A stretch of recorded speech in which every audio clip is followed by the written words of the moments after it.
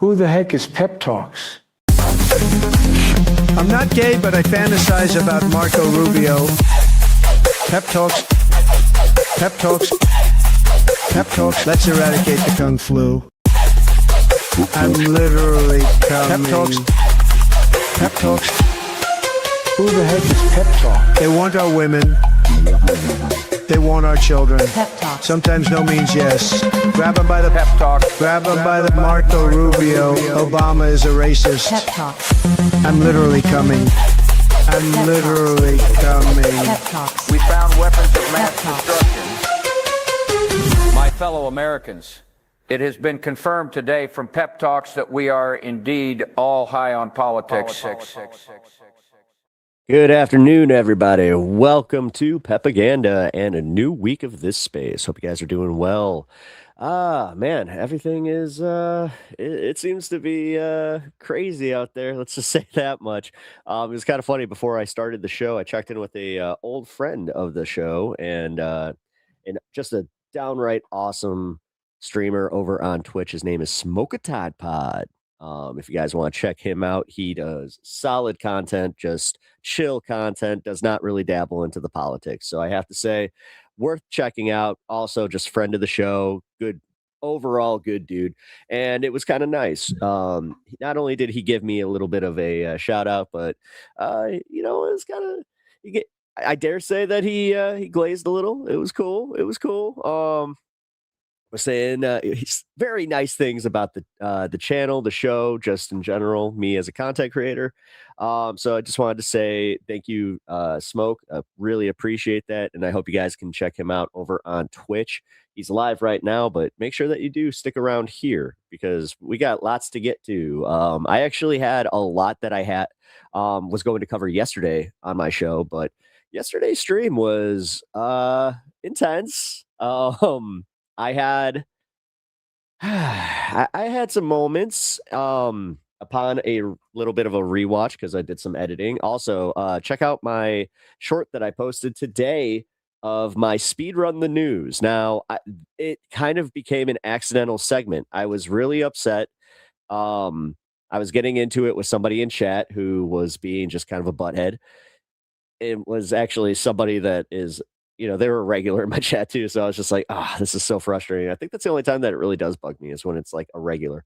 And at one point I realized that I went way too late and I wanted to kind of do the fun half. I had a good fun half planned. Also check out the fun half. I am quite proud of it. I'm going to be breaking it up into segments coming up, but if you guys want to see it before the VOD, or if you want to see it during, like while the VOD's there, not that I'm going to delete it, but you guys know what I'm talking about. Go check it out. It's good. Right around I think it was 4:30-ish, because like I said, I was a little bit late. But you know what? We had a great time. I surprisingly enjoyed the show, even though it got a little contentious. I think that it was one of my better ones. So yeah, definitely check out the VOD. But with that being said, it's a heavy news day, and yesterday was a heavy news day. So we have quite a bit to get to. And, it was funny going back to Smoke real quick. He was bringing up specifically how I do this, where I am able to break down the news and not let it break me down. That was kind of the highest compliment I think I could have gotten somebody, especially that's not a political commentator, because, yeah, sometimes every once in a while I do kind of feel like I slip into the same thing. And I get it, man. I understand like why some people just need to check out. I totally get it, but it kind of stinks because realistically, it's dangerous to check out, especially when we have so much going on. I mean, although we can cover some of the funny stuff too, because Donald Trump posting that AI meme, which again, can we just acknowledge how poorly our AI is doing compared to like the world? Because looking at what Iran, I've now I'm like doing an amalgamation of Iran and Iran. But yeah, Iran is really kicking our ass at the meme game. I think that the AI generated Lego bits that they've been putting out, as much as I want to hate them, they slap. They fucking slap. And I think that that's something that needs to be acknowledged, is that, meanwhile, he's putting out this rudimentary BS that somehow we've been convinced to spend billions of dollars on and invest billions of dollars into the stock market and data centers and, ruin our water, our air, just everything, which I might talk about that a little bit because there are some things that have not been really discussed specifically about air pollution. And I think that Sandy would be a great person to talk to about this. So I think that I might be reaching out to Miss Sandy, talk because if you want to talk environmental stuff, that's the go-to right there. She is definitely an authority where I am not. I am a guy that notices the weather is all of a sudden changing and going, oh, that seems a little odd. Speaking of, I'm going to be dealing with some tornadic conditions, which they are calling for it to go all the way to the lake. So, northwestern Illinois or northeastern Illinois, sorry, I always mix that up, is in for a treat because there is a strong storm cell coming in. So data centers here in Michigan are becoming a problem. Yeah. So I didn't even know that we had one 45 minutes away from me. And I noticed that my power bill was going up significantly. And I'm one of those nerds that I check my readings every month. So I knew that I was using way less power. I was just like, dude, my kilowatt hours are nowhere near what they usually are. And I'm still somehow paying more. Sure. Yeah, I did just a little bit of digging and found that, yes, I have a data center 45 minutes away from me that is somehow affecting our power bills. So I don't know how this works. I think it's stupid. I really, I'd prefer that this wasn't a thing, but you know what? We'll see what happens. I know that there's enough of us, so this is multi-county, because I know that DuPage and Cook County are working together because I guess this sits right on the edge, but we're both paying for this crap. So it's frustrating. Also, in general, it is very frustrating to see the gas price. As much as we make fun of Trump for really fucking this up, his fuck up, I'm not sure. Maybe it's because I was in that ha ha ha ha, you fucked up, that I was kind of not feeling it as much. Where I was just like, oh yeah, you know what? Yeah, gas prices are high, but now I'm like, gas prices. What is happening? And yeah, it's interesting to see. And then, like I've been talking about on my channel, I have access to go to the famous Trump store. This has actually become a national story. So I'm going to be taking a little field trip out to the Trump store. It's either going to be tomorrow or Thursday. I'm still kind of working out the logistics of it, but it's going to be fun, and I'm going to be putting out a little expose. Dare I say, almost a documentary style video. Not a video essay, a documentary style. Boots on the ground, man. I'm getting out there. But yeah, look out for that, guys. It's going to be a lot of fun. But what's not fun? The news. So we might as well just kind of slowly get into this. So I'm going to do something that I haven't really done here on PEPAGANDA, where we're going to do a ground news aggregate story here. Now, I am no longer affiliated with ground news on a professional level. I will just say this. It is a good way to kind of put everything together. Now, whether or not you want to just use the free one, or I don't care, but it does help. It really does. So without further ado, man shot by ICE in California has been arrested by the FBI. So I didn't really know much about this story until I kind of saw this, and then I watched a video of the shooting, which I don't think I can even play because it does show him get hit. They had a helicopter view on him, so that was also Yeah, I mean, it's another one that'll just make your blood boil. So just be aware of it. But yeah, on Monday, the FBI arrested Carlos Ivan Mendoza Hernandez, 36, immediately after his discharge from Doctors Medical Center in Modesto. Attorney Patrick Kolinsky reported saying his client was transported in a paddy wagon. ICE agents shot Mendoza 7 times on April 7th during an enforcement stop near Patterson, California. The Department of Homeland Security claims he weaponized his vehicle. It's always the same thing. He weaponized his vehicle. No, he was trying to run away. It's always the same thing. And you guys are like, it's almost like it's part of your training now to stand in front of the vehicles. Like we go back to, Renee Good, which they just released a report today saying that, yeah, it's exactly like we thought. The FBI totally hid all of the evidence from the police. So, yeah, I believe that as much as I believe in Christ's power. Which, if you guys do not know, I'm not exactly a one to be listed as Christian. Hey, everyone listening today, planting some Hey, I was just talking about you, everybody. This is Sandy. Say hello to Sandy. I was actually just talking about how I have a data center near me that's impacting our air, water, and electricity prices, and that's something maybe I should discuss with you because you seem to be an authority on environmental stuff, which I always like to turn to people that know a lot more about things than I do. I like to learn in real time. So, yeah, we'll have to put that together. And also, just in general, if you guys want to learn about the environment and what you guys can do to better your personal environment and just the the overall environment, guys, check out Sandy, aka Miss Blue Ocean. I do appreciate you.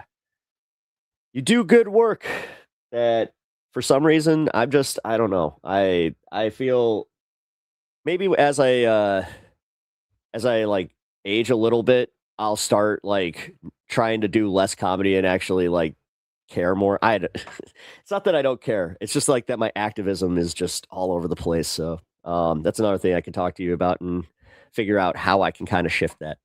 Wow, wish this wasn't happening to your community. No, it sucks. It really sucks. Like I said, I found out that this is 45 minutes away from me. I'm still very confused on how this is affecting us so drastically. Like, and you can really feel it. There's this weird thing that keeps happening where we've been getting these notices about an odor, right? But it's not gas, but we're getting toxic warnings about it where they're saying if you have asthma, get inside. So what's going on with that? Because why are they able to be so effing vague about this? That's what it really grinds my gears. But anyway, it's kind of getting all over the place today. Let's get back to this. It's electronic and plastics. Oh, that's why it actually has like a burning plastic smell. Okay. Well, that sucks. Well, you know what? Hopefully my community can do something about this because we didn't even get to vote on it, which is wild. In Illinois, we thought that we were protected with this stuff. I know that JB Pritzker is kind of clamoring to get ahead of this because, yeah, a lot of people are pissed. And, if it comes back to like he signed off on some of this stuff, he might have to answer for that. And that's unfortunate. They want our Great Lake water. Yeah, they do. Yeah, they do. They're building a data center that's a skyscraper right off Lake Michigan. And they already said that they're using lake water to do it, which that means that if they're using the lake water and pumping it, guess what's coming? Like, it's just, yeah. Touch grass, they said, oops, toxic air. Never mind. Right? Especially when it does happen on a nice day. Because I think that it was like 2 weeks ago. We had a day where it was like 75 degrees outside. Beautiful, right? It was like it really felt like first day of spring. That was one of the days that we got one of those warnings, and everybody was just like, "What is this?" Like, it smells bad, and then you do feel tired. You kind of like it got to you, like, and not just if you had allergies. It was getting to everybody. I was successful so far in my county with the letters I wrote. The Republicans in my county don't want it. Nice. See, this is why I keep saying we need to, like, that's the kind of thing we need to do. Like, I don't want to say bipartisanship because that is a bad word. We kind of ruined that, but we do have to reach out across the aisle, and just kind of get people to agree with us on things that really, are a detriment to them and benefit, and the things that benefit them too, where we can just say, hey, data centers, not good, not good. There's literally nothing that you will get from this. So please, educate yourself. I will post copies of the letters in Discord. Thank you. I appreciate that. They're building a small town called Saline, Michigan, or I'm guessing Saline. It's causing havoc, just being built, tearing up the city streets with massive trucks. So when you say small town, is it like a data center town? Like where they have pretty much everybody that has a job at the data center, so 9 houses? Yeah, how's that work? Either way. So yeah, just to wrap this up real quick, I shot another person and is claiming that he used his vehicle. So we're right back to that. This is what's crazy. Renee Good, Alex Preddy, feels like it was like not only a year ago, like years ago. And I feel like, oh, we're back at it. It's the same with the Epstein stuff. Like, I think that this was planned by the administration. I think that, like, when Steve Bannon said, like flood the zone kind of stuff, they knew that psychologically this is what would happen to the populace, the populace. Keep doing that. But yeah, I think that they got it, and it sucks to admit that they might have actually executed a plan that was oh geez. Okay, hold on. I'm getting a warning on my computer here. Give me a second. There we go. All right. What was I talking about? Bannon. Oh, yeah. Yeah, it kind of sucks that we're seeing a successful utilization of what they were trying to do. All right. But yeah, just be on the lookout for that. Also, be aware that ICE is still in your communities, that ICE Tracker is a thing. Make sure that you're following them on all things Facebook.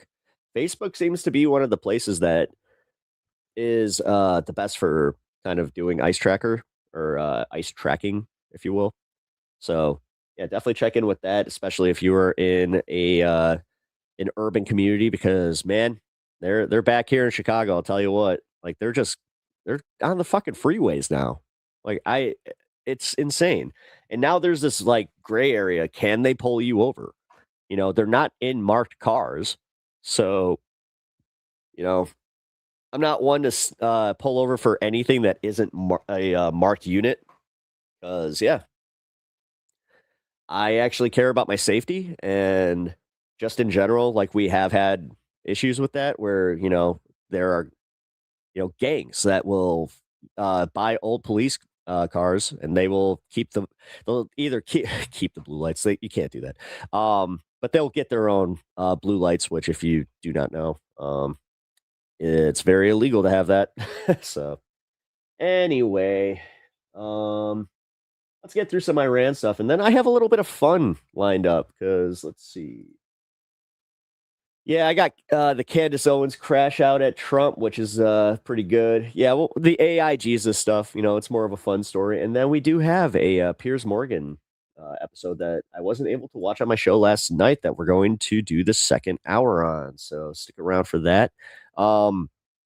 If you guys can do me a solid and please hit the like button on the stream, that really, really helps us get the stream out there to more people. Share.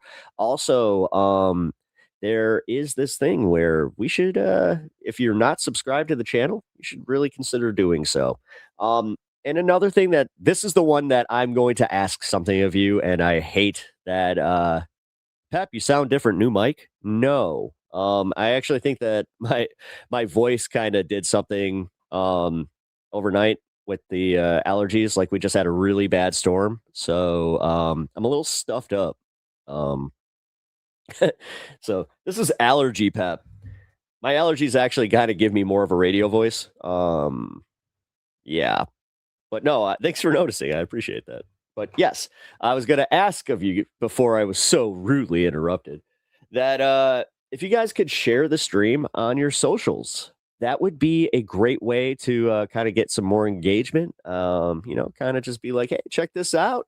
Yeah, just got to try and get this space out there. It's important. What we're doing here is important. Like I wouldn't be doing this if I didn't think so, and committing a lot. I mean, um, I do some live content exclusively for this platform specifically because I believe in what we're doing here. So, if you guys could just do that little bit, that really, really helps, and I appreciate it personally. So, thank you. But also, before I start going into the Iran news. What's up, Isaac? How's it going? Pinkerbell, how you doing? Johnny, thank you for holding it down, man. Pendulous Dragon, what up? What up? Hey, it's good to see you. Haven't seen you on my channel in a little bit. Am I missing anybody here? Hold on, guys. I like to go through chat and just kind of be like, hey, how's everybody doing? If I missed you, oh, Jet, what up, Jet? How's it going? And I think we're good here, but Ken, how's it going? Good to see you. Good to see you. Welcome in. All right, folks, let's do this. Also going to have to blow my nose here in a minute. Like I said, I do have some bad allergies because we got a really bad storm coming in. But when you say my voice sounds different, does it sound worse or better? You've been laying low. Pendulous, it's okay. I get it. I totally get it, and I don't blame you. I'm just glad you're here now. Dude, actually, before I go into this, I just want to talk about this a little bit. It's important to value your mental health and to check out of politics. Now, I'm sick. This is where I will admit this. I'm a sicko, like genuine sicko. I am addicted to the news and politics, which I wish I wasn't. But I kind of came to terms with this recently where I was just like, even when I do not want to like engage with politics or in the news, I find myself doing it. I find myself like this happened the other day. I was eating a meal and I was looking for something to watch because apparently I'm turning into one of those kids.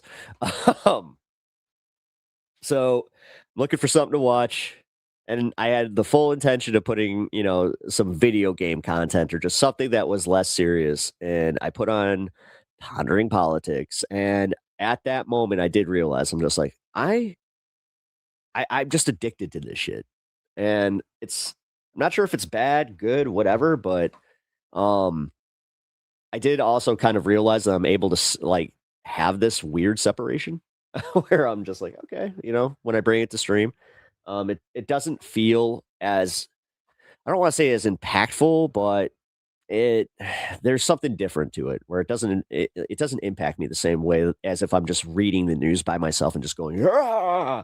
So I hope you guys do kind of get that from what we do here, not only on this space but on High on Politics and my channel. That was kind of my mission, was to be able to package politics and news in a way that's not only palatable but a little bit of fun, but also just like it takes away the existential feeling. Yeah, it's here. You know what? Actually, I remember. Yeah, it's easy to become addicted. I have to take some time from streaming, but that is because my back is F. But yeah, our mental health needs to have a break. I did a show on that. Awesome, and I really appreciate that, Sandy, because it is important. But this is also where I'm admitting my fault. So even with the Iran stuff, I haven't been able to break away from it. So, yeah, that's how I know about this. Yeah, perfect segue.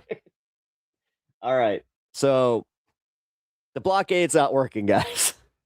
In China, Legit. I think that they saw what happened with the Russian tanker in Cuba, and they were just like, all right, bet.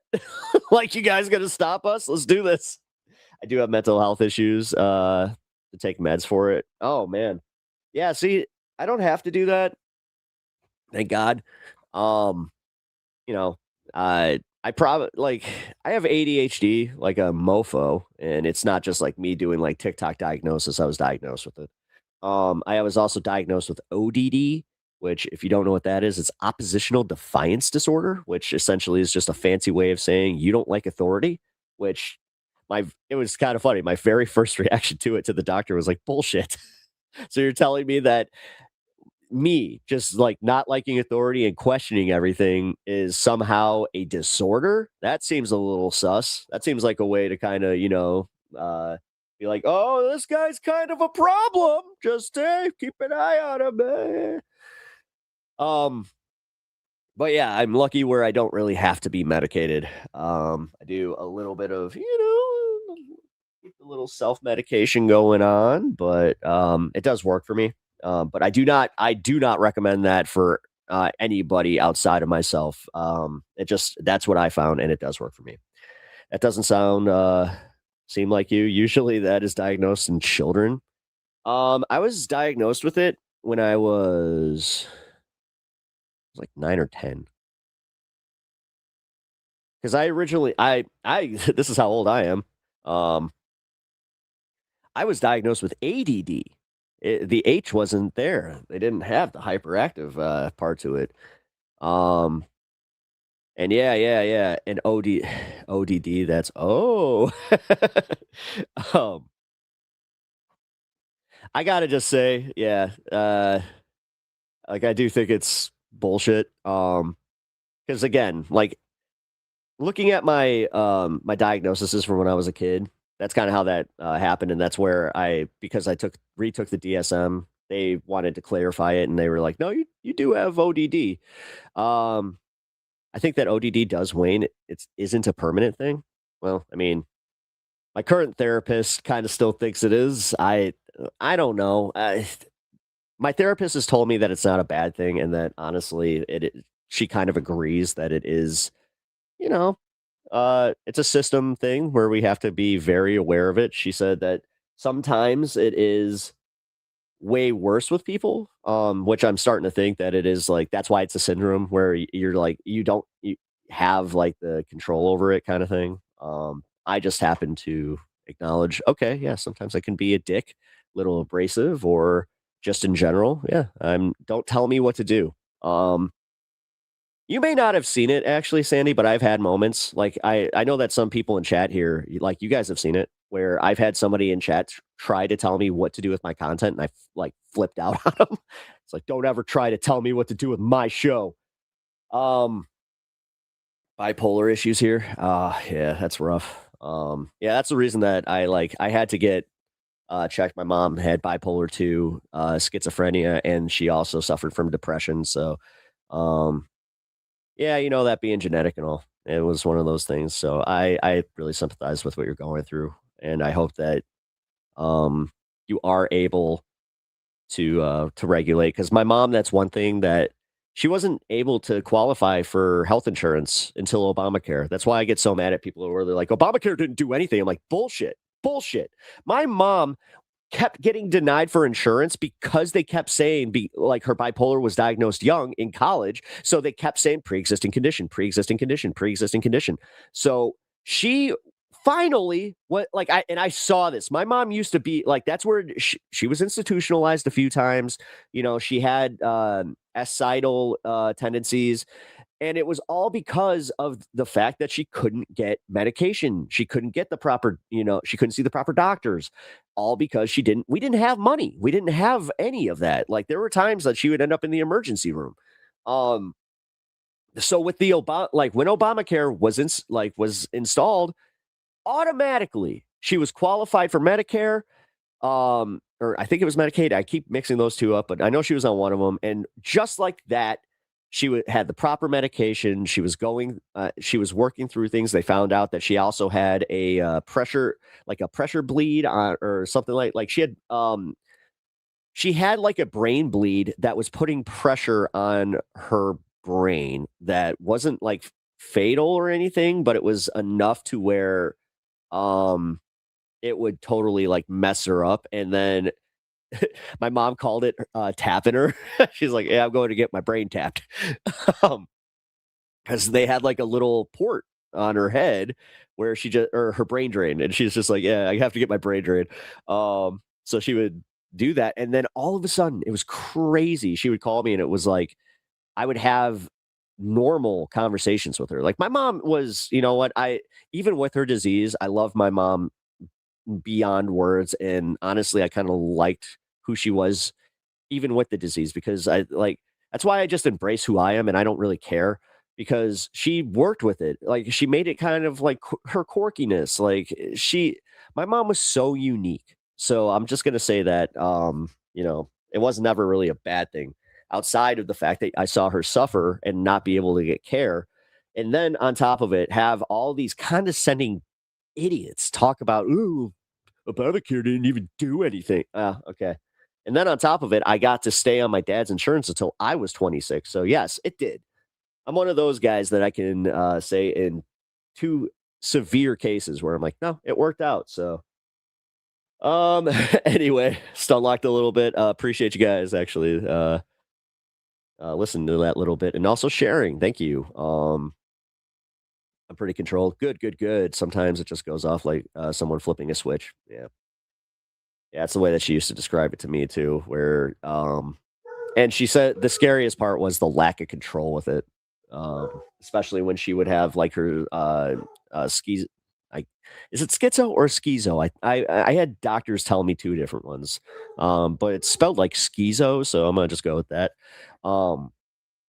Yeah, where she would have her schizophrenic moments, it would actually turn into like a personality disorder where she didn't have like uh like multiple personalities in the way that it was like one was an archaeologist and all that kind of stuff. It was mostly like time captured moments for her. So like she had a personality that was Little Debbie. That was essentially her brain trapped when she was like 13. Then she had another one. We called her Deborah, where it was very serious. But at the same time, again, when you have siblings and you just kind of recognize these things, you're like, okay, so this is Deborah. And we never really had to address it outside of, the occasional, hey, we just need a little help here. There's nothing scarier, and I think that a lot of people can sympathize with this or empathize with this about like having somebody with mental health issues and then calling the cops because even before it was becoming more prevalent that they were just lighting people up with mental health issues. It was something that was always like on our minds, and yeah, you got to be careful with that stuff. But to kind of wrap this portion up, I do just want to say, take care of yourselves, drink water, drink water as I burp.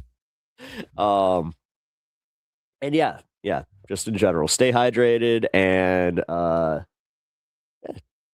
be cool, be excellent to each other, and party on, dudes.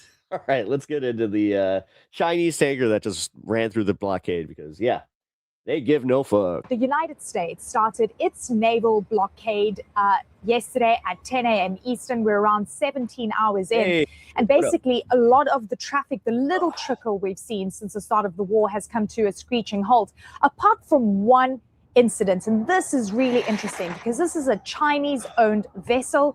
It's now said to have tested the U.S. naval blockade because it has passed through the Strait of Hormuz. Let's take you through this. This is a Rich Starry. This is a tanker said to be carrying methanol.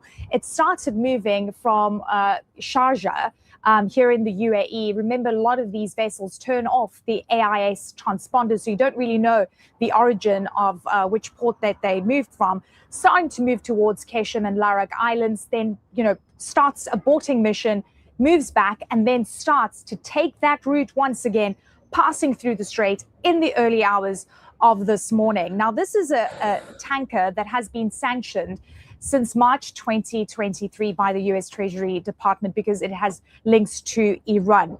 Now, from what we understand from experts, this tanker was able to move through completely unfazed by the US naval blockade. So we don't know what exactly transpired and how the United States is enforcing this blockade.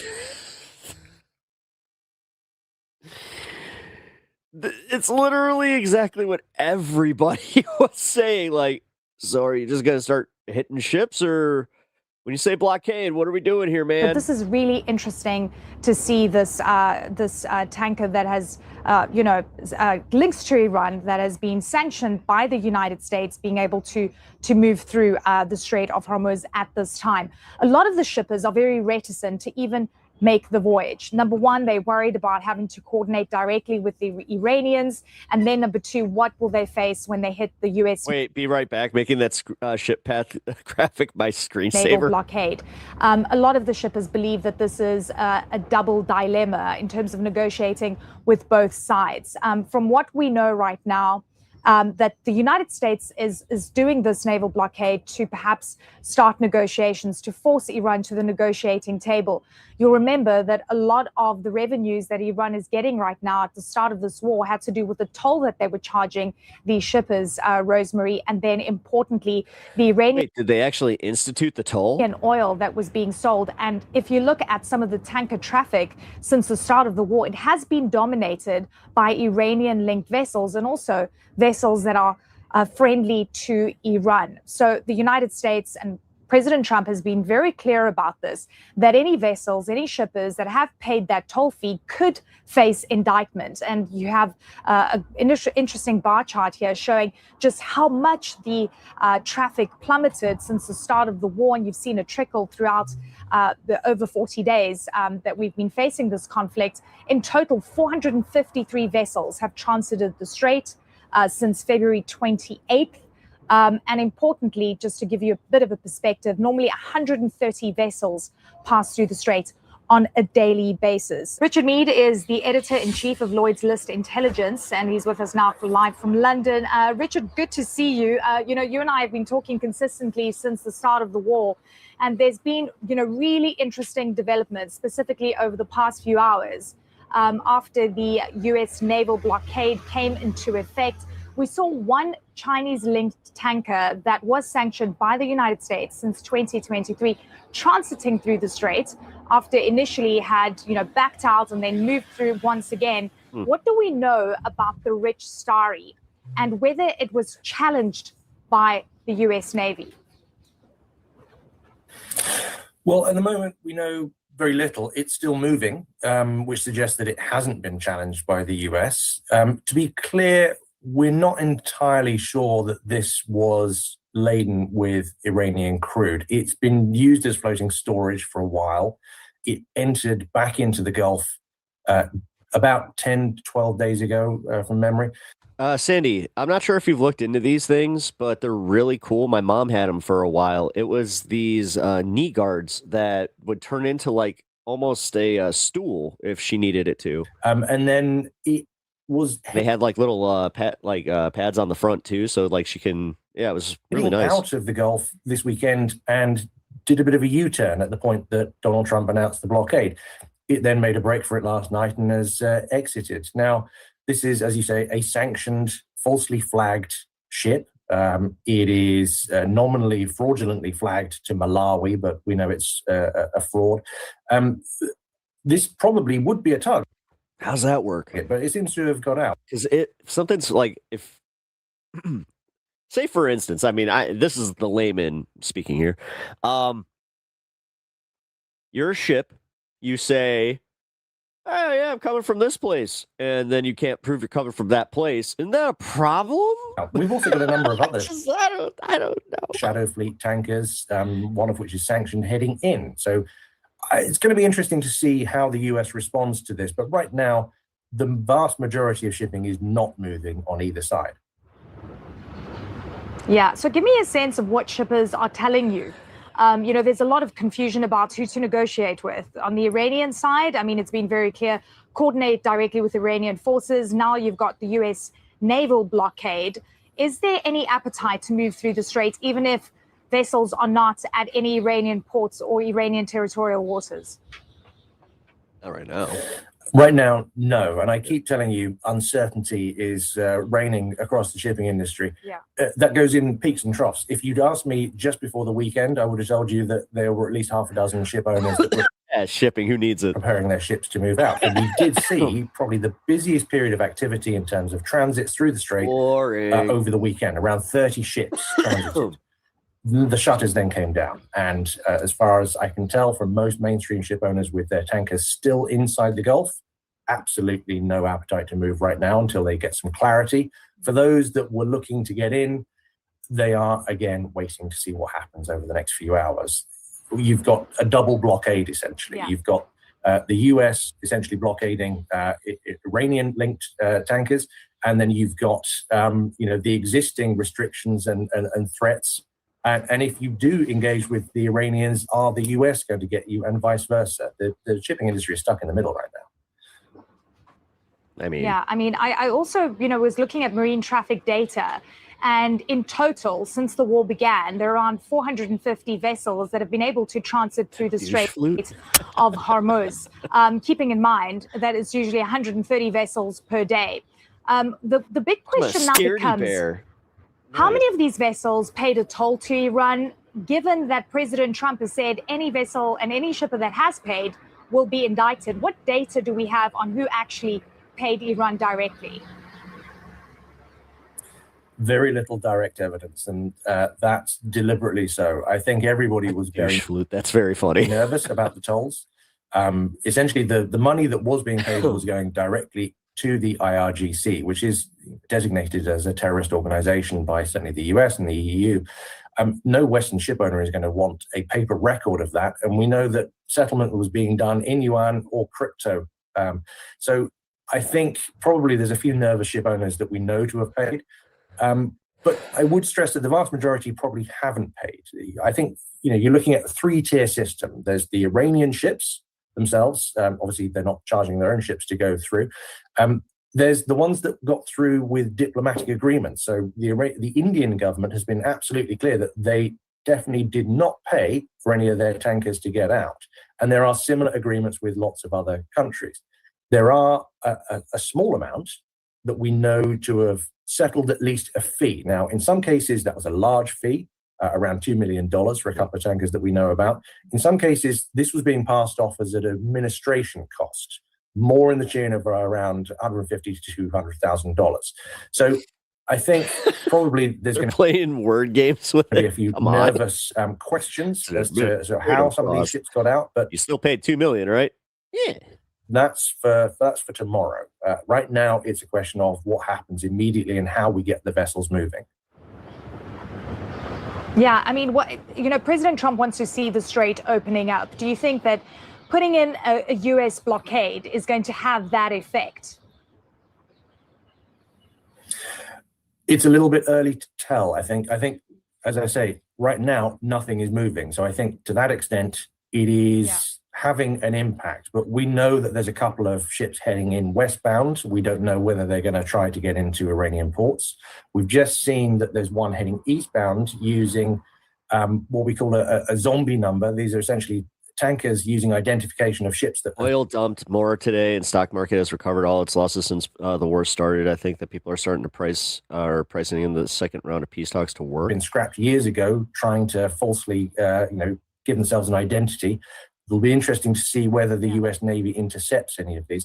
I think we're really now just waiting to see what the actual action is and the enforcement strategy from the US side.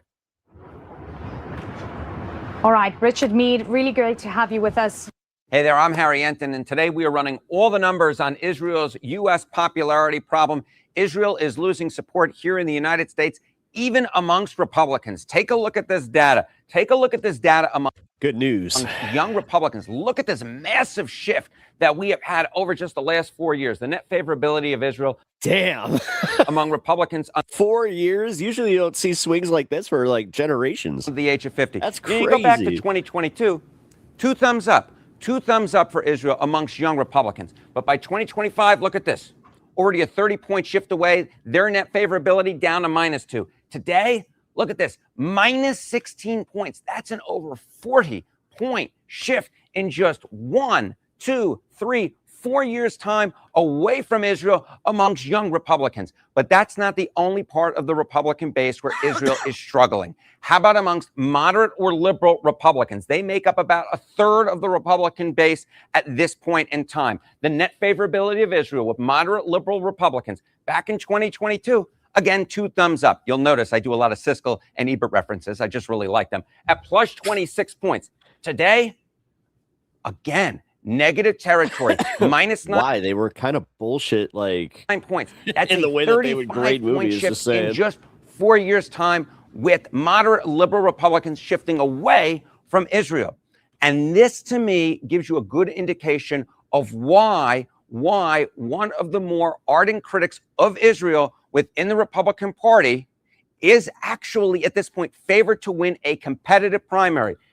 You may know him, Thomas Massie. He, of course, is the representative from Kentucky's 4th District. He has been opposed by Donald Trump. Donald Trump has endorsed his opponent. Pro-Israel voices are also opposed. Many of them have also opposed Thomas Massie. But at this point, look at this. His chance of being the Republican nominee, winning that Republican primary in Kentucky's 4th District, is actually more likely than not to occur. Look at this. According to the Kalshi prediction market at this point, a 71% chance. But here's the thing. Again, I'm building blocks here. It's not just on the right. It's not just amongst Republicans where Israel because genocide. Yeah, notice how he's kind of is losing support amongst the unexpected places. How about among younger men who were a key part of Donald John Trump's coalition back in 2024? They have very much shifted away from Israel. Look at this. Net favorability of Israel among men under the age of 50.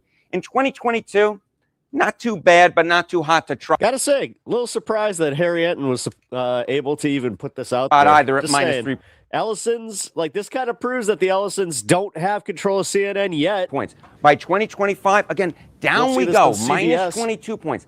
That is a 19-point shift in just 3 years' time. But it gets even worse. Look at this for Israel. Minus 47 points. That's a 44-point shift away from Israel on the net favorability amongst young men who, of course, shifted massively into the Republican column back in 2024, and they have been shifting away from Israel over the last 4 years. But here's the thing. You want to talk about unexpected? Perhaps no number I have seen is more unexpected than this one, because when we talk about the Democratic base, right, and we talk about them being against Israel, that's been true amongst liberal and very liberal Democrats for a decent period of time. But now we're even seeing it among moderate and conservative Democrats, because take a look at these numbers. I mean, this is a sea change. This is a sea change. Net favorability of Israel amongst non-liberal Democrats, that is those who identify as either moderate or conservative. Back in 2022, Israel was on the plus side of the ledger. I'll give it 1 thumbs up at plus 3 points. Look at this. By 2025, minus 30 points. Yeah, it's almost like genocide will fucking make people kind of wake up and go, oh, that's not something I want to support. That's a 33-point shift in just 3 years' time. You think that's a big shift? How about now? Look at this. Among moderate conservative Democrats, the net favor of Israel down into the Sea of Galilee at minus 55 points. That's a nearly 60-point switcheroo in just 4 years' time. Now, why are we seeing these shifts? Why are we seeing these shifts amongst Democrats, amongst Republicans, at least certain portions of the Republican electorate? And why are we seeing it among younger men who are a big part of Trump's coalition? It is because it is part of a larger sea change against. You're going to say the G word? You going to say it? Is he going to say it? Israel. I mean, just take a look at these overall numbers right now. The net favorability of Israel among. Keep dancing. Come on. Come on. Get to it. All adults. Come In on. 2022, it was plus 13 points. I'll give that 2 thumbs up. Look at by 2025, minus 8 points. That's a 21-point switch in just 3 years. And now the net favorability of Israel amongst all adults, minus 23 points. That's a 36-point change in just 4 years' time. I wonder why, Harold. Amongst all adults. Now, Oh my God, I just actually realized that Harold is Harry. okay. I never. That's part of the Wait, does that mean that Gerald is Gary? reason why that we're seeing these groups within these shifts, right? Or Jerry? A rising tide lifts all boats. But it's more than that. More important conversation to come. How about the Israeli-Palestinian conflict, which of course has been taking center stage over the past few years here in America, especially after the October 7th attacks and then Israel's response. I knew Larry was Lawrence, but Harold and Lawrence, Harry and Larry. To it. Oh, Take a look here. I mean, this is a change. okay. Are you gonna get to the point? Just say it. This is a change. Who Americans sympathize more with, the Israelis or the Palestinians? Back in 2022, before the October 7th attacks, it was the Israelis by 28 points. That would even climb Ooh, yeah, like a little dip here in the broadcast quality. into the 40s, 50s, Sorry, guys. depending on which polling you looked at in terms of who Americans sympathize with, the margin very much on the side of Israel. But look at where we are now. In 2026, Americans sympathize more with the Palestinians by an 11-point margin. That is a shift of nearly 40 points in just 4 years' time. And when you compare it to 2023, after the October 7th attacks, we're talking about what, a 50, 60-point change? My goodness gracious. This is the best position that the Palestinians have ever been in the minds of the American public. The Palestinians making history in terms of who Americans sympathize more with.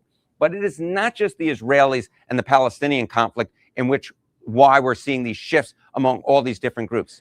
And overall, Snaky. as well, it is because of What the are you man who doing? right now is the prime minister, the longtime prime minister of Israel, who's been prime minister, at least in parts, all the way back to my childhood. I mean, I think he was the prime minister when I was like 8 or 9. That is how long. And while I look young, I'm not that young anymore. But take a look at Bibi Netanyahu. Look at his net favorability rating here in the United States. In early 2024, he was on the plus side of the ledger at plus 9 points. But look now. How? Look now. Minus 23 points. Again, an over 30-point shift in the wrong direction. Jordan. If you are a fan of Bibi Netanyahu here in the United States. And among independents, we're talking about that his net favorability rating at this point is a minus 35 points in the average. With independence, that's kind of crazy. Oh, he is about as popular as Donald Trump is Man, here in the United Nobody's buying your Zionist bullshit. States. And of course, Nobody cares, man. Trump. Here we are with a bunch of Christians like wanting to fucking bring about the apocalypse, but then you just got a lot of people in America who are just like not too jazzed on that. Ain't too hot to trot, to borrow a phrase I used earlier on. And here's the other thing, which is this is starting to Calling it a conflict is really whitewashing the horror. Absolutely. have major Conflict. electoral ramifications. Israel has become a 4-letter word in Democratic primaries. And one way you can see that is AIPAC, right? AIPAC, the lobbying group. Google searches for AIPAC in 2026, up like a rocket, up 363% versus last year, reached an all-time high last month. You often hear those on the left using AIPAC against their opponents if they have in fact taken money from AIPAC. I'm not expecting that to change anytime soon on the left. I think the question is going to be if these young Republican numbers PJX? hold. Good to see you. And we see this right here. Will AIPAC and Israel possibly become a boogeyman on the right as well? We're not really quite sure at this point, given how quickly these numbers have changed. Maybe they'll change back the other way in 4 years' time. But the bottom line is this. Views on Israel have shifted tremendously in a lot of unexpected places, not just on the left wing of the Democratic Party. All right, so this was me running all the numbers on Israel's U.S. popularity problem. If you have another topic that you want me to cover, leave a comment in the comment section, and we'll see if we'll do it next time around. Let's That's actually kind of interesting. All right. How long is this? 5 minutes? Oh, we'll go Update you for it. on what has happened We'll do this, and then we'll do the Piers Morgan bit. right now in the Strait of Hormuz with the latest ship tracking data that's been analyzed by BBC Verify, showing that 4 Iran-linked Nah, we've done enough of this. Let's do yeah, let's do this instead. He is nothing like Jesus Christ. In fact, Trump is not even a Christian. Trump is very clearly under demonic influence. I think Paula White probably put a spell on him of some sort. I mean, he is surrounded by ironically, the very thing that he accuses me and Meghan and Tucker of being, because we're calling for peace. We're calling for peace. And he's like, these people are nut jobs. And then he has people like Laura Loomer, who has been forcibly placed on Psych 5150 holds as his number one advisor. She's like, I'm advising him. We got Paula White, who's telling him he's akin to Jesus Christ, which is absolutely blasphemous. And he thinks these people are totally sane. Again, very scary. You're telling me that a lot of these people are unstable? No way. Very. That's great. What? To be that far in the cave. What up, Nat? How you doing? He is so in the cave. He is so convinced of his own invincibility. It is completely unhinged that he was deeply upset by the Pope telling him the truth. The Catholic perspective is that this is an unjust war, because it is. Obviously, okay, you can't just decide that you want to take things from Iran, or rather not decide, but Bibi tells you you're going to take things from Iran, and then you just do it and you put American lives at risk. It's unjust. Even honestly, if you remove Catholicism, it's just unjust in general. It's morally contemptible. Okay, get to the part where you talk about this. Here we go. Image, by the way, if you have not seen it, obviously, healing the sick. And his I love how Jon Stewart was just like, is that response is that me? To dropping that was that he didn't realize that was supposed to be Jesus, and that he thought that the AI image was suggesting that he is a healer. And okay, I like how somebody broke this down where they're like, this is bad either way for him. So you're telling us that he's so incompetent that he couldn't differentiate between Jesus and a doctor? Okay, that means that he's cognitively just completely worse than we thought. And then you got the little bit where it's just like, so you really are the Antichrist. Okay. A doctor. Because I mean, regardless, this dude's fighting the Pope. He is a doctor in his own mind. So that's his excuse for just continuing to be so disrespectful to Christians. What up, DA? How you doing? As opposed to just saying, I'm sorry, this AI image was not Devil's Advocate Productions in the house. It went out. People were not thinking, thought it was funny, poor taste. He came out with an excuse that he thought he was a doctor. Take a listen. Mr. President, did you post that picture of standing next to DoorDash grandma, who's not even a real DoorDasher? yourself depicted as Turns out that she's just a fucking actress. Did you see that? That she was technically like part of another scheme with Trump? Jesus Christ? Well, it wasn't depicted. It was me. I did post it, and I thought it was me as a doctor, and had to do with Red Cross as a Red Cross worker there, which we support. And he's only the fake news could come up with that one. So I just heard about it, and I said, "How did they come up with that? It's supposed to be me as a doctor making people better, and I do make people better. I make people a lot better." He has removed years off people's lives, whether you support him or not. Because you do understand that even his supporters, like, they have to put in all this effort just to stand up for him. He thought he was a Red Cross doctor. So that's why he posted it, because, like, obviously he was, what year was that, Ashley, that he was a doctor, Skylar? I'm sorry, I just need to produce a note. Can we ask Charlie GPT? Okay, when did he... Wow, where it's not coming up for us that Trump was ever a doctor. So I don't know why he would feel that the image related to him maybe as the a doctor bitch for Red Cross healing the sick. That seems, and wearing that particular getup doesn't feel to me like he all was doctors a wear Red Cross red doctor. cloak. But that's the slop we're getting. It's been a sloppy year, my friends. It's been a fetty sloppy year. And so we're just gonna keep getting it. Yep. Perfect. All right, let's do it.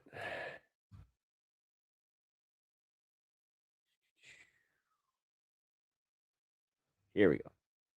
Mr. President, did you post that picture of yourself depicted as Jesus Christ? Well, it wasn't depicted. I did post it, and I thought it was me as a doctor.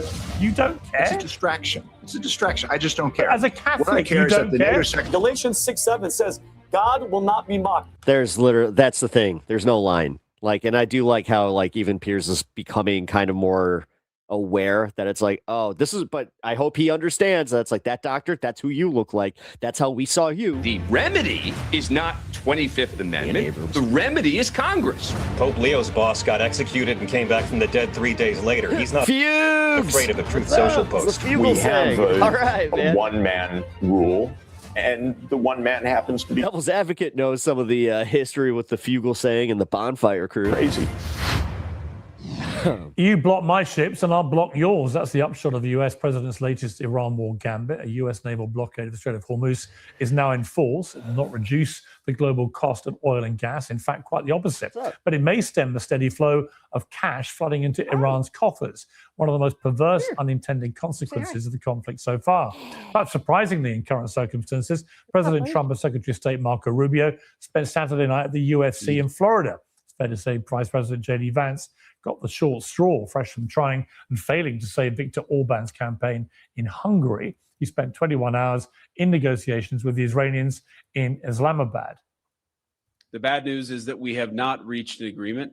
And I think that's bad news for Iran, much more than it's bad news for the United States of America. So we go back to the United States having not come to an agreement. We've made very clear what our red lines are, what things we're willing to accommodate them on, and what things we're not willing to accommodate them on. And we've made that as clear as we possibly could. And they have chosen not to accept our terms. Well, the biggest red line is Iran's uranium stockpile. 6 weeks and $30 billion worth of war have not changed Iran's nuclear potential. There's also no agreement on toll-free access to the Strait of Hormuz and on funding proxies like Hezbollah, without which it's extremely hard to argue the US has achieved anything much at all. Meanwhile, President Trump has added several new fronts in his war of words. Tucker Carlson, Megyn Kelly, Candace Owens, and Alex Jones were all savaged as low IQ losers in a Truth Social rant against his supporters turned critics. Carlson responded in a BBC interview. I feel sorry for him, as I do for all slaves. He is not free in this moment at all to do what he thinks is best for himself or his country. What do you mean? No, he's not free. And we learned that yesterday. Well, he's not free. He's actually a puppet of Benjamin Netanyahu. When Donald Trump announced a ceasefire, clearly with relief, and made its terms or most of its terms public. And then that ceasefire ended within 2 hours because Israel intentionally violated the terms. Well, last night, Trump turned his attention on an even bigger target. Remember when people were like, I remember, Pepper Trump remembers when people were talking about Tucker running for president. Pope, His Holiness, has taken a not unreasonable position on the Iran war, namely that threatening to destroy civilization is unacceptable and that God doesn't like war. The president responded by saying that he doesn't like the Pope. And then a move that angered even some of his most loyal supporters, Trump posted this image of himself as Jesus Christ.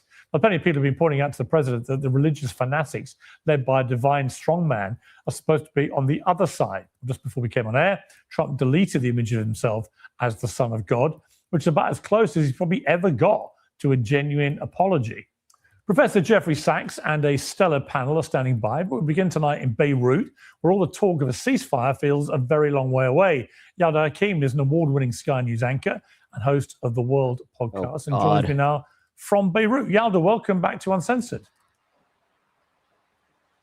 Thanks so much for having me, Piers. Well, I'm trying to get my own not quite so massive brain around all this and struggling a bit. So I thought, who better to ask than the reigning Royal Television Society Network Presenter of the Year, which brings with it an assumption that you're going to give me some answers. What is going on with this war? Because I cannot make head nor tail of it.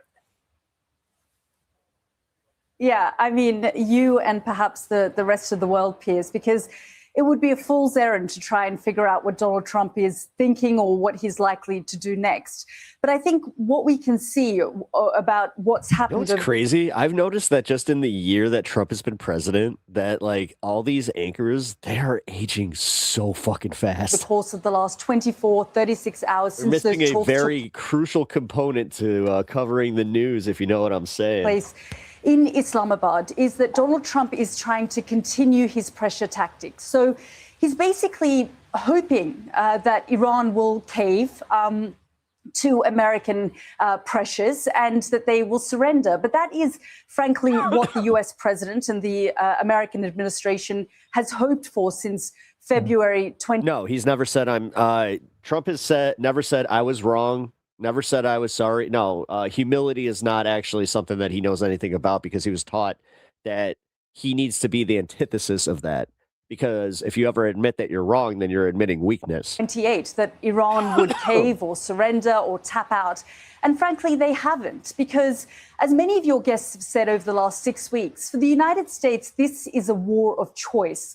But for Iran, this is about survival. For the Iranian government, the authorities, the regime there, this is the one point of victory for them is to stay surviving as a regime. And they probably have come out of this bruised and battered. And we know that the United States, of course, is a superior military force alongside Israel. And they have A little preview for what's going to be coming up on High on Politics. The IRGC hard, their military facilities and missile launches and their missiles.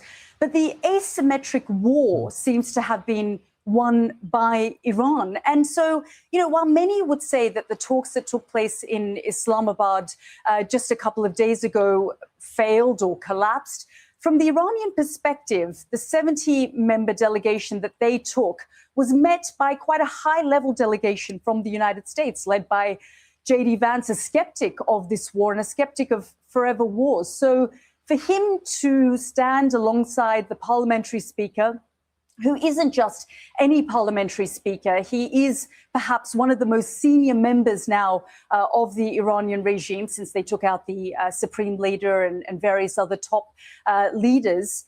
That was quite an image. And so while the talks haven't necessarily gone anywhere at this point, that image that we saw is historic.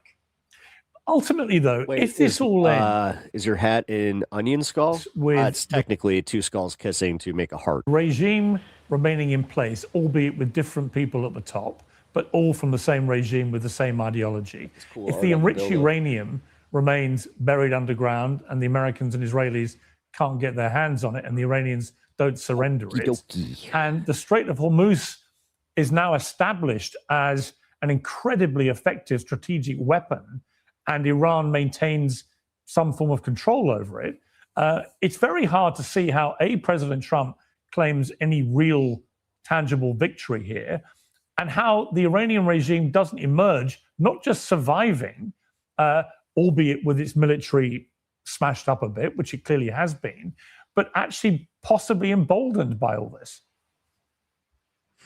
Don't worry about it. Yeah, I mean, Piers, we now live in a world where if the Americans and the Israelis do something that Iran doesn't like, they'll just close down the Strait of Hormuz again, and this was not the case 6 weeks ago when this war began. No. They do now have something It's just a cool ass design. That's a huge leverage that's basically put huge pressure on the global economy. My wife is really into these things called unicornos.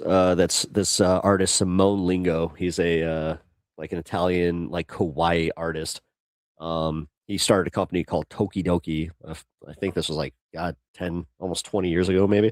And so in many ways, they are already emboldened by what's happened. If you think about the negotiations that took place 6 weeks ago before this war began, and don't forget, the Iranians and the Americans were talking. There were in nuclear talks 6 weeks ago. And then, of course, they say they were attacked, and they were attacked by America and Israel in the middle of those negotiations.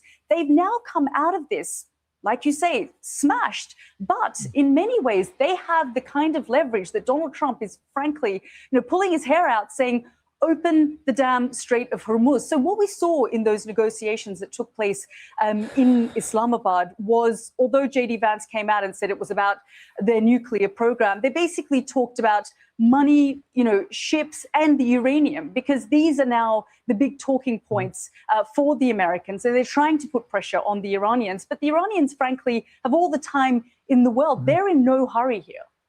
Right. And then you've got, as part of this asymmetric war, you've got the attacks the Iranians have made on their neighboring Gulf states, which I think the scale of it has come as a massive shock to those Gulf states. I've spent a lot of time in the last couple of years, as have you, traveling around the Middle East, Saudi Arabia, Qatar, UAE, there was a real sense of dynamism about the region, a real conviction that they were moving inexorably from an economy based around oil, which is obviously slowly running out, to an economy based around tourism and sport and entertainment and all these things.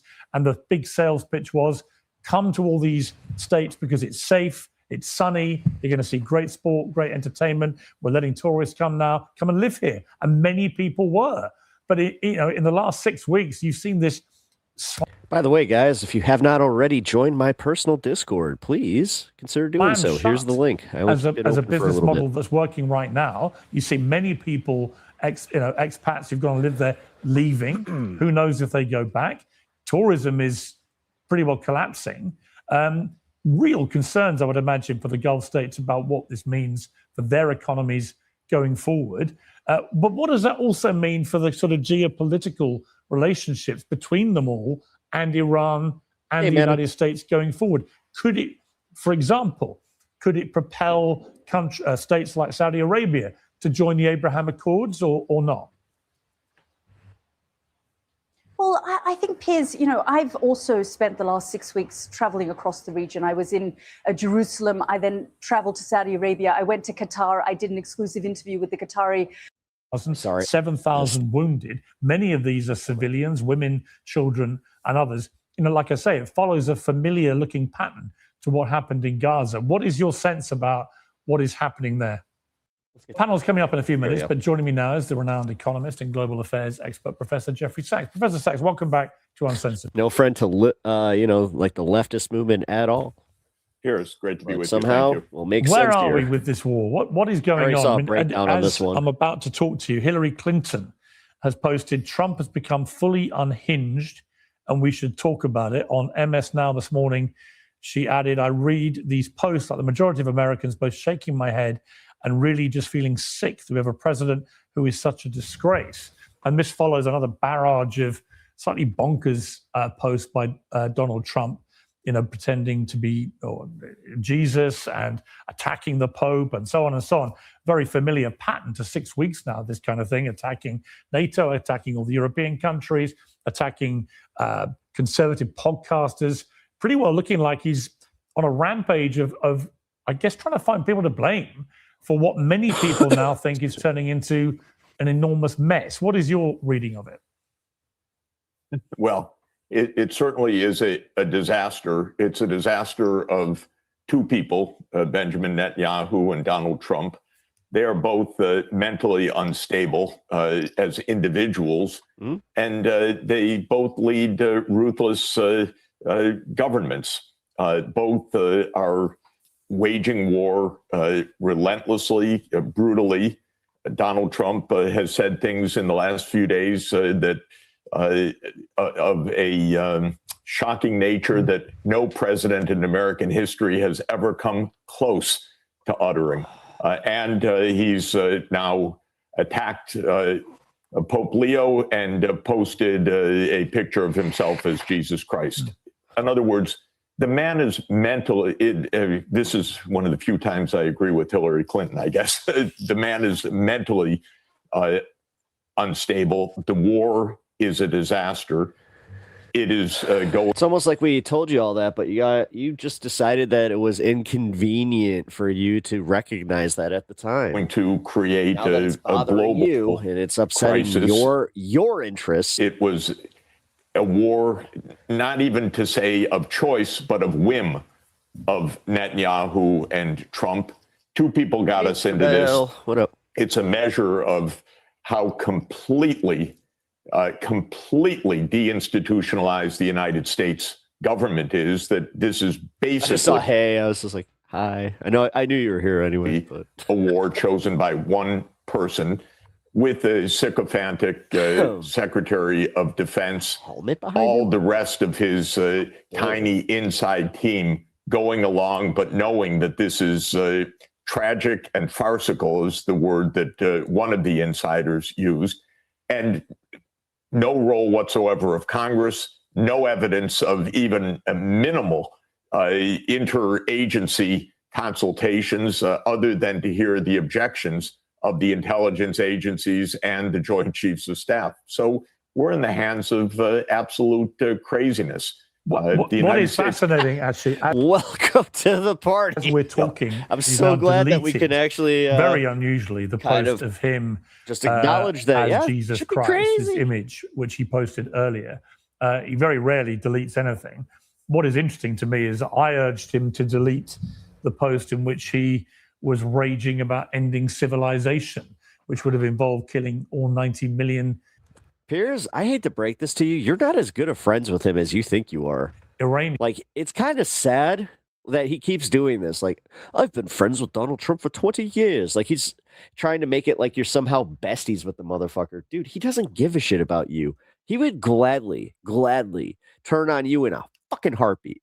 And I also didn't like his. And I urged him to Sorry, delete I'm never gonna put that much stock into somebody that wouldn't do the same for me. I know that might seem kind of shitty, but the Easter Sunday message in which he was talking in the most foul-mouthed way about it all and saying praise be to. Demon's supposed to be the Statue of Liberty. Well, none of this. According to like whoever created the AI prompt, that came out and said that they put in like with the Statue of Liberty, and that's what it gave them. It is helping anything from what I can look at.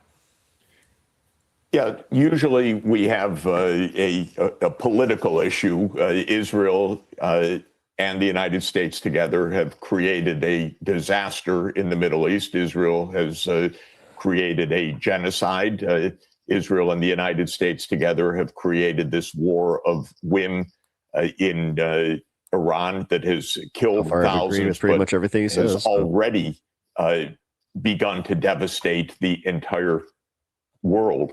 But we also that's one demonic Statue of Liberty that have clearly a clinical condition. Really we have an individual mental incapacity. The psychiatrists and psychologists that look at this call it the dark triad, meaning that the man is narcissistic, Machiavellian, in other words, completely untrustworthy in every way, and psychopathic, meaning that killing other people does not have any concern for either of these people. So these are both dark triad personalities. Many people are saying, Piers, that Trump is also showing symptoms of frontotemporal dementia as well. In other words, that this personality has always been there, but the loss of impulse control has taken over, perhaps because of dementia added to this. We have a very serious issue. There's never been a president in this incapacity. It's very dangerous, but this is why we have the 25th Amendment, folks. I just want to emphasize, because it's Donald Trump and they don't want to fucking embarrass the dear leader. Emphasize on God. Top of. Could you imagine if Biden just had half the fucking just balls that Trump does to just be like, you know what, Jack? Fuck off. This is a collapse of our government. Instead, it was just, no, go ahead. You can criticize me all day. Governmental processes. There are no consultations with Congress. Congress, for all intents and purposes, doesn't exist. The National Security Council, for all intents and purposes, does not exist. The intelligence agencies, for all intents and purposes, do not exist. They advised against this. So we have a one-man rule. Intensive purposes. And the one man happens. I thought it was all intents and purposes. To be crazy. I mean, there will be some who listen to you, Professor Sachs, and that you listen to your damning critique of Trump and Netanyahu. It's literally for all intents and purposes. I always love when like an academic fucking says some shit where it's just like, you never corrected that. I call them psychopathic and delusional, as you did in an interview at the weekend. But then you went on to say that only Vladimir Putin. This is also why I say college is overrated. Putin, Narendra Modi, and Xi Jinping can stop Trump and Israel with their policies at the moment. And they'll say, well, hang on. Yeah. You talk about delusional. Yeah, for all intents and purposes. Psychopathic and wanting to kill everyone. What about Vladimir Putin? Isn't that exactly the way that he's portrayed himself in recent years? No, I think the situation is completely different. Wait, are we both right? I'm talking of a psychological assessment of Trump. One can discuss, as we have done at length, and I'm delighted that we've done so, how I read intense, and I'm just like, is that where campers do it? We got waka waka into this open conflict with Russia after all of the possibilities of peace. That is a historical process that lasted more than 30 years, starting with the U.S. cheating on the clearest possible commitment that it made about not expanding the U.S. military, much less to Russia's border. Word is But intense. That's a historical and political issue, and it's a major political issue. Here, I'm talking about a psychological issue. We have not seen any of those three. So I was wrong. Well, I guess I'll own it. Three leaders post themselves as Jesus Christ, take on the Pope, say that they're going to destroy a civilization by evening, or use the language that we can't even use, Piers, or maybe we can use. I don't know if we're allowed to say, close the fucking straight, you crazy bastards, which the president of the United States. Hey, mate, I've had to change my handle due to being doxxed. Hope you're well. Oh, shit. President of the United States. So, dude, I'm sorry that you got doxxed. That fucking sucks. Wrote on Easter morning. This is something we should understand as being different. This is something absolutely distressing. I mean, I know the old handle? Because when we also understand the account of how these decisions have been made, they have been made by one person. Is it not true that on that point, Yes. I mean, there's going to be a lot of debate, obviously, after what Hillary Clinton has said, and others, there's going to be a lot of debate about whether Trump is suffering some kind of cognitive issues, and that will be what it is. We'll see how that plays out. Yeah. But is there, when you look at what Trump has done with Iran, I mean, I think I'm right in saying, I'm sure you'll know the answer to this, but since World War II, I don't think any American president has sought congressional approval for any military action, because they've never couched it as war. They've always couched it as a military action or whatever, which means they don't need to actually get pre-congressional approval. Is that the case? Well, just to say, we've had Sorry, you got doxxed though. Fuck. A huge that sucks. deterioration of our who the fuck doxxed you? Democracy since 1947, when the CIA was established under the National Security Act. So I won't argue with you there. There have been many attempts to go to Congress and to go to the United Nations for approval, sometimes disregarded in the end. Sometimes Congress has voted approval, like the infamous Gulf of Tonkin resolution, in which Congress authorized the use of force in Vietnam on false pretenses. And similar, we call that a false flag. After 9/11, there was a congressional authorization of the use of force. But we've never had a process as deinstitutionalized as the one we have right now. You had your phone stolen. Oh, shit. Where we basically even did. Oh, shit. You got like real docs. The deep state, let's put it that way, the CIA, the Joint Chiefs of Staff, the Armed Services Committees of Congress, they're not part of this decision making. We know actually the kind of tick-tock that of how this war took place because of an unusually clear and explicit inside account that the New York Times reported a few days ago. This was basically Netanyahu spinning a crazy story to Trump, and Trump buying it while the rest of the room was saying, "Are you kidding? This is farcical." But this man, I'm sorry, I don't know how well you know him or not, and I apologize, but I observe him. I don't know him, but he's not very smart. This man is not knowledgeable. I mean, dude, did you see that?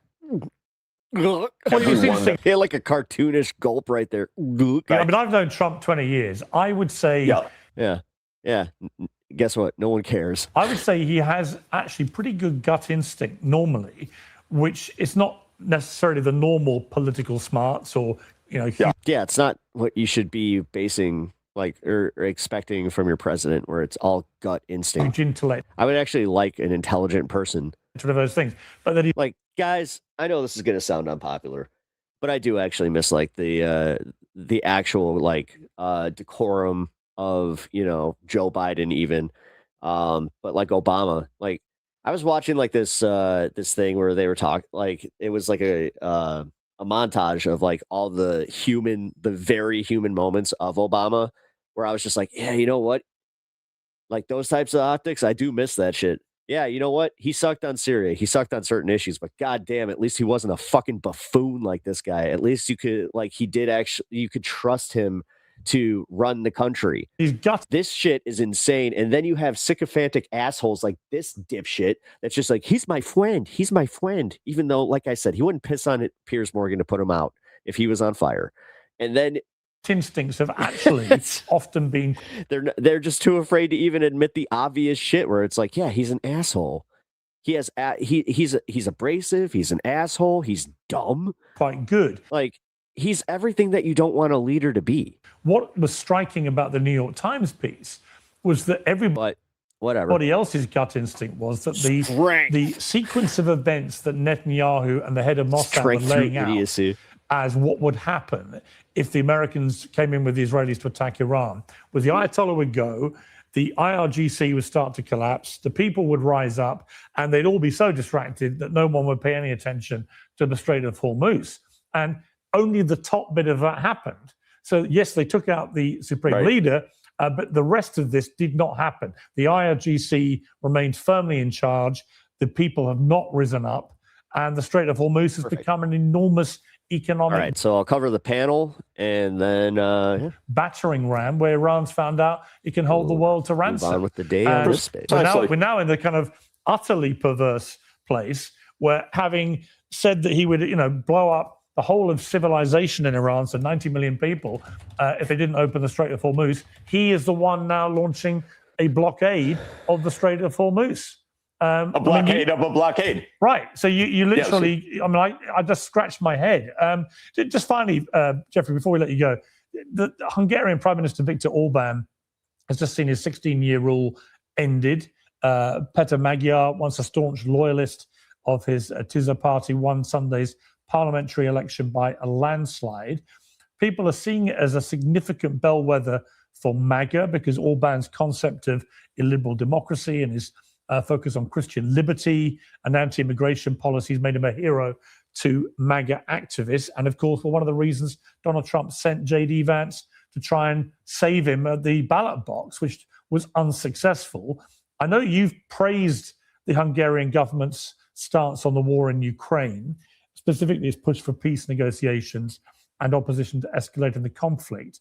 But is there a bigger sort of signal being sent here by what the Hungarian electorate has done? You've seen a rise of authoritarian leaders. Well, good thing that with this blockade that we sent two very competent people to negotiate on behalf of the Trade Federation, Obi-Wan and Qui-Gon Jinn. It is around the world. Oh, wait. Are we talking about something else? Since Trump won the election in 2016. Is this the beginning of the reversal of that, do you think? I don't think so. I think what we have is people everywhere in Europe and in the United States are very unhappy. And just like in that movie, somehow, some way, the entire operation is going to be taken down by a bumbling moron tripping on some. So approval ratings of our big bada boom politicians are absolutely at the bottom. This is true in the UK. It's said Jar Jar Binks in there. True across Europe. In just about every country, it's true for Trump. These politicians will lose at each election. This is what's going to happen right now. None of them is listening to the common sense. First year of all the X-Force. Oh man, I'm sorry. The public. Well, at least Fixer at Home. The first year X-Force is actually pretty easy to get, and even if you had the ones with the cards, stay out of the damn war. Might be able to help you with that. Wars. Attend to our. That's so specific. That is horrible. What's wrong with them? Why would somebody do this? Can I take a guess? Because this sounds like something I had happen to me. I had a disgruntled roommate that decided to take some of me and another roommate's shit. Problems, which are very real. Stop this escalation. Is that what it was? Or was it like a disgruntled friend situation? Towards World War III. And Macron, Merz, Trump, Starmer, none of them is going to face an electorate successfully because they're all unpopular. Yeah. And in the case of Hungary, it's quite clear. I'm sorry that happened to you, man. Orban was in a very long time. People are unhappy with their economic circumstances. They voted him out. So at least this is what democracy does. It gives you that moment. It doesn't give you much say in between, but it gives you that moment to vote people out. And Trump is going to face this in November. He knows it. It's the end of the Republican control of Congress. And the last 2 years of the Trump administration are going to tie this man up in knots because he's going to be impeached almost immediately, I would presume, by a Democratic majority in Congress, and because he has abused the political system and wrecked living standards in the United States. So this is going to come up for a lot of politicians. I don't think it proves anything about clarity of any trends. There is no clarity in our part of the world, as you know. Everything is confused right now. I am certainly confused, but as always, you bring a bit of clarity to a confused world. Professor Jeffrey Sachs, thank you very much. Great to be with you. Thanks a lot. I'm joined now by my panel, Vincent Ashana, PBD podcast Angry Patriot, host of the Dan Abrams Show on SiriusXM and YouTube. I like how you can put him in a suit and he still looks like a child. Dan Abrams. Fred Fleitz, the vice chairman of the American It really is about energy, man. First Policy Institute, and John Fugelsang, author of the book Separation of Church. Fuchs, we're rocking just the smart black and clear glasses. You know what? Hey, to all of you. The Fuchs. You all with slightly different perspectives, I think, on this. I don't know why. I don't mind this guy. He's always been all right. I listen to his show on SiriusXM. You, Dan Abrams, if I can. I mean, there's so much going on. Almost 98% of it driven by what comes out of Adam. Hold on, Adam. Pierce. Adam. Hold on, Adam. Donald Trump's mouth or his social media posts in the last 6 weeks. I can't get my head round any consistent strategy. And he's undercover funny. He doesn't understand that people are he's one of those comedians that he doesn't understand that he's getting laughs because people are laughing at how stupid he is. Like I mean, if laughs are laughs, I guess. Pretty much any of this. And I've really reached the conclusion that he got into something almost certainly at the enthusiastic behest of Israel. He's got into something that he now wishes he could get out of, but he's no idea how to get out of it. Am I wrong? No, I think that's probably right. But I think that we need to separate out. You mentioned sort of getting caught up in the social media side of it, right? What he says, and we all respond and we react. And you're right. We do, right? That's typically what generates the news cycle. This is different. This is actual action. This is lives lost. This is $1 billion a day. This is a now situation. This guy made millions off just watching cop videos where the exit doesn't seem clear. And, look, you can argue that militarily this has been a success, right? And that's what the administration would say. The follow-up question to that is, okay, that's true. It has. But then what? What have we achieved? What were the goals that we were seeking here? And now Iran is standing up to the United States. I mean, think about that. People keep saying that in all right, Trump is finding out what happens when you start a war and lose it. People no longer forgive your narcissistic behavior. Next, they will start believing abused women and children.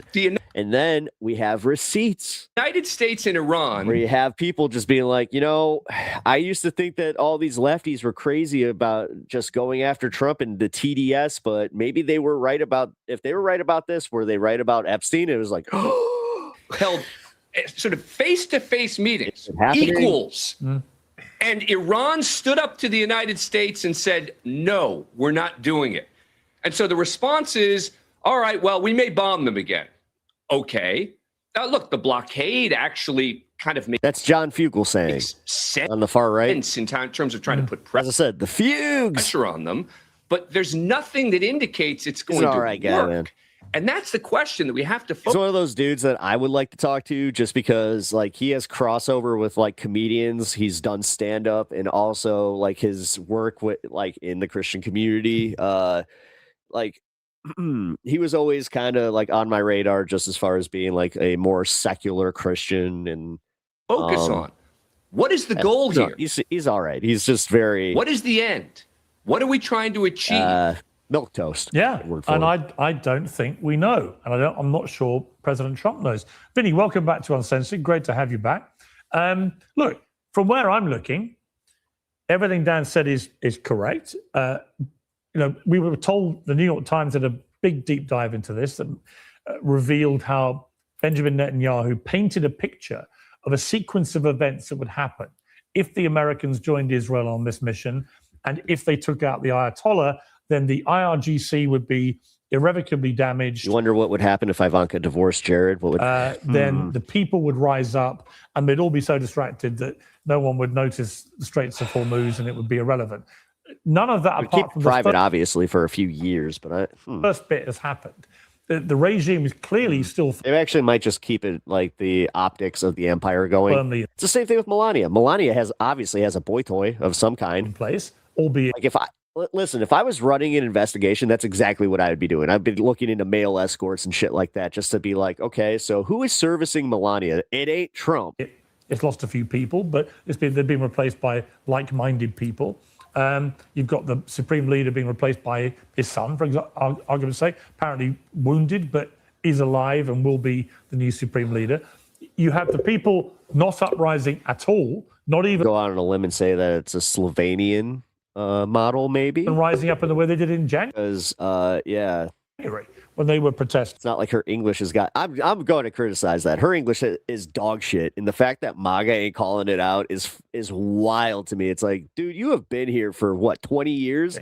And the Strait of Hormuz has become this extraordinary economic battering ram being used by Iran to effectively. Who is playing with a cup? Behold.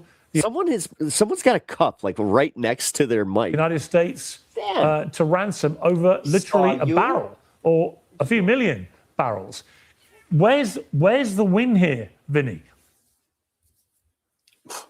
Well, thank you for having me back on, Piers. I'm happy to see that you're doing a little bit better and you're a little bit more mobile. Piers, I'm not gonna lie to you. The article you're talking. Bent over for a minute. I had to. About the New York. He made kissy face when I paused. More kissy face. Guys. Times. I've read it multiple times. I've spoken about it. And you nailed it, Piers. The first two were decapitating the Ayatollah, crippling the Iran's capacity. But then the two main ones, the regime change and the uprising from the people. And one of the best. Oh, fixer at home. Well, dude, I'm so glad that you're getting the help that you need. Like that's important. And honestly, you know what? I hate our I hate the system of our Medicare as far as what we have to pay for, but it is still good. We do have good medicine. We do have good doctors. We do still John Ratcliffe said it was farcical. Marco Rubio said, in other words, sir, it's BS. I'm not going to say the word. And then the most important one by the chairman of Joint Chiefs of Staff, General Raisin King. Say the word. See? Look, PPD, Patrick, you should be so proud of me. I didn't swear. Sir. I'm getting better. Look, Patrick, don't fire me like you're going to fire Adam. This is, in my experience, standard operating procedure for the Israelis. They such little boy energy. Like, I don't this is the big thing that I don't get. Do they not see that this is just how, I mean, maybe it is just me perceiving him this way, but do you guys agree that from the PBD show, anybody that is like the co-host, like Adam, Vinny, I forgot the other dipshit's name, but the way that PBD lords over them and is like the father figure, it is just disgusting. And I could never do that. And even again, wear all the fancy suits, drive the Ferraris. You could have the biggest fucking house. You're still a loser, Vinny. You're still a fucking loser that could never make it on his own. You're a fucking third wheel to a pyramid scheme guy, allegedly.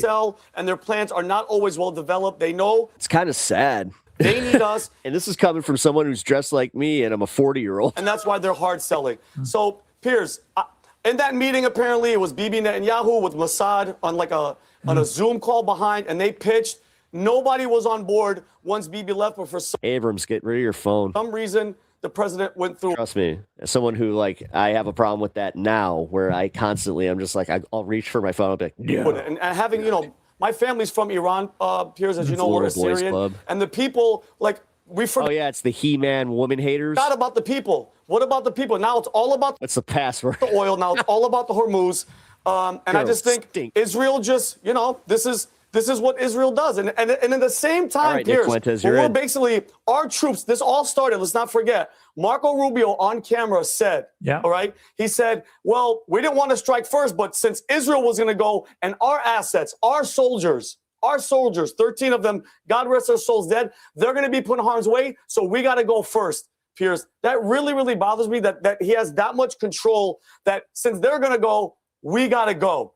And for a nation, Piers, which bothers me, you mentioned this, I believe, last week, a nation that we all know has nuclear weapons, but we all have to play this game like we don't know that they have nukes. Do you know how dangerous that is? The Non-Proliferation Treaty, they're not in it, Piers. If God forbid they use a nuke. I got 2 pickles. I got 2 pickles. We can't even point and say, hey, it was Israel, because technically they don't have it, Piers. I think the people in the president's ear, they're not giving them good information. They're kind of swaying them that they want to. And Jared Kushner is over there with Steve Witkoff. Jared Kushner, does he even have security clearance, Piers? He's married to Trump's daughter, and he's known Bibi Netanyahu, Jared Kushner's family. Charles Kushner has known him since he was a child. So that's a little conflict of interest for me, Piers. And again, when there's American soldiers and our troops are at risk, I'm not a fan of it at all, it gets very real very, very quickly.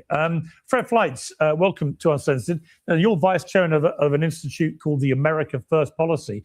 I'm really struggling to understand how any of this puts America first. Trump was elected on various big picture promises to the American people. One was he was not going to drag America into pointless, expensive Middle Eastern wars. He's now dragged them into Vinny's airing out all kind of the biggest and most expensive one he could have done. And from where I sit at the moment, the most you lost when you lost Vinny's loyalty. Pointless. Secondly, he was going to take care of cost of living. He was going to bring down inflation. Well, the complete opposite is happening. The prices at the pump are raging. Nice. Food prices will be next because left past 10. Back tomorrow for Sandy's birthday show. Happy early birthday, but hell yeah. Fertilizer's been held up as well as I think I'm your lead-in tomorrow. Oil and gas in the Strait of Hormuz. All of this I should be live. Goes completely contrary to the concept of America First that Trump was selling the American electorate. What do you feel? Well, it's great to be here. President Trump answered this last June after the 12-day war when a small number of MAGA critics raised some of these points. And he said, look, I came up with the America First approach to U.S. national security, and I decide what's in it. And stopping Iran from getting a nuclear bomb is part of my approach. And most of his followers agreed. I mean, some of them may not agree exactly with this, but they trusted him. I just take a different approach here. I think we are seeing the collapse of another false anti-Trump narrative. You may remember a week ago, we heard that Iran is winning and Iran has the upper hand, that the Iranians will refuse to attend talks with the United States unless they got sanctions relief, unless there was a full and complete ceasefire, unless Israel stopped attacking Lebanon. They didn't get any of those conditions. Instead, they sent a large delegation to Pakistan. They were the ones who were begging for a ceasefire. They were the ones who wanted a negotiated settlement. We had 3 rounds of talks with them, which I think is very promising. I think the door to a diplomatic solution is still open. And I think Trump has achieved his objectives. Iran will not get a nuclear weapon now. The capability of making nuclear weapons, all the facilities have been destroyed.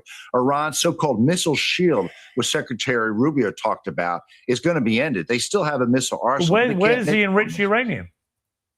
You know what? I have a big difference on that. I've studied this very closely. There may be 9 to 11 weapons worth of uranium hexafluoride that, if further processed, could fuel nuclear weapons.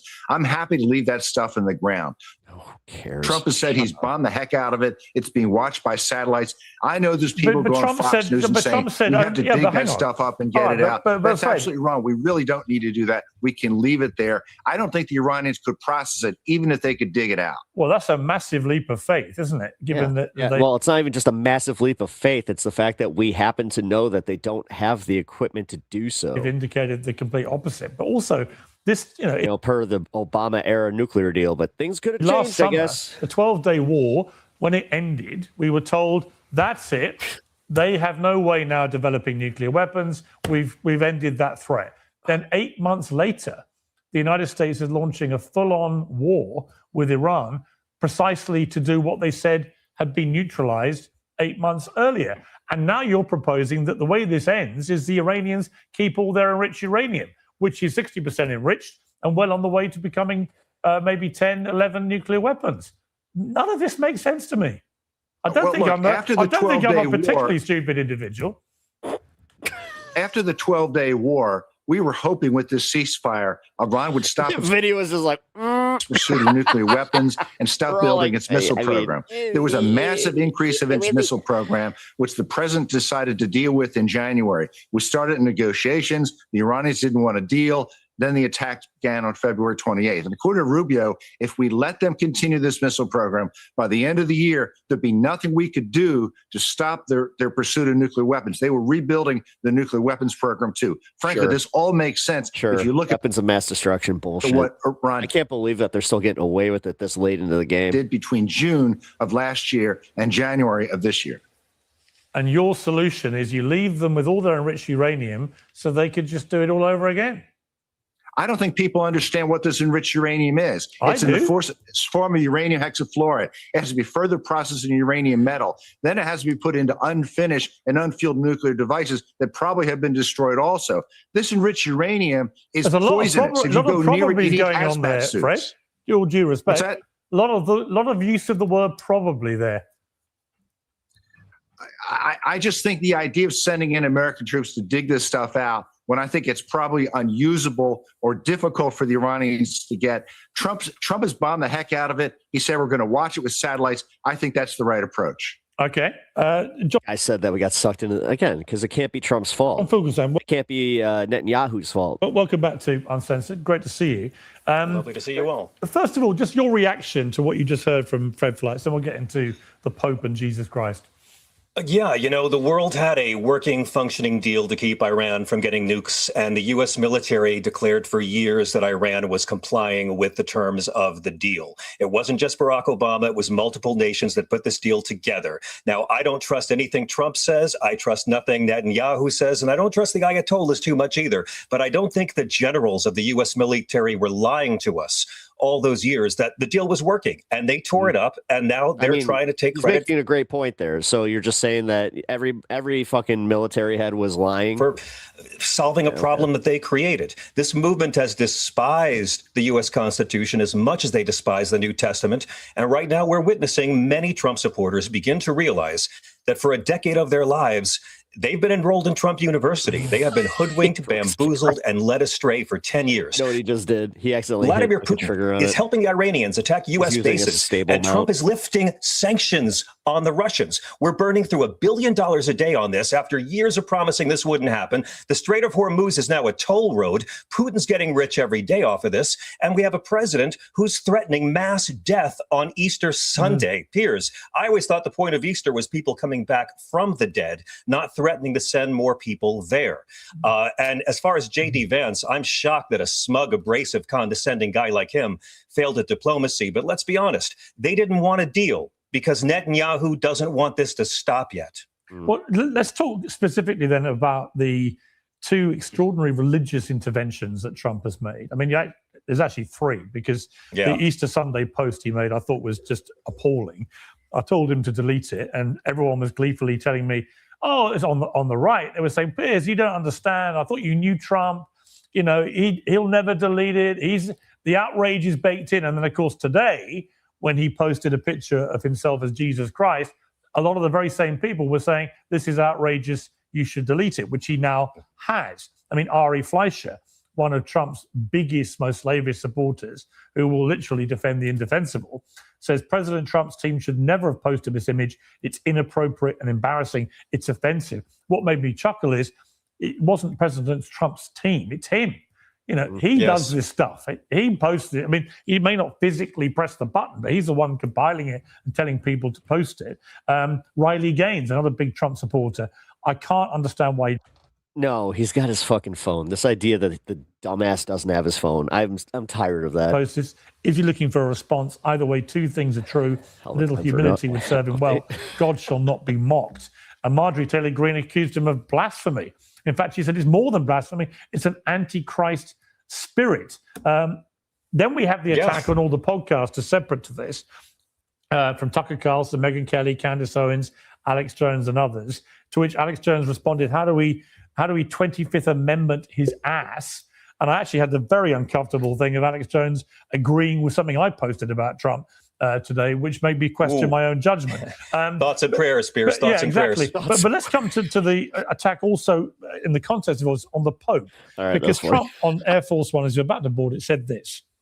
We don't like a Pope that's going to say that it's okay to have a nuclear weapon. We don't want a Pope that says crime is okay in our cities. I don't like it. I'm not a big fan of Pope Leo. He's a very liberal person, and he's a man that doesn't believe in stopping crime. He's a man that doesn't think that we should be toying with a country that wants a nuclear weapon. Get Grandpa, please. He needs to be in a fucking home. I mean, this is insane. Him wearing the stupid fucking hats because his hair is just atrocious. And a few other things. Trust me, if somebody's having a bad hair day today, and I'm just like, no. He said, I don't want a Pope who criticizes the President of the United States because I'm doing exactly what I was elected. I mean, as we've just discussed, I'm not sure he is. If I wasn't in the White House, Leo wouldn't be in the Vatican, etc. Pope Leo, interesting, because he's the first American Pope, and Trump has gone to war before with Pope Francis, and I remember it well. He attacked him after Francis had said he didn't like people who wanted to build walls, not knock them down. He said, well, it's pretty rich coming from somebody who has a massive wall around the Vatican to protect him, and also made the point that only 20% of Americans are Catholic, so 80% don't care what he has to say, and that he wasn't even American. Well, now he's got an American Pope, and actually 20% of 340 million people is a lot of Americans, many of whom may have voted for Trump. The Pope, interestingly, decided, I'm not having this, and said this. I have no fear on neither the Trump administration nor speaking out loudly about the message of the gospel.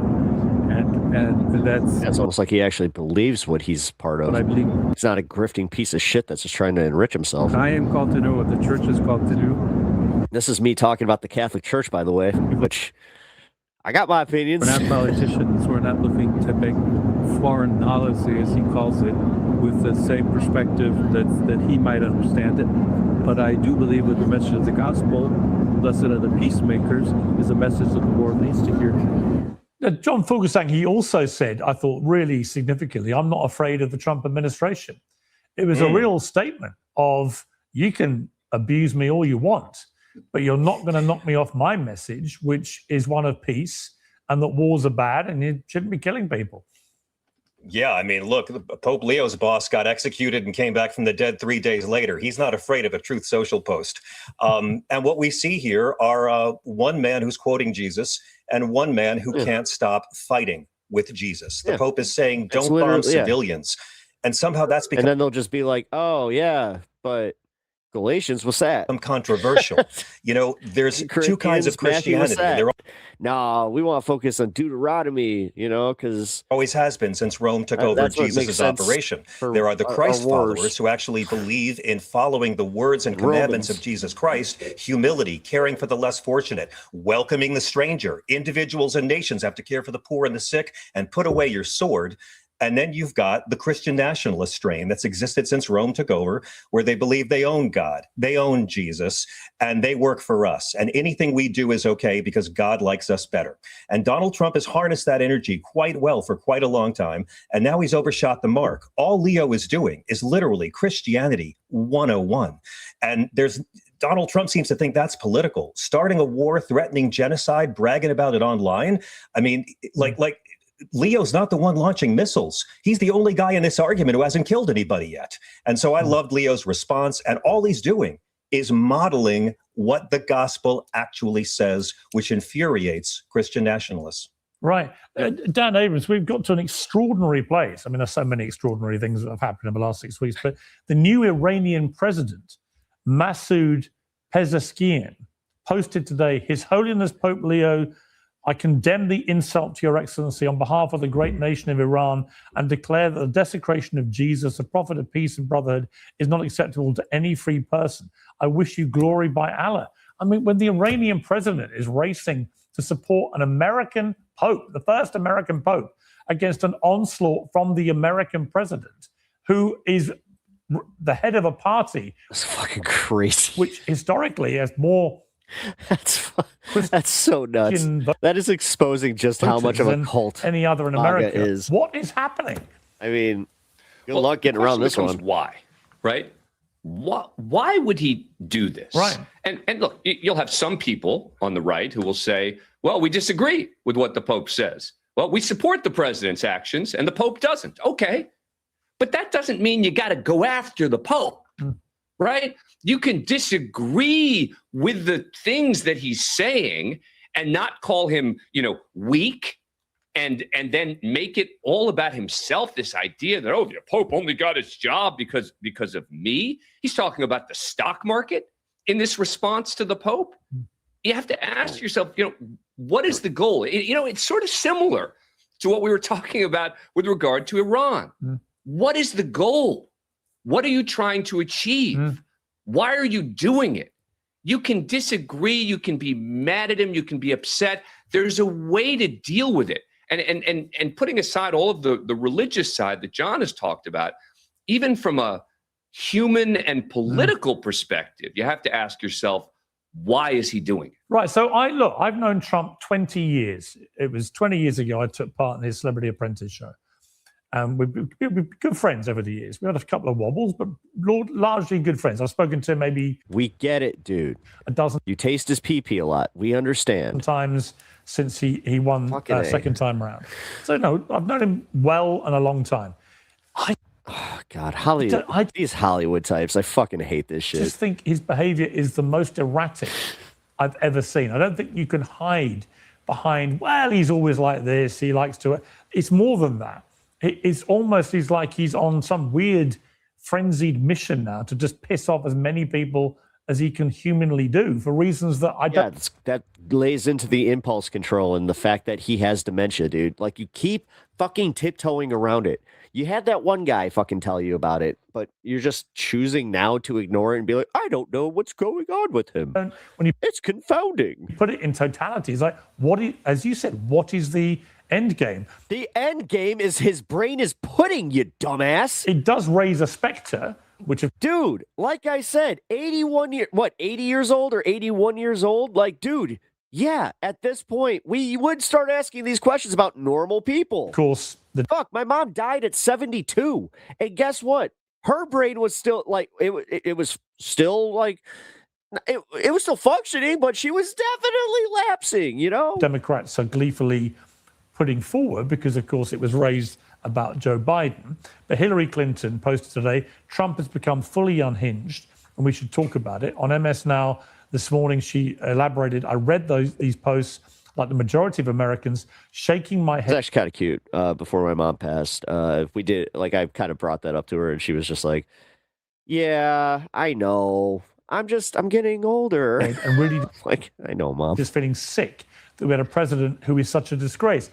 What do you think, Dan? I mean, you've obviously observed Trump for a thanks, Sandy. very long time too.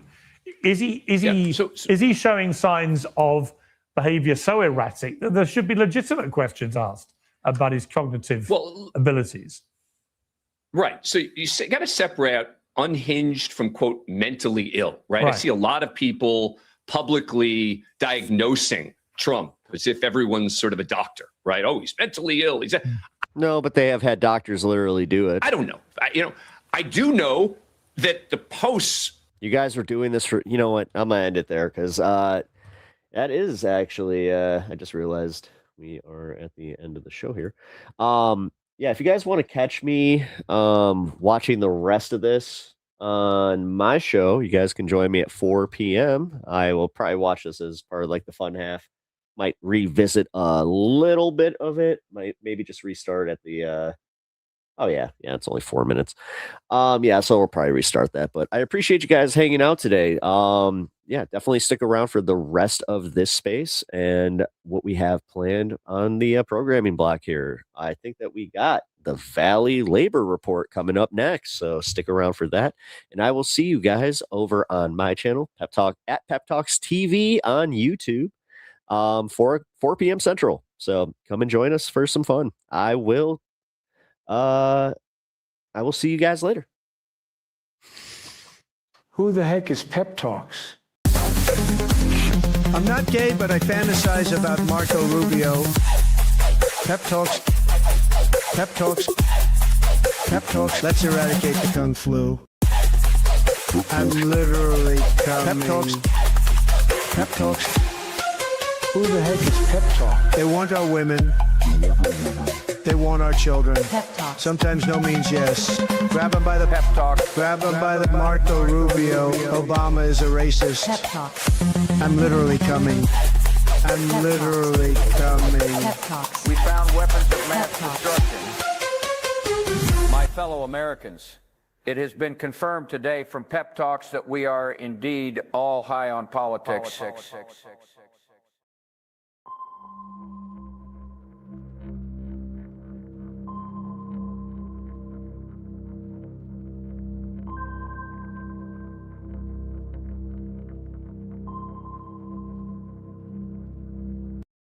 Let's talk first about the Alabama legislative session. That just ended a couple of days ago, and it was, I mean, it was so bad. It's just difficult to understand the priorities of so many people in government. I know intellectually, right, that our politicians are kind of bought and paid for by private interest groups or by special interest groups, corporations, stuff like that. But it's still difficult for me to kind of feel the truth of that statement. It's difficult for me to kind of get in the mindset of somebody who would go down there to Montgomery, and rather than trying to make Alabama a better place for working people, rather than trying to do things that are going to be good for all of Alabama's citizens, you go down there and try to take money from poor people and give it to rich people and corporations. Listen to some of their priorities.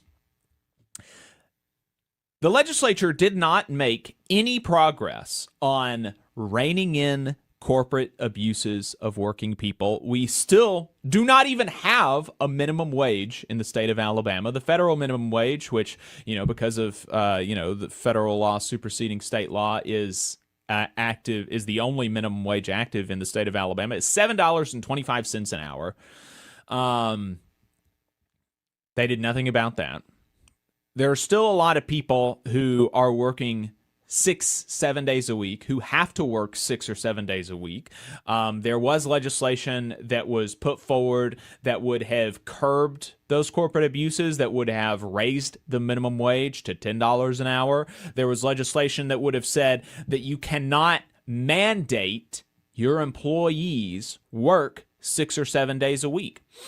I think that's good. I think that we should have, I think that if you're going to make overtime, a condition of your employment, I don't think that overtime should be a condition of your employment, but if it is going to be a condition of employment, it should be even more than time and a half. I mean, you should have to pay a huge penalty for requiring workers to sacrifice basically the entirety of their conscious existence to your profits. I mean, that should take huge, huge, huge sums of money.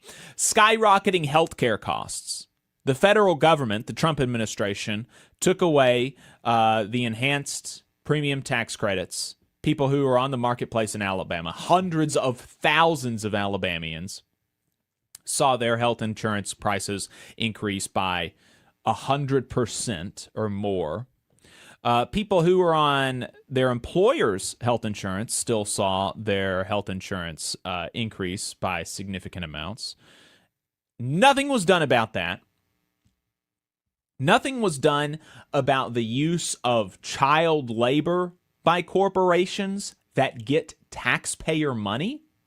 Nothing was done about that. There was a bill that was introduced that would have said, you know, look, if you get taxpayer money and we find out that you have been abusing children for profits, then we're going to take our taxpayers' money back and invest it in corporations that do right by the citizens and the people of Alabama. That was something that was on offer. They didn't get to that. Wasn't a big enough of a priority for them to stop the abuse of children in manufacturing facilities in the state of Alabama. But they did find time during the legislative session to make to do some things. One of the things that they decided to do was take candy away from poor people, making SNAP benefits not able to be used on quote-unquote sugary items, candy, soft drinks, things like that. They also insulated Alabama Power from voter discontent through changes to the Public Service Commission. At first, you'll remember, they tried to change the Public Service Commission completely eliminate voters' ability to influence the Public Service Commission and make it an appointed position rather than elected, as it is now. And there was so much backlash to that they had to kill that bill. But towards the end of the session, they were able to rush through a bill that basically accomplished the same thing. They expanded the number of elected seats on the Public Service Commission, which, by the way, is going to increase the cost of the Public Service Commission. But, you know, I mean, maybe it's worth it. They expanded the number of elected seats while at the same time taking away a lot of the functions that the elected Public Service Commission had and giving it to an appointed energy secretary. Now, the Public Service Commission is not going to be able to set their own agenda. They're not going to be able to hire their own staff. All of that is going to be done by the appointed energy secretary rather than the elected public service commissioners.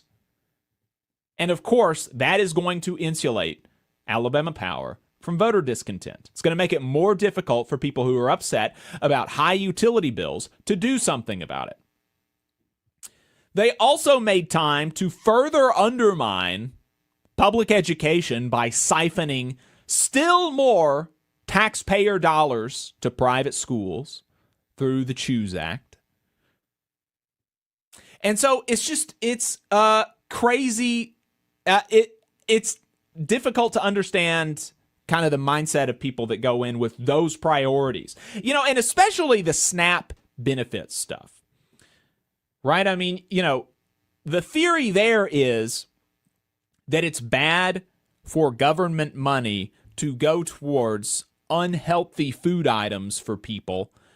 And so if we're going to give people funds, taxpayer money, public dollars for food, then instead of allowing them to use it on quote-unquote unhealthy food items, it should only be able to be used on quote-unquote healthy food items. And so it's, you know, kind of supposed to be a piece of policy that attacks waste, right, or abuse.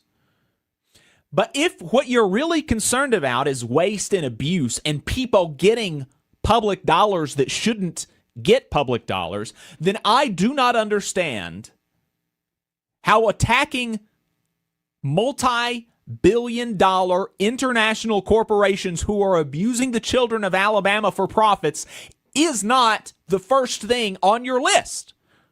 We have manufacturers, we have construction contractors in the state of Alabama who have broken child labor law and still get taxpayer dollars. Why Why is that not the priority over poor people getting a Kit Kat bar? Right? I don't understand. It does not make sense to me. If you could help me out with it, 844-899-TVLR is the phone number. That is 844-899-8857. You can give us a call, or you can send us a text at that same number, and we'll be able to take your call. And we actually do have a caller on the line, so let's go ahead and bring that caller on. This one from a 256 area code. Dwayne, thanks for calling in. What's on your mind? Hey, Jacob, I went and attended the legislature on the last day in the afternoon. So I actually got to hear some of these things. And Senator Larry Stutz fought valiantly for about 40 minutes for things that would stop monopolization of what happened with Huntsville and Crestwood. It didn't go over though. And but he really put forth, just like he did on your show, things to try to stop that. Then another one that you're going to find really interesting is really quickly, Dwayne. Before we talk about the next thing, I hadn't heard about did he introduce legislation to combat healthcare monopolization, or was he just talking about the need to draft such legislation? No, there's another whole bill that was going to allow, like they didn't break it down to let you really realize it. But when Stutz came up, he reiterated, these are the ways that you're going to allow the bigger hospitals to take over the smaller hospitals and actually create monopoly-like situations that all of you are overlooking. And he was very eloquent, and you couldn't have got around it any more so. But the persons wanting to do it, you could tell by even their voice, intonation, and everything that they weren't going to go with what Stutz, being a doctor, actually realized was bad. Right. But he really, I mean, they should have listened to him, because I don't think anybody listening in the audience or any of us would have denied what he was saying. Now, the other one is really something that you're going to find amazing. The federal government's giving up, I want to say maybe $210 million per state, and you have to put out paperwork as a legislature to get this money, okay? Right. And guess what this money has you do when you get it, what you do? It allows Alabama and Auburn universities to not be touched by this legislation. Have you got me? The only two colleges that won't be touched by it. But like Jacksonville State, A&M, all of the rest of them, it puts forth that every 6 years, the professors will have to be up to see if they get to keep their tenure or not. And it appears to me that it's based upon, are they following the executive branch's idea of what they want you to be teaching as far as education. Right. And if you're not, you could lose your tenure. Are you following me here? Yeah. And the Democrats really gave a long, hard, I think it passed though, why are you not doing if you're going to do this, which we don't think you should, you're going to, and they said it will keep really good professors from coming from Alabama. Why would you want to come here if in 6 years you may no longer have your tenure, which was a really good point. Right. But again, at the last minute, I do believe it passed. I didn't stay to hear. I was really wanting to see what was going to happen with the forcing the Republicans and Democrats to stay within their own party. But they never brought that up. As my understanding, the United Campus Workers of Alabama were trying to fight back against that. Unfortunately, they were unsuccessful. But, one thing that I will say that it's the thing that one of the difficulties of the decline of unionization and the protection of union contracts across the economy is that it makes keeping tenure in universities, which in other vocations would just be, job security and progressive discipline and just cause and things like that. It makes that more difficult to defend because you have working people in like automotive shops or something who are like, well, I don't have quote unquote tenure. Why should a college professor get quote unquote tenure? And the reality is that everybody should get quote unquote tenure. Everybody should have job protections. Everybody should have protections in their job that say that as long as you do your job and you're not, you're not actually performing poorly, you can't be fired. Your supervisor, management actually has to find problems with your work product for you to be disciplined or terminated. But because and so the few thing people that should have, really frighten us here is that bill. That bill is going to make it where if you're not teaching what they want you to teach in the way they want you to teach it, and that would sort of be like, oh, they don't want you to teach statistics. I'm not going to be able to say statistical, historical racism. You get me? Any little bit of that, then it's every single college and not just the ones receiving funds from the state of Alabama. You follow what I mean? Right. And listen, Jacob, there really would be a need to teach that because the Alabama legislature, in the cases that have to do with the redistricting, they were found guilty of racism. Have you got me? They were absolutely, by the 3-judge panel, found guilty of racism. And that means racism still exists, and that means an Alabama student should be able to study historical racism. Do you get me? Because they may be with the NAACP wanting to fight that in court, because there is a case about it that's going to be before Judge David Proctor. And that person no longer can study historical racism, of which the Alabama legislature was found guilty. You get me? They passed a law that prevents anyone from actually being able to fight their case against them. Yeah. It's crazy. Dwayne, thanks for calling in. I appreciate it. Hey, thanks a whole lot. Take care. Yep. We've got Al Rainey on the line. Al Rainey is the chair of the Alabama NAACP's Labor and Industry Committee. They have an essay writing contest that I am excited about that I wanted to share with y'all. So we wanted to get Al on the program. Brother Rainey, welcome to the Valley Labor Report. Thanks for taking the time. Thank you, Jacob. Can you hear me? Yes, I can hear you. Thanks for taking the time. Good morning. Good morning. Yeah, good morning. So, Al, before we talk about the essay writing contest, could you give us just really briefly a little bit about why the labor movement is important to you as, you're the chair of the Labor and Industry Committee of the Alabama NAACP. You're also a retired UAW member. Well, my opinion on the labor union being a very important in this country as a whole is to educate and serve as better quality of life, for people to move into the middle class, and where that seems like it's kind of getting harder to do. And, the workforce, really, they might not think of it, but they need representation. And that's what got me where I am now. And the benefits, because everybody in the company, what a lot of people don't understand about companies, everybody that does business with a manufacturer company, they don't have a contract. It's the employees. Everybody else, that vending machine, to everybody, they got a contract with the company or the manufacturer, Jacob. Right.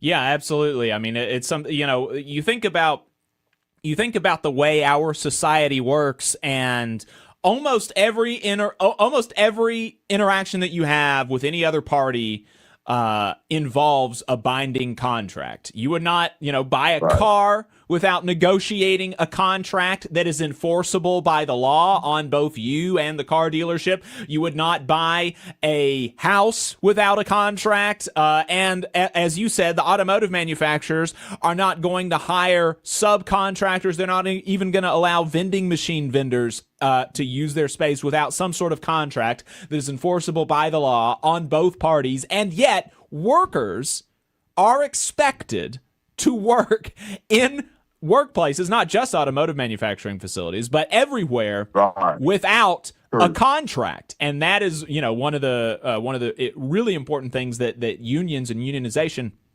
can bring to working people to provide some level of stability and enforcement of working conditions and policies in the workplace. And so going from that to civil rights and civil rights organizations like the NAACP, what is the connection there between the labor movement and civil rights organizations like the NAACP? Well, Jacob, they pretty much join at the hip. Mr.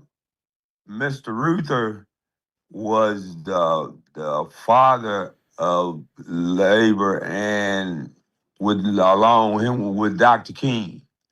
They did the 1963 March on Washington for worker rights, human rights, women rights, social rights.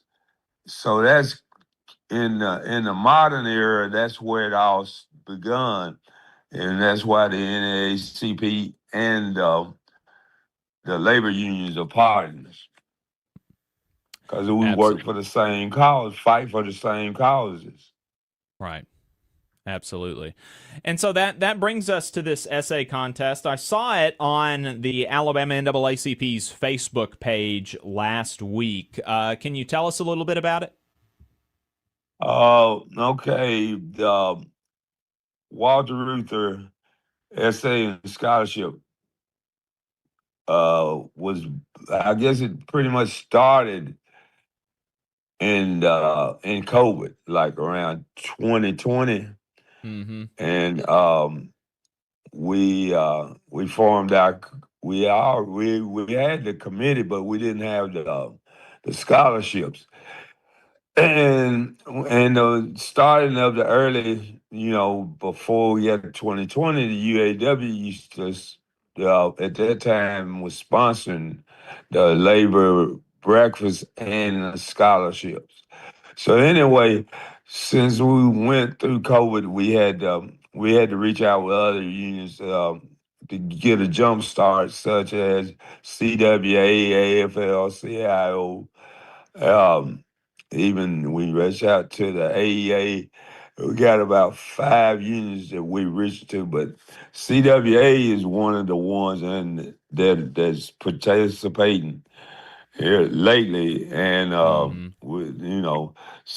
the scholarship essay is for the essays are for 9th, 10th, and 11th graders. They have to do an essay on Walter Reuther, and we got the criteria and all is on the website, the Alabama NAACP website also.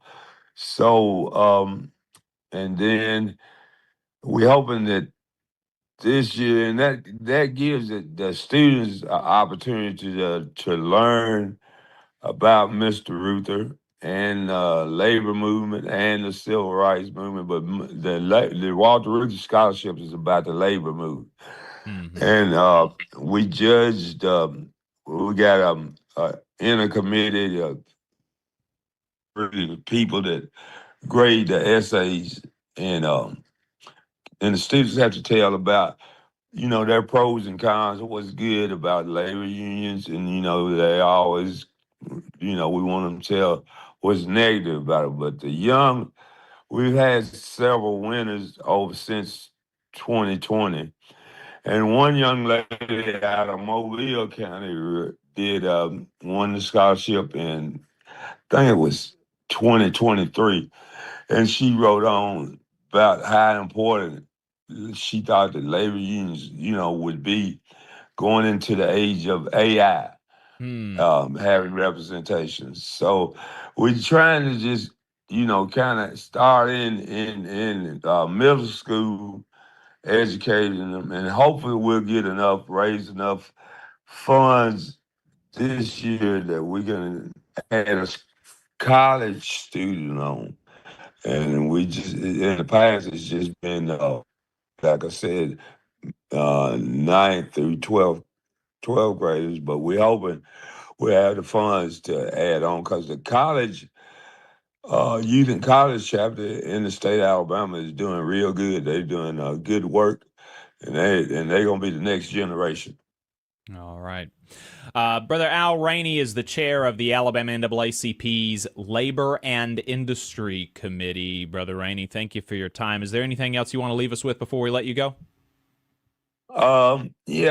Jacob, I hope you continue to follow us all the way to the convention. This year, the convention will be hosted in Lee County, down in around the Auburn area. That's where we'll be. They'll host it, and that's when we'll give away the scholarship and an essay at that breakfast. We have a breakfast in different parts of the state.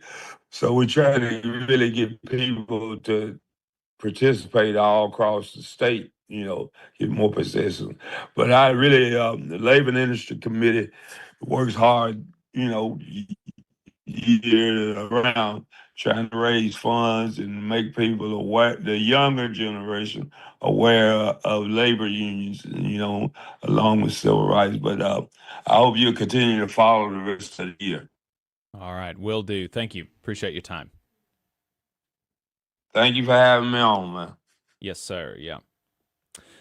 So like I said, the Alabama NAACP's Labor and Industry Committee has a 2026 essay writing contest about Walter Reuther's legacy. The essay topic is Walter Reuther's legacy of social responsibility. Examine how his activism extended beyond labor rights to include education and civil rights, and how those principles apply to today's standards. The deadline is June 30th, 2026. Winners will be announced at a later date and presented at the 2026 Alabama NAACP's State Conference. You can find out more on their website, alnaacp.org. That is alnaacp.org. So definitely check that out. And if any listeners of the Valley Labor Report decide to have to themselves write an essay and apply, or to have their children write an essay and apply for this award, then you should let us know that you did that at 844-899-TVLR. You can leave us a voicemail or send us a text message, and we will get it all at the same number. That's 844-899-8857. Really appreciate everybody tuning in. Union Gus in the chat said that is really selling A. Philip Randolph short. No, I don't think so. I mean, definitely A. Philip Randolph is a really important, I don't think it's a terrible thing to have a Walter Reuther essay contest. But A. Philip Randolph, an incredibly important figure in the labor movement, and particularly important for connecting the labor movement to the civil rights movement.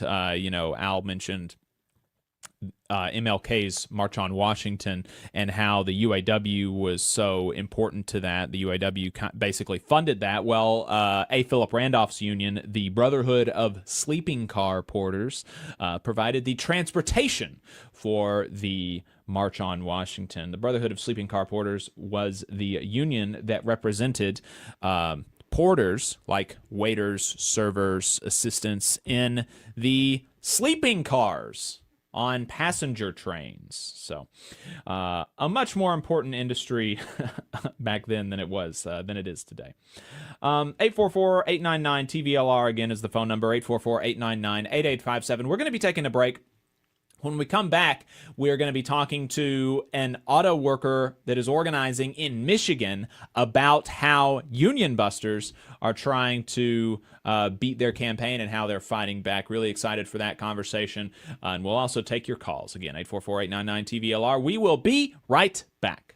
That's right, folks. From the mountains of Tennessee to the bayous of Louisiana, broadcasting online and on the radio from the heart of the Tennessee Valley, the Spice Radio Studios in Huntsville, Alabama. This is the Valley Labor Report. My name is Jacob Morrison. My co-host is Adam Keller, but he is out today. Today on the program, we just finished talking to the chair of the Alabama NAACP's Labor and Industry Committee about their Walter Reuther essay writing contest. We will soon be talking to an organizing auto worker in Michigan about how they are fighting back against union busters. We'll also take your calls at 844-899-TVLR. All that and more on today's program. Again, if you'd like to call in, you can do that at 844-899-8857. You can also send us a text message at the same number. We'll respond to it on the program. You can leave us a voicemail at that number when we are not live, and you can send us another written note at tvlr.fm/contact. If you haven't gotten enough of us by the time that we wrap up here on the radio, or if you just want to see what we're up to throughout the week, you can find us anywhere you find anything online, in particular at our website, tvlr.fm, but we are also on YouTube, Facebook, and wherever you get your podcasts, all at the Valley Labor Report. Just a reminder, your support helps us stay on the air. Our largest single source of funding comes directly from our listeners. So if you want to become a sustaining donor to the program or make a one-time donation, you can go to tvlr.fm/donate or patreon.com/the Valley Labor Report. We got a bunch of cool merch for sale at tvlr.fm/store, and I need to go out and make some shipments. We've got some orders in over the last couple of weeks, and I need to go ship those, so I'm going to do that this week. And finally, if you're a member of a union, then you should think about getting your local, your district or regional council or international to sponsor the show. You can reach out to us for more details on that. And since Adam is not in, I will add a disclaimer that any viewpoints or opinions expressed in this program belong solely to their author and do not necessarily represent any organization or sponsor. We welcome all of our listeners, whether you are on YouTube, Facebook, WVNN, WZZA, WHIV, WGOW, WMSP, Means TV, or through your favorite podcast app. We are proud to be part of the Labor Radio Podcast Network and encourage our listeners to check that out at laborradionetwork.org. As most of you know, we're not media professionals, just diehard unionists who want to amplify the voices of the working class in the American South, hoping that this project can make a difference on that front, and we can't do it without you. So whether you're a long-time listener, a loyal fan, or tuning in for the first time, we appreciate you spending some time with us. Every week in the South, workers organize new unions, they bargain new contracts, they fight for good legislation and against bad legislation, and they put their boss in their place. These are some of the stories that we could find from April 3rd to April 10th. This is Last Week in Southern Labor.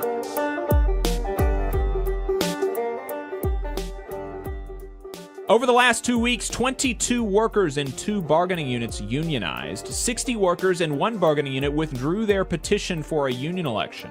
48 workers across 2 bargaining units voted against unionization, and 436 workers in 14 bargaining units have gone public with their union campaigns. Here are those details. In new campaigns, 700 workers at the Mid-Continent Library System in Missouri announced their intention to unionize with the Communication Workers of America, CWA, Local 6360. 200 workers at Hard Rock Casino in Bristol, Virginia, filed a petition to hold a union election with the Teamsters, Local 519. 6 different units of Starbucks workers filed a petition to hold a union election with Starbucks Workers United. 16 in Houston, Texas, 21 in Goodlettsville, Tennessee, 24 in Norman, Oklahoma, 25 in Austin, Texas, 16 in Greer, South Carolina, and 24 in Sewanee, Georgia. 12 workers at the Kentucky Power Company in Ashland, Kentucky, filed a petition to hold a union election with the International Brotherhood of Electrical Workers, IBEW Local 978.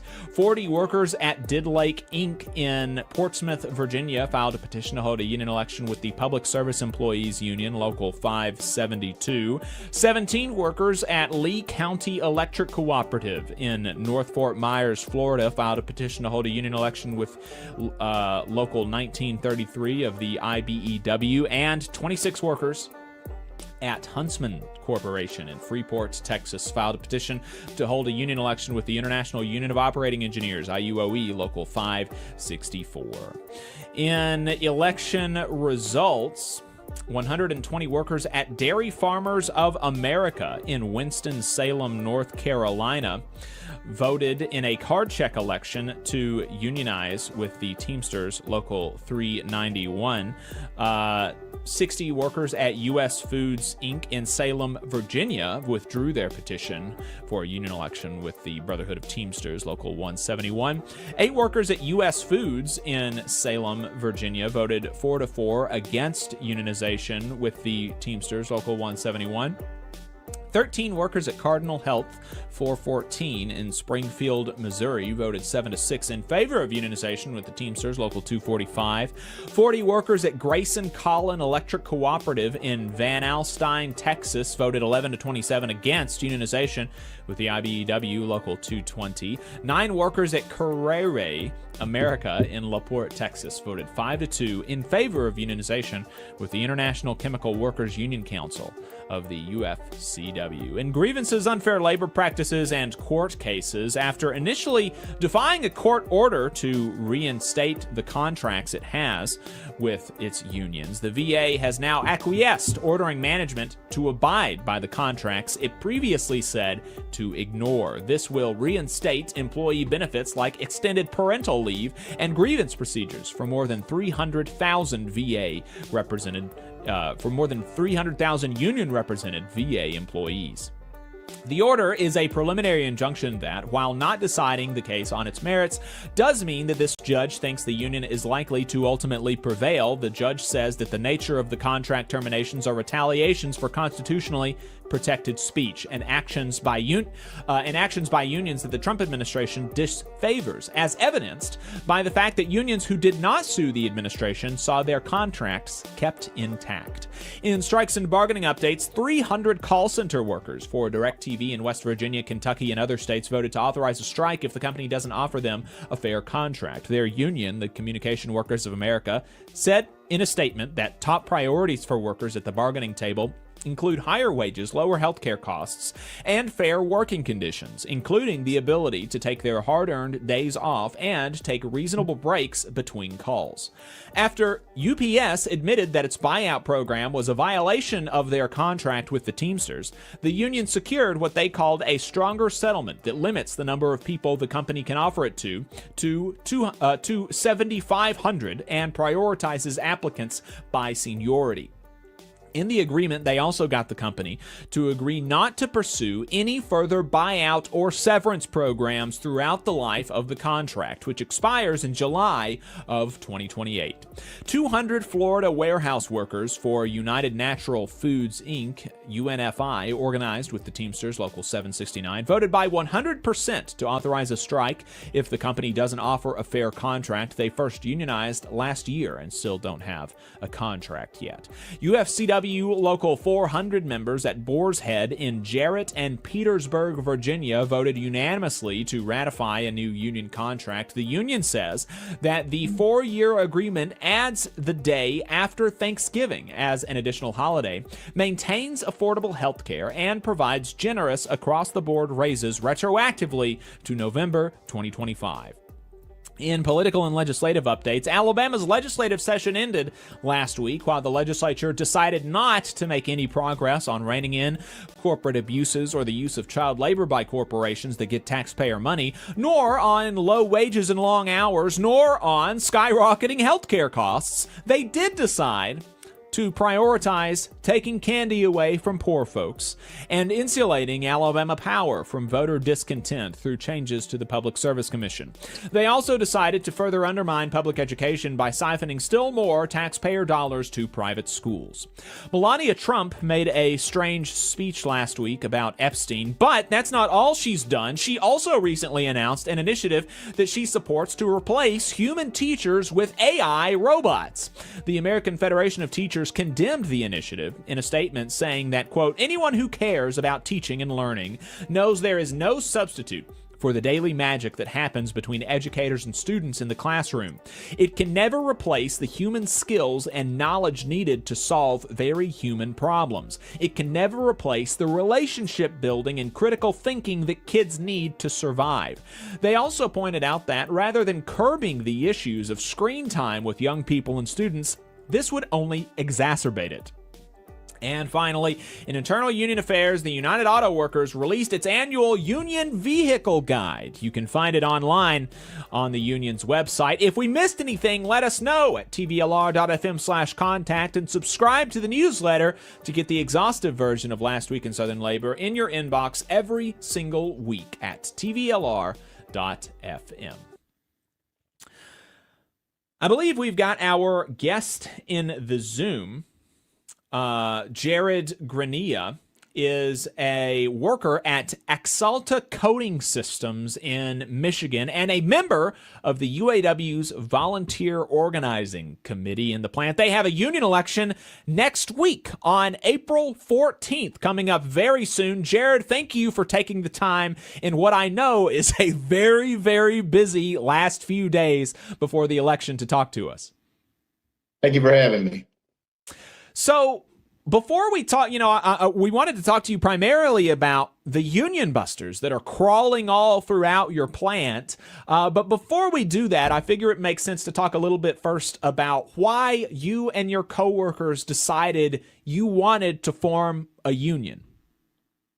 Well, I've been at the company for 15 years, and prior to them being Axalta, they were DuPont, and then Axalta bought them.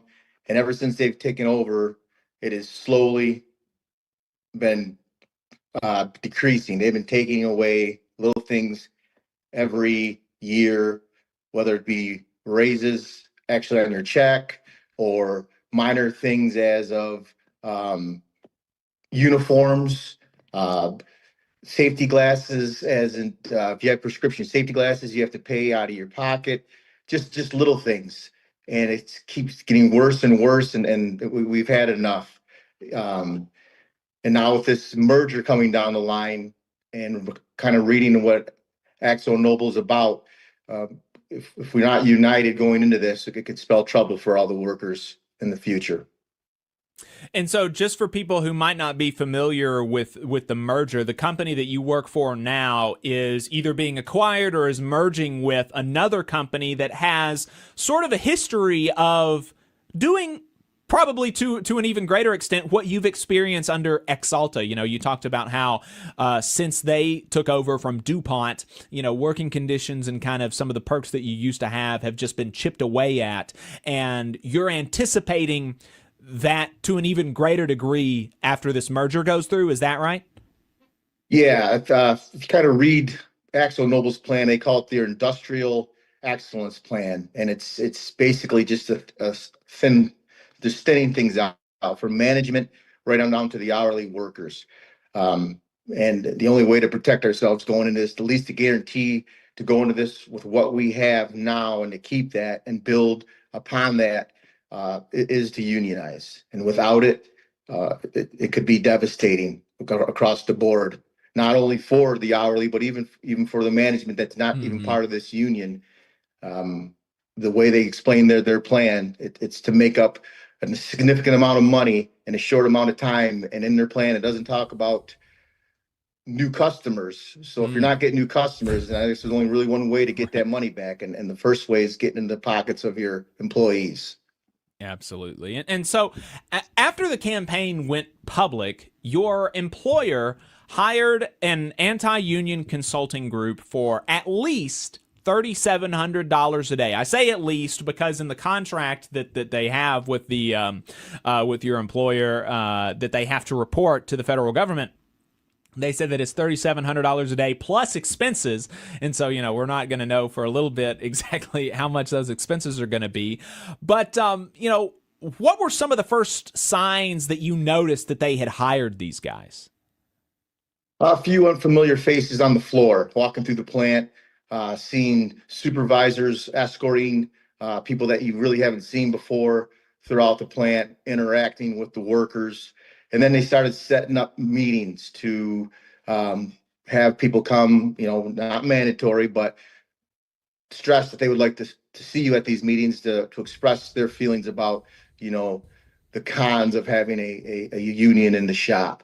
And I don't know how it went. I know there was this, significant amount of people that didn't want to hear it, because we've heard a lot, and it seems like once this campaign started, the company all of a sudden started caring, I guess you could say. Now they want to listen. Now they want to be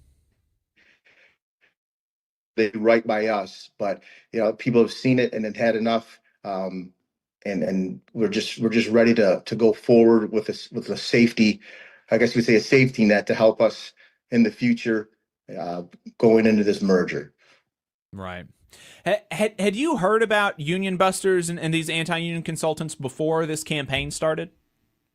Yeah, I have. I'm actually a proud member of the IBW Local 58 out of here in Detroit. So I'm very familiar with the union, and union busters and how they organize and what they do. And, if you paid them 20% more than what they're making, they would go around and campaign for you. They're not, for the union. They're not there for they don't care. They're just there to make money. So whoever pays the most, they'll spit that game. And then Exalta's paying a good penny for them to push a message that, it's not true. The facts are very simple with the union.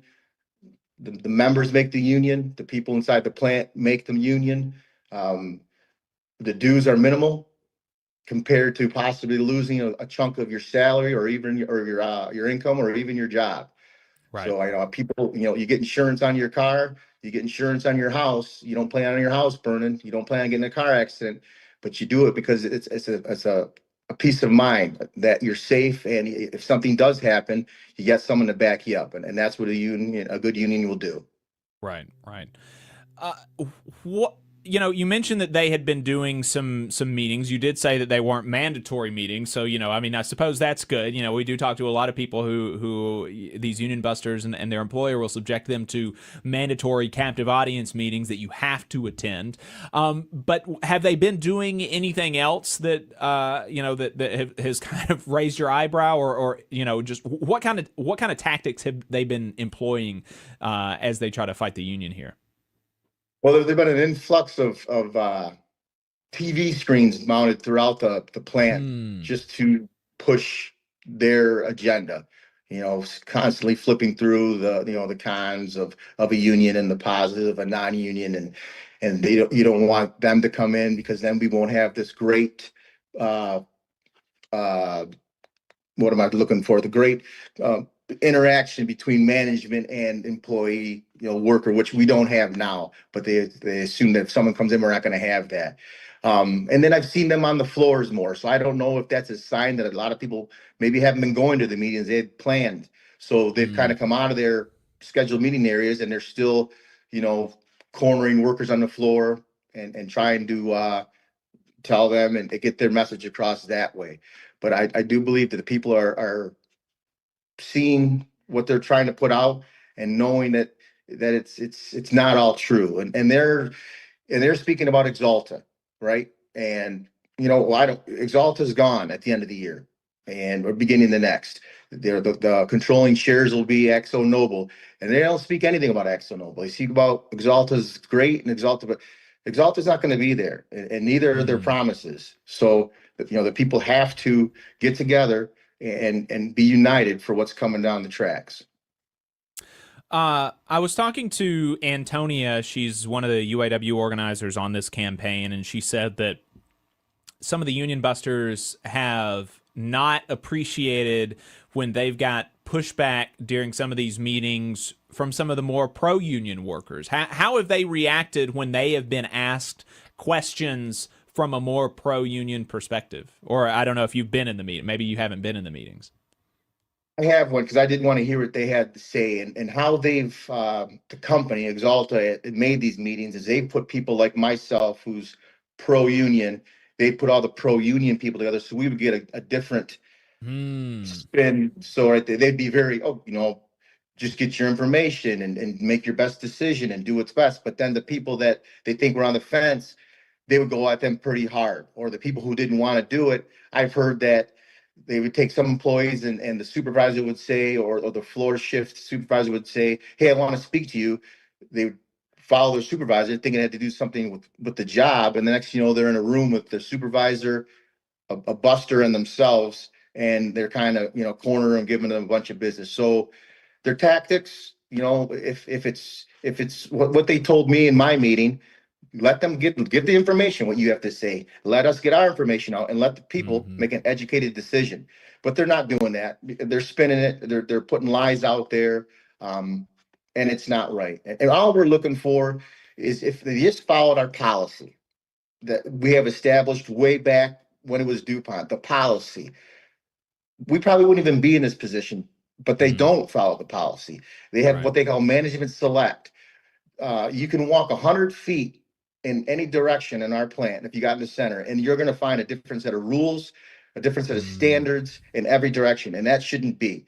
If you follow the policy, if you want to advance in the plant, if you want to, hire, fire, discipline, it was all there in the policy, but they don't follow it. And the people have had enough. One person can do something and they could be walked out, and the next person can do it, and who knows, they might be promoted if they're friends with the right people, and everyone is tired of that.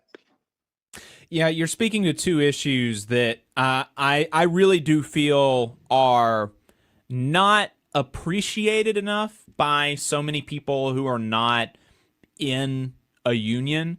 You're speaking to the enforceability of a policy and having a real, but because the policy, quote unquote, an employee handbook that's not a contract, right? I mean, the employee handbook, if you actually go and you try to read everything in your employee handbook, almost always there will be some fine print in there that says that the employer, this is not a contract. The employer is not bound by the terms within the employee handbook. Exactly. We can actually do kind of whatever we want. And, that's super lame. We shouldn't, workers should be able to see in black and white their expectations, and they should be able to enforce those expectations, not only on the worker, but also on the boss, right? Exactly. Then that's the issue. They in the beginning, they tell you, hey, we have this policy file and it's going to be fair. And then just like you stated, when it comes right down to it, they can do what they want. And they say that. We have management that says that. I'm a manager, I will do what I want. I've heard in my area, hey, you've got options, which basically tells me you don't like it here, you don't like what I'm doing, you don't like the way I'm going to do things, tough luck. And that's not how you should be going to work and having to feel. When you go to work, you put your time in, you do your time, but you shouldn't have to look over your shoulder and worry about, how is the manager feeling today? Is today a bad day for him, therefore it's going to be a bad day for us? It shouldn't be that way. And then that's how it's going. No, that's exactly right. And so these consultants, these union busters who have come in, what sort of effect do you feel like this has had on your coworkers? There's a few. I would say there's more on the non-union, some hardcore people who really oppose it. I haven't seen it on the pro. No, I haven't seen, but I've seen it on the against it, whether you're putting on information and they're throwing it. Like, I'm the tip of the spear. I brought this upon our plant so people know that. So I'll find, if there's flyers out, I'll find a whole bunch of them crumpled up in front of my locker, or vote no or something. And of course, whoever's doing it or the group, they're not big enough to come to me face to face, but they're out there. I don't know if it's happening on the other side. We're just putting our message out there. We're just stating the facts and letting it be. The other side of it is misleading. And on the floor, when it's all said and done, we got to work together. Whatever happens here, we're going to be together. Hopefully, who knows with the merger if we don't have this with the cuts. But when it's all said and done, we got to get back to work. And I don't see, you've heard some crazy stories of people trying to organize, and that's not happening to my acknowledgement at this point. But there's some people who have some strong feelings, but that it's going to happen. Mm-hmm. If you had to identify the one or two most effective talking points from these consultants that are really persuasive in bringing somebody who was maybe kind of leaning towards the union and pushing them away? What would you say those talking points are, and how would you respond to it? I think number one, I think is they're misleading of the dues, the amount of dues that you'll pay. Yeah. And probably two, I think they keep saying your relationship with your supervisor, your relationship with management. If the union comes in here, you're not going to have that. Like all of a sudden, it's going to be a wall up where we're over here and over there. We're never going to be able to speak, and that's not the case. On the case of the dues, how I respond is the truth is it's 30 hours of working pay, 30 hours a year, 2.5 hours a month. That's not even a 40-hour week. Now they have things going out there that it's 60 hours pay a year and it's just crazy amounts of money that's not true. And then they talk about, well, you could take that money and invest it. And if you invest it over X amount of years, you could just, a bunch of stuff that's not, what it is. And then on the other hand of the management, well, we've been there for 15 years and the management and whatever has kind of always been thinking above us or better than us. So what makes us think all of a sudden now you want to be our friend? Until when? If this campaign doesn't go through, I've seen it. We tried organizing our shop back in 2016, I believe, and everything was kind of like it is now. Oh, we're your friends and everything's going to be great. And we promise you this and we'll give you a little of that. And as soon as it went down, it didn't take but probably 4-5 months after that. And they're right back to the ways how treating us. They're up here, we're down there. The management select, the nepotism of the hiring, firing, discipline went right back and steadily down. So I just tell the people that, like you mentioned earlier, nowadays with the climate, you got to have a contract. You have to have something in writing because, unfortunately, people's words or a handshake, it doesn't mean anything anymore. Right. Because, they're not getting anything when I say from the union, the salary or the managed supervision. But I would have a sneaky position. If they don't get this, if this union fails this drive, they probably got a hefty bonus coming to them for defeating us. And they're not saying that because they don't pay, we get in, it doesn't hurt them, the people at the management. They're not the paying dues. They're not, maybe they got a penalty coming on them. Maybe they got a threat from up above. You better not let this happen or you're going to be out if they come in. But when it comes down to it, that's not affecting them one bit. All this is going to help the hourly workers secure themselves, have a good foundation, and be able to move forward in the future with not, we're not asking for a lot. We're just asking to be respected, to give us, as inflation rises, we go with it and be fair. Just be fair. If someone's in the warehouse or shipping in a high-low driver and he wants the opportunity or she wants the opportunity to be in skilled trades, I'm an electrician, so an apprentice, if the protocol states and seniority and that's you're the one, you should be able to get in there and do it. But that's not how it is. You look around down there and certainly you see a lot of family members, a lot of friends getting in positions, jobs being made up, things aren't being posted, and there you go. And that's not right.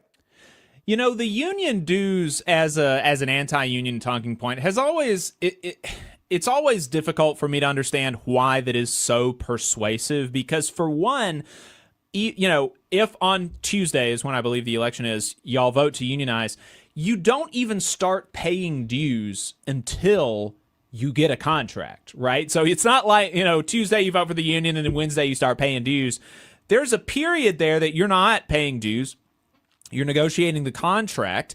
And then as you negotiate the contract, y'all are the ones that are going to get to vote on whether or not to ratify the contract. And so presumably, I have faith in you and your coworkers that you would be able to secure a contract that at the very least, at the very minimum, it gives you enough of a raise to offset the dues, right? And so you're on a monetary level, there's just virtually no world in which you come out less on the other end of a union contract. But then, and even in the literally the worst case scenario, you're only able to get a raise that exactly matches your union dues, then you get all of the other good things about a union contract, like what we were just talking about, like the stability, the enforceability, the consistency, the job security, all of those sort of intangible things that aren't money on your paycheck, but that are huge in your day-to-day existence. The union, it's just never really made sense to me, especially when, and I want to put this to you, I mentioned that they're paying at least $3,700 a day. We do this segment in partnership with Labor Lab, which is an employer watchdog organization. They're particularly focused on the union busting issue. Based on the contract that your employer has with these union busters, and what typically happens during these campaigns, Labor Lab has estimated that this campaign so far has cost the company between $291,000 and $394,000 in total so far. That is between $1,100 and $1,500 per worker, right? That is much less than that is much more than you would pay in dues, and that $1,100 per worker could have gone into your pocket instead of paying some outsider to come in and tell you how to vote on Tuesday. I mean, if more of your fellow workers knew about how much money these people were making, and the fact that ultimately it's the value that y'all created that the company is using to pay these people, do you think that would influence their decision on Tuesday if more people knew about that? I believe so, without a doubt. Like you said, that's money that could be going towards an Exalta employee, an hourly employee, in the plant. That's a lot of money, and we see it. It's not just here; you see it throughout the plant. The upgrades they do to beautify the place, instead of investing in your workers or even investing in equipment in the plant. I mean, that's an old plant. We used to be Ford, and there's some things in there that have been there since it was Ford. Wow. There's money that could have been invested in a lot better ways to help that company roll, whether it be in us or just in the infrastructure. But yeah, it's alarming to see the money they spend to keep people down or keep people where they want them, under their thumb, than it is to rise everyone up and make an even playing field. Jared Greenia is a worker at Exalta Coating Systems in Michigan, a member of the UAW's volunteer organizing committee in the plant. They have an election coming up on Tuesday, April 14th. Jared, thank you so much for your time talking to us today. Is there anything else you'd want to leave us with before we let you go? Just for everyone out there at the Exalta that's seeing this, it's your time. When it comes right down to it, it's like they said, it's what's best for your family. And if you want to keep what you have and move forward, then you know how to vote. Come Tuesday and Wednesday, you hit that box that says yes. It's not going to hurt you. It is only going to help you. And I thank you for letting me, come on here and voice my concerns and my thoughts and have a great day. Absolutely, Jared. Thank you so much for your time. Good luck. Take care. Thank you.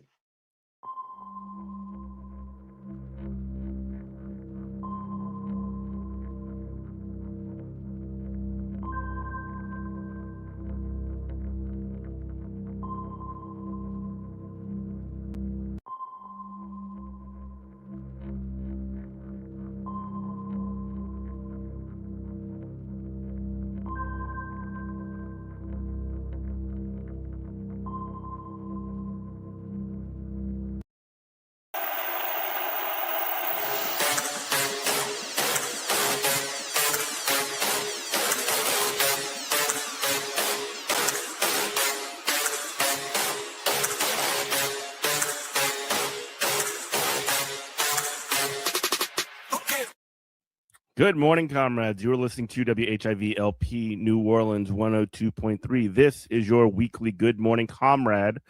Jeff here today with a very special interview. We have, actually, you were a guest on the show a couple of years ago, if I recall correctly.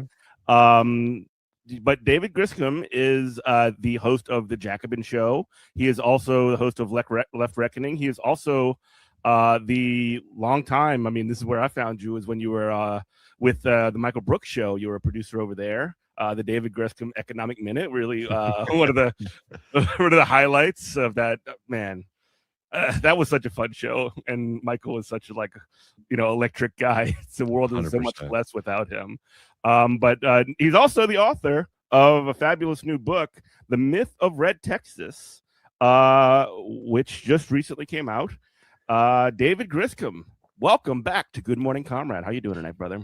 I'm so happy to be here. Really thrilled to be back on the program. I love the city of New Orleans, so it's always really good to be able to chat about it. And thank you so much for bringing me on and talking about the book. Totally, bro. Anytime. Yeah, and let's just jump right into it. The Myth of Red Texas. I was reading through the book earlier today, and when I read the name of the introductory chapter, which is "Can We Take Hold of Our History?" I knew exactly. I'm like, he's going to talk about Harvey K, isn't he? He's going to mention Harvey K's name.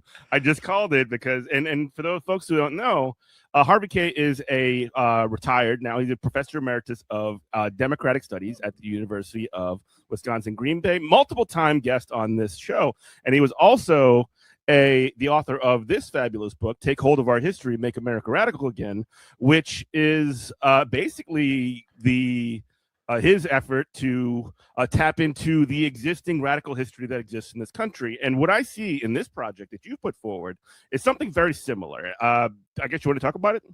Yeah, 100%. I'd also note, Harvey K is also a proud LSU grad as well. He's an LSU Tiger. He is an LSU Tiger. We have discussed this. No, I mean 100%. So Harvey K is somebody who's been a total mentor for me, and I think like many people on the left, I was always interested in history, but I didn't always, I think, have like the full sense of the kind of richness of the radical political tradition that exists in the United States, and certainly I think I don't think I had the strongest connection about my home state of Texas. Connection to that history. So the myth of Red Texas, I mean, it gets into a lot, but basically the kind of quick version of it is that I challenge this idea that Texas is automatically a conservative state.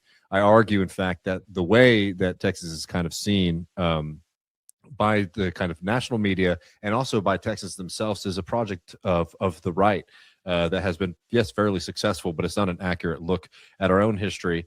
And then the other part of the book, the majority of the book, was actually retelling that history. So I go all the way back to the fence cutters and the cowboys and this kind of fight over the open range and reclaim movements that were trying to fight for public property, the open range, the idea that land belonged to the people. I talk about the Populist Party, which was not only an interesting third-party movement, it ends up overtaking the Democratic Party, the Republican Party as the second major party in Texas, and then eventually, in fact, overtakes the Republican Party in the 1896 election, which I argue was fraudulent. There are also plenty of historians and scholars who agree with me on that. And then I get into the Socialist Party as well, the Brotherhood of Timber Workers in Louisiana, Emma Tenayuka, and many, many other stories that kind of challenge this narrative. And it's really an argument, to borrow again from Harvey K, to take hold of our history, because I think if we want to see a change in politics in Texas, being armed and understanding our kind of radical tradition is critical. But if I could just make one last quick plug here, is that while a lot of this stuff is about Texas, though, Texas and Louisiana, they're so connected. Most of these movements are kind of cross-border movements, and I write about Louisiana a fair bit in the book as well. But even for somebody who's not interested in Louisiana history, somebody who's not interested in Texas history, the questions that we have today in the labor movement on kind of left political movements, they're very, very pertinent to the questions that are being brought up in this book. How do you build a movement that brings in everyday working class people into politics? How do you sustain yourself against a right-wing movement that might try to smash it, destroy it through violence and through other forms of coercion? These are all questions that were very much alive here. So there's part history, part rebuttal of the right, and part a kind of guide for labor people and radicals today to try to figure out how we can build a better future. Yeah, and I'm really glad that you mentioned the sort of like shared sort of radical history that exists not just in Texas and Louisiana, but just throughout the South, throughout the Midwest, throughout this entire country, that really does get papered over with this sort of like modern kayfabe, like to use a wrestling term that I've talked about with Jason Miles quite a bit. This sort of like story that the ruling class and the media class and all these folks keep up to sort of make it seem as though any kind of alternative is impossible to what we currently have, or any trajectory, getting away from the current sort of neoliberal establishment order, which is breaking down before our very eyes right now. Mm-hmm. Happen is like their solution is the only thing. This is the only thing that's possible. There's more of the same, and we're just not doing it hard enough. And one of the things that I've also noticed across all of these sort of case studies that you point out is that organization building solidarity is key in each and every one of them, and the points by which they break down is always the sort of limits to that solidarity. You want to talk about that? Yeah, 100%. And I would just also note that like the book's genesis, OR and the Nation kind of came out to me and asked me to write a book. And the initial pitch was for me to write a book about the entire South, which I would be very happy to do. But in doing the research and preparing for the book, it's like, all right, there's enough here in Texas to be its own book. And you could it would be much thicker book, wouldn't it? Yeah. And you could probably do one of these for every state in the South. But yeah, no, I mean, the question of organization, I think, is really such an important part of this history. I mean, let's maybe look at some of the examples here. So, the Farmers Alliance, which is the precursor for the Populist Party. And if anyone's interested in third-party politics, I mean, the Populist Party, the People's Party, this is probably the most successful model that we've really seen in our history. And how did they come about? Well, they didn't get a website, obviously. They didn't just come up with a bunch of talking points. It came out of actual organizations of farmers. So I won't get too much in the weeds here, about like the intricacies of farming in Texas and Louisiana in the late 1800s. But effectively, you had a system that was taking advantage of everyday people. You had most folks who were working class, small landholders are oftentimes more and more renters. So people who lived on the land, work the land, but they don't own the land. They have to provide, their harvest to the merchant class. This merchant class also has a big ledger, and that ledger has all the debts that accrued over the year. Most of these places were small rural places. This was the only place in town to buy things, not just seed and equipment, but if your wife wants a dress, if you want to get some fat back, if you want anything to get by through the year, you go to this ledger. Most people don't have cash. And the prices in the South are completely out of whack at this period of time as well. There's a massive crisis in prices. So things are very expensive. So what do most people do? Well, they get it on credit. A modern example of this, let's think about it. We already are seeing all these kind of financial companies trying to finance people buying pizza, right? Like you see how much our life is kind of indebted and financialized. There's a lot of similarities there. The farmers start asking themselves, why are these people being able to take advantage of us? And they see, okay, it's the merchant class. How does the merchant class take advantage of this? Well, they have special access to markets. We are all selling our goods as individuals. What if we pooled our goods and started selling them as a community, as a group, as a class? We would be able to at least negotiate better prices. So this group called the Farmers Alliance kind of rises up on this question. And they start asking themselves this question that I'll paraphrase here from one of the great leaders, S.O. Dawes, who says, the people have begun to ask themselves the question, why is it that those who work most get least and those who work least get most? People start asking themselves that question and they start coming up with these economic and social solutions.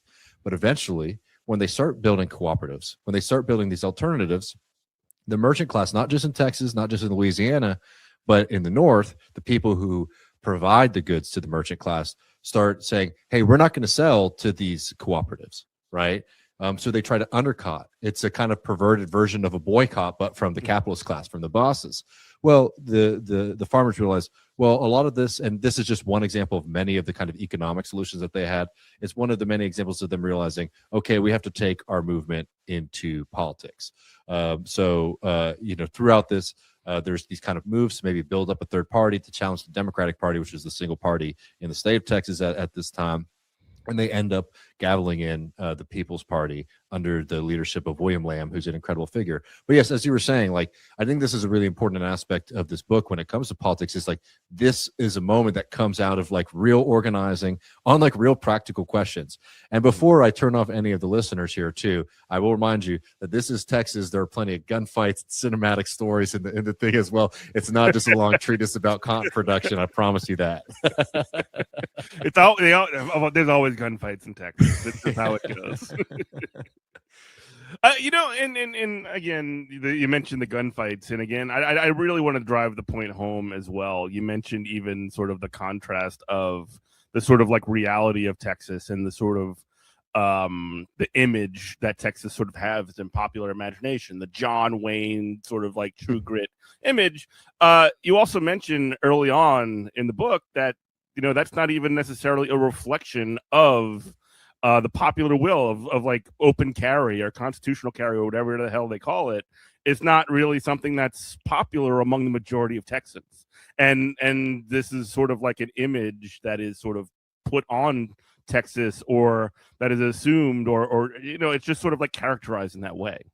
Yeah, so in Texas, for people who don't know, we have it's probably as loose of gun laws as you can have, and one of the most. I think Louisiana and Texas are always racing on that one to the absolute bottom of the barrel.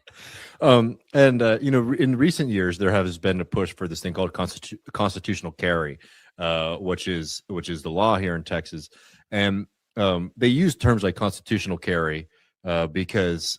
They use terms like constitutional carry because they want to make it seem like this is old-fashioned, returning to our roots.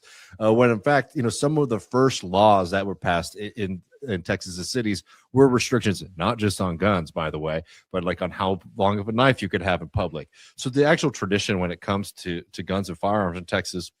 Certainly, these are has been a part of Texas life and Texas culture and existence in the state for a long time. But this idea that like you should be able to walk into a bar or any kind of place with a rifle strapped around your back is totally out of connection with the history of Texas. And I think most importantly, too, as I note in the book, it's also just out of connection with the opinions of Texans. Now, when people think of Texas, they think of Republican Party politics, and that's true in the sense that like the Republican Party has dominated election after election. But when you think of those Republican policies that are so associated with Texas, the gun laws, even the abortion restrictions and things like that, you look at public polling on these kind of things, and the law of the land in Texas is completely out of step with like the will of Texans today. And I think that this shows that there's a kind of a crisis in our politics where more and more the will of Texans is just not being represented. And I don't just even mean in the way that maybe I would like to see it. You can just look at the majority opinions of Texans and see how it's not being represented in politics today. Right. Yeah. And that's something that is, you can take examples like guns, something like that. I think for probably about a decade now, nationwide, just to sort of extrapolate a bit, Medicare for all or universal health care or something along that line, some kind of socialized health care, it's been polling at something around 60% for about a decade. And we don't even, it's like when you have somebody like Dr. Abdul Sayed running in Michigan for Congress, for Senate, it's like, wow, this guy's running on Medicare for all. That's crazy. Oh, let's just talk about how he's associated with Hassan Piker or whatever. Like, it's this really, really weird and pernicious way to sort of like divert from these popular positions by just engaging with the culture war. And that's something that sounds like what's happening, also what you were describing with the image of Texas and some of these other issues. Well, no, I mean, totally. And like, how effective, the culture war is not a new thing in Texas or in this country. I mean, one of the examples that I think about is the Socialist Party in Texas, which was one of like the larger socialist parties in the nation. Not just in the South, like the Socialist Party, depending on how you calculate it, was probably the third to second largest in the country. And one of their great leaders was this fellow named G.G. Hamilton. And he was this one time he became a radical preacher. He was a conservative preacher who was arguing against socialism. And he went to all these debates across the state of Texas and across Oklahoma and argued against socialism because he argued that it promoted, quote, free love. Which was something that they were very against back then. And you could see how this person is engaging. So like, here's a socialist making material arguments about the power of the banks, the power of the bosses, the power of the merchant class, all these groups. And this guy wants to talk about free love, right? He wants to talk about it, which is the equivalent then of the culture war. And you could just see how effective and pernicious that kind of way of doing politics has been in the South, and I think nationally. You also note that like the big cotton bosses, the former plantation owners, oftentimes would pay certain kinds of conservative preachers to come and preach very particular views of the world. Hey, if all these people are thinking that their sorry condition is because they're sinners and have affronted God versus I'm taking advantage of them as their boss. That's good for me. So you see how a culture war politics have been used to divide folks. And just to give him his credit, G.G. Hamilton very famously switches sides. He switches sides on stage, and he delivers this incredible speech about his conversion to socialism. It was a very dramatic moment. Obviously, the socialist press had a field day with reprinting it, but his speech is a very powerful one. I highly suggest people read it because in it, he has this incredible line. He says, I'm going to paraphrase it a little bit, but he says, will socialists make mistakes? Well, of course, they're only human. But I would rather stand with the masses than with the masters. And seeing somebody like that who is so adamantly against this politics switch over is also the kind of thing that always gives me a lot of optimism, which I think is something that's needed. And that's been one of the best parts of going on this book tour, has been being able to talk to people all across Texas and all across the country. I'm really looking forward to being at the Garden District Bookshop on Friday, April 17th, and continuing these kind of conversations with people because I think this is a moment where we need a lot of optimism. There's so much devastation and worry and kind of gloom, and rightfully so. We're living in dark times. But I think one thing that I take a lot from this history, too, is like these folks really had this belief that a better world was possible, that something was coming around the corner that was much better than the present. April 17th, Garden District Books. David Grissom will be actually, giving a talk about his book. Talk about that. Yeah, I mean, I'm really looking forward to that. We're going to have Nathan Robinson from Current Affairs joining me there. The conversations have been really great, and especially like the Q&As, hearing from people all across Texas. And we also did an event that was very well attended in New York. I will remind people that if you do show up early because the books have been selling out, which has been an amazing thing. And I think one of the things that has been really exciting about this tour and this whole experience is just seeing that, like, I'm not alone, right? Obviously, you write a book like this and you say, oh, there's a radical tradition and there's a different alternative possible in Texas. And then it'll be a little embarrassing if no one shows up to these events. But people have been showing up in ways that have frankly even surprised me. And it just shows that there's a hunger for a different way of doing politics and a way of kind of relating to our history. And I'm really looking forward to being able to speak in New Orleans because I did kind of fudge a little bit or cheat. I don't even know if I would call it cheating, but there's a lot about Louisiana. And there's a reason for it, is because Texas and Louisiana are very much interconnected, specifically around one of my favorite parts of the book, the Brotherhood of the Timber Workers, which was one of the first interracial unions in the country that had a completely different and radical organizing model that brought together blacks and whites in the South, bucking law, bucking convention, and really pointed, I think, to a different future for the South that unfortunately was kind of prevented from coming into being by the bosses. Yeah. And really that has been sort of the primary dividing line, not just in the South, but especially in the South, has been the sort of, I guess even through since the Civil War, since the ending of slavery, just this division of, black workers versus white workers. And what the reason for that has always been because they know if we're, if the working class is not fighting one another, they're going to start looking and seeing who's just stuffing their, pockets with dollar bills and got piles of money on their desk or in a vault or something. And they're going to be like, hold on a second. We could just sort of identify who the real enemy is. And I mean, it's really shocking. It is something I think a lot of people who are engaged in labor organizing or spend time in kind of left political spaces, like they hear this.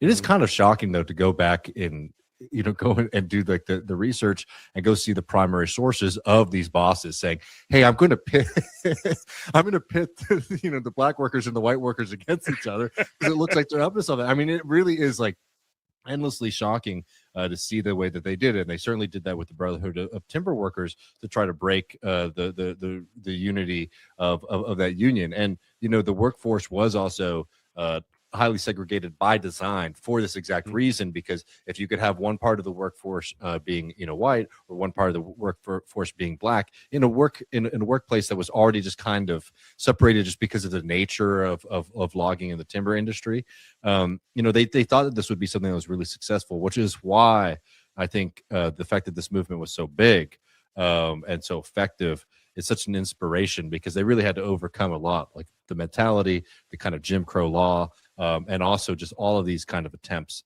by the bosses to prevent this from happening. But it, and it didn't even stop there. I will just note, like, a fascinating thing about the Brotherhood of Timber Workers is they also extended membership to women. So not just women who worked, who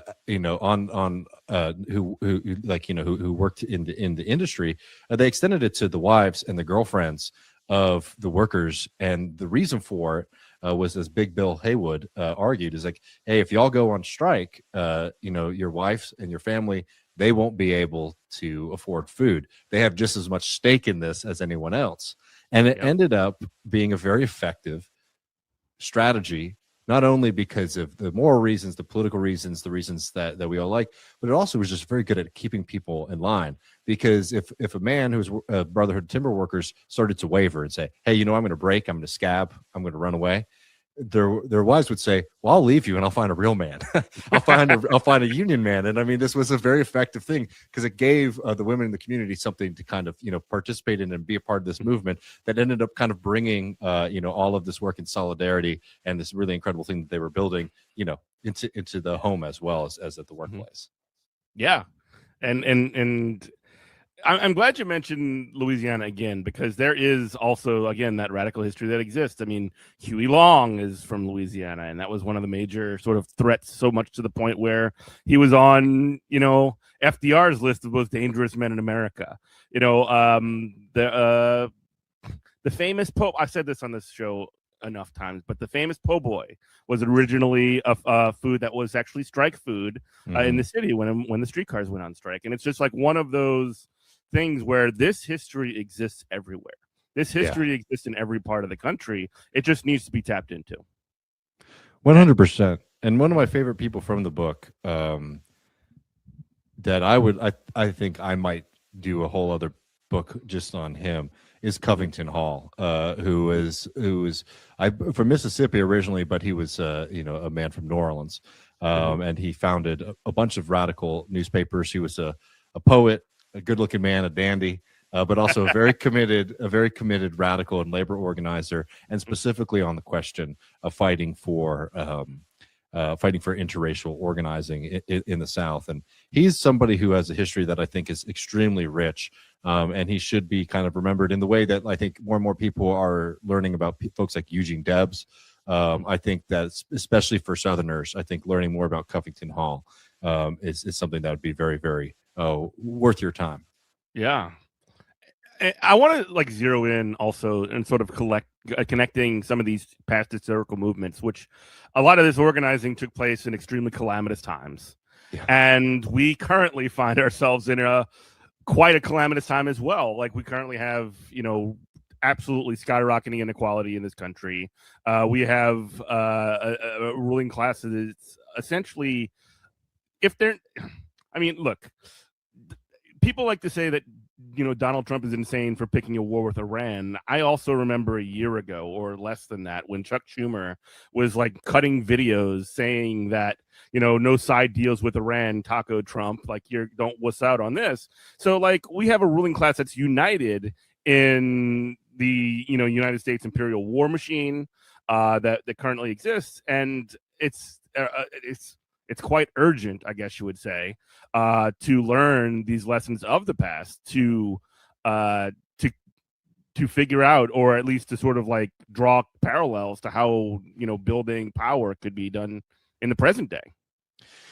I totally agree, and I mean, I'd also note that Kamala Harris, who I'm glad has kind of spoken out against Trump's agitation and threats of war crimes in Iran. But don't forget that, during the 2024 election, one of the arguments she was making against Trump was that he was going to remove the economic sanctions on Iran. Yeah. So there's different degrees when it comes to, this political class, but they are kind of united on this militarism. And this is, I think, a thing that ended up being really kind of fascinating about a lot of these kind of political movements and why building these organizations is so important. For the Texas Socialist Party, two major international events really kind of set them up, set their history in front of them. One was the Mexican Revolution, which was massively influential on the Texas socialists because one, it forced them to challenge a lot of the kind of racial bigotry that kind of existed within the movement, but it also encouraged them to start standing in solidarity on an international level. And the Rebel, which is a Texas socialist paper, would regularly reprint radical papers from Mexico and vice versa. And this kind of like cross-border solidarity was one of the best parts of that kind of radical tradition. Another one was opposition to World War I.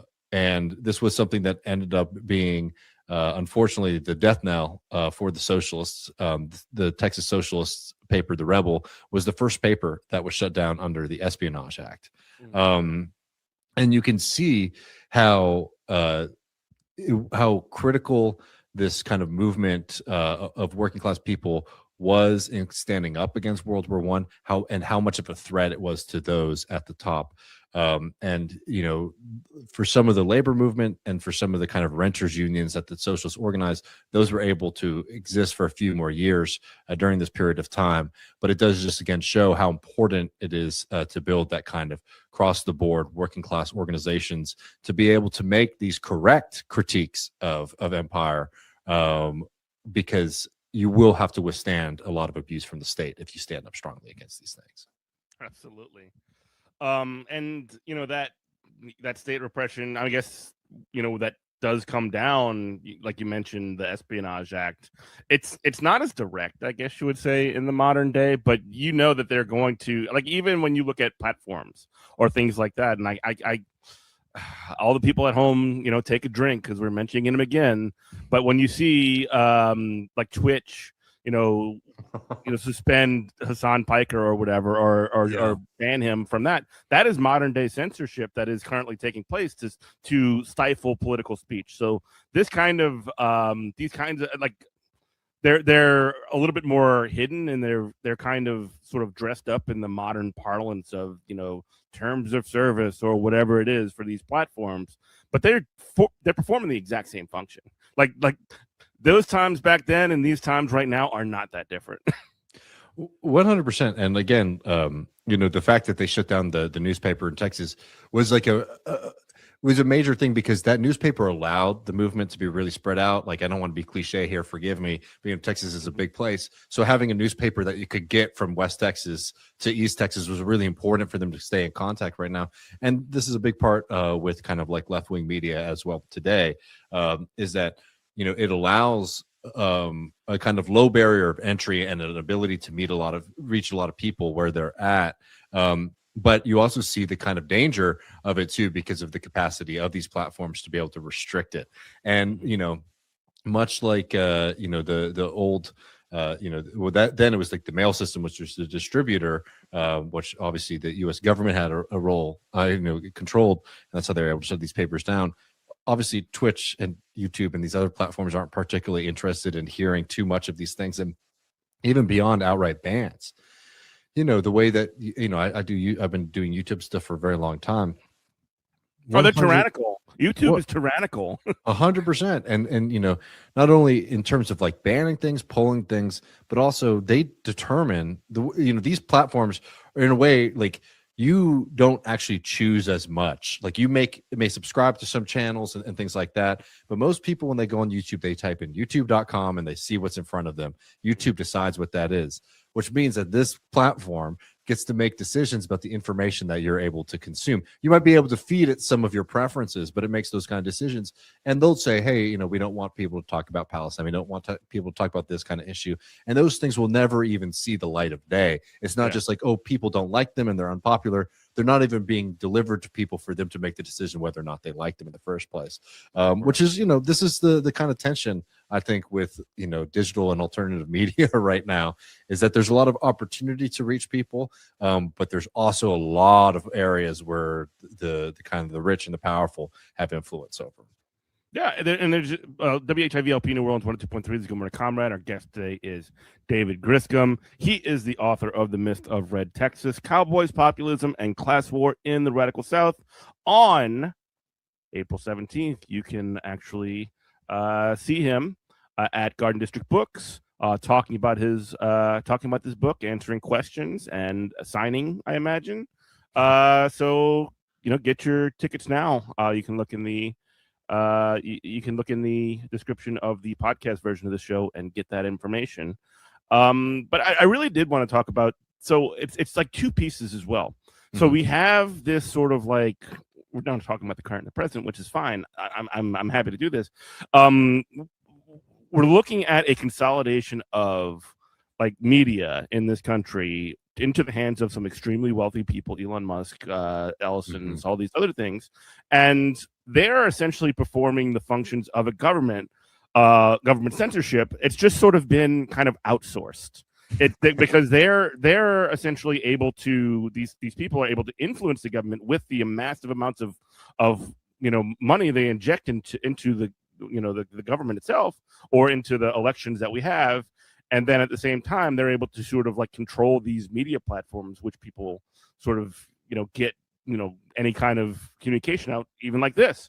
And I don't know, it really is sort of this consolidation of power into the hands of so few that I mean, again, we need to. There's a sense of urgency in finding these ways to organize against this.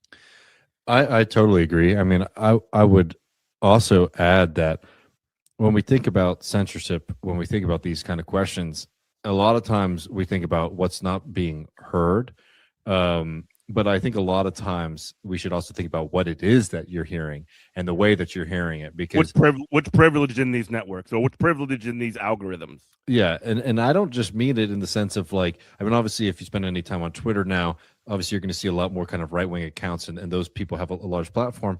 But also just the way of doing media, you are encouraged to cover things in a certain way. I know this is somebody who tries very hard to avoid it on my programs, Left Reckoning and the Jacobin Show. But I know, for example, if I put two things against each other, say like so and so versus this, that's going to do very well because the YouTube algorithm very much encourages that. Well, it's not a surprise that like some of the bigger channels on left-wing YouTube are channels that spend most of their time being like, oh my Lord, this streamer said this and this streamer said that, and drama. Yeah, and look, I think sometimes there's a point in critiquing other people in our industry. I'm not going to sit here and act like holier than thou. I'm just recognizing that like there are things that are kind of being encouraged, and this affects our kind of political discourse. You see this within our political movement as well. On questions with like major elected officials and their relationships to organizations like the Democratic Socialists of America. There's a version of things that you see if you spend most of your time, you get most of your information from social media.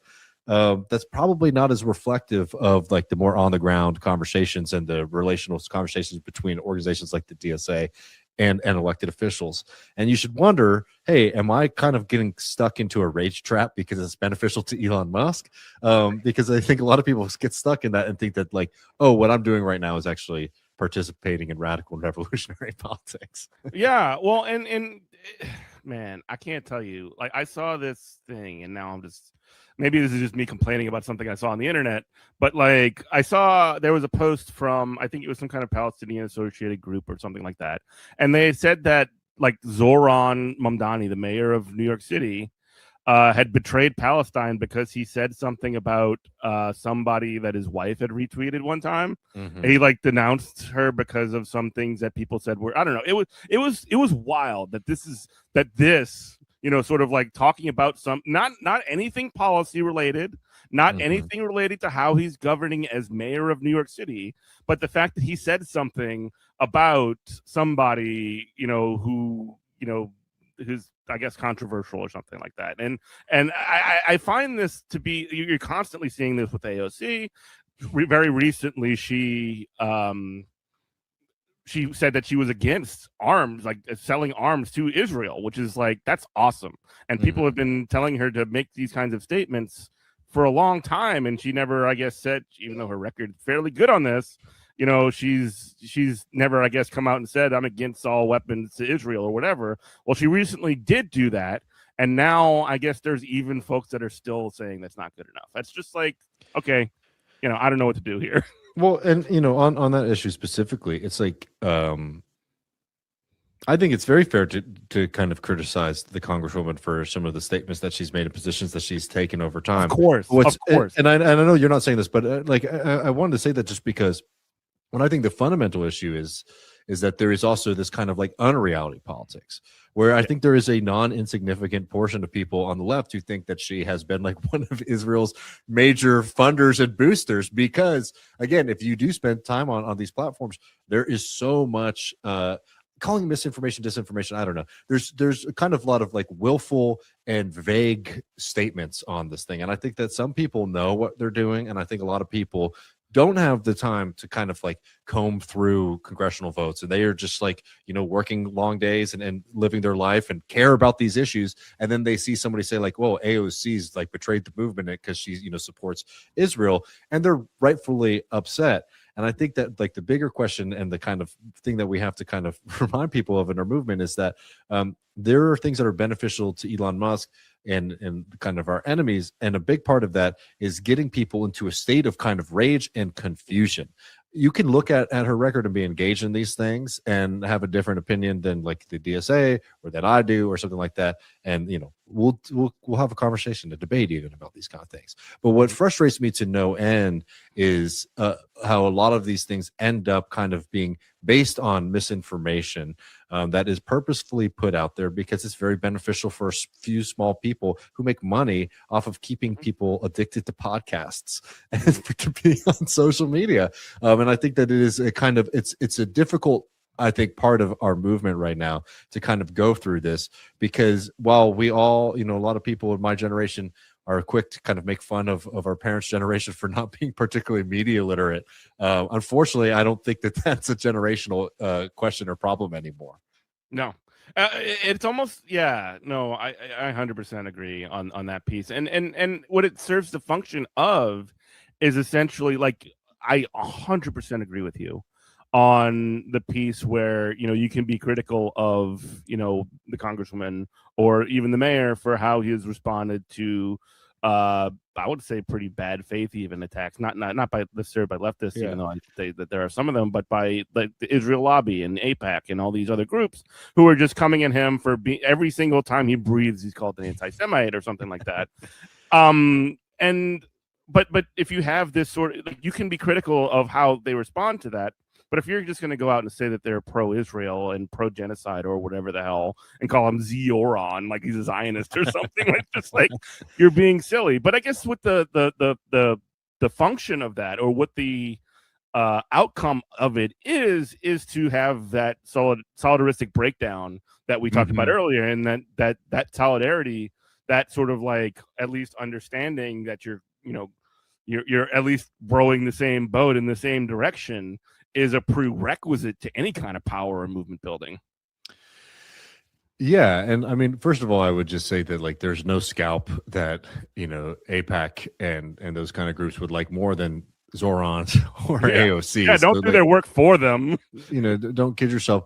And then again, I mean, I think if there are going to be tests, litmus tests, whatever word you want to use for them, they have to be passable. And the thing that I think is really important to remember about AOC and the DSA endorsement is that she gets asked by the movement. And like for me, what happened with her recently was a major success for DSA, because there is a crisis, an issue in DSA where officials get elected, they have a lot of power. How do they stay kind of connected and within the movements that got them into power? It's especially hard for somebody like AOC, who kind of, I wouldn't say got lucky, because that would, discount all the hard work that went into getting her to office, but was unexpected, let's say, was felt early for the movement. So this is a moment where people are like, okay, there seems to be a little bit of a lack of connection between her statement sometimes and the outlook of the movement. The movement comes to her and they say, here are the things that we would like you to say. And she says, I commit to those things fully. Well, if she says that, and then you say, well, that's not good enough, then you're setting yourself up for a situation where with other politicians, including ones who are maybe closer, to the certain segments of the movement than even AOC is, why would you want to Yeah. agree to these kind of things because the most natural response is F you after that. Yeah, no, and it's an important thing to kind of set up a relationship where there's thing, and like just be clear for people who haven't been following, the results of the endorsement aren't out, and I would expect, I think there's another week or so on the voting for New York City, and I would expect that she wins the endorsement. But I'm just noting that like there are factions and segments that are saying, oh well, she agreed to all of our demands, but that's not enough for us, and I think that that's probably a political problem. It's a huge political problem. It's a huge problem in terms of like organizational coherency for a group like DSA, because if you're going to have like, I am again like I do love that there is a democratic process that's being taken place in order to endorse a candidate, I guess, for elected office. But like when it comes down to it, like, and maybe this is me reading it in bad faith, but there are people that are, I guess, not in favor of doing electoral politics in any way, that are making their sort of opinions known about these, like in these sort of realms. Mm-hmm. And they're spending a lot of time on that instead of doing the things that they actually do believe in, things like, mutual aid or anti-war protest or whatever it is, which I am fully supportive. And I'm not going to be as critical of those folks, in their efforts as they are doing in this one. I don't know. It's like it's very strange kind of like well, no, I mean totally, and I think we've had.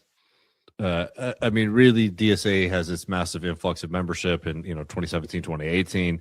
So let's say 9 years, really, of this kind of project, and this has been a lot of debate for a very long time. And I don't think it will go away. And I think that it's important to make sure that these movements are disciplined, and they're also not kind of falling into let's say reformism, to use terminology some folks would use, or maybe to be more clear about it, just kind of falling in line and being comfortable with the victories and not wanting to rock the boat. I mean, if you're a radical, if you're a socialist, you should be outraged at the system and want, significant changes and quickly at that. But at the same time, there has been a segment of the movement that has been working and has like achieved a lot of kind of victories, Zoran being one of them, AOC an early one, but many, many others, Rashida, Cori Bush, we can go through the list. And there's been a segment that has been very much against those projects from the get-go. And there is a moment where my co-host Matt Lex calls it the not like that left. And he says, fair enough, but let's see what the strategy or the move is here, because there have been a lot of time now that we can ask, what has that approach like been able to achieve? And I think that's a fair question that we should be able to, be serious adults. And like, you look at the history of the socialist movement, that's in my book, or the populist movement, and these were movements that had to develop the capacity to do these things very quickly. We're up against these same kind of questions.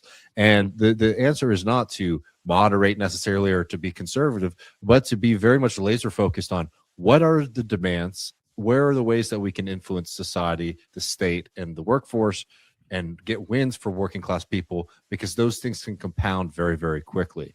And at a certain point, if we're not even getting to step 1, step 2 of this long process, which is like 100-step process of like really building sustained change for working class people, we probably have a strategic problem that goes beyond people not being too, adherent enough to a certain kind of ways of presenting themselves and talking. Yeah. You listen to WHIVLP New Orleans 102.3. Good morning, comrade. David Grissom is our guest. He is the author of The Myth of Red Texas. And on April 17th, you can see him at Garden District Books, talking about his book as well. I really do want to drill down on that efficacy piece and that sort of like laser focus piece, because like that is sort of like the nut of it, isn't it? There is, and I hate to, I guess, sort of boil it down and make it seem like the not like that left, I guess, is a really interesting and I think a pretty good way of putting it. There is a way to like we're seeing success in Zoran Mamdani and AOC and Rashida Tlaib and Summerlee and all these. Ilhan Omar, I don't want to leave her out. I love her.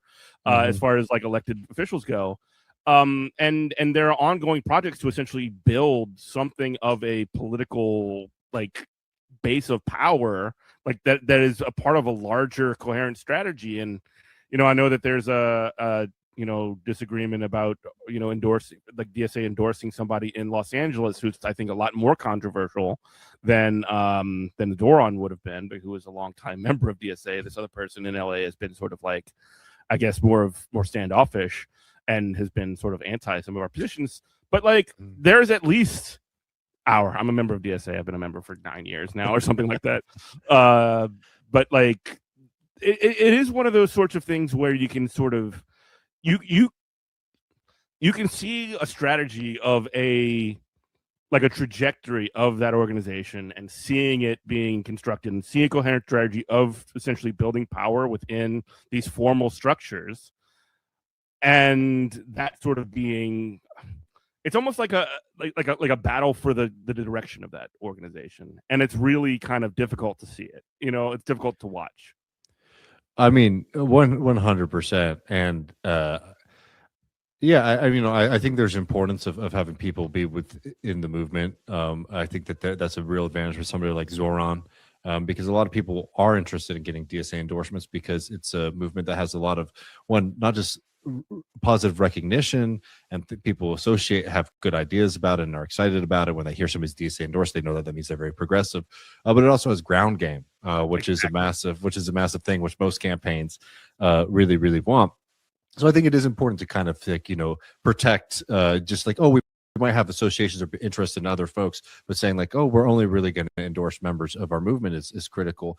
And this is something that both the populists and the socialists in Texas kind of had to work through.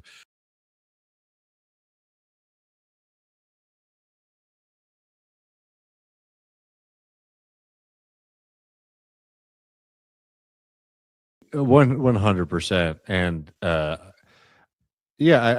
think there's importance of having people be within the movement. I think that's a real advantage for somebody like Zoran, because a lot of people are interested in getting DSA endorsements because it's a movement that has a lot of not just positive recognition, and people have good ideas about it and are excited about it. When they hear somebody's DSA endorsed, they know that means they're very progressive.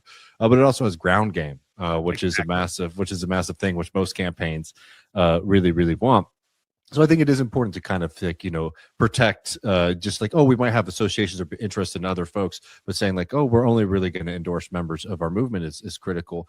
And this is something that both the populists and the socialists in Texas kind of had to work through as well. I mean, the history there, I think, to DSA right now is very, it's very similar. These were movements that I think were way more advanced than DSA is right now, and there's kind of trajectory to see where the DSA will go. But they had to ask themselves, okay, who should be the leadership of the organization? Do they need to be, a member of the working class? Do they need to be a member of this party, this organization?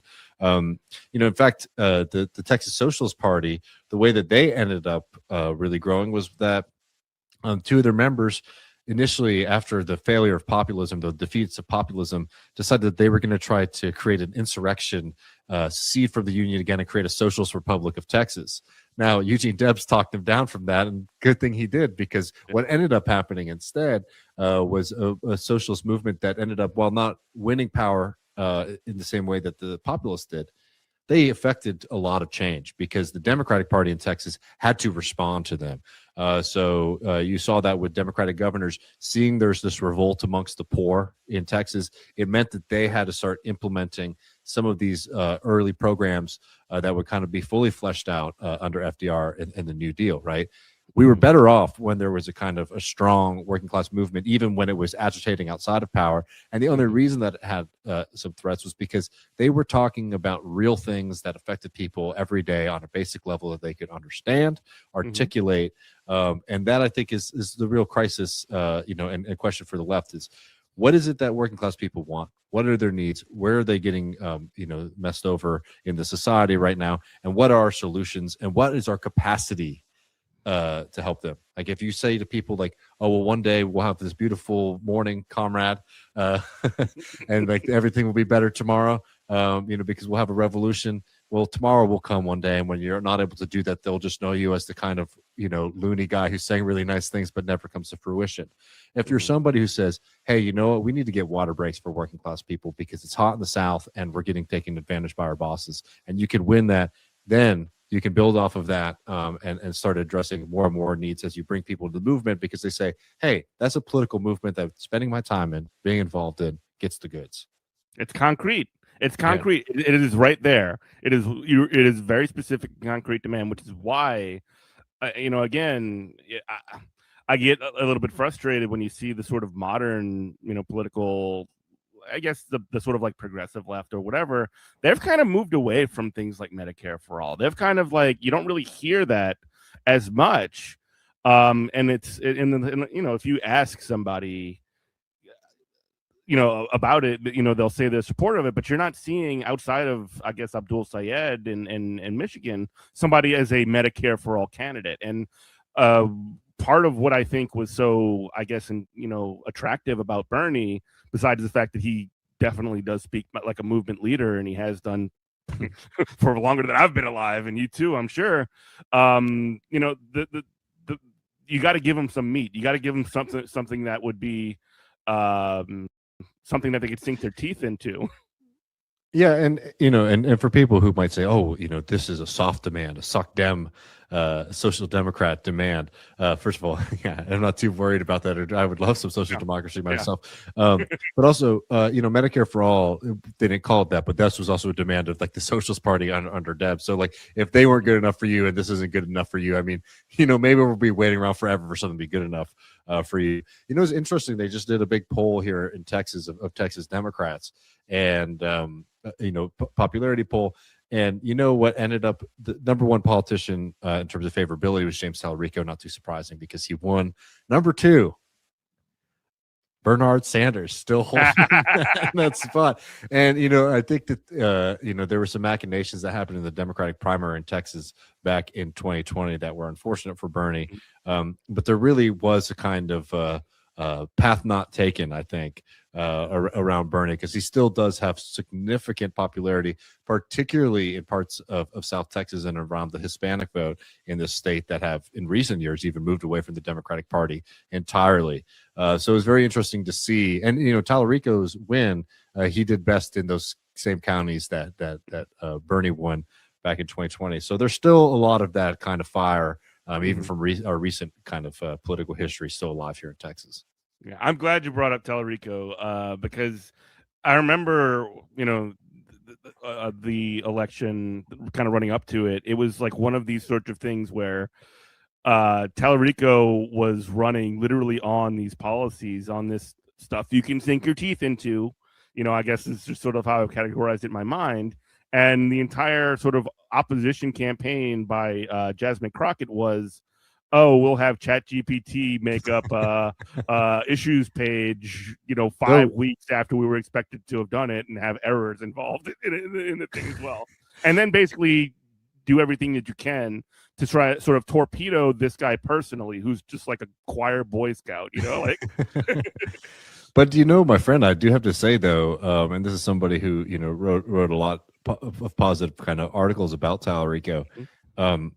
Crockett supports Medicare for all, and Tallarico doesn't.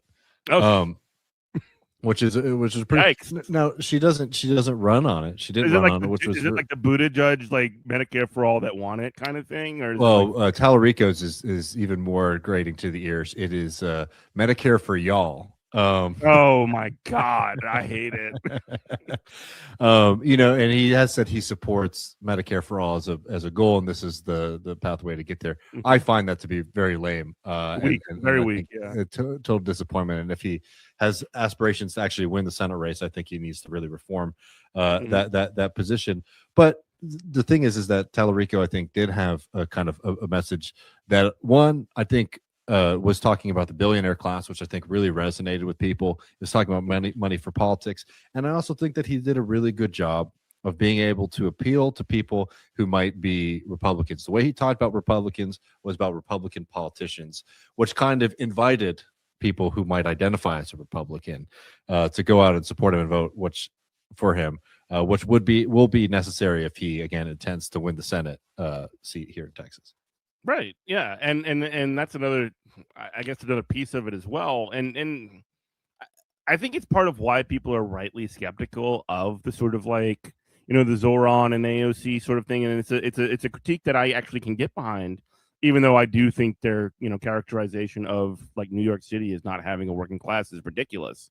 But like, there is a difference between New York and Texas, and there does need to be some sort of like differences in style and differences in approach that go on about these things. And it would be great to have case studies of folks that are not from, places like that. I mean, they do exist. Michigan's a great example of folks. Go ahead. I have a great one for you. Taylor Ramett. I don't know if you followed this at all, but Tarrant County, Texas, one of the largest Republican counties, urban counties in the country. Taylor Ramett flipped the Trump district overwhelmingly by focusing on this very much bread and butter kind of politics issue. I mean, really, I think proved the thesis that you can flip these Trump seats, running pro-union working class Democrats who speak everyday language and say to the culture war, hey, that doesn't really seem like the kind of thing that's affecting the price of groceries. I'm going to move on from it. Or even that he didn't win, but that Osborne fella in Nebraska as well, right? Yeah, and he's running again, and he's polling very well.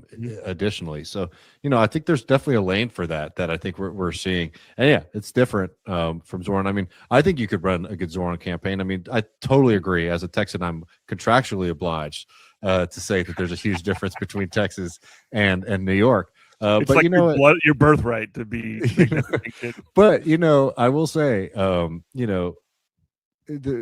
but I don't think that it's a New York value to say that the rent's too expensive. I don't think that it's a New York value to say that buses should be free. I don't think it's a New York value to say that we should, take care of our children and give them childcare. All those kind of things, I think that you could run. So yeah, maybe you don't run Zoran himself, but also Zoran polls very well in Texas. Yeah, no, he's super popular. What I mean to say is like there are some stylistic differences. No, 100%. I agree. Yeah. We do need to wrap it up, but David Griscom, you are the author of The Myth of Red Texas. You are also one of the hosts of the Jacobin Show. You are the host of Left Reckoning and so much more. Tell folks where they can find all of your. Do you have like any free time? Like, where can people find your projects and all the stuff that you're doing? Yeah, you can find me at social media. It's at David Griscom everywhere, Instagram, Twitter, etc. You can read more. You can pick up the book Myth of Red Texas at OR Books, and you can come see me at the Garden District Bookshop April 17th, 6 to 8. It's free and open to the public, but get there early if you want a book. I'll be there with Nathan Robinson of Current Affairs. Really excited to be back in New Orleans. And, you can keep up with me at Left Reckoning, Jacobin, davidgriscom.info if you want to keep up with the tour. And if Nicholas is listening to this, shout out, my brother. Hope to see you soon. All right. Well, thank you so much. As always, David, a pleasure to talk to you. Thank you, everyone, for listening to Good Morning Comrade. You can listen to us every Saturday at 10 a.m. on WHIV-LP New Orleans 102.3. You can also check out any of our platforms, Twitch, YouTube. You can also find us on this space on YouTube as well. Thank you so much for listening. We love you. Bye-bye.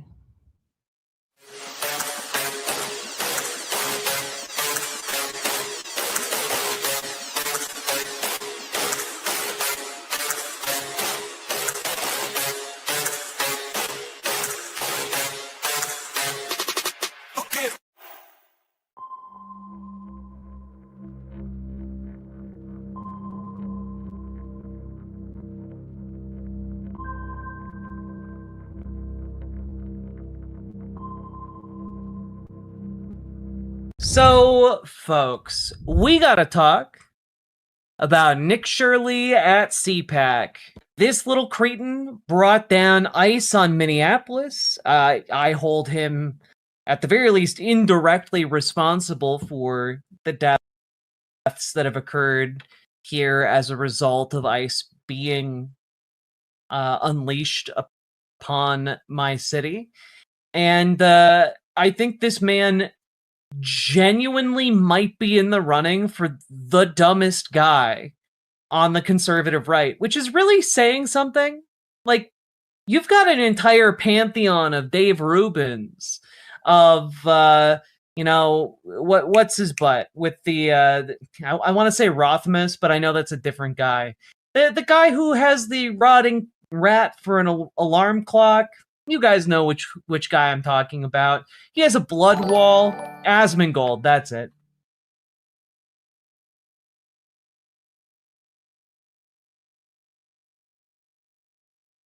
Keep doing what you do. Thank you, Northern make my Fox. nights so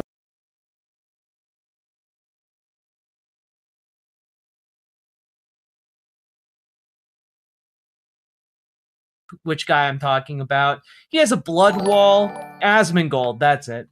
keep doing what you do. Thank you, Northern make my Fox. nights so much better and give me motivation to get active. Hell yeah. But let's dive into it. Let's see what Nick Shirley's big CPAC speech was about. You know, the guy who got famous somehow for knocking on the doors of child care institutions demanding to be presented with children and then crying fraud when they wouldn't show him kids at his whim when he showed up with 6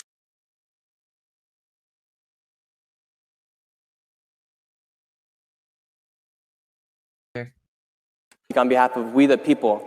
I think nowadays... Yeah, I speak on behalf of everybody, which is why I am at an extraordinarily partisan political conference. We can all agree that we all just want to live the American dream and have the best life possible.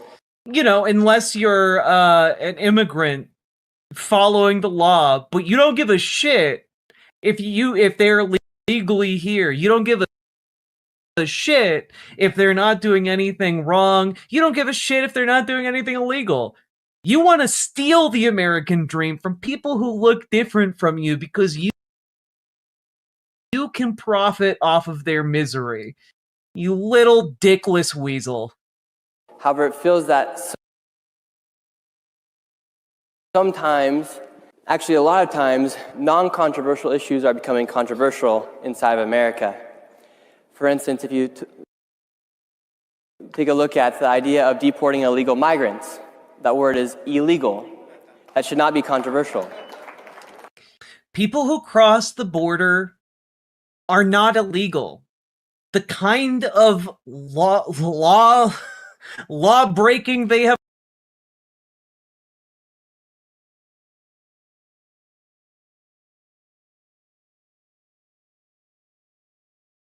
want to point out here, we're talking about like administrative misdemeanors. We're talking about issues that could be solved with like paperwork and paying like a fine.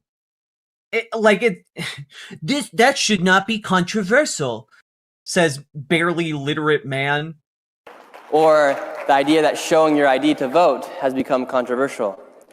People haven't had to show their ID to vote.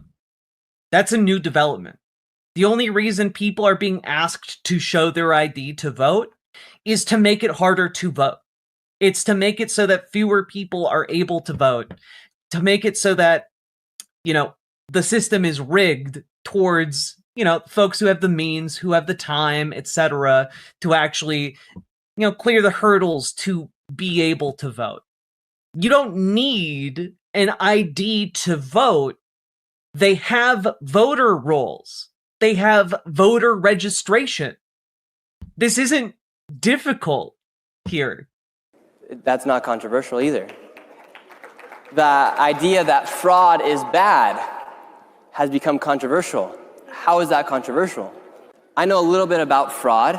How is that controversial? Well, because you're saying, well, it's not controversial in response to something that was literally pushed for by a lobbying organization representing a variety of different corporations, and the corporations that wanted voter ID laws were literally private prison corporations, the exact private prison corporations that, by the way, are profiting off of slave labor and also who are profiting off of the deportation of, or rather, not the deportation, the holding of people indefinitely awaiting their deportation.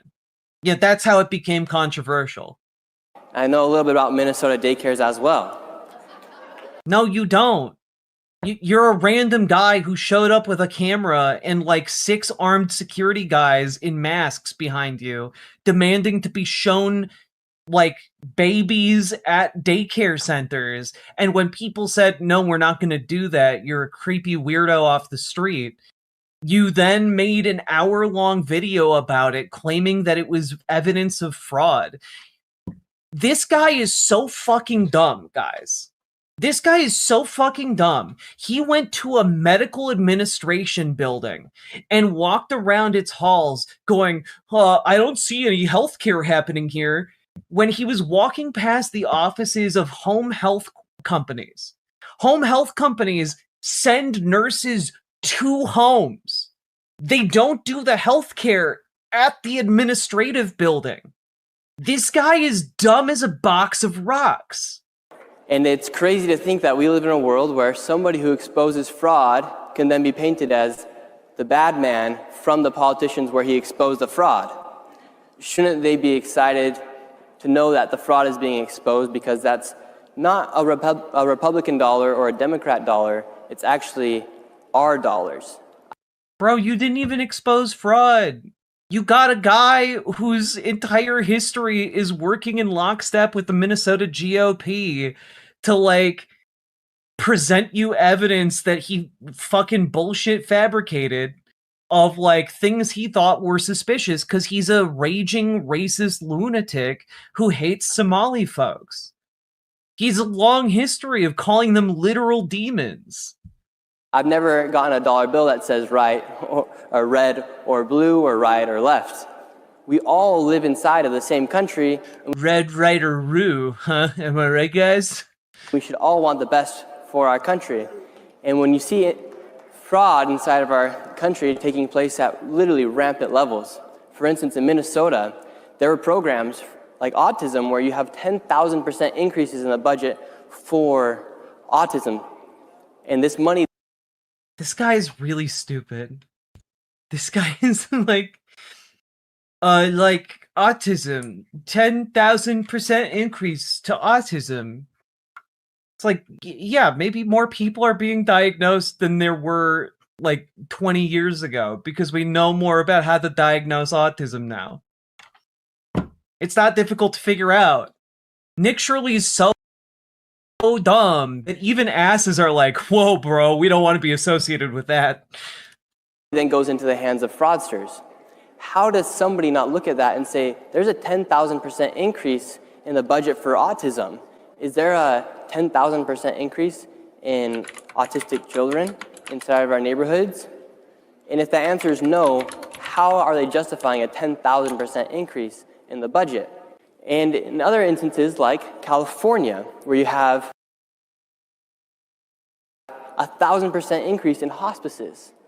Just in case anyone is curious, the rate of diagnosis of autism went from 1 in 150 to 1 in 31 over the course of 22 years because we got better at diagnosing autism.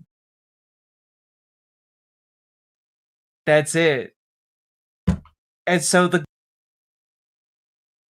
government increased the budget to provide assistance for people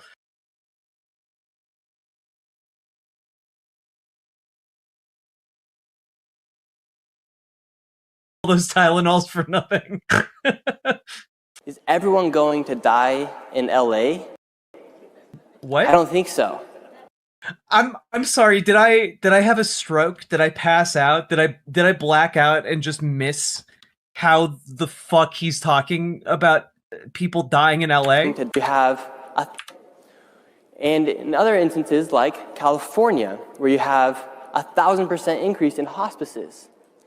Is everyone going to die in LA? Yes, people are in fact mortal. Everyone in LA will die at some point. And also, there's an increase in hospice care because more people are dying as the baby boomer generation gets older. This isn't difficult. This isn't difficult to understand, man. Like, more people are getting older right now than previously were getting older.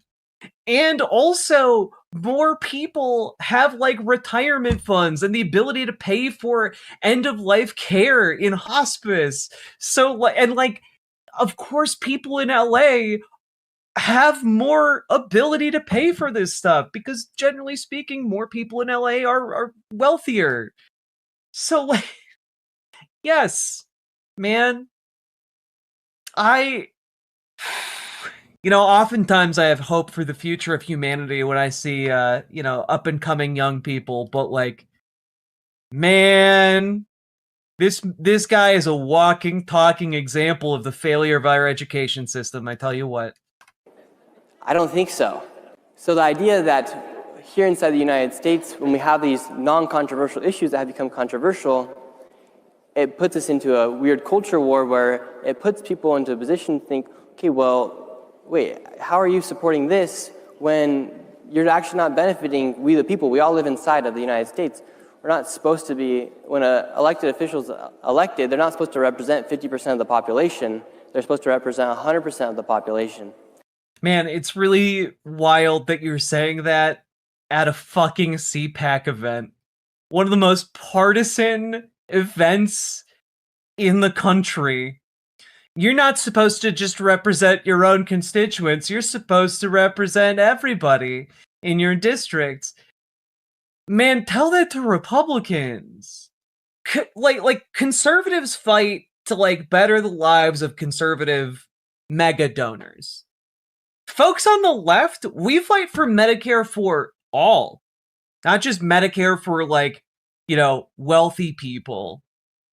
It's Medicare for all. And like, this guy's like, well, why can't you're supposed to represent everybody? You think Donald Trump fucking represents everybody, bud?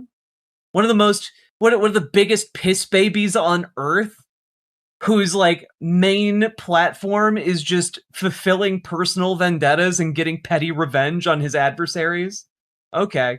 In an instance where fraud is taking place inside our country, each and every single person should want to crack down on that fraud. Because if we don't, these people can continue just to literally steal our dollars. And they steal our dollars, and then... I just want to say, you know what? I'm going to look it up right now. Okay? Okay, so just as an FYI, in the time since Nick Shirley dropped his fraud expose, no fraud has actually been demonstrated from any of these daycares. And they have been the target of investigation. So, just as an FYI, worth noting that, I suppose. They send it overseas, and once it's overseas, we can't ever get that money back. And that's something that I've learned as I've gone about exposing this fraud. And a lot of times, these people that are... That's not fraud. They're getting paid, and they're choosing to spend what they got paid by sending it back to their family. That's just having the freedom to move your own stuff around. Taking our tax dollars are foreigners who are not even from the United States of America, and they're stealing our money. And it's just been so crazy to see how in all 50 states there is fraud. However, it seems to be that most of the fraud is in a lot of these blue cities. And when you go out and expose the fraud, I mean, I think Gavin Newsom, he posted a photo of me the other day and had 10 cameras on me, an AI-generated image saying, "Where are the kids?" trying to depict me as a pervert for exposing fraud. How sick does a governor have to be to say that the kid exposing the fraud is the bad person? It's interesting how sometimes he's a man and other times he's a kid. He's a grown-ass adult, number one. Number two, you were knocking on doors of daycares demanding to be shown children.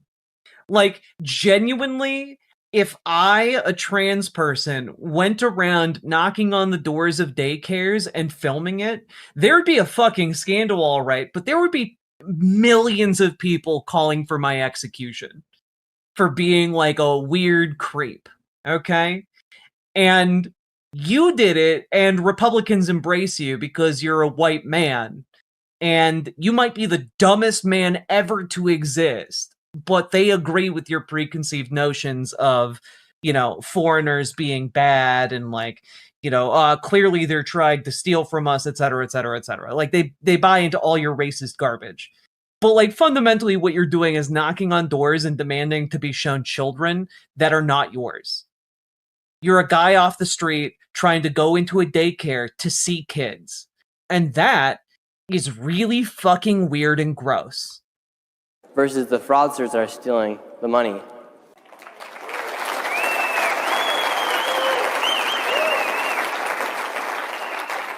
And going through this experience of exposing this fraud, I finally came to understand why, for instance, why they attack Elon Musk so hard, why they burn down his factories, or why they burn down his cars, or why they attack him so much when he was simply exposing fraud to help every single citizen.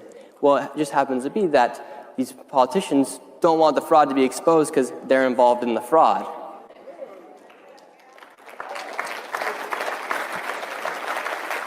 And man, even these guys are clapping like they know he's full of shit. Nowadays, since I've posted that video, my life has changed. It changed a little bit. I'm speaking here in front of all you guys, so thank you.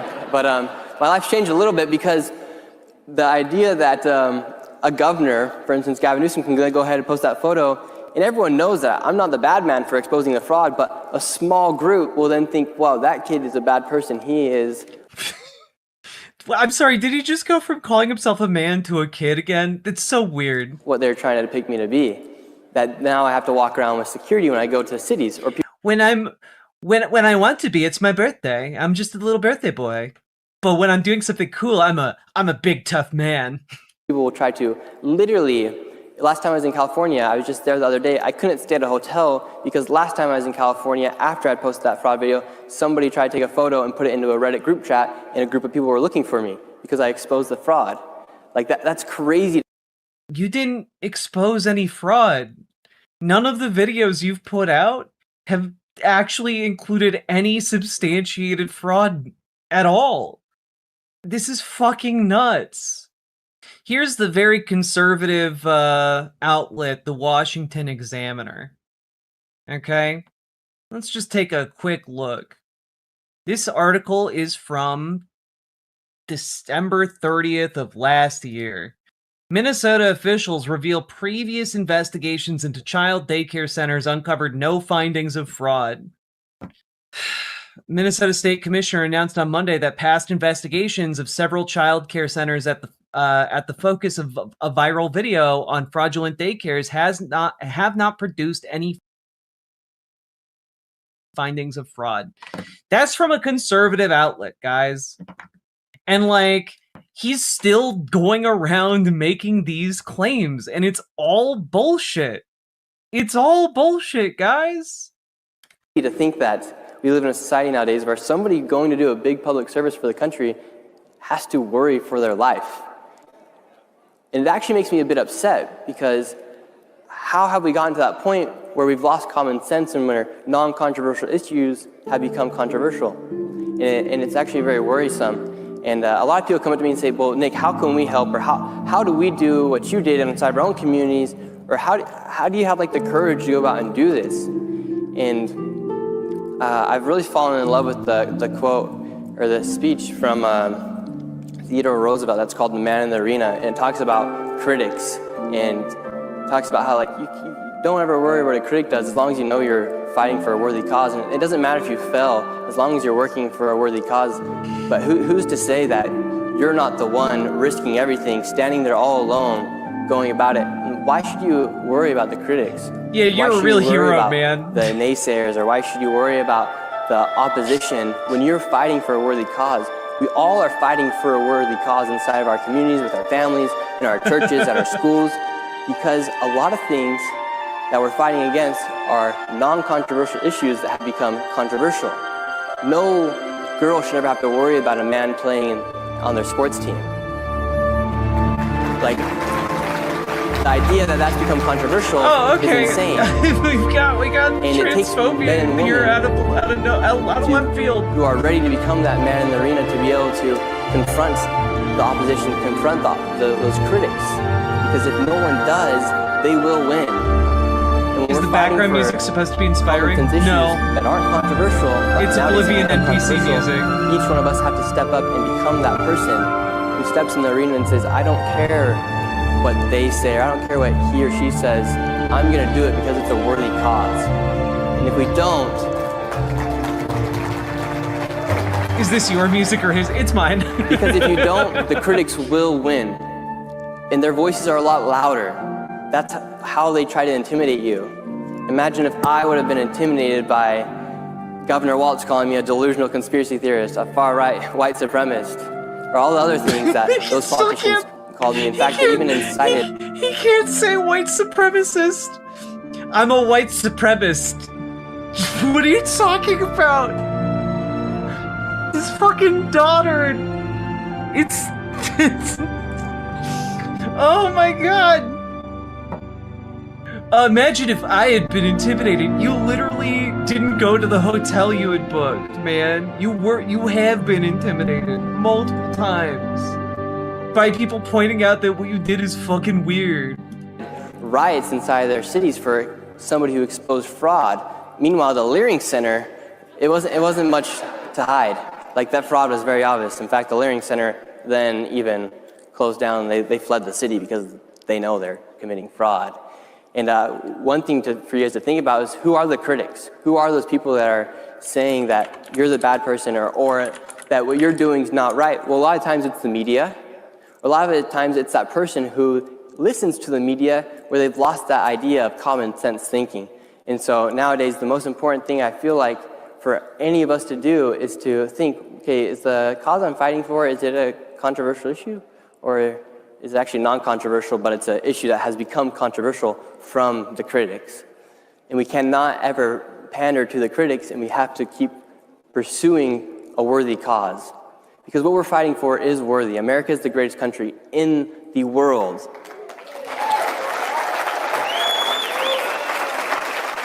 And people like to act like it's not, but meanwhile, all the other countries had thousands of years to do it. We had 250 years to do it. And whatever made us the greatest... What the fuck are you talking about?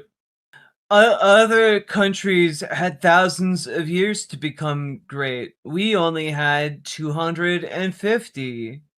We're so strong and big. No one can match how great we are when we are together and love America. This country in those 250 years, we need to make sure that it remains that same way, or else we will fall and the critics will win, and we will not stay the greatest country in the world. And so that's my message for you guys today, is to think, really, okay, what cause are we fighting for? Is it a worthy cause? Is it something that's actually not controversial, but maybe the mainstream media or a critic has told me that that's a controversial issue? And when you know it's not, fight and be ready to become the man or the woman in the arena, because if you don't, the critics... Wait a minute. Be ready to become the man or woman in the arena? Is Nick Shirley saying anyone can become a man or woman in the arena? Is what America's really about becoming a man or woman in the arena? It's non-binary erasure, but you know, I think this guy is accidentally being trans-affirming.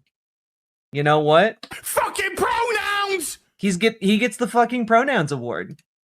Will win, and this is the greatest country in the world for a reason. We did it in 250 years. Everyone else had thousands of years to do it, and we did that. Oh my god, he's saying the stupid thing again. Why would you say it again? Why would you say this like it's a good point? Everywhere else had thousands of years to be great. America is just 250 years. Like, this is genuinely some of the dumbest shit I've ever seen conservatives slop up. This is sub Tim Pool level, and Tim Pool is maybe one of the, like, creates maybe the lowest common denominator conservative slop that's out there. You know? Like, get this man on a show with Dave Rubin and, I've already forgotten his name. Dave Rubin, What If Alt Hist, Nick Shirley, Tim Pool, and the Rat Man. Okay, get all of them on a show together and just watch the stupid fly. Okay, if we get them all in the same room, I have a theory that they're just going to collapse into one another like a black hole. It's going to look like a dying star in there. All right, it's just going to implode the earth. And honestly, we might deserve that fate.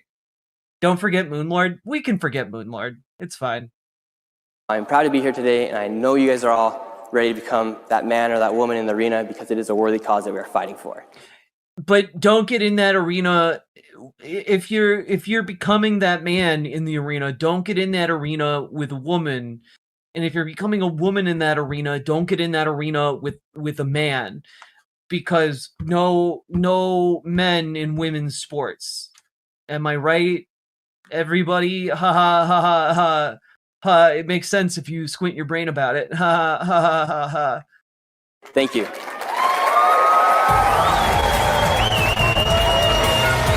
Also, that people are going to describe Nick Shirley as like this brilliant up-and-coming content creator. And I want you to search your heart. Was that the whole speech? That was the whole speech. I want you guys to search your heart. Was there anything impressive about that man? Was there anything insightful? Was there anything interesting that he said? Or was it maybe one of the most boring speeches you've ever heard? And also, his ideas were stupid, stale, and bad. Like, even by conservative standards. Like, I don't know how they're gonna pull off treating this guy like he is the wrinkliest brained boy in the room, but I am excited to see them try to bend over backwards to call this guy, who is so clearly an unintelligent and uninterested slop bag of a human. I'm interested to see how they're going to try and sell him as like the smartest boy. Guys, you need to organize. You need to organize. We can't let this guy beat us. This is our opposition. Okay, when we're talking about organizing folks in the Democratic Party, kicking out centrists, kicking out establishment Dems, and making our Democratic Party more progressive and more pro-working class, when we talk about organizing with labor unions through the DSA and making DSA more effective, we are talking about beating the kind of money that props up a guy who is that fucking dumb and tries to sell him as the newest intellectual hotshot. Okay? So I want you to look at that and think to yourselves, I could do better than that if I was uncaffeinated and operating on 5 minutes of sleep. Okay? I want you to look at that and be like, yeah, I could show up and knock on some doors to make sure this guy gets nowhere near power. Yeah, I could show up and phone bank. I could show up and volunteer. I could make things happen. Okay? And like, I want you guys to start asking yourselves, can I show up at my local Democratic meetings once a month? Can I show up at my local DSA meetings once a month and like make that happen? Because I think a lot of folks can. I think a lot of you want to. You have the agency to change your local political space and make sure no one like Nick Shirley can ever get remotely close to power ever again in your city, in your town, in your county, in your state. You can make sure that that never happens. Okay? So organize, folks. Organize, organize, organize.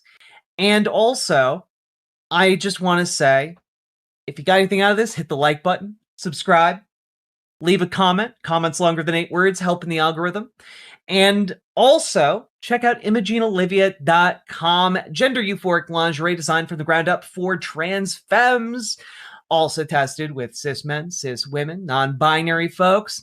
It is comfortable, non-tucking lingerie that is sexy and also just cool as shit. It's very comfortable. I'm wearing it right now. I've been wearing it throughout the entire show. It's wonderful.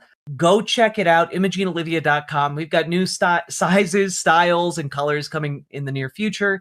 And also, you know what? Check it out because, you know what? Knowing it exists would piss off someone like Nick Shirley, whose entire career is going to be built off of bigotry from here on out. You know, check it out. Make some cool stuff happen. And, you know, if you are an ally and someone you love or know is trans, you can also buy them a gift card over there. So check it out. Link down in the doobly-doo. Let's keep on going.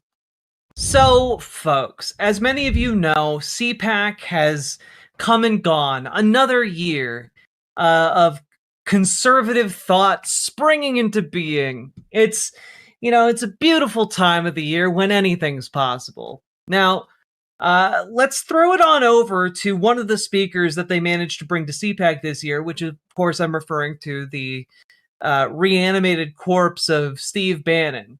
You might be thinking, wait, Steve Bannon? He died? And yeah, have you ever seen Steve Bannon? He's constantly in a state of decay. And many of you remember Steve Bannon was Trump's lead campaign strategist for 2016 to get him elected the first time.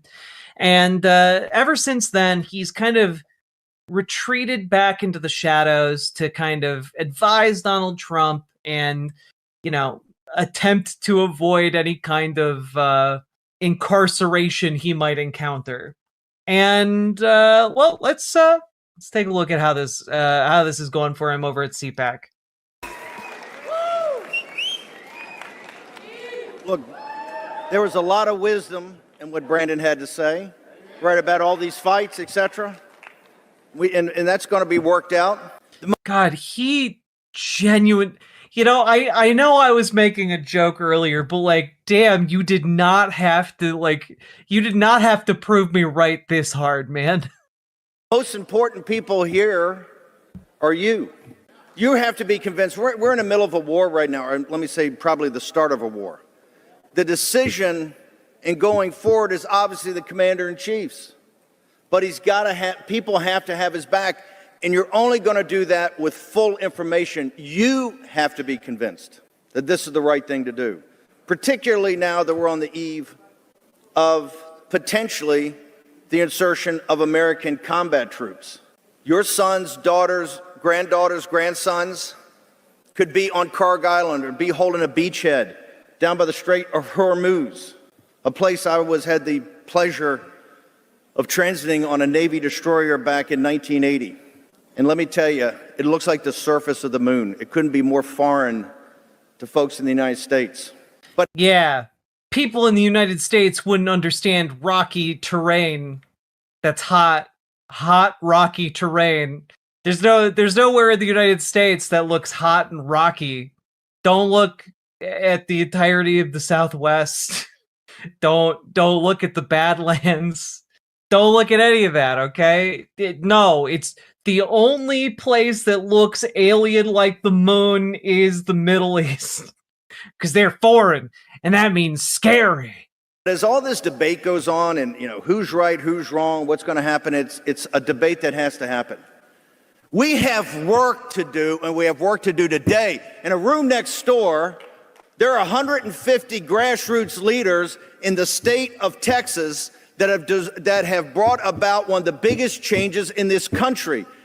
Can I just say I admire Steve Bannon's ability to just like start up and say, now guys, the only way we can really decide if we should be going to war is if we have full information, something that is absolutely not going to happen.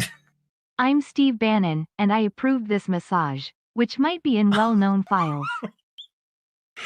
Oh God, I'm not gonna lie. I've been so wrapped up in like Iran war stuff that I forgot Steve Bannon was in the files. I genuinely forgot. I didn't forget, Donald Trump's in the files, but I did forget this guy was in the files. He hung out a freakish amount with Jeffrey Epstein. Like, the photographs they're in together really implicate him. Also, Sake Tanuki, thank you for the 5 tier 1 subs. He's all over those things with lots of pictures. He's in a lot of pictures that have very disturbing pictures in them. Like he's in the photograph, but then like in the photograph you can see other pictures like on Jeffrey Epstein's desk or wall or something that look like very young girls, and it's really disturbing. Passed a Proposition 10 to ban Sharia. Sorry, I got distracted by that, but I admire Steve Bannon's ability to basically just say, this thing that will never happen is what's required for us to know how to proceed. But just keep in mind, it's really alien and scary out there, and your kid might be set to go die on a beach, which is basically as close as he can get to, this is a bad idea and we shouldn't do it. But like, he did it in such a non-confrontational way that I doubt most people listening understood what he was saying or why he was saying it, A law in the state of Texas. Also, I'm sorry. I know I'm being real pause champ right now, but like, passed a Proposition 10 to ban Sharia law in the state of Texas. Conservatives, you need it in Texas. You felt the need to pass a law to ban Sharia law. How do you think that Sharia law was going to be implemented in Texas? What's the via what mechanism exactly? Like, is there a sizable Muslim population in Texas that I'm unaware of and was seeking to institute theocratic reforms? Because, I know that there is a sizable group of people in Texas seeking to get theocratic reforms passed. They're just not Muslim. And most of them are very conservative. Starting with no resources and no support. They got almost 2 million votes. That's the work we need today. Because I'll tell you what, a bigger threat to this country right now. I thought conservatives were all about freedom of religion. They are, until you want to be free of their religion, and then they get really upset about it. Is in City Hall in New York City, in these mosques in North Texas. I know I'm pausing after every half sentence that is out of his mouth, but you got a room full of people who ostensibly stand for the Constitution so hard that some of them have it literally tattooed on their bodies. And yet you have these people hooting and hollering about essentially banning churches in Texas. That's crazy. If you just tweak it, you're like, you want to ban churches? These people would have a heart attack. They would have a heart attack at the idea of the government banning a church. But the second it's a mosque, something scary and foreign, then suddenly they're all aboard. The double standard and hypocrisy are genuinely disgusting to me. The Dallas Morning News, normally I'll bring up as a heuristic device the Financial Times or the Wall Street Journal, but here it's the... You don't get it the moment they built the mosque, they took control of the tile? Oh no. This is the Dallas Morning News. Paxton Cornyn divided on CPAC, right? Cornyn's not coming. You know why? He didn't think you were important enough to talk to.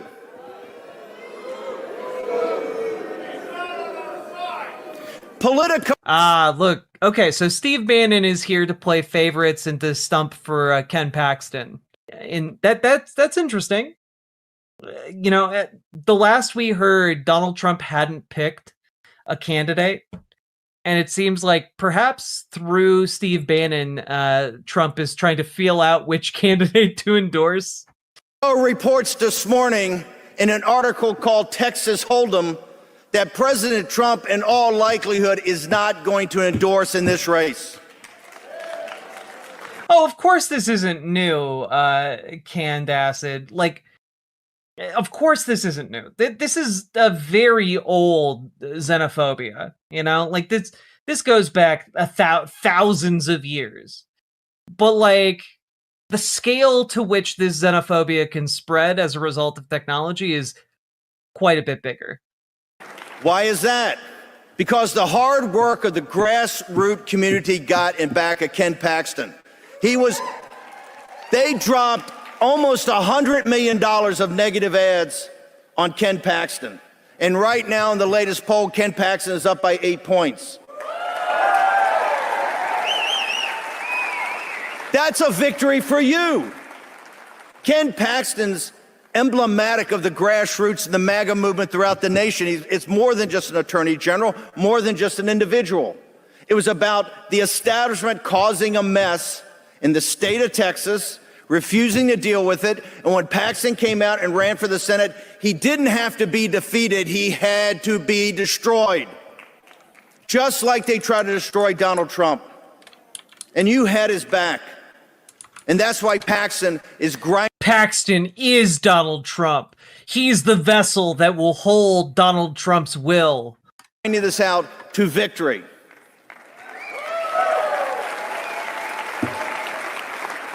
I also believe there needs to be a major investigation of the Cornyn political op. Can I just, part of the reason he has to draw the parallel between Ken Paxton and Donald Trump is because Ken Paxton is like hopelessly corrupt. Like Texas's conservative GOP legislature attempted to impeach him for many different many different scandals. The House actually successfully impeached him, and the Senate only barely acquitted him.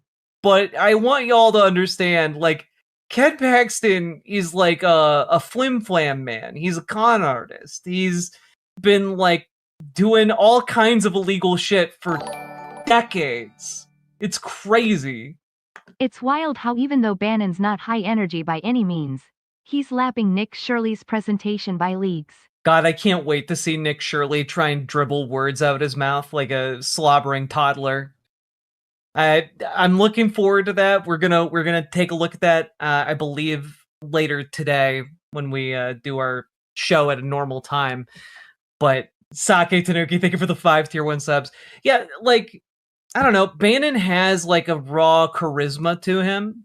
Like, I don't think it's like I don't find him fun to watch by any means, but like he's a guy who actually believes something and has bothered to like read books and figure out how to orate and have rhetorical skills in order to present those arguments. And like Nick Shirley is none of those things. Operation, how they raised this money, who put the money in, and how the money was spent to destroy Ken Paxton. It's not acceptable. The grassroots are winning all over the place. Look in the state of Virginia, the Commonwealth of Virginia. They're trying to shift the House to be 10-1. Hey, Jaeger Larson, thank you for giving Konami Kun the Alpha a sub. Appreciate it. The Republican establishment there absolutely epically failed, and then Youngkin walked away after a horrible putting forward a campaign this last election cycle. The grassroots under Jeff Ryer, a grassroots chairman of the GOP in Virginia and the Commonwealth, have got thousands of grassroots volunteers, people just like yourself, going door to door right now. And Spamberger's landslide on April 21st looks like she could be defeated. So her entire plan to flip the House and impeach Trump and become Newsom's vice president is being thwarted right now by grassroots people. In a courtroom in Georgia right now, they've got the toughest, most expensive lawyers from the left, Norm Eisen and Abby Lowell, in a 5-hour evidentiary hearing. What? To get the evidence back, to get the ballots back. Why? The 2020 election was stolen from Donald Trump, and they know it. Carrot Calico, thank you for the 20 knock. Appreciate you. I just want to say here, like, when this is all said and done, after 2028, there is going to need to be, like, a Truth and Reconciliation Commission, right? There's going to need to be accountability for people who have gone into public and lied so blatantly and so brazenly, repeatedly for years. This is like an unacceptable and unsustainable rate of falsehood for us to like be able to continue on as a society. Well, he obviously knows it's bullshit, but to him, like, the thing to understand about Steve Bannon is that he is a true believer in a fascist cause. You know, he believes in an authoritarian leader. He believes in that hierarchy, right? And like, he is hoping to get someone who is easy to control into office so that he can like mold them and shape them. And that's what he had hoped Donald Trump would be. And now Donald Trump is going away, and there's going to be no one to protect him anymore. There's going to be no one to protect Steve Bannon, and he knows he's kind of fucked if that happens. Because we need to, when we organize, and I do want everyone to organize, you know, organize with your local Dems, organize with your local DSA, make your Dems more radical and progressive, make your DSA more effective. Do those things, join our Discord, etc., etc., etc. Do the thing, or come over to riffaboutthat.gg and talk to GamerG and Dragonfly. Do those things. That's my plug. It's in the middle. Unexpected. Charming. Maybe. And remember to like, comment, and subscribe. Okay, but that being said, did not intend to throw that in there, but I did. That being said here, like, let's just get back to this. I lost my train of thought. Dang it! The shilling lost my train. You think they have them down there and just like in this room, grassroots people fought for 6 years. They Oh yeah, okay. Found the train again. He knows he's lying, but there needs to be accountability for people who lie like this, especially for people in elected office who lie like this. And there are many who do. But like, this type of brazenness is going to and is destroying the information ecosystem and leading to this polarization in America and this idea that like people are just living in fantasy now, that people aren't basing their ideas on anything. It's just vibes. It's all vibes-based politics. And for someone like Steve Bannon, that's perfect, because he can take advantage of just vibes, you know? Threaten them with prison. They threaten them with bankruptcy. They threaten them to lose their jobs, lose their families, all of it. And those heroes stood in the breach. And now we have the evidence. We have the evidence that the Republican establishment did not want you to see. That the 2020... Like, this is what I mean. It's nuts. Also, Quasi-Spec, thank you for the 1,000 bits over on Twitch. Appreciated. But now he's alleging it's not just like the Democrats that are in on it. The Republicans don't want you to see the real evidence of election tampering in the 2020 election. Like, that's crazy. He's now alleging the conspiracy's even bigger. Not to be an asshole, but when Bannon bites the big one, I won't feel bad or anything because of the shit he's done. That's fine. You owe no one your grief. You owe no one your tears. The election was stolen from Trump.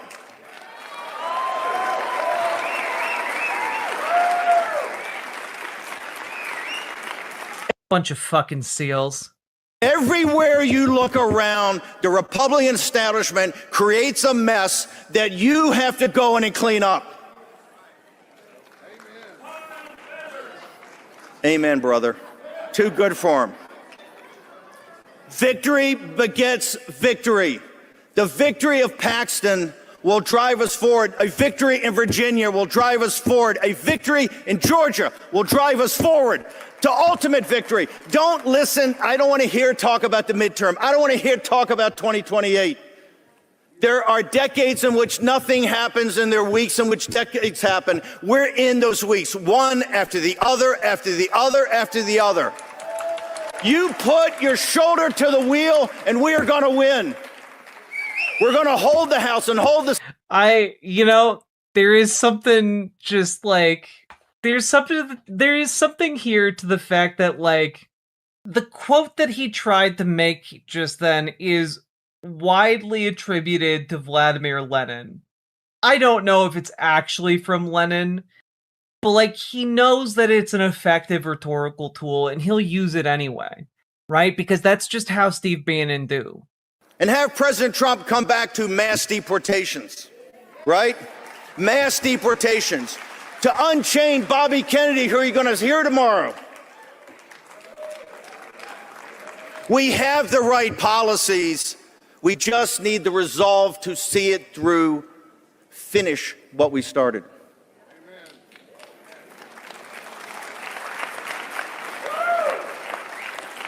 Over a year ago, when Matt and Mercy decided that D.C. wasn't the right place for CPAC, they picked Texas. How providential was that? Given what happened on Proposition 10, given this long shot bet of Ken Paxton right here, right now. And you know why? The state of Texas is the jewel in the crown of the union. Where Texas goes, so goes the nation, and where the nation goes, so goes the world. Now, there have been people here that I highly respect, guys like Josh Hammer.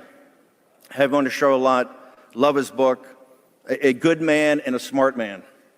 But came up yesterday and attacking MTG and Matt Gaetz and Megyn Kelly and Tucker. What? Who could ever have anything negative to say about Matt Gaetz? A guy who was investigated and found very, very much guilty of trafficking a 19-year-old. Or, sorry, was she even younger than that? A teenager? I don't know. Let's just take a look. Matt Gaetz, how's he doing?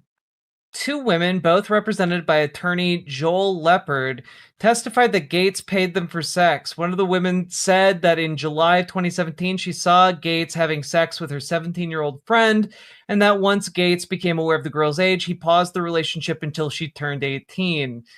The woman, who was 17 at the time of the incident, told the House Ethics Committee that she had 2 sexual encounters with Gaetz at the same party. Cool guy to have speaking at CPAC. But you know what? It's not surprising that Steve Bannon, good personal friend of Jeffrey Epstein, wouldn't have a problem with that. What's important is not Candace and Tucker and Megyn Kelly or Mark Levin and Ben Shapiro. What is important is you.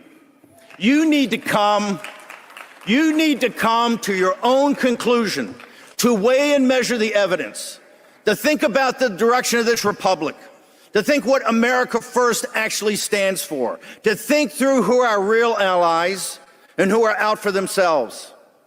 And most importantly, you need to think about a country that puts American citizens first, that American citizens have priority over everything.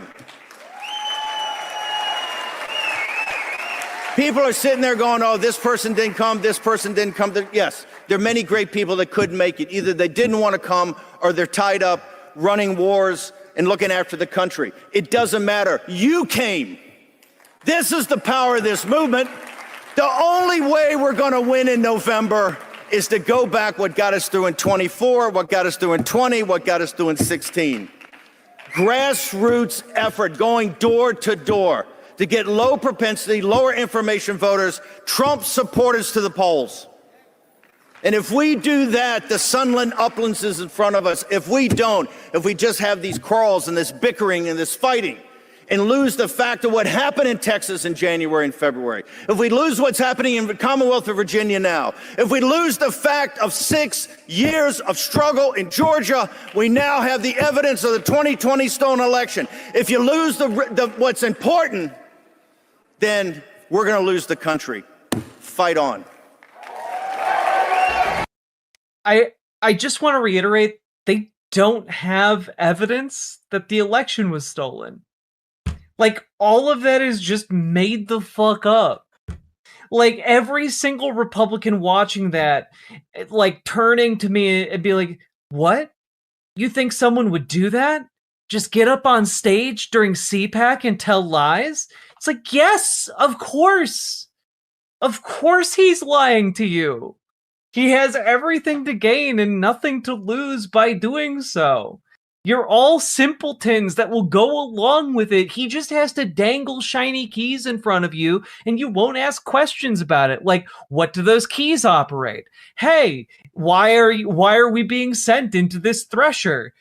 I don't know, but you know what? He tells us there's some good ice cream in there, so I believe him. Like, you guys are saps, man.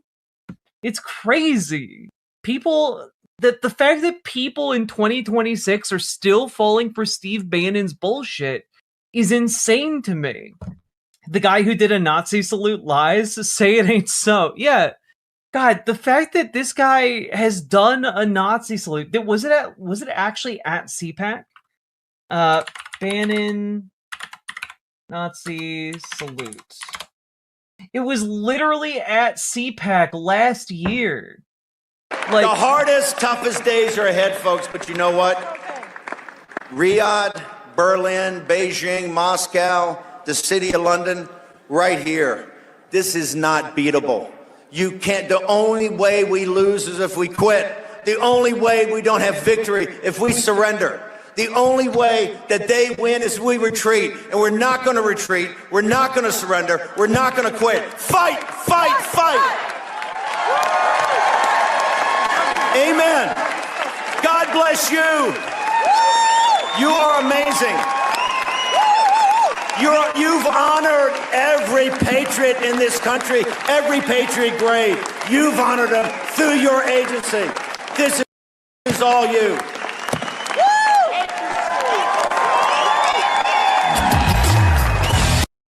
Yeah, so, you know, after that rousing,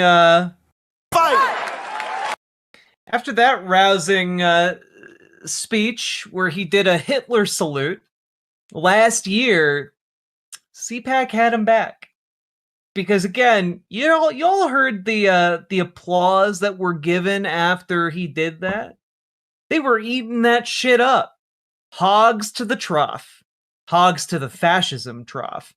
And so what we're looking at here is just, well, I think a bit heartening, because you can see how he ended that speech, and people just hooting, hollering, clapping for him. You know, they love that he did that little Nazi salute. You know, like, compare this to this. It's the country. Fight on. Like, mostly empty seats, but like. CPAC last year, they were running off that high of just getting Donald Trump elected, and now it's all empty out here.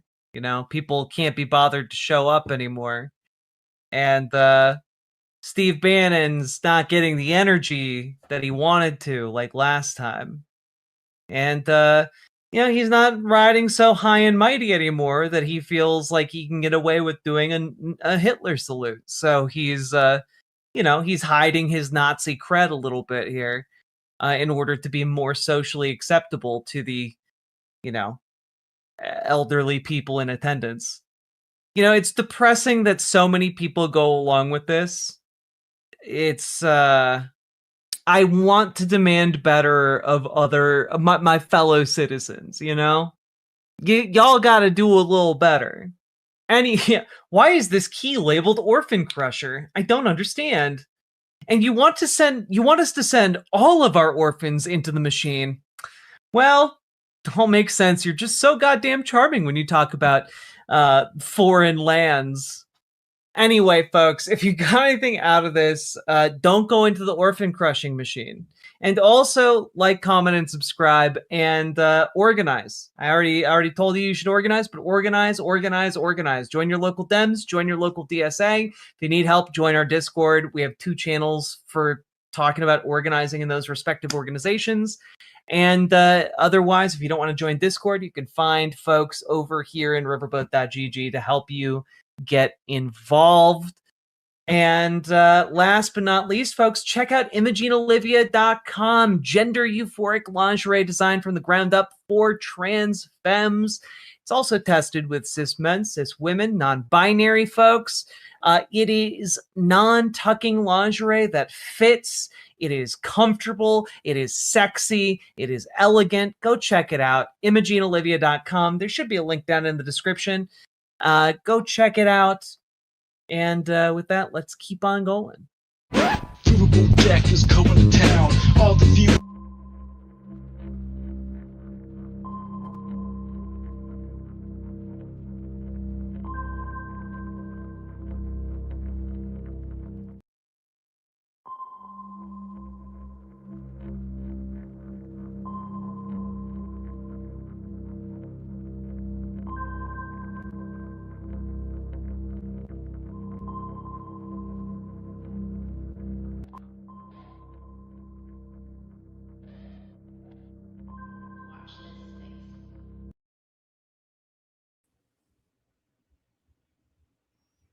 Hello, folks, and welcome to Devil's Advocate Productions. On this space, am I frozen? Kind of, a little bit, at least on my end. How you doing, folks? Welcome to Devil's Advocate Productions. On this space, I'm Alex. I'm the Devil's Advocate. I talk about movies, music, TV, video games, and politics, whatever I feel like talking about on this space, on this channel, at this time. Sometimes at other times, like tomorrow. I'll be here at 7 p.m. tomorrow with Dieter, as always. Shout out chat. We got Johnny, we got Jet. So good at cutting clips. Again, Nick behind the scenes, producer Nick. We got everybody over here at this space is doing fantastically. We love it. It's amazing. Okay. Jet literally just said, "Hey man, I cut this video of you. Do you like this thumbnail? We're working together." Okay. I was streaming Crimson Desert a couple days ago. I can't get enough of Crimson Desert. And Johnny was in the chat. Etch was in the chat. Pinkerbell was in the chat. I love the community that we're fostering over here. It is fantastic. Our Lord and Savior, Matt Letterhack, will be back at some point. I don't know when. It's been a while. I'm getting worried, but I know it's going to be fine. He's working on a comic book. He's doing great. Okay. We got a lot of stories to talk about. Matter of fact, Johnny, give us a retweet and a reskeet that we're live over here. And if we can get a retweet and a reskeet of that video that Jet just published, that would be fantastic as well. I will give those some retweets as well. But I just want to let y'all know before we get started here what I've been working on today. Well, this weekend. Damn, dude, my boys review 197 views. That's pretty good for one of my movie reviews. 60 views on the Mario Galaxy movie. Okay, all right. But this weekend, I listened to Momo Boyd. Momo Boyd, if you don't know, beautiful black lady. She was on Kendrick Lamar's cousin Baby Keem's album. Baby Keem had a song called Good Flirts that featured Momo Boyd on the hook and Kendrick Lamar and one of the verses. Great song, doing numbers on the charts. She's got an album out. It's country. I wrote it as country. I should really call it folk. It's folk music. It's really good. It's 7 songs. It's a blast. Very like heartwarming and just like again, a nice little differentiation in what is a lot of rap music on my channel. Marlon Craft, speaking of rap music, his album just came out. The Internet Killed the Neighborhood. Very in touch with what we talk about here a lot. And he's doing a show on Friday that I'm going to because it's $30 and like, hey, screw it. I like this guy. I'm a new fan. Let me come see him live. Fantastic. I did Jay-Z's Reasonable Doubt because I never listened to Jay-Z before. So I did his first album. And today I put out Kanye's third album, Graduation, the third and final in the trilogy of his beginnings, because college dropout, late registration, graduation, right? That's the big trilogy. And I said Kanye's classic trilogy sucks in the thumbnail to get people to click on it, and of course.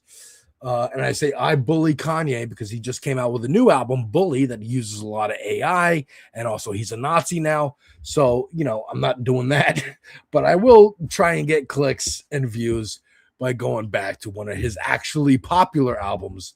And boy, I was not in a good mood today, and I kind of took it out on Kanye, which, if I'm going to take it out on anybody, it might as well be him.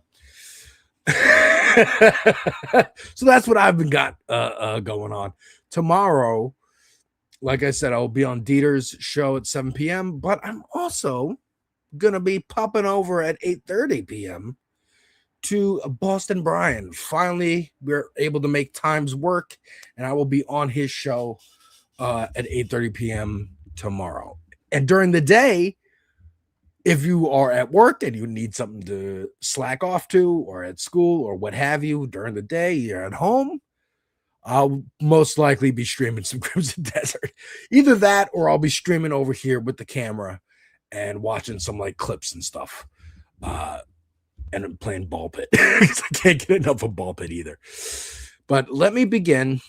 As I often do nowadays, unfortunately, with some Israel news, because we love Israel over here. We just love it. Again, I am Jewish. I am half Jewish, half Christian, half black, half white. I separate those out because religion cannot be passed down. It is not a gene. It is not an ethnicity. It is an ideology. It is a belief system. You cannot be born Christian any more than you can be born Republican or Democratic or whatever. But yeah, so last week, I think it was last week, I played a clip of Megyn Kelly talking to Emily Jaginski from Breaking Points, because Emily's, I guess, a co-host on the Megyn Kelly Sirius XM show. And she said, I don't care, because it was Monday. It was last Tuesday. It was last Tuesday, and I was on here, and I called an impromptu live show with Carly Wynn, and who else did we have? We had Jake pop in for a second, but it was Carly Wynn. Oh, and Carlos from A Difficult Truth, who will be up next. And Megyn Kelly said, I don't care if Trump nukes Iran. I'm a Fifth Avenue voter. And now we have Megyn Kelly flipping the script and going back on what she said literally a week ago. Trump watched us learn it. And so what led Trump, at 79 years old, to sit in there in that Situation Room when Bibi Netanyahu was seated as an equal? Yeah. Trump didn't even sit at the head of the table. Trump sat at the side of the table, and Bibi was across from him as an equal in the American Situation Room. All right. So again, she's offended at the seating arrangement. She's offended at the seating arrangement that Netanyahu was at the head of the table and Trump was at the side of the table. Imagery is the only thing that gets these fucking idiots to freak out, because again, they're surface level, they're shallow. That's it. For the last goddamn time, I'm going to mention, I love Mehdi Hassan, but I cannot stand him doing this. I can't believe I find myself agreeing with every word of this from Megyn Kelly. Stop doing the thing. Stop the meme of the worst person you know just made a good point. Stop it. They didn't make a good point. They didn't. They repeated what they heard you say because they don't mean it. I just heard Tucker Carlson talking about, who is it? Ben Shapiro posted an AI image of Tucker Carlson with a turban being oh, he loves Islam. And Tucker Carlson is going, do you know how much Muslim people actually like Christ because Christ is considered a prophet and blah, blah, blah. Dude, Tucker Carlson, who was on MSNBC during 2001, 2002, the lead up to Iraq and Afghanistan, the lead up to Afghanistan. I forget that Afghanistan was first, and then 2 years later, Iraq. To me, it was like at the same time. But no, both times they decided he advocated for war with these countries. I'm in 7th, 8th, 6th, 5th grade, being ambiguous for the internet. I'm a kid when 9/11 happens. 9/11 happens in my fucking city, to my fucking buildings. Okay, I love the fucking Twin Towers. I hate the goddamn Freedom Tower. I wish they just rebuilt the Twin Towers. That would be a 2 middle finger fuck you to fucking Al Qaeda or whatever the fuck. Okay, don't make a new thing. Just build the ones that were already there. God damn it, it looks better. Anyways, but that's service level. That's aesthetics. As a kid, I remember Bush coming on TV and being like, "Hey, who did this?" Because we didn't know. It could have been an accident for all we knew. The only reason we kind of knew that it was on purpose was because the second tower got hit by a different plane. That felt deliberate. We didn't know for certain until Bush came on TV and said it was Osama bin Laden, someone you never heard of. It was his gang of assholes called Al Qaeda, also a group you never heard of, and they happen to be hiding out in a country in the Middle East called Afghanistan, a country I, as a kid, had never heard of. So that's three fucking things. Three things that I never heard of, and I had the wherewithal, as a kid who didn't give a shit about anything, any politics, didn't give a shit about human life. To me, human life was a fucking virus. Don't get me started on the Matrix Reloaded and how that fucked up my brain for a time there. But I didn't give a fuck about whom you like. And I had the wherewithal to be like, okay, so it's this guy and a gang of assholes. Go send 100 Marines and like tell Afghanistan you're going. Tell them who you're looking for. I'm sure they'll comply and work with us and hand him over if they found him. Go get this guy. Arrest him, kill him. I don't give a shit. Not start a war with the country where they're hiding out, because they could be hiding out anywhere. What if they were in France? We're going to start a fucking war with France? We almost did, because they wouldn't join our war in Iraq. We renamed French fries freedom fries for that. Maybe we would have gone to war with France. Dude, I'm hot today. It's like 80 degrees here in New York, dude. I swear to God, climate change is going to kill us all. I had the wherewithal to be like, don't go to war with a country when I'm a fucking kid. And these lunatics now are just gushing over it, including Chuck Schumer. The bottom line is that... What's the bottom line? Iran still has its nuclear stockpile. Its nuclear ambitions. Iran still. Bro, you're not even talking to the mic. So what Chucky is saying here is basically, again, I knew it the moment I said it last week. Trump doesn't do anything. Schumer's going to come out here and be like, Taco Trump. Trump chickens out again because Schumer wants the war with Iran. Schumer is as invested as Netanyahu.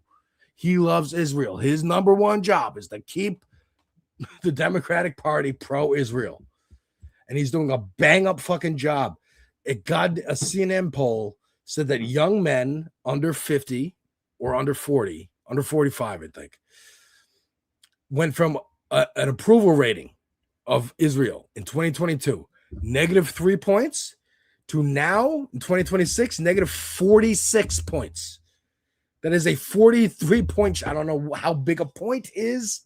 I don't know how big a metric that is, how big a sample size they have. But that's no good for their project. Capitalism is running out. Okay? People say late stage capitalism. I don't know what that means. Now I know what it means. I really don't know what it means. But I know what I know what I feel. And what I feel is the boomers, the older generations, people who have made it, who played by the rules, made it how they are, and are good, are trying to consolidate. Now, this has been happening since COVID, okay? There's the apocalypse, global plague. Oh shit, what are we gonna do? There's no cure. Everyone's trying to consolidate. We're trying to get as much as we can before we die or before we're extinct as a business model or whatever it is. Now, not post COVID, COVID still happens, it's still here. I'm trying to consolidate and go, hey, we don't know what's going to happen, but we're going to get ours before we get out. And people are trying to get the fuck out. All right. Now, here's Jennifer Welch. We love Jennifer Welch from the I've Had It podcast. Talk a little bit about Israel. Let's give it a listen here. J.D. Vance is trying to position himself as the anti-war candidate. Why is this important? Because historically, we know this. When after the Iraq War and after the two disastrous Republican terms of George W. Bush, Barack Obama ran against in the primary John Edwards and Hillary Clinton, both more qualified politically, had more experience in federal politics than the young freshman senator from Illinois. Barack Obama was an anti-war candidate. John Edwards and Hillary Clinton voted to authorize a war based on lies in Iraq. I forgot about John Edwards being in that primary. Won? Obama, obviously, and he's also like a once-in-a-lifetime generation. But whoever is anti-war going into these next elections, be it the midterms or the presidential, should we have them, and rest assured, Trump is going to try to disrupt them as best he can. That person is going to be positioned, whether they are a Republican or a Democrat, to win this race. That's why it is so important that Democrats be the anti-war party. Democrats need to go on podcasts, streams, news channels, and say, Benjamin Netanyahu is a war criminal. The country of Israel, alongside with the United States of America, mainly funded by the United States of America, commits war crimes. And we oppose this because... Yeah. She's right. I think that's a good assessment. I forgot about John Edwards. I'm sure there was more to the primary in 2008 than just Hillary and Obama. But again, I was not paying attention. I did not start paying attention until 2012. But speaking of J.D. Vance, let's hear what the anti-war vice president, again, who's, I guess, trying to position himself for a 2028 run, or at least a post-Trump world, because everyone knows Trump he's 80, dude. He's old. He's getting DoorDash delivered to the Oval Office, bro. But let's see what fucking Chubby Cheeks here has to say. When it comes to weapons of war, what they have done is engage in this act of economic terrorism against the entire world. They basically threatened any ship that's moving through the Straits of Hormuz. Well, as the President of the United States showed, two can play at that game. And if the Iranians are going to try to engage in economic terrorism, we're going to abide by a simple principle that no Iranian ships are getting out either. We know that's a big deal to them. We know that applies additional economic leverage. And again, so if you can't hear it because the volume is very low, he said the Iranians are committing economic terrorism, which is a new phrase that they've been trotting out since they kidnapped the president of Venezuela, saying that they were committing economic terrorism and narco-terrorism. That was it. Narco-terrorism. They're just attaching the word terrorism to whatever they want to fucking do, right? And he's saying Iran is doing economic terrorism by closing a passageway of water that they have access to. Now they're at war with us and Israel. So yeah, they're using leverage that they have. But he called it terrorism and then said America can play at that game too. So he's threatening to do terrorism officially. Now we all say America and Israel are doing terrorist acts. We will get to a clip of someone saying something similar. But this is the vice president saying we're going to do terrorism, which is just absurd. Just absurd. And again, this is the anti-war guy. This is the guy. Again, I don't think he has a chance, but this is a two-party country. There's going to be a Republican candidate. And yes, Trump is going to try everything possible to stop elections and not have them work and blah, blah, blah. The midterms are coming up. We are crossing our fingers and knocking wood that works, because we got some good candidates. We want them to get through, and we're going to highlight some in a minute. But bad candidates, yet another Republican. This is Mike Lawler from here in New York 17. The person running against him is the woman, Effie Phillips Staley, who went on Hassan Piker's podcast and got all that blowback from the Dutchess County Democratic Party chairs and Third Way, written in the Wall Street Journal, repeated verbatim on CNN in hit pieces from Dana Bash and Jake Tapper. This is Mike Lawler, who she's running against. House Foreign Affairs Committee, Congressman, thank you for being with us. As you know, the president just posted, quote, "A whole civilization will die tonight, never to be brought back again. I don't want that to happen, but it probably will." This was 1 week ago. As a member of the House Foreign Affairs Committee, if there is no deal by 8 o'clock tonight, do you support making a whole civilization die? No, I don't support making a whole civilization die, but certainly the So I don't need to hear anything other than that. end of this terrorist regime. I don't support making a whole civilization die, but now again, he's an R. He's a Republican. Why is this a friendly interview, CNN? Because CNN is a Republican fucking establishment, okay? It's been masquerading as a centrist place. It's never been a centrist place. It's always been serving capital and whatever. That is what centrism is. But let's be clear. Okay? First of all, Groove Dragon, as Rage Against the Machine said, take the power back. Yes. Fuck yes. I have reactions to both Killing in the Name of... what's the first album? No, Rage Against the Machine, the self-titled album, and Evil Empire. I'm going to keep going through the discography on my channel. Check those reactions out. But to end this little segment, let's remind everyone what they are fighting for, okay? Because again, first, let me remind you guys that the Secretary of War, Pete Hegseth, is mulling around bringing back the draft. Please bring back the draft. When? By December.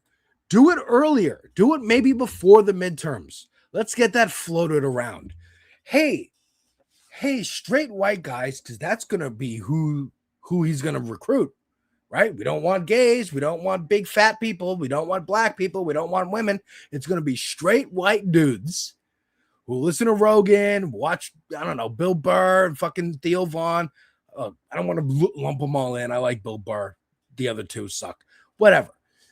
These are apolitical, probably don't watch any of this shit. And just like, I want to drink. I want to go to my frat party, or I want to just like hang out and play video games, whatever it is. And I want to be able to say whatever I want to say. Now I've realized if I make a joke about Charlie Kirk, I might get fired. I might get suspended from school. If I make a joke about Israel, I might get like really fired, like double fired, evicted even. So I'm getting, the Republicans are revealing themselves, and not Republicans, conservatives, because it couldn't be left or right. I remember Tipper Gore, the fucking motherfucker, okay? Al Gore's wife, dragging Twisted Sister and Iron Maiden and fucking Marilyn Manson in front of Congress to answer for lyrics in fucking music while you have guns available at Walmart. Why is there so much violence in this country? I don't know. We're constantly at war, and we can buy guns at the fucking corner store. What are you, insane?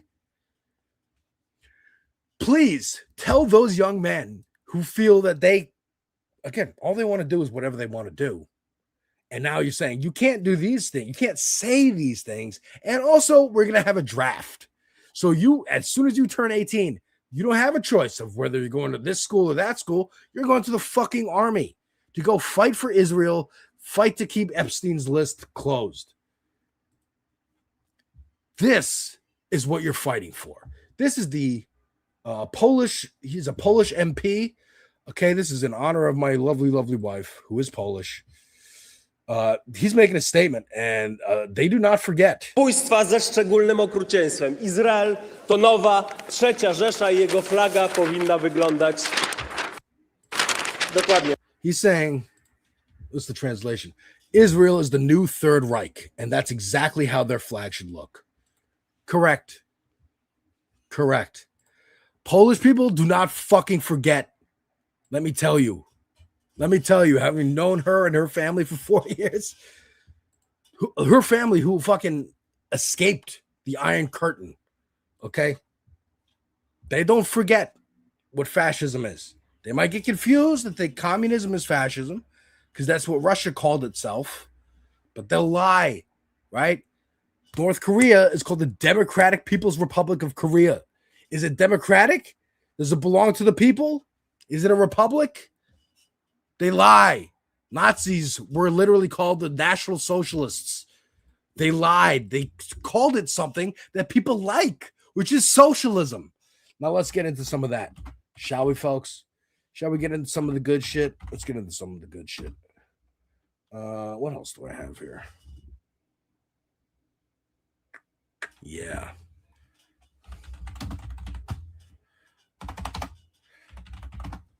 All right. So there is some good stuff happening. There is some good stuff happening. Or rather, let me not say it's good. Let me not say it's good. Let me just say it's stuff that's happening. It's stuff that's happening, like a person was arrested on Friday after throwing a Molotov cocktail at the home of OpenAI CEO Sam Altman in San Francisco's Russian Hill neighborhood. No one was injured. A day later, someone shot at the house. Okay? Another thing happened that I'm not going to say if it's good or not. Okay? Another thing happened. AI data centers are out. This is Imperial Valley. I don't know where that is. Runs data center developer out of county meeting.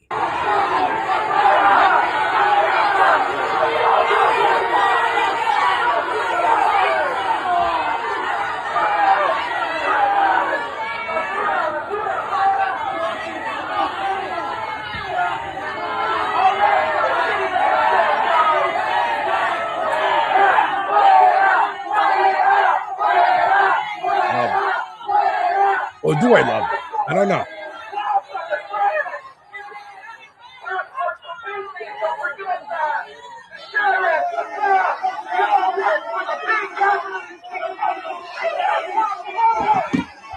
Well, like, that's a community coming together and accomplishing a goal. Whether that goal is approved by me or anyone online or not, right?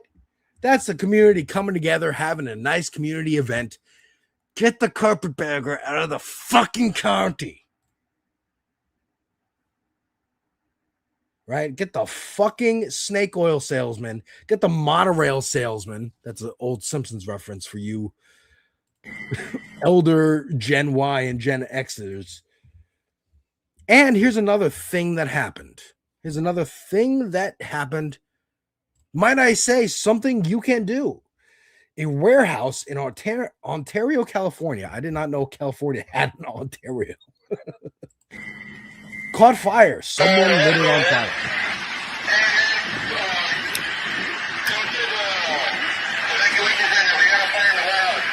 Right.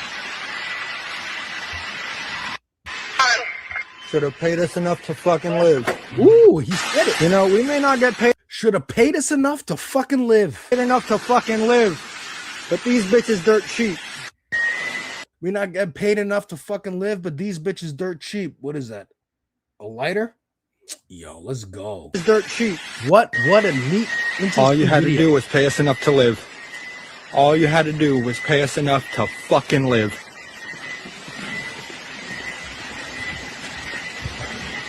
All you had to do was pay us enough to live. There goes your inventory. All you had to do was pay us enough to fucking live. This is Power to the People, proud socialist account.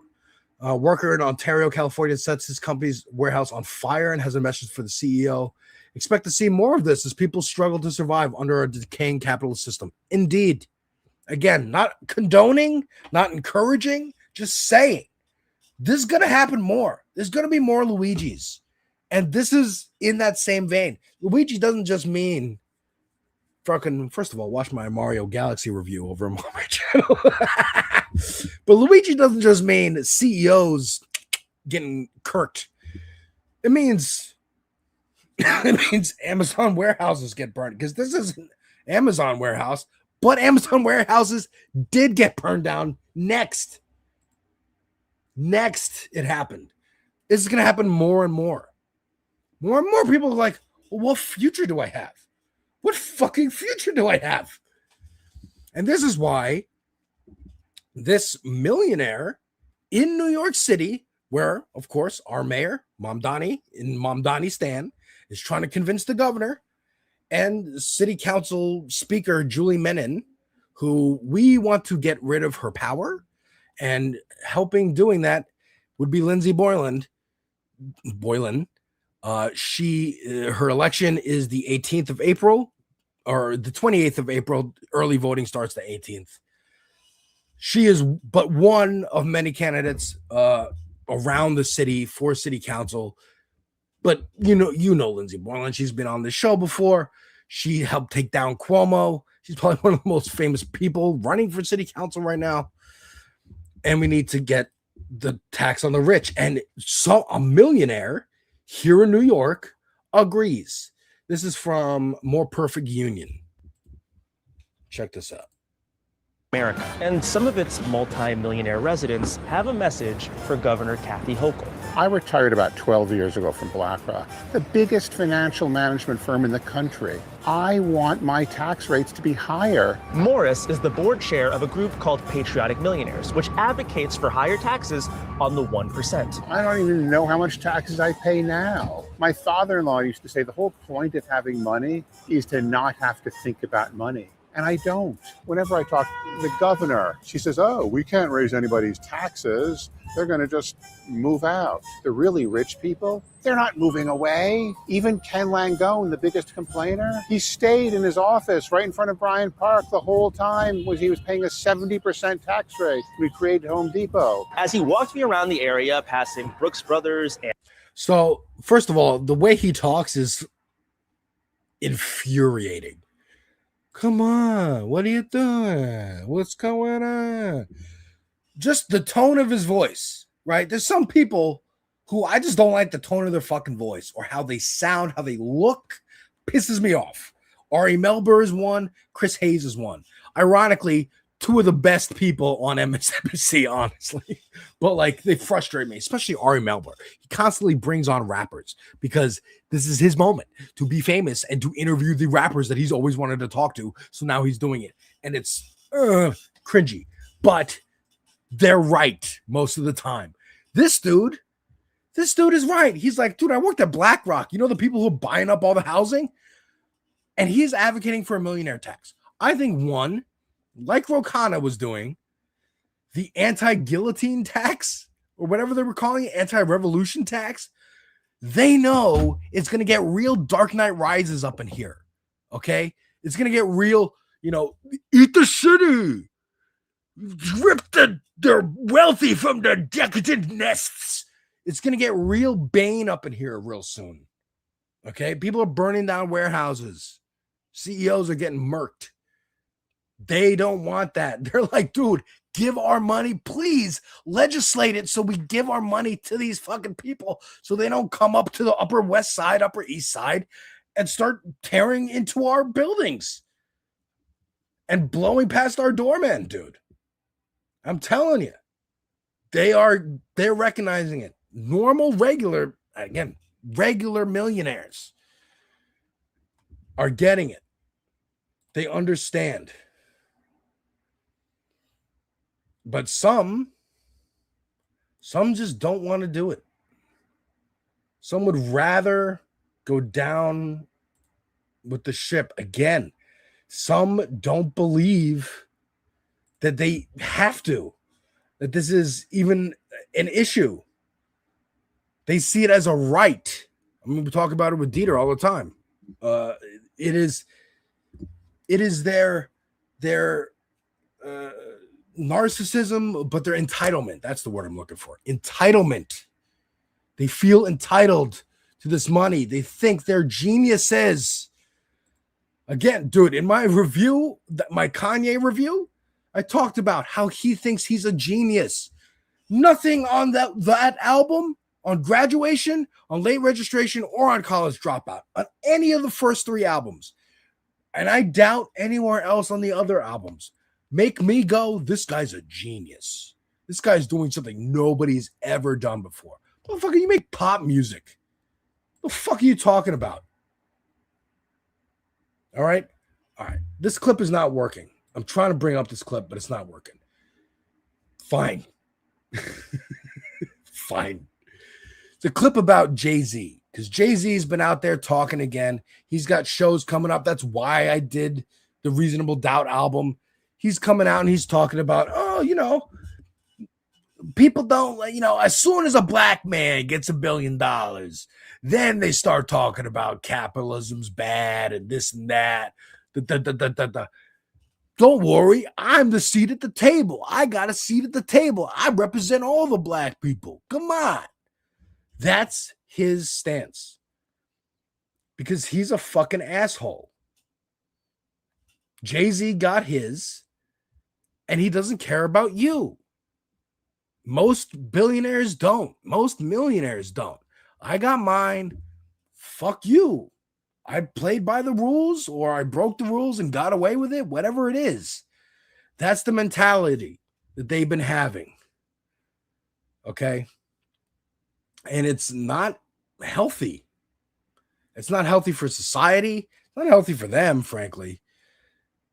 But it's not healthy for society. Jesus Christ, I keep freezing. Keep fucking freezing. Ugh. I'm telling you, this computer, I don't know what's up with the computer. And maybe it's slow because it's so hot. Maybe it's slow because for some reason my C drive keeps losing space on it. I don't know.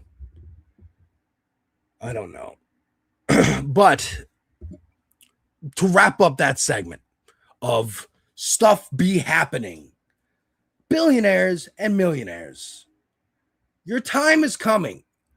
Get in line, get behind the BlackRock guy there. I can't believe I'm saying that. Get behind that BlackRock guy and start endorsing, and not just saying it, not just saying it in a video. Put your money behind it. Put your money towards candidates. We're going to do Citizens United. We're going to have super PACs and shit. Put your money towards candidates who will tax your money away from you. Because that's what we need. That's what you say we need. And you better put your money behind it. Put your fucking money where your mouth is. Or get out of or watch out. Or watch the fuck out. Okay? Next segment. I have 20 minutes left.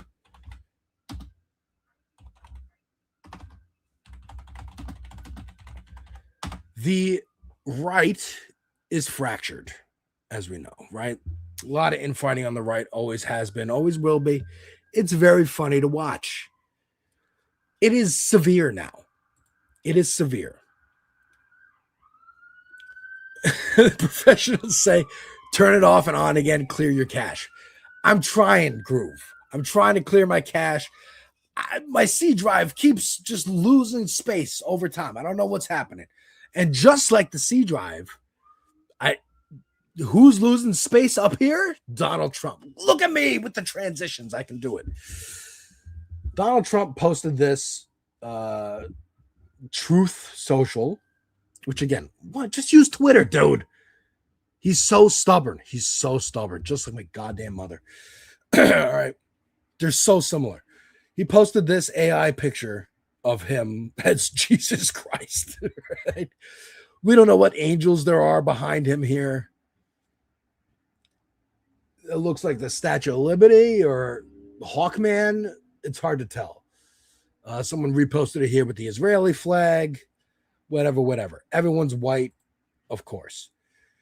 Heavy Spoilers, shout out Heavy Spoilers. Great channel on YouTube. Breaks down like, comic book movies and TV shows and stuff. Posted this image of The Boys. The Boys is back.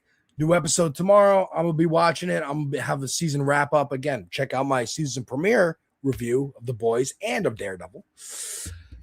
But there's the image of Homelander up top. Like, it's the same thing. He is Homelander. Homelander is him. That's that. All these people came out against him. Tucker Carlson, Candace Owens, Marjorie Taylor Greene, Alex Jones even, Nick Fuentes, being like, you are being blasphemous. You're being blasphemous, and that's our line that you crossed. You didn't cross the line when you bombed, helped Israel commit a genocide. They don't care. They don't care about the immigrants and ICE. They love that shit. That's what I mean. Mehdi Hassan, stop retweeting Tucker Carlson. Tucker Carlson wants you deported. What are you doing? Stop. Stop with the Megyn Kelly praise. And again, the praise on just one issue, fine, but still, just ignore them. Just ignore them. They're not here anymore. They're not real voices. Criticize them. These are idiots who are lying. They're lying. This is what Trump posted in response to all the criticism from these fucks. Right. So it's him dancing to the YMCA song, right? In front of all their fucking screaming faces. So that's him being an idiot. But this is a fracture. And I see it less as a real fracture and more of it's an excuse. Because again, he's 80, he's losing it, he's getting DoorDash delivered to the White House for photo ops and shit. He's losing it. There's going to, and again, he's mortal. We're all mortal. He's gonna be out of here. So, what are we gonna do afterwards? I saw a great graphic of like MAGA then versus MAGA now. And it was like, but really, it's the factions.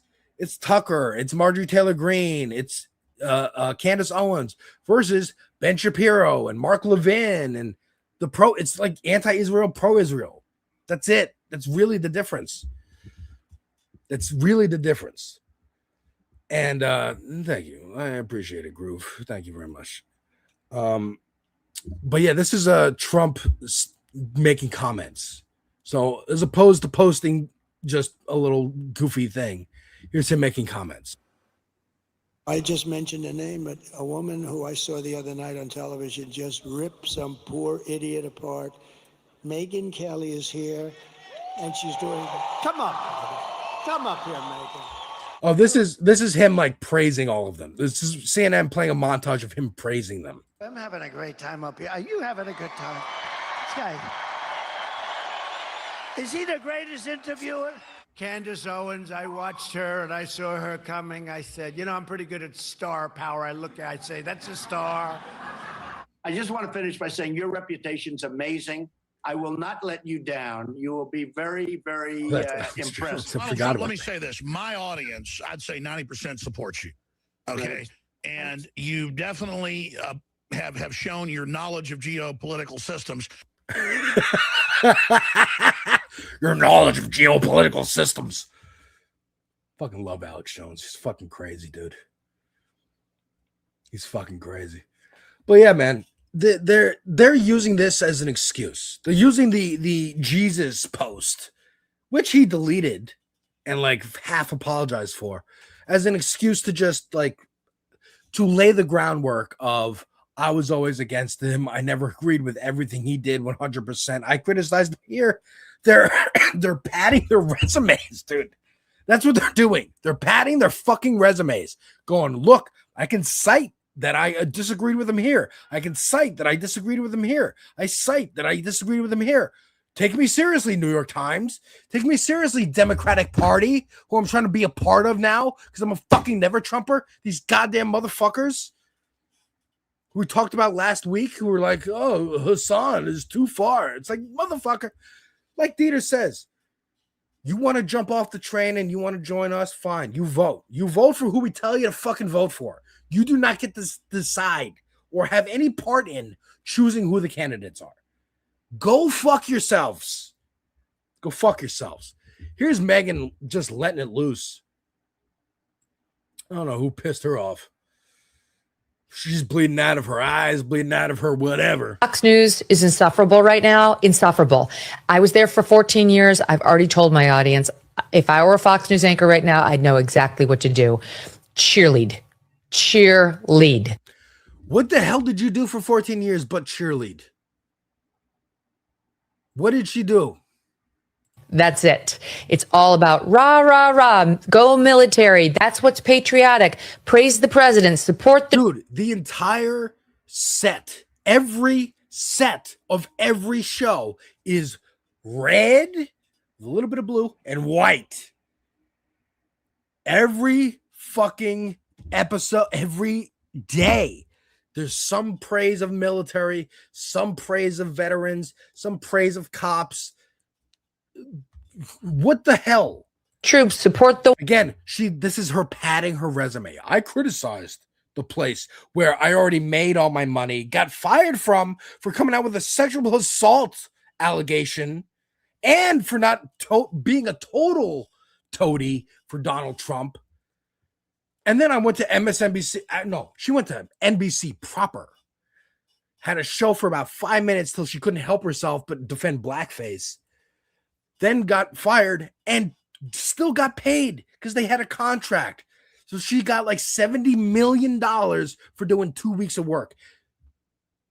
That's what I mean. She played by the rules. She's got her money. She didn't give a fuck about anybody else. But that's why your house is going to be next, Megan. It's not just going to be Sam Altman. It's going to be everyone. Everyone. Gary Oldman meme. That anyone where they can find your address. Good luck. Again, after Brian Thompson, after the United Healthcare guy, a lot of the websites took down the names of CEOs. Because they were scared. They were scared. All right. Last piece of this. It's just kind of funny. Kristi Noem's husband, ex-husband. This is like audio of him. We know he likes the bimbofication. He likes to put balloons in his shirt and talk to this dominatrix. And here's actual audio of one of their conversations. Again, the right is splitting and fracturing. Be your best selves. Be your best selves. And I would bow to you. What if people saw us together? I don't give a fuck. Not even if you got recognized? I don't care. You know what I want? What? To be seen with you. Yeah? Mm-hmm. To me, didn't you? He said, "You're so much better than your wife, aren't I? You're so much better."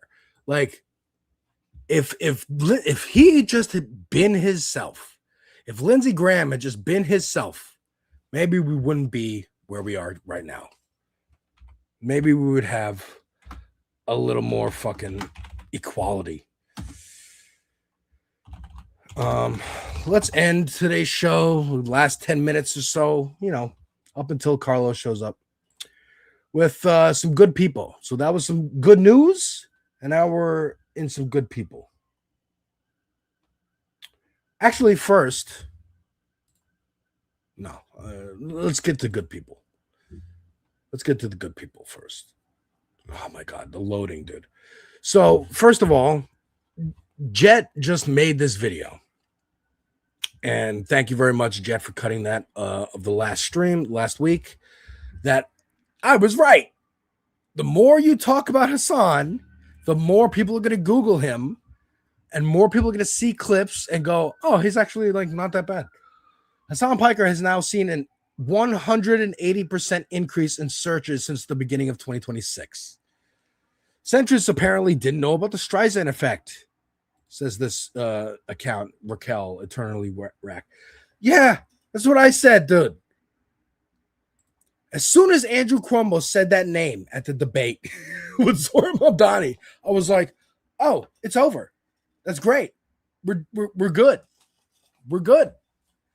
Because now people are going to Google. No press is bad press. Exactly, Carly. Exactly. That's why I'm saying, Mehdi Hassan, stop talking about Tucker Carlson or Megyn Kelly or whoever.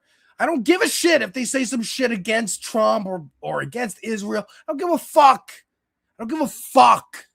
Let the right talk about that. We highlight motherfuckers who say the right shit consistently. That's what we do. Come on, Mehdi. I know you know this. I know you know this. But anyways, this motherfucker's been saying the right shit consistently to the point where now, after what, 2 weeks of like, because it was hinted at with the Andrew Cuomo thing.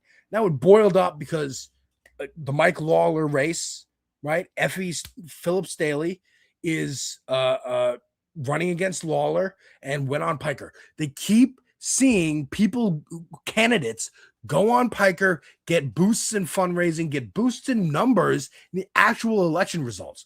Kat Abou-Ghazala almost won. Nida Alam almost won. Zoran did win. Hopefully Abdul El Sayed wins.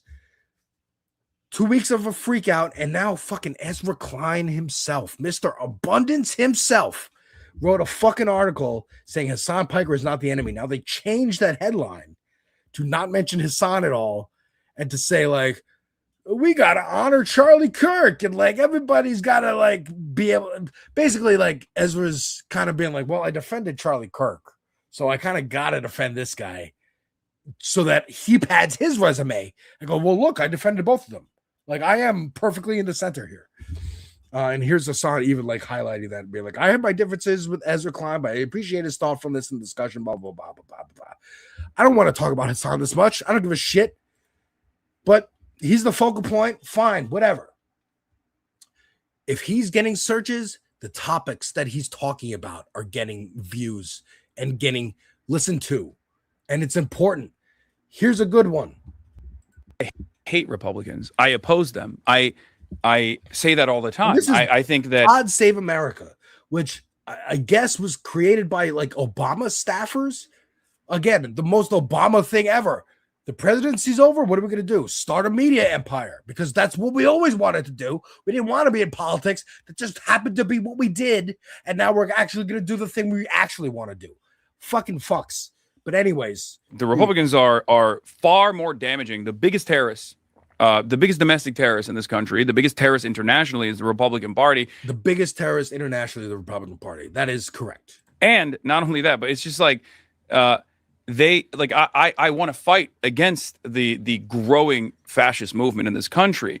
My frustration with the Democrats is their conciliatory attitude towards that and their lack of investment in this struggle. This idea that, you know, on the one hand, you say Donald Trump's a dangerous force. I see that. I recognize that. But then you turn around and you take on his anti-immigrant narratives and anti-immigrant messaging from the 2020 election that you won and decide you're going to be the sincere candidate that ends up, dealing with the growth of migration in this country. It's a failure. If you were serious about being an anti-fascist, if you were serious about combating these forces, you would take it more seriously. You would do everything you can. You wouldn't try to win by your own coalition that you want to build and like, you know, parade Liz Cheney around and act as though you're going to win with like never Trumpers or whatever. You would do everything in your power. And to continue that, let's play this clip too, because that goes right into this one. Newsom against JD Vance in 2028. Yeah, you go third party. I mean, I don't even think that's going to be a problem. Well, but like a lot of people, including people who share a lot of your critiques of the Democratic Party, hear that and think like this is the problem. You know, when the stakes are concrete, like a Vance presidency, another 4 years of what we're living through. You know, the people who say they're building a movement would, like rather preserve their own power than, do what winning requires and, hold your nose and vote for what you believe would be the lesser of two evils. Like, how do you respond to that? I want the Democratic Party to treat me like a never Trumper. I want the Democratic Party to treat me like a triple Trump voter. Okay. Because it turns out that's all they're tuned into. So if what it takes for the Democrats to turn around and be like, wait a minute, we're losing this guy, we have to win him over again or whatever, instead of just like taking my vote for granted as they've done so over and over again for the left flank, then, I'm going to say things that may or may not end up being true, but it doesn't matter. We're so far out from the election anyway that it's like, I'm just saying, look, now is your opportunity to find a good candidate instead. But that's it, right? That's it. Now's your opportunity. Find a better candidate. Don't give me this ultimatum 2 years out. First of all, the person who gave him the ultimatum was Jennifer Welch, who the next day came out and said, I changed my mind. He's not the one who has to change and conform and vote for Newsom in a hypothetical 2 years out when we haven't even fucking done the midterms yet. She was the one who was like, I grew up in Oklahoma. I'm happy to have anyone slightly blue to vote for. I'm fucking like abused. I'm an abused wife in a battered relationship. I recognize that he's the one being like, there's another way, a third way, if you will. You can actually vote for someone who represents your morals. You can fight for candidates who will actually help you materially. That is the point. We are the people. They are tools. We put them there. They work for us. They do. I know we say that, and it's like I roll because no, they don't. They make millions and millions and millions. But they fucking do. And how do we make that happen? We fucking chant tax the rich at Kathy Hochul. We fucking protest the bitch until she fucking implements the shit. We fucking nature burns down warehouses, attacks CEOs, makes the rich uncomfortable enough to advocate for a tax on themselves. That's what we fucking do. And I want to end because I got a lot more clips here of like good people. But I want to end with one clip, okay? This is from Abdul El Sayed, who, currently Hassan has been rallying with and campaigning with, has been getting a lot of flack for that because they're both Muslims. That's why, because Islamophobia is one of the more accepted bigotries in this country. Has been at least since 2001, if not earlier. Most likely was earlier.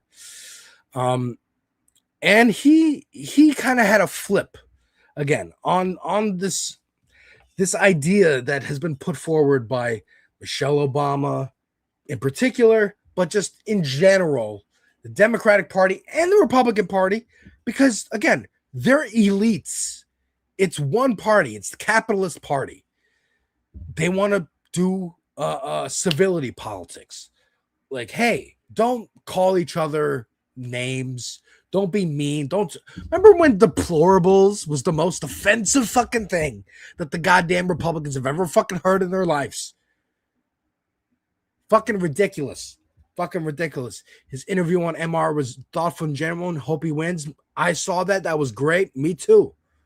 Just like I hope Plattner wins in Maine, and I hope Psycat wins in California. I hope Chris Ahuja wins in California as well. He's running for Congress. Psycat, I believe, is running for Senate. Actually, I don't know. I think they're running for Congress in 2 different districts. My bad. But here's Abdul El Sayed saying something that rang very familiar to me. And again, talking about the civility politics of it all. Ooh, his son has said mean things. Fuck off. You were just begging to go on Joe Rogan 2 years ago. He said way worse shit, and he's actually a piece of shit. Whereas Hassan has said not as bad shit, and he's actually a pretty good person, it seems. We need Democrats who have the courage to stand up to the power brokers in our own party, let alone Trump and his goons. Damn right. We don't back down. We don't back down. We don't back down. With all due respect, if they go low, we don't go high. We take them to the mud and choke them out. We need Democrats who have the... When they go low, We don't go high. We take them to the mud and choke them out. And that reminded me, and I'm sure if Matt Letterheck Strackbean was here, it would have reminded him too about this page from the seminal work of Frank Miller, The Dark Knight Returns. Okay? I'm trying to pull it up. Here we go. I'm going to show you these pages. These are on Reddit, but this is from the comic book in the 80s that redefined Batman. The Dark Knight Returns. Here he is fighting the mutant leader. The mutant just being the name of a gang. The leader is the big bad of this issue. Okay? He fought him once and he lost. He's fighting him again on his turf, on the mutant's turf, in the junkyard, in the mud pit, in front of the entire gang to show that Batman's the dominant.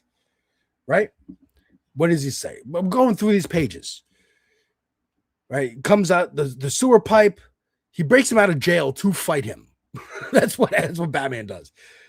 Right? Batman, face me, fool. I'll kill you. I show you who rules Gotham City. And Batman says, okay, boy, show me. Rob and Bob are here. They're just two goons who are just like, come on, Batman's going to win. Like, nah, man. Nah, the leader's going to win. I don't know, man. Batman's pretty balls nasty. Frank Miller came up with his own slang. They're fighting. They're fighting in the mud pit. Batman's being surgical. He says he's fast, faster than I am, and stronger, and seemingly impervious to pain. But they do come smarter. And nobody's fast when they're thigh deep in mud. He cuts him across his forehead. The blood starts to drip down his face, gets in his eyes, distracts him. He hits him in the arm and a nerve cluster, taking out the arm. The arm doesn't work anymore. Now he goes with the other arm. Oh, shit, he's fast, too fast. He's getting hit. Batman's getting hit. But he brings him down. He says, I'm tired of the arm. I get sick of the arm. I didn't kill it below the elbow.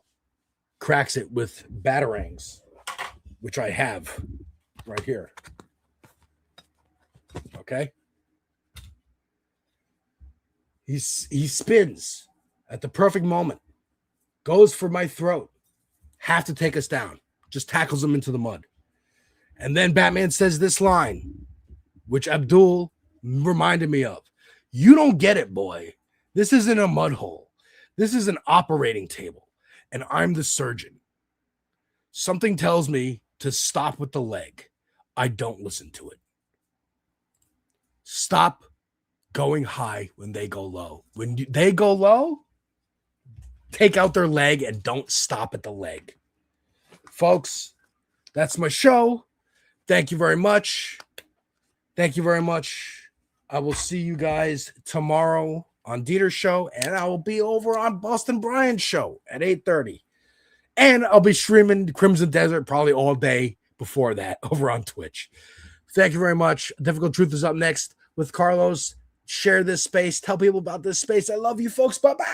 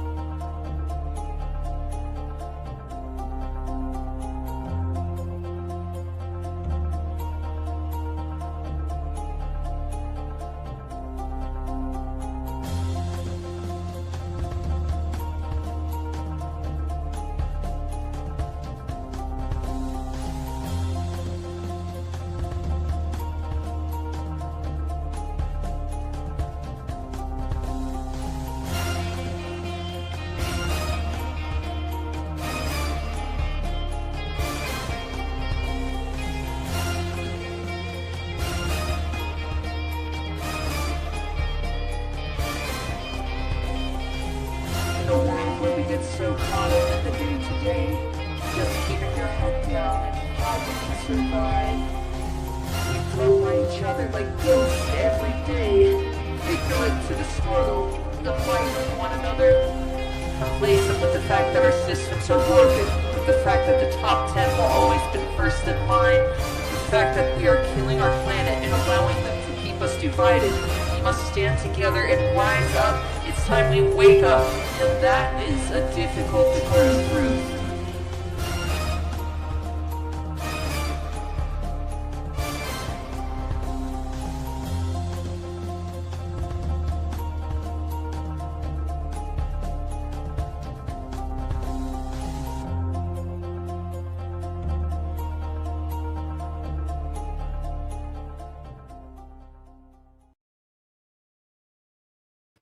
Welcome to the Tuesday stream. I hope everyone's having an awesome Tuesday. Fantastic stuff, Alex. Thank you so much for that. Appreciate it. Folks, go follow Devil's Advocate Productions. Fantastic stuff. Saying hello to a couple of people here. Johnny, Too Late, Jet, welcome. Groove Dragon, The Reference Frame. Welcome, everybody. I hope everyone's doing good. Carly Wynn, welcome.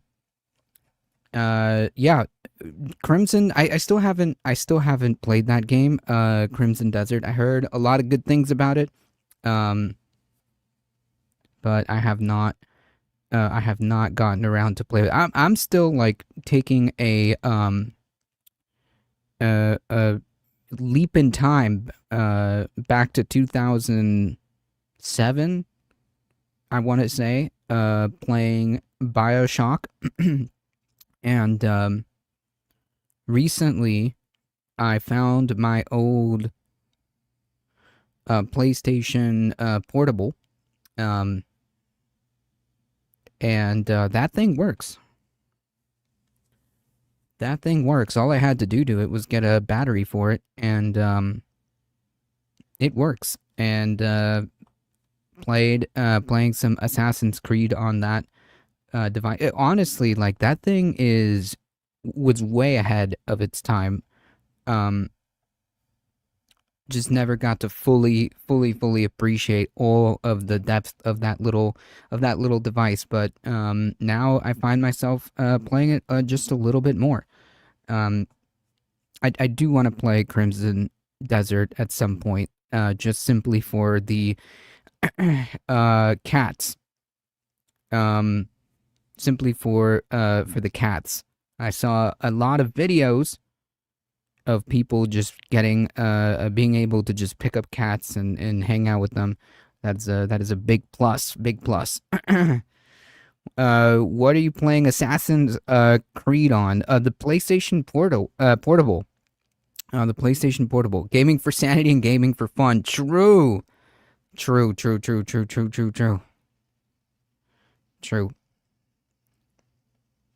I also booted up recently my PlayStation 2 from my childhood, and it works. It works just like it did in 2000. Let's not just do too much math here, but you know, early to mid 2000. I think I actually got it in 2000. I want to say 2002, maybe 2003, but yeah. Bruno, welcome everybody at the Poly Market Studios. I am late. No, you're just in time. We're about to get started. A PSP, I got a dog pet in my last Crimson Desert stream. You can get all kinds of animal buddies. Oh, that's even a bigger sell. It's not just cats. Nice. I definitely have to get to playing it. I modded the shit out of my PlayStation 2. I have it just like it was in my childhood. It literally has not been modded or changed or anything. I just cleaned it up. Literally, it's had a bunch of dust, and it works. it just works, which is wild. 20-something year technology, 20 plus, right? 24 years, and that thing just turned on like it was 2003, 2002.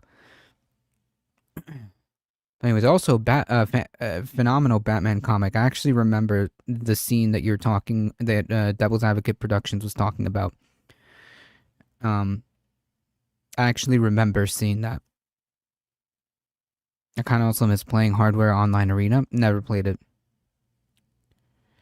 Alright, folks, we got to get started. We've got things and stuff that are happening. Apparently, all of this just kind of blew up in a pretty rapid succession. So, on Thursday, wait, was it yesterday? No. Yeah, yesterday.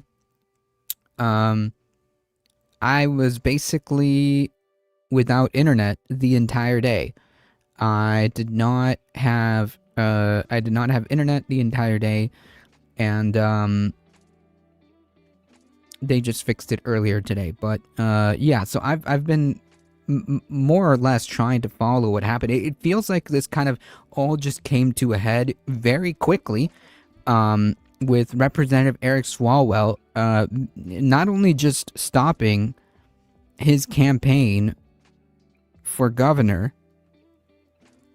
but he is going to officially resign, and then not what feels like a split second later, a Republican representative, Tony Gonzalez, also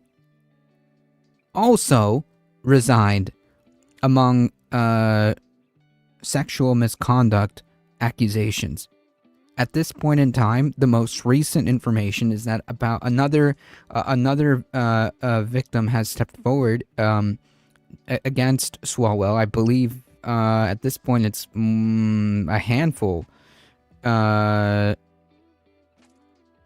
think it was like 7 or 8 women have stepped forward at this point.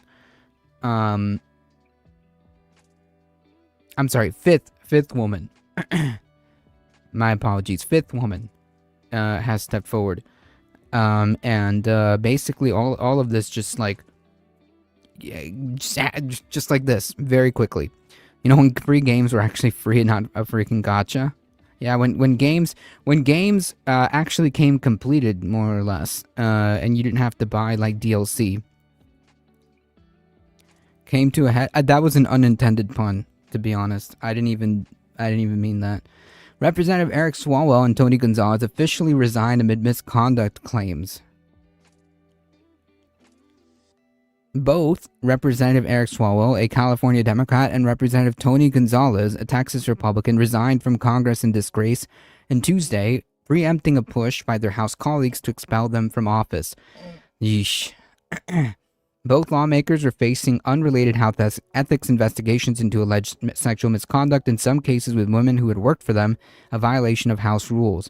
The resignation means that those investigations effectively come to an end, since Ethics Committee only has jurisdiction over sitting members of Congress. Ladybug, welcome. Dude, DLC is the bane of gaming existence. I agree.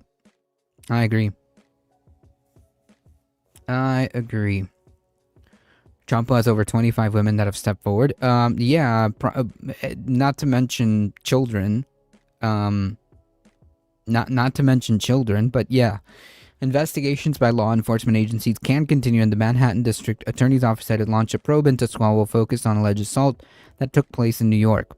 On Tuesday, another woman alleged that Swalwell drugged, raped, and choked her in a California hotel room in 2018. Yeesh. Her lawyer said that she's going to report the incident to law enforcement later in the day. Congressman Eric Swalwell categorically and unequivocally denies each and every allegation of sexual misconduct and assault that has been leveled against him. These accusations are false, fabricated, and deeply offensive, a calculated and transparent political hit job designed to destroy the reputation of a man who spent 20 years in public service. I mean, like, but again, if that was like true, then like, why are you resigning your post over charges that are supposedly false?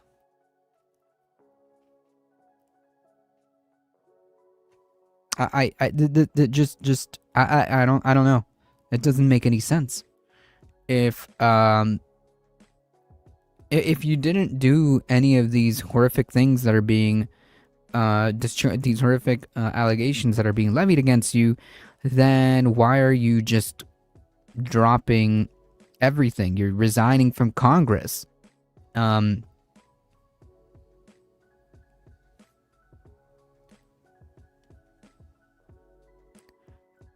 Eugene Carroll has proven her charges in court. Yep. Against Donald Trump. That's right. We are confident that the truth will prevail and pursue every available legal remedy against those responsible for orchestrating this reprehensible campaign of lies. Okay, again, like, but why resign if there's nothing wrong here? Swalwell previously apologized for making, quote, mistakes, oh boy, but called the allegation of sexual assault false. Swalwell's resignation was effective 2 p.m. Gonzalez will be effective at 11:59 Tuesday, today. With Swalwell and Gonzalez gone, the Republicans will have a 216 to 213 majority over Democrats. However, Republicans will gain one seat Tuesday night when Clay Fuller of Georgia is sworn in to succeed former Representative Marjorie Taylor Greene, who resigned earlier this year. The unceremonious departure of Swalwell and Gonzalez on the same day closes a dark chapter on Capitol Hill. Gonzalez, first elected to Congress in 2020, has been dogged by rumors and allegations of sexual misconduct since last September when one of his staffers, Regina Santos Aviles, died by suicide. Text messages obtained by NBC News confirmed by the woman's husband showed that Gonzalez had sent Santos Aviles sexually explicit messages in 2024, and Gonzalez later admitted that he had an affair with her while she was his subordinate.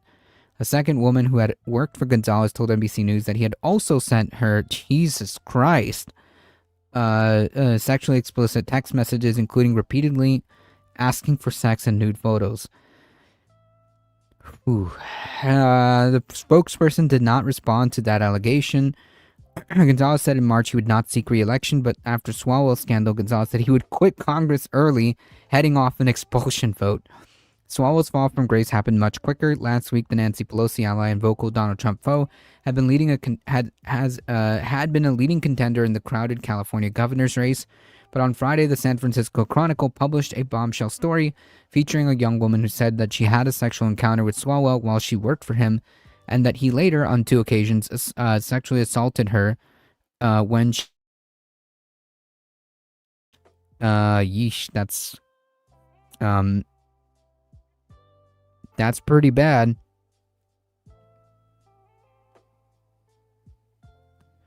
That's pretty bad. Another way of saying this is that he raped her. Even if he's not guilty, he's unfit for office. But then Republicans are hypocritical and don't apply that to themselves. Oh, 100%. 100%. CNN also spoke to the woman and 3 others who accused Swalwell of sexual misconduct. A source familiar with her account confirmed to NBC News that the reporting by CNN and the Chronicle were accurate and spoke on the condition of anonymity due to sensitivity of the ongoing legal matter. Swalwell conceded that he's, quote, made mistakes, but denied that woman's allegations of sexual assault. He dropped out of the governor's race Sunday and said Monday that he would resign. It's unclear whether the governor of California and Texas would call special elections to fill vacancies, given it's a midterm election year, and voters are already slated to elect replacements for Swalwell and Gonzalez in November. Returning to the Capitol on Tuesday after a 2-week recess, House Speaker MAGA Mike Johnson said he thinks both Swalwell and Gonzalez made the right decision by resigning. My views have been known about the terrible allegations that were made, and obviously the fact that they both admitted to it. I think it was the appropriate thing. Smoke them if you got them. Attention on the Hill now shifts to the alleged bad behavior by 2 House members from Florida, Representative Sheila McCormick, a Democrat, and Representative Corey Mills, a Republican. Jeez. Quite the shakeup here. Johnson said he thinks it will be the consensus of the House that Chair Phyllis McCormick should be expelled after a bipartisan House Ethics Committee found her guilty of 25 violations related to allegations that she stole millions in federal relief funds that were used in her congressional campaign. She has denied the allegations and pleaded not guilty in a related criminal case. Asked if Mills should be expelled as well, Johnson said he was not sure of the status of Ethics Committee investigation. That's one of the things I'll be looking into today. Mills has been under investigation by the committee in connection with several allegations, including financial and sexual misconduct. Mills has denied any wrongdoing. House Minority Leader Hakeem Jeffries said Swalwell made the right decision in resigning. When asked if he pushed Swalwell to resign, Jeffries said his conversations would remain private. Asked if he would be okay with expelling Chair Phyllis McCormick, Jeffries said he would have that conversation subsequent to the Ethics Committee's recommendations. The Ethics Panel is set to announce its recommendation sanctions for the Congresswoman at an April 21st hearing, after which the full House could act. It requires a two-thirds vote to expel a member of Congress, an extremely rare occurrence, but one that has happened in late 2023, when the House voted 311 to 114 to expel George Santos, following a scathing ethics report and 23-count criminal indictment. Yep. It almost feels weird seeing these Congress people resign after these allegations, given like the political climate that Donald Trump and his cohort have essentially put here. It feels weird. It almost feels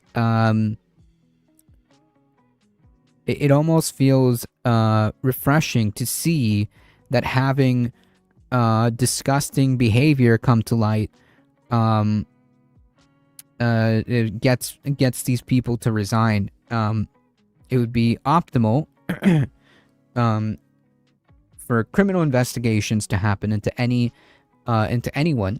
doing these kind of things, but it is almost bizarre living in the Trump era these past 10 years to see that allegations like this actually leading to these people resigning. Santos had one less criminal indictment than Trump. Oh, the fascist clown.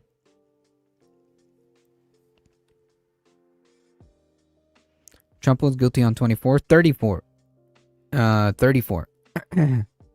The 34 felony counts of some sort of fraud-related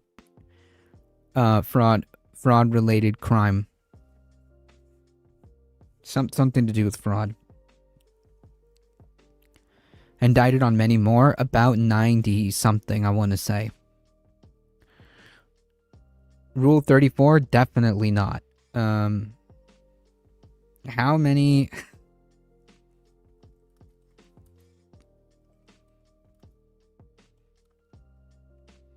How many felonies did Trump get convicted of? I think it's 34. Yep, 34 felonies. That's right. Oh, typo. Gotcha. Seems like it since he was allowed to take office. Right, like that's what I'm saying. Like all these like disgusting behaviors, not just of corruption, but of like abuse of power, because like fundamentally that's what like the sexual misconduct is. Abuse of power, corruption, all of this, like this is kind of like what Trump has normalized in these last 10 years. So it's almost in a bizarre way, it's almost refreshing to see that if all of this gets published, that it has some kind of effect. That it has some kind of effect. I was using slang. Gotcha. Well, I suppose we'll keep an eye out and see if anyone else decides to resign. As a way of being derogatory to Trump.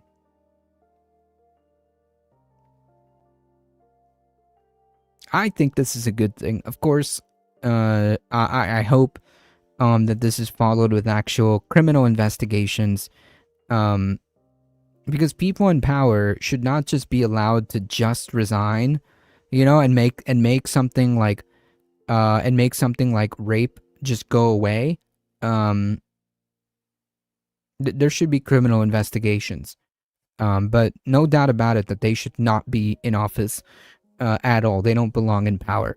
And Keg's breath is my favorite too. That's a good one. Pete Keg's breath.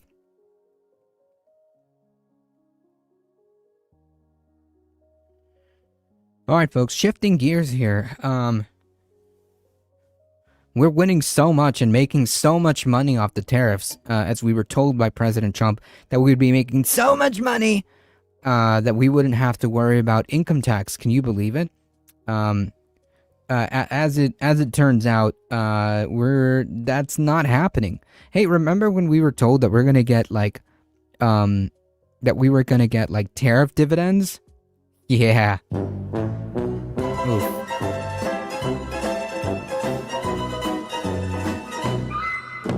Yeah. These are your tariff dividends right here. These are your tariff dividends.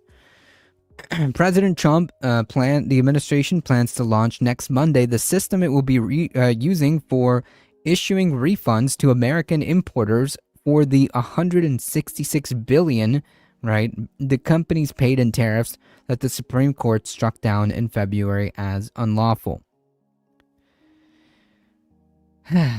U.S. Customs Border Protection said in a court filing on Tuesday it has completed the development of the initial phase of the refund system known as CAPE. The system will consolidate refunds so importers will receive one electronic payment with interest when applicable rather than processing refunds on an entry-by-entry basis. Where's my check? Yeah, in the mail. Promise. Yeah, tariff dividends for the MAGA cult, right? Yeah, these are your tariff dividends right here. These are your tariff dividends. Agency official Brandon Lord made the declaration in a filing with the New York-based Court of International Trade. The agency disclosed the CAPE launch date in a separate announcement on Friday.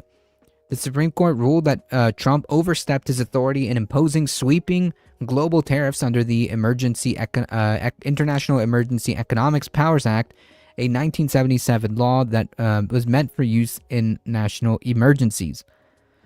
Tuesday's filing said that as of April 9th, some 56,497 importers had completed the process to receive electronic refunds for tariffs affected by the court's ruling, and amounting to a total amounting to $127 billion. Yeah, this is also a fantastic point here. We paid the tariffs, those companies pass the cost on to consumers.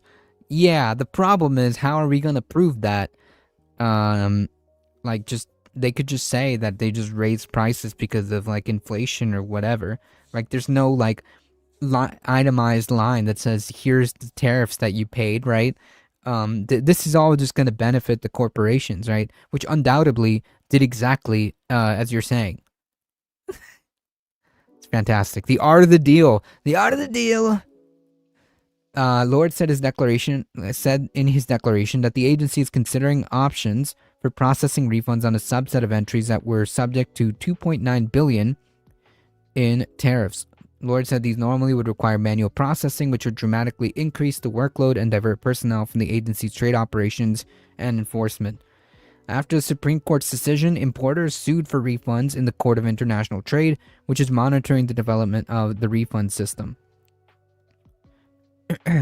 More than 330,000 importers paid the tariffs at issue on 53 million shipments of imported goods, according to court documents. Boofed, welcome. Corporals line up to steal the tariffs we paid. Yeah, exactly. They get to double dip, essentially. And of course, you know, given who's in office, there's not going to be any way of like sorting this out, right? They're just going to get their money, and all of us get screwed. We essentially are paying it twice, right? Because we paid the tariffs when we had to pay increased costs for the items that we're buying, and also our tax dollars are going to be used for these refunds. The same tariff, the same money is just going to be regurgitated back. So companies get our money, and then they get the tariff bailout from the government that they supposedly paid. So yeah, no more bailouts and limits on corporate power. Amazon just worked the man to death. Yeah, yes they did, and that was a pretty gruesome story. For those of you that haven't seen it yet, essentially, I'll give you like the TLDR. Essentially, Amazon, they're in an Amazon warehouse. Someone died, and essentially the rest of the workers were told to just keep working, even though the guy just died. And it was a pretty traumatic and almost like dystopian scene. Of just reading about it. The kind of stuff that you would see in like horrific, like dystopian sci-fi movies or novels. 10 warehouses, 1 CEO's home, and 1 CEO himself. Yep. Yeah, something out of an effing Dickinson model. Exactly. Welcome, Sevens.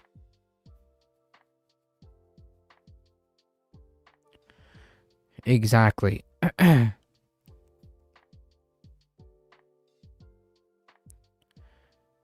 More than 330,000 importers paid the tariffs at issue on 53 million shipments of imported goods, according to the court documents. Customs and Border Protection said the CAPE system will initially process refunds on recently imported goods and straightforward entries. So sorry, just to clarify, because my mind is bouncing a little bit. So with regard to the tariffs, the increased costs, right? Like we paid the increased costs, right? Essentially the tariffs, right? And now those companies are going to double dip on that by getting all of that back twice, essentially, right? By increasing prices and then getting those tariffs that they paid back to them.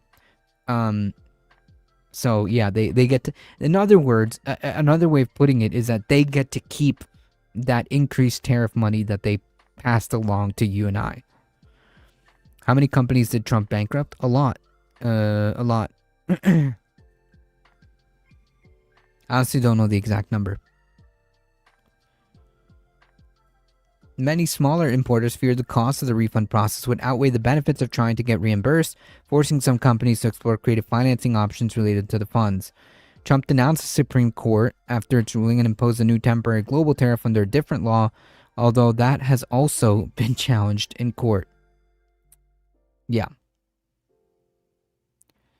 So there you have it, folks. There's your dividend, right? There's your $2,000 dividend. We're going to have so much money coming in through tariffs.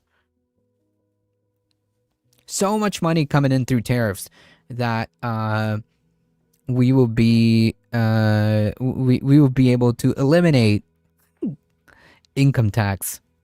He's always been a fraudster. Yeah, like from beginning to end, the man has always been a con artist. That's like his thing. That's like his that's what he's always been known for, apart from his relations to Jeffrey Epstein and other pedophiles. Yeah, that's pretty much what he's been known for. JK, welcome. 2.9 billion. Trump said his tariffs were breaking in 2 billion a day. Yeah, about that. There's no way the U.S. will come on top. Not like this. Not like this.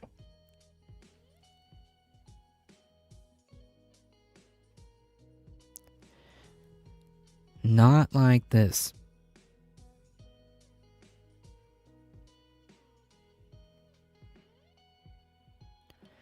Before we get into the other thing,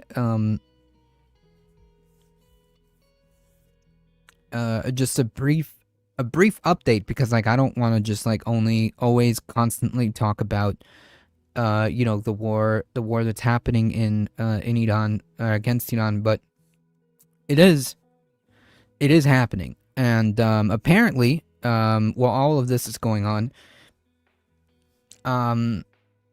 the U.S. decided to blockade the Strait of Hormuz. So it's like super closed. So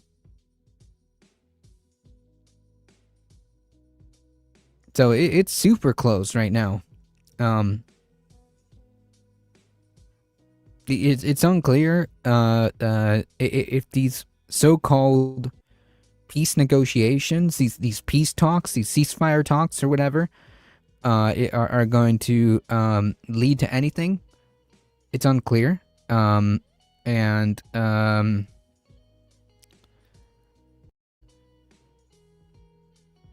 As long as this continues, prices will continue to be high. I mean, you can just go to your gas pump.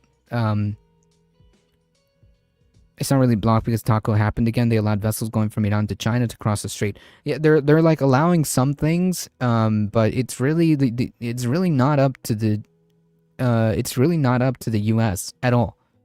None of what's happening in the Strait of Hormuz is up to the U.S. at all.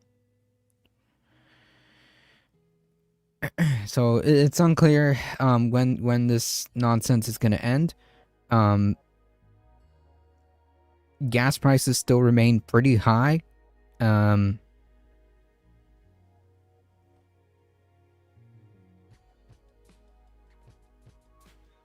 that's where we're at.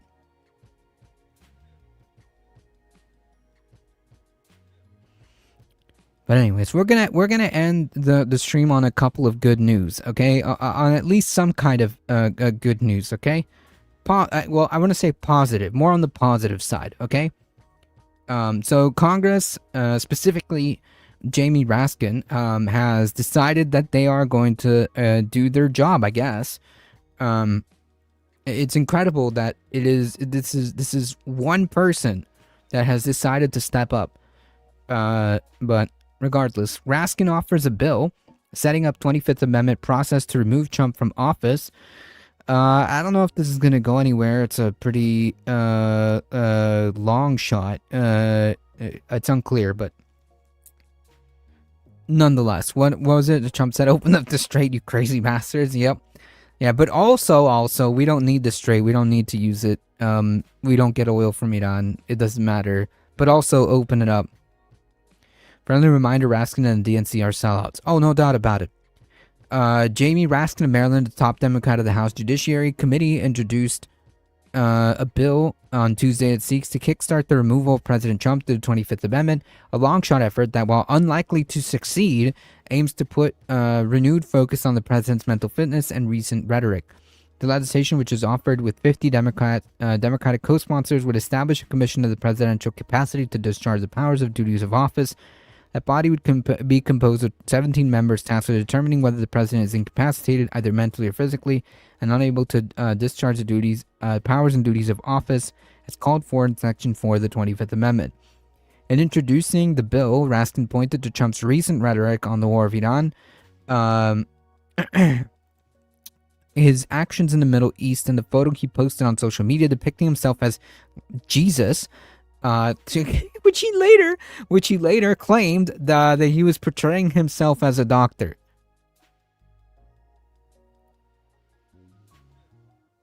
Yeah, they can't just 25th Amendment. It's not in the rules. They can't make that one without 2/3 of states being on board. They need to impeach, but no, they can't. It's useless showboating for nothing.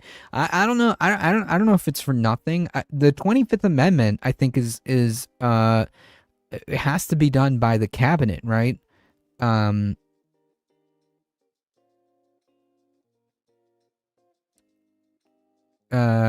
25th Amendment has to be done by the cabinet, I believe.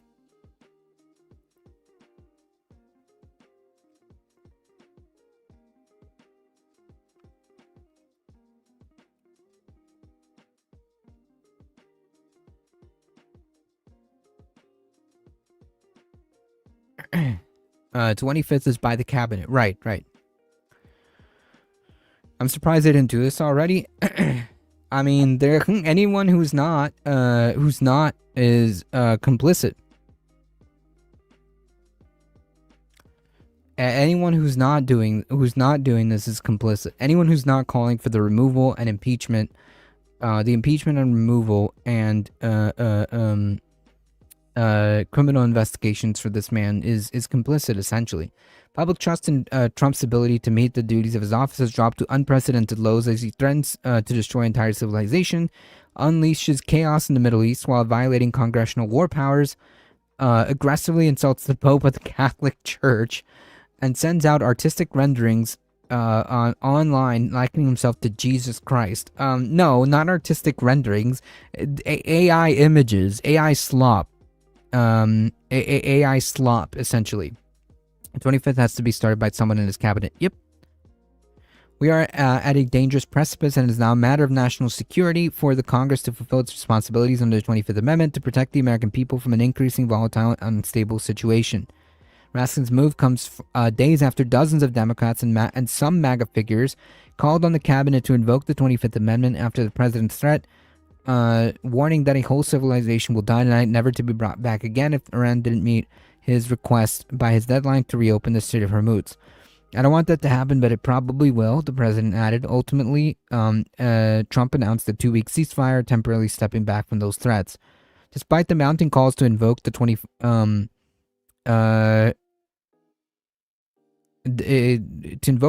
Amendment, it is highly unlikely that Trump will be removed through this mechanism, which has never been used to end a presidency in U.S. history. To be successful, the vice president and a majority of the president's cabinet would have to agree that the president is unable to discharge his powers and duties. If the president were to dispute that assessment, as Trump certainly would, at least 2/3 of the House and Senate would have to agree that the president is unfit to serve and remove him from office. In effect, the 25th Amendment to remove Trump from office is higher burden than impeachment and conviction in the Senate. Jesus. I think this fall the GOP are in for an ass wrecking. I think that they are. I think that they're going to definitely get walloped, for sure. Still, Democrats clearly see political upside to calling for the 25th Amendment. The discussion puts forth to Trump's erratic behavior and puts that much of the onus on the action on the president's cabinet, not Congress. Yeah, I agree. I agree. It doesn't matter. I think that they should still continue to highlight and put pressure that this man is dangerous, because obviously the Democrats don't control any lever of power at this time. So yeah, their job is to essentially continue to put pressure to get this guy out of here. And the more that happens, the more people are going to realize who are the real enemies and who refuse to act.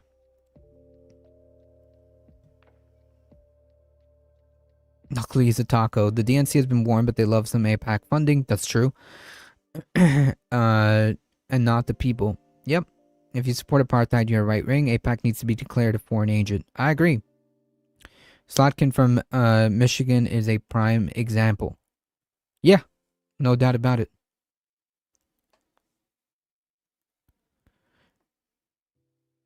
AIPAC is needs to be declared a foreign agent. Yep.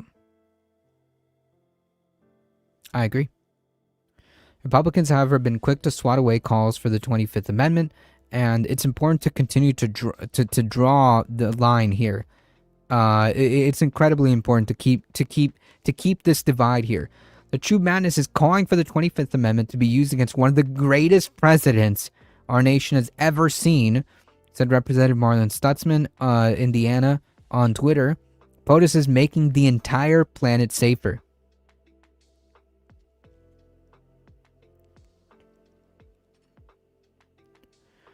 Just like churches need to lose tax exemptions for politicking, yep, all these mother effers who get AIPAC money need to be charged and put on trial with high treason.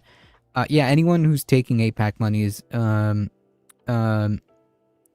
ineligible for office. They should not be allowed to run in office. The resolution calls for the commission to carry out a medical examination with 72 hours of adoption. This is not Raskin's first move zeroing in on Trump's mental fitness. What? Yeah, I know. Insanity. Last week, the Maryland Democrat called on the White House physician to conduct a comprehensive cognitive evaluation of Trump at a time when our country is at war, especially when that war was initiated by the president without congressional declaration or consent. The American people must be able to trust that the commander-in-chief has the mental capacity to discharge the essential duties of his office. I therefore request that you conduct a comprehensive cognitive assessment of President Trump, provide those results to Congress, and make yourself available to brief Congress on your findings. The White House has brushed off the request. The lightweight Jamie Raskin is a stupid person's idea of a smart person. Oh my God, the White House, the White House spokesperson. Okay. Said David Engel. In response, President Trump's sharpness, unmatched energy, and historic accessibility stand in stark contrast to what we saw during the past 4 years when Democrats like Raskin intentionally covered up Joe Biden's serious mental and physical decline from the American people. Whew. Corporations are not people, and money is not for speech. It's a form of currency and exchange. I agree. The madness of King Donald. Yep. The Mad King. The Mad King Donald. So yeah, I think that Donald Trump has to be removed. If Congress wanted to do its job, Congress could impeach and remove him immediately, and they're not doing they're not doing that. Anyone who is not calling for the impeachment or removal of this president and this administration, this lawless administration, is complicit. Full stop. And I think that anyone that is against this and that wants to stop this madness, because this is madness. This is delusion. This is scary. This is scary. The end is near. Make preparations. What do you mean by that? Congress did not vote to bomb Iran. That's true.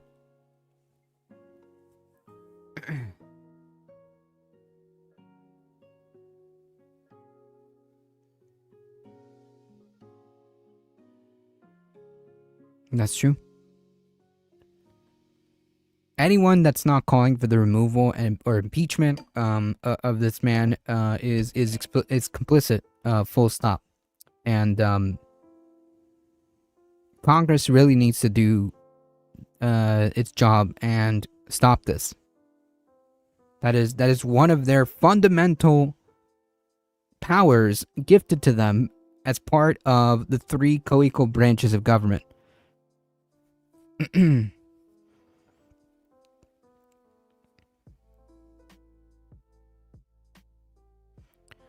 It's a prank call from The Sims 1, but I think it applies to the situation with sarcasm. Well, you got me there because I completely missed that.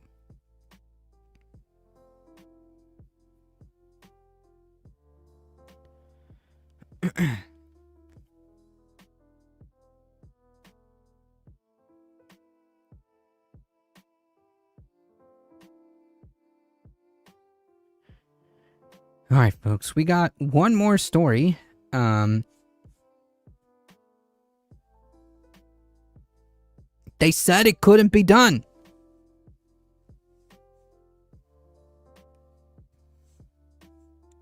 But here we are. Mayor Mamdani unveils a plan for 5 city-run supermarkets, including one in East Harlem. New York Mayor Zohran Mamdani is being challenged on his plan to open a city-run grocery store in each borough. On Tuesday, he revealed the first location confirmed. La Marqueta in East Harlem will have to be torn down and rebuilt. It isn't slated to open until 2029 and will cost $30 million. That's honestly not bad. On West 86th Street, volunteers for Westside Campaign Against Hunger were handing out bags of fresh food. It's a lifeline for thousands of families, many from Washington Heights. This is very helpful because there's a lot of people who can't find good food, said one pantry client, so this helps them a lot to be able to feed their families. But the group's CEO, Greg Silverman, admits it's not enough. We cannot pantry our way out of hunger. This organization is feeding over 100,000 people. That is not a solution. Silverman says he supports Mamdani's plan to sell discounted groceries in 5 city-run supermarkets. La Marqueta in East Harlem would be built on vacant land. Not to be confused with the right-wing free grocery store meant to discredit the mayor. True. What we're looking to do is provide something to New Yorkers where they don't have to hope, but they have a guarantee that their essentials will be cheaper at that supermarket. Under the Mamdani plan, the city owns the land or leases space and covers the cost of construction, renovation, and a private contractor manages the daily operations where everyday staples will be sold at discounts.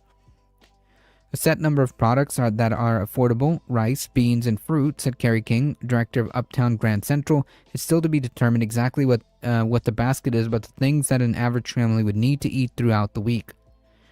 However, critics have questioned its viability, from potentially chaotic lines to stock shortages and the enormous cost to taxpayers. Yeah, the enormous cost to taxpayers to feed people. Eyewitness News caught up with Anthony Pena, the president of the National Supermarket Association. You can invest in the independent community that is already there. The infrastructure is there, and we'll be able to pass those savings instantly. You know, you take $70 million and you give it to an independent market. Not only will you change the life of the people within the sector, but the whole industry. The first supermarket is expected to open next year, 2027. Mamdani says the others, including his home site, will open before his term in 2029. That is, if the city council approves not just the concept, but the money. So that's cool. Things are moving with Mamdani's plans. And this is the kind of stuff that I like to see. Mamdani is not just talking. Mamdani is seriously trying to get things done. He is really trying to make good on the campaign promises that he ran on. I know it's a weird concept. It's a weird concept, but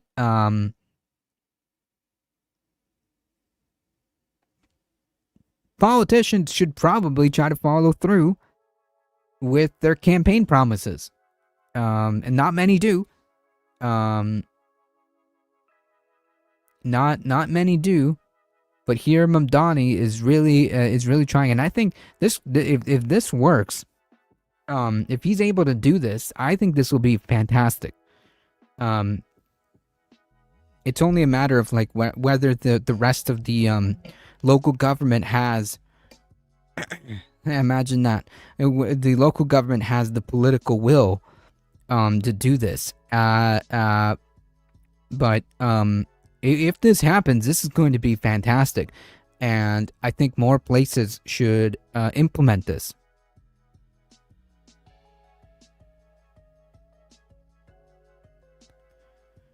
I'm not gonna lie, I won't be voting blue just because this year ever again. The real break from me is David Hogg, and also my own experiences running for office with the DNC. They actually removed my page from the local webpage because I'm trans. Well, that's horrible. I don't blame you. Democrats introduced impeachment articles against Trump and Hegseth as nearly 100 lawmakers call for the 25th Amendment. Nice.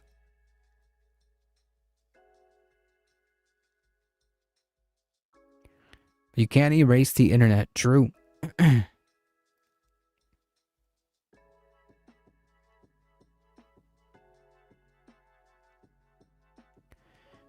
Why am I having phantasmia? I have no idea what that means. But anyways, yeah, the Mamdani stuff works, folks. This is the Mamdani sauce in action. And I'm really excited to see what else he's going to try to push for.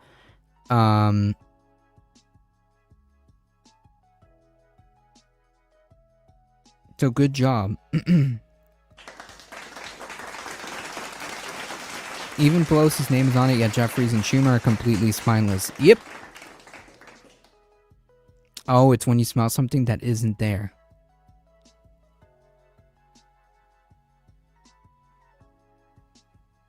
Like the Mamdani sauce, when he starts actually trying to make good on political on political promises. Would that be example?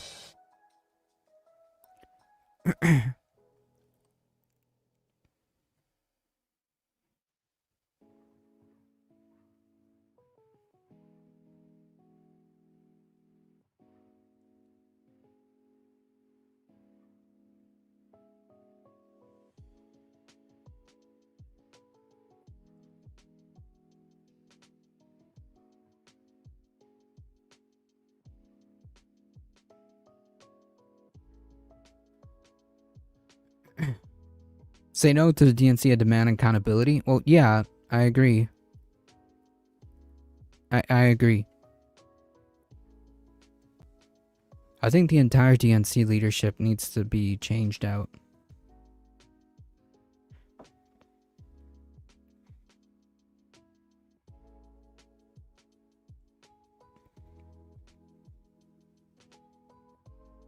The entire DNC leadership is essentially captured by capital.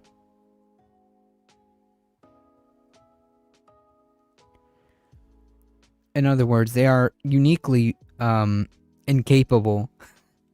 They are uniquely incapable of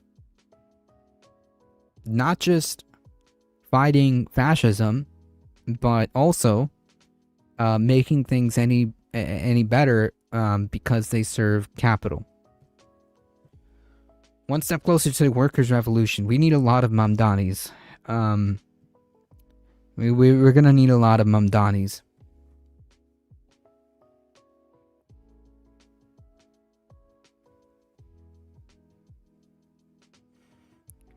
We are going to need a lot more Mamdanis.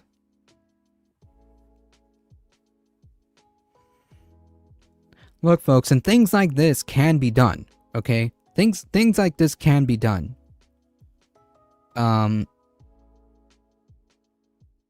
Making sure that there is affordable food for people can be done if you want to. Mexico just passed essentially universal health care. They just did it. They just did it. They just passed it, and that's it. If you want to, if you have the political will to make things like this happen, you can just do them. Looking at you, Democrats. Looking at you, Democrats. If you want, if you have the political will to just do something good, you can just do that. You can just pass universal health care. You can just pass a budget that calls for specific things like affordable grocery stores that are subsidized or run by the state. You can pass things like universal college. You at any given point, you can just do these things, as it turns out. Americans can never do that. I'm just saying, like, it can be done. We just don't want to. The federal government can't afford providing health care, any welfare. Oh, they can do any of that. They can do all of that if they want to. Moving its cubs. NJDP Fish and Wildlife reminds the public of the importance of securing trash and Jesus. That scared the crap out of me. Whew. Yes, secure your trash, folks, okay? Jesus.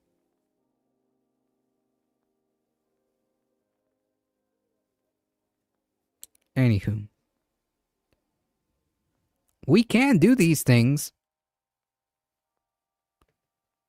We can do these things at any given point.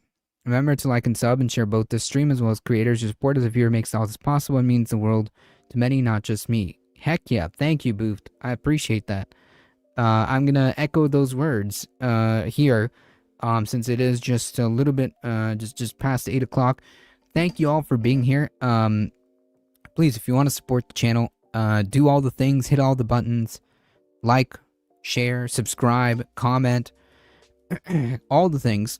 They can't pay for healthcare, which is like 1/80th of what it costs for the war going on right now, but somehow we have all the money for the world's stupidest war. Oh, there's always money for that, right? Like President Trump said, we just can't afford anything. We can't afford Medicare. We can't afford nothing. We've got wars to fight, as I paraphrase the president. But yeah, thank you all for being here. Do all the things, as I said, hit all the buttons and doodads and likes and you know, emojis or whatever. It's really one of the best ways that you can help the channel is to spread the word far and wide, folks. We're here Monday through Thursday. Every Monday there is news. It's news day, and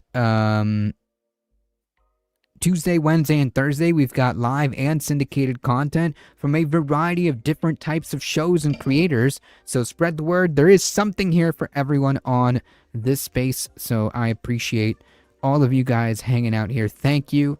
As always, folks, please stay safe. Please take care of each other. I love you all, and I hope to see you guys in the next one. See ya.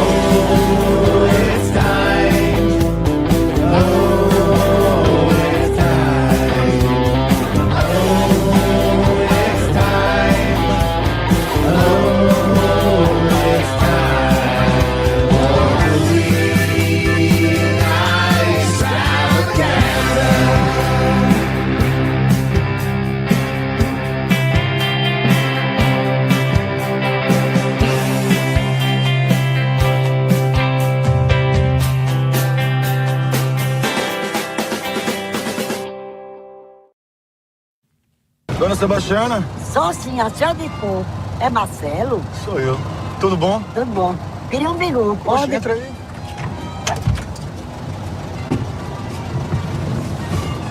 Esse é Clóvis. Sabe aí, menino? Escreva. Opa, tudo bom, bicho?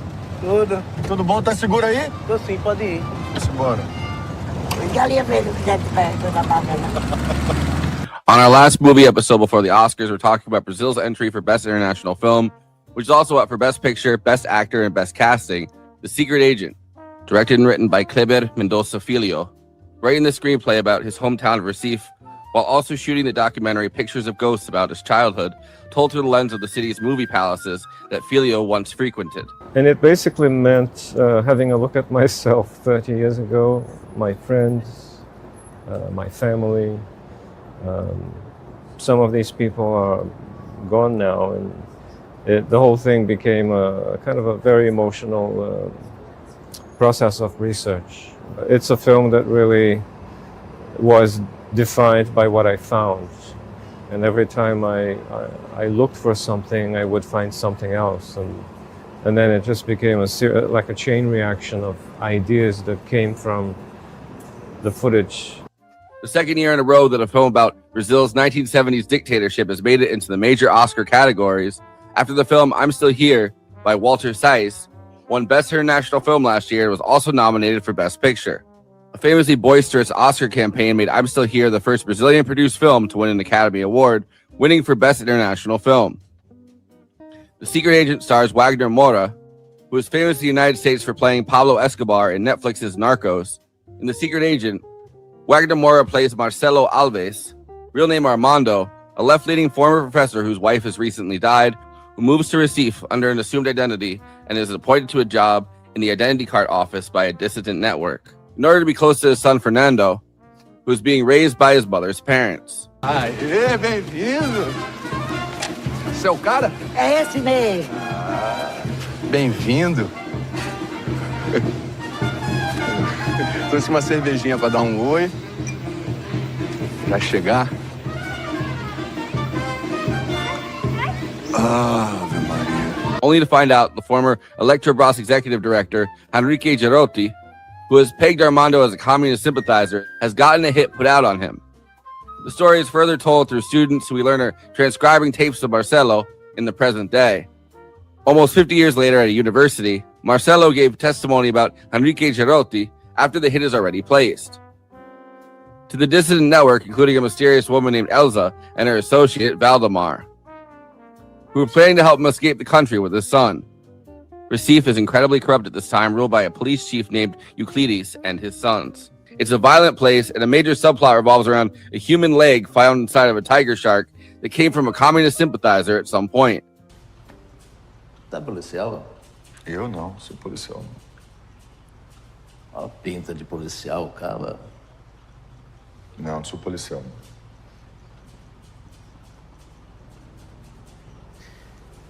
Euclides Oliveira Cavalcante, as suas ordens. Marcelo. Marcelo de quê? Alves. Marcelo Alves. Nome de policial. Sou policial. The tiger shark is juxtaposed with images and posters from Jaws, which was put out around this time. Marcelo lives at a narco-communist safe house run by an old woman named Dona Sebastiana, with other refugees, including a man and a woman from Angola, another conflict happening around the same time in a formerly Portuguese colony, and a group of assorted political dissidents and outcasts, including a gay man rejected by his family. One of the most insane scenes in this film revolves around Chief Euclides harassing what he assumes is a former Nazi soldier who is hidden in the city, but is actually a Jewish Holocaust survivor, covered in scars that he constantly demands to see. This character, Hans, is the last film role of the German character actor Udo Kier, who had appeared in so many films from Fassbinder's Lily Marlene, My Own Private Idaho, Herzog's My Son, What Have You Done, and Wim Wenders' A Trick of the Light. Kier died last November at the age of 81. Also starring Carlos Francisco, Tana Maria, Gabriel Leone, Roberto Diogenes, and Alice Carvalho. The real story of a hairy leg, a famous Brazilian urban legend from the military dictatorship where censorship led newspapers to publish stories where a human leg attacked people in Recife. A mythical creature in indigenous folklore, the Saki was a one-legged black boy in a red cap that allowed him to appear and disappear and grant wishes. This was the opposite, one leg that came to life and began kicking people in the face. When Jaws came out in 1976, they even put one leg in Jaws' mouth on a float. When the military dictatorship would censor stories on the radio and in the papers, the journalists would just make up a story about the hairy leg to go in that space. The hairy leg could disguise news. Stories about homophobia would have the hairy leg kicking members of the gay community. Instead of police violence, would be a hairy leg brutalizing people.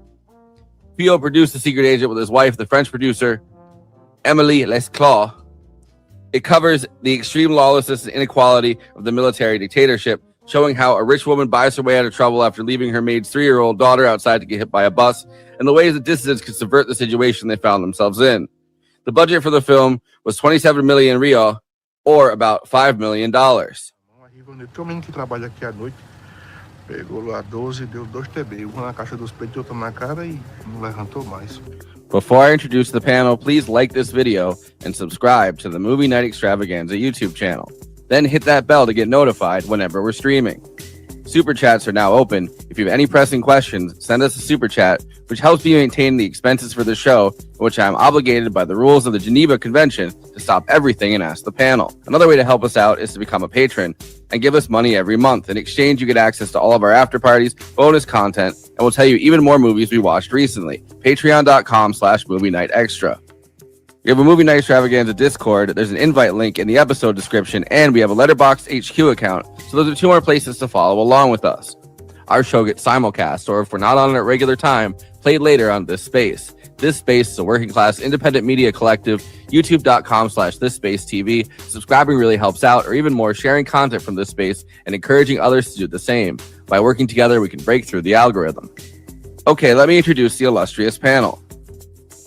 Conan Neutron is the co-host and senior producer for Movie Night Extravaganza, host of Protonic Reversal, an independent Film Critics of America film critic, and the frontman for the band Conan Neutron and the Secret Friends. Check out his music at neutronfriends.bandcamp.com.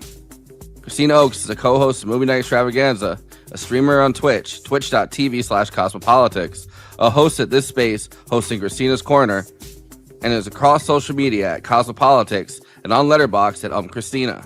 Forrest and Christina have a second show, The Absurdity Space, live on This Space on Wednesdays at 6 Eastern, 3 Pacific. Zach B. Marsh is an actor, writer, director, and a musician whose short film, A Talk in the Park, is up on YouTube. He's active on Letterboxd at Zach B. Marsh.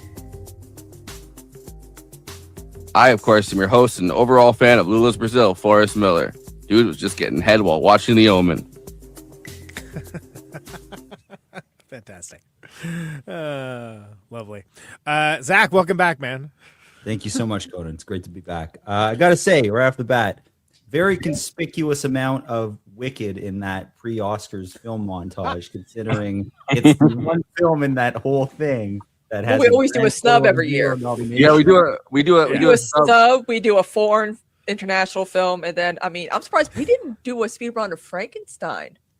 I forgot about it. I forgot all about it. I was like, is this a one? That's right. We did every other movie but Frankenstein, huh? Frankenstein, so coming this Friday, y'all. Just kidding. What do you call it though if a film is snubbed in every single category? Like that's more than a snub. It's a super snub. It's a full snub. It's just a fucking massacre. It's a full snub. It's a full snub. Well, we did Sing Sing the year before for the snub, and that at least, it showed up a little bit. Yeah, Wicked for Good was like a super snub for sure. But they're almost making up for that last time. They're making up for it with Train Dreams being overrewarding Train Dreams. I like Train Dreams. No, I'm not saying over. I'm just saying like Train Dreams obviously isn't Best Picture. It's like I feel like they gave Train Dreams a bunch of stuff, and it's like. We'll give your film about a white guy in the Pacific Northwest a bunch of nominations that we weren't going to give to Coleman Domingo's prison movie. Sorry, no Sing Sing for you. I will say if Coleman hadn't already been an Oscar nominee, I think he would have been snubbed for Sing Sing. I'm glad that he wasn't. He absolutely deserved that nomination, but I think that his existing relationship with the nomination board got him that. Because before that it was like Rustin, right? That was Rustin, yeah. Which I still, it's a travesty. I haven't seen it. I've heard it's like a fine movie, but I'm a huge I just can't imagine it's like the politics of it are really because it's like I don't know. Obama produced it. It's like I'm sure. Yeah, it's gonna be a very safe, feel good biopic. Yeah, Yeah. Or I don't know how you turn that into a feel good biopic, to be honest, but Obama probably you know what I mean. There's not gonna. It's not gonna be like. First of all biopics are inherently flawed, and they're rarely done well. And if we want to get out on that, we can. But like, I feel like I've already seen it because I've seen so many movies like it, and it's like, all right, someone can tell me I'm wrong, and maybe I would, but Selma was like a big. They did like a big Selma push when that came out. You know what I mean? There's just been so many other like civil rights movies, and it's like. I don't know. Like it's the politics of it always. Am I right? The one above them all. Green Book. Like the second I saw Obama produce it, I was like, I'm not. Let's move on. Secret Agent is what we're talking about tonight. 12 minutes into the episode, which is the odds-on favorite at this point for international, which is interesting to me because I thought for sure it was just an accident, and I wonder if people voted now. Yeah. Rather than voting having been closed with recent events that maybe people will be more amenable to. It was just an accident. Is definitely really good. I don't and I think his story behind making it is like one of those like insane kind of things where I mean it's crazy that like like Iran's a country where you can get like instead of being thrown in jail or whatever, they're like you can't make films anymore. And then his next film was like, this is not a film. Yeah. He made while he was on house arrest. Yeah, not a film. Can't get me. What is a film is Secret Agent, though, which is definitely sparking a chord with the cinephiles out there. And this is a shaggy movie. This is a long movie. Like there's like I think I like I said, like 4 movies worth of plot that's in here. But it is a very well made movie. It's obviously done with love and a certain degree of attention. Great showcase for Wagner Moura, who is a great actor, despite me. I didn't like Civil War at all, but Wagner Moura was good in also it. a director and writer. While they were putting this together, and while he was working on his movie before this, like his documentary, Wagner Moura was actually working on at least while he was writing this, Wagner Moura was actually working on his directorial debut. Really? Which ended up getting really censored in Brazil because at the time Bolsonaro was still the president of Brazil, and so like the far right kind of attacked his movie in a way that they couldn't with this one as much. I mean, they tried boycotting this one, but yeah, because he's like a well-known leftist activist / actor director. Yeah, which is hilarious because most people in America know him from Narcos, where it's like Narcos and Civil War. It's like who's that guy. But no, he's undeniably a talented guy. So Zach, how was your experience with Secret Agent? I adore it. It might be my favorite Brazilian film. I have not seen all of Fia's films. That's actually think which ones I've seen, but I know it's definitely my favorite of his. I'm a huge fan of Wagner Moura. This is my favorite Wagner Moura performance. This is actually probably, except for another performance that's not in the Oscar conversation we get to later, probably my favorite male lead performance of 2025. Fucking love this movie. I thought it was an absolute masterpiece. It genuinely felt like watching. The closest comparison I have to it is like an Alan J. Pakula film from the 70s. It felt like watching what's the Warren Beatty one? Parallax View. Parallax View. It felt like watching Parallax View. It did feel like a 70s vibe to us. It's got that big 70s. I just did All the President's Men on Martin Strange's podcast, Film Splaining. So Pakula's really like front of mind for me right now. Because I'm like, oh yeah, Parallax View. Have you seen that one? That's great. Flute. It's awesome. Total masterpiece. This is my number 5 of the year. This episode brought to you by Clute. Yeah. But yeah, no, I have nothing but exuberant praise for pretty much everything this movie did. And we've talked a bit about the casting category too, and what that means as far as it being like a new category for the Academy Awards, and whether that means, okay, so you're filling up the cast with a bunch of recognizable A-list talent or recognizable character actors or whatnot. But with this movie, it's like, well, you're filling with a bunch of just average Joe looking people, but that's perfect for what this is, because they all look like, first of all, they all need a bath, and then they all look like they're very much in the era that they're in. And that's perfect for this movie, because it wouldn't work if you were like, oh, hey, there's a cameo by, so-and-so over here. And like, there's just no way that would work. It has to be just a bunch of people that look like they would actually be locals in that area. I really liked, so Tana Maria is the name of the actress who played Donna Sebastiana. She's great. The older woman, and so I guess she had never been in a movie before. Bjerrekrav. I don't know how exactly to say it. Bacurau, the movie that he did in 2019. Yeah. Bacurau. So before I've never that, heard it spoken aloud, but I think that sounds right. She's basically just like a seamstress, like a well-known seamstress, kind of in her area, and like artisan. And he found her and was like, in her 70s, was like, I want to make this woman a star. Oh, like a June Squibb situation, kind of late in life. She's been basically the face of this movie in particular, the rollout campaign. So I've been getting heavy the Secret Agent stuff, like advertising now, because I looked at too many clips from it on Instagram.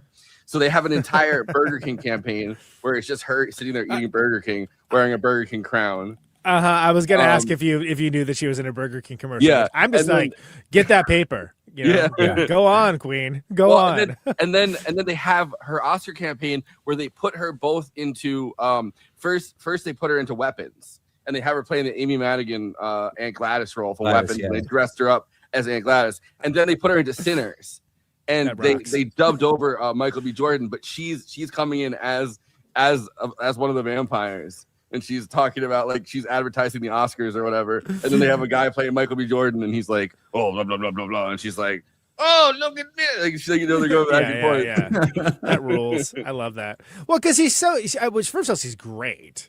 Right. She's got a lot of presence. You kind of want to almost see a spinoff of what's her story?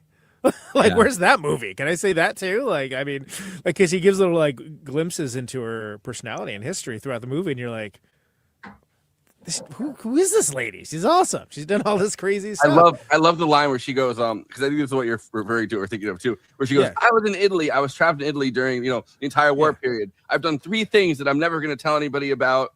And I've done one thing that I regret that I'll never talk about. And she's like, and then I finally got a ride home. And it's like, what is dropping all this?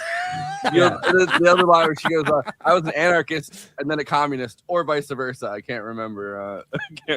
Great. I mean, if you would have asked me without me knowing, I would be like, she's been acting her entire life. She's the biggest actress in Brazil. Everyone knows who she is down there. She was, well, I think that goes for a bunch of the cast, right? I mean, a bunch of these actors were, like, new to me, but I think most, if not all, the casts are big in Brazil. I think. Right. Yeah. The 2 guys that play the hitmen, the super fucking incompetent worst hitmen of all time. Yeah. Who don't even do their own fucking jobs. I think those are both 2 pretty, like, big actors down there. Yeah. A lot of them are, like, big in, like, Brazilian TV is what I've noticed. Like telenovelas and stuff, maybe. Yeah. Although Gabriel Leone, the young assassin, the young hitman, that's the one that that gets plugged in the end because he called the guy an animal, which is like, dude, like the second he was like, you're going around here like some animal, and it's like, all right, you're gonna be racist to the guy that you're hiring, that you're giving a gun to, and hiring. Like the second I saw it, I was like, that's a fucking red flag. It reminds me of Jackie Jr. from The Sopranos, where it's like, oh, this guy's gonna get got by the end of this season. Yeah, but he was in Ferrari, the Michael Mann. The Michael Mann. That's Ferrari. right. Yeah. I knew that I had seen him in something recently, and he's got that, like, leering kind of young gun kind of face, where it's like, He's the guy. He's the driver in Ferrari who dies in the horrible crash at the end, right? Yeah. Yeah. And then there's the other guy, the older his stepdad or whatever, who they give you like the most awesome backstory of, like, oh, he killed, like, this old guy killed his mom and now they work together. And it's like, it was like, oh, so this is the most dysfunctional possible partnership for you to call in for this thing. Because from the very beginning, he's drinking the alcohol on the guy's table. He's, like, fucking around. Like, you can tell what kind of guy he is. And then his more serious, like, his stepdad, you can feel the alcohol and the sweat and the cigarette smoke kind of coming off of that actor. He's like, oh, sure, he smells like an ashtray. You can tell. And similar situation with Elsa. I mean, she's been in a bunch of stuff, but she's like a presenter, former model, like so on and so on from down there, like fairly well down there. But I mean, I'll say, other than Wagner Moore, for me, the only person I recognize is Udo Kier. Yeah. Just because he's been in 100,000 movies, then it's like all over the map where it's like, oh yeah, that guy. Like, dude, what a quintessential that guy character actor, right? What a way to go out. Like, what a fucking performance to end on. Like a keystone performance in like, a very well regarded movie made by I don't know if we can call him an up and comer director, but like, like someone that's. By the way, the Elsa that actress, Maria Fernando Candido, as a model when she was young, she was compared to a young Sophia Loren. That was like, I can see it. Yeah, I can see it. And she was an MTV VJ on Bikini Island. That rocks. But it's cool because it's like she's like early 50s or something, but like she's the perfect kind of character. Like, it would be jarring. Like, sometimes you watch movies and you're like, okay, how is this person who's like clearly like the hottest person that's ever lived, like this anonymous person in this village or whatever? It's like, no, that doesn't work. And with her, it's like, Well, she's very attractive, and she's like got a certain presence, but it's also like, you know, she looks just as dirty as the rest of them. You know, not to say Yeah. it's just like whatever. They're not in a 5-star hotel or anything. It's hot. There's, you know, it's sweaty, so on and so on. So it's like really great casting, because John's like, oh wow, she's like, there's something amazing about this woman. Like, she's like really cool, but it isn't like she just walked off of the walking down the catwalk or something and doing modeling. Sexy for my... Yeah, she doesn't look like Right Said Fred or something, right? Yeah, exactly. That was the other part of it that felt like watching a movie from the 70s. Like, I thought of I thought of Jaws a lot because it's referenced so heavily in the film. Another but like, movie. you watch the guys in Jaws, they're like dripping with sweat. They've got like skin breakouts. Like, just like they look like they're in the middle of hell, and you can tell. Yeah, or like it looks like they're Apocalypse working, Now, like they're doing stuff. Like they didn't just like come from, you know, their trailer and then like said the lines, you know. Yeah. And that's what this felt like. Even Wagner, who like exudes leading man energy, he's never looked worse in something. I don't think. Generally. Well, Narcos. And I mean, yeah. Civil War kind of has the same kind of like unwashed kind of energy to him, but in this, you just spend so much time with him in this, right? Like you're spending time with him in all kind of forms, and it's like, including like he plays his son in the last part of it, and it's almost feels like he's flexing on the other Best Actor nominees and stuff, because he's done this amazing performance that's like spanned the entire. You're like with him on all of these different reactions to things, and then he's like, "Oh, I'm a different guy." Yeah, like, oh, I'm a different guy because I have a mustache. Yeah, but just like at the very end, right? Well, but yeah, and that's cool because the look of that is like so different, because that's like modern Brazil. You know, they're in the clinic, and it's like kind of bright and got that showroom kind of lighting. You know, I mean, it hits so differently after sitting with this movie that looks like it looks like he like got into a time machine, transported the cast back into the 70s and filmed it there. Yeah. And a big part of that is that he used vintage lenses. So throughout filming this entire thing, he used I think it's Panavision. He used these vintage lenses that he bought in like they shipped them from Los Angeles, and there's like this company that still makes like those Panavision lenses. And so they used a whole bunch, like a whole array of them to shoot this. I mean, on top of the set design, which obviously is very 70s, they literally used, and the lenses were like very imperfect. Like they were, you know, because they're old, so they kind of have these imperfections to them, where it's like you can't really tell as like a layperson or whatever. But they were like, we really liked this like imperfect look that these these lenses brought to our project. Right, like it almost looks as if somebody that was, you know, in the time using what they had available to them, which wasn't going to be this clean, pristine thing straight off the. Out of the box or whatever, like it'd be like a used lens or whatever. But by the same token, looks amazing. It just looks like they're using everything really well for what it is, and like in a way, it's very thoughtful. It's a much more successful attempt to do what Mank did in like. I want you to be able to put this on a shelf, put a reel on a shelf next to Citizen Kane, and watch them next to each other and think they were made at the same time. Yeah, you can immediately tell Mank was fucking made 5 years ago. Yeah, in 100 years, if someone watched this next to like Parallax View, Apocalypse Now, All the President's Men, it looks like I think they sit right side by side. So they use this Alexa 35 ARRI camera first of all. So that's like so that's the camera they use, but then they use these B series and E series lenses where you can I mean, they're old style, you know what I mean? Like they were rented from Panavision. They had on supply for them. So cool. I like that. Yeah. So they had 9 different focal lengths on it. It was yeah.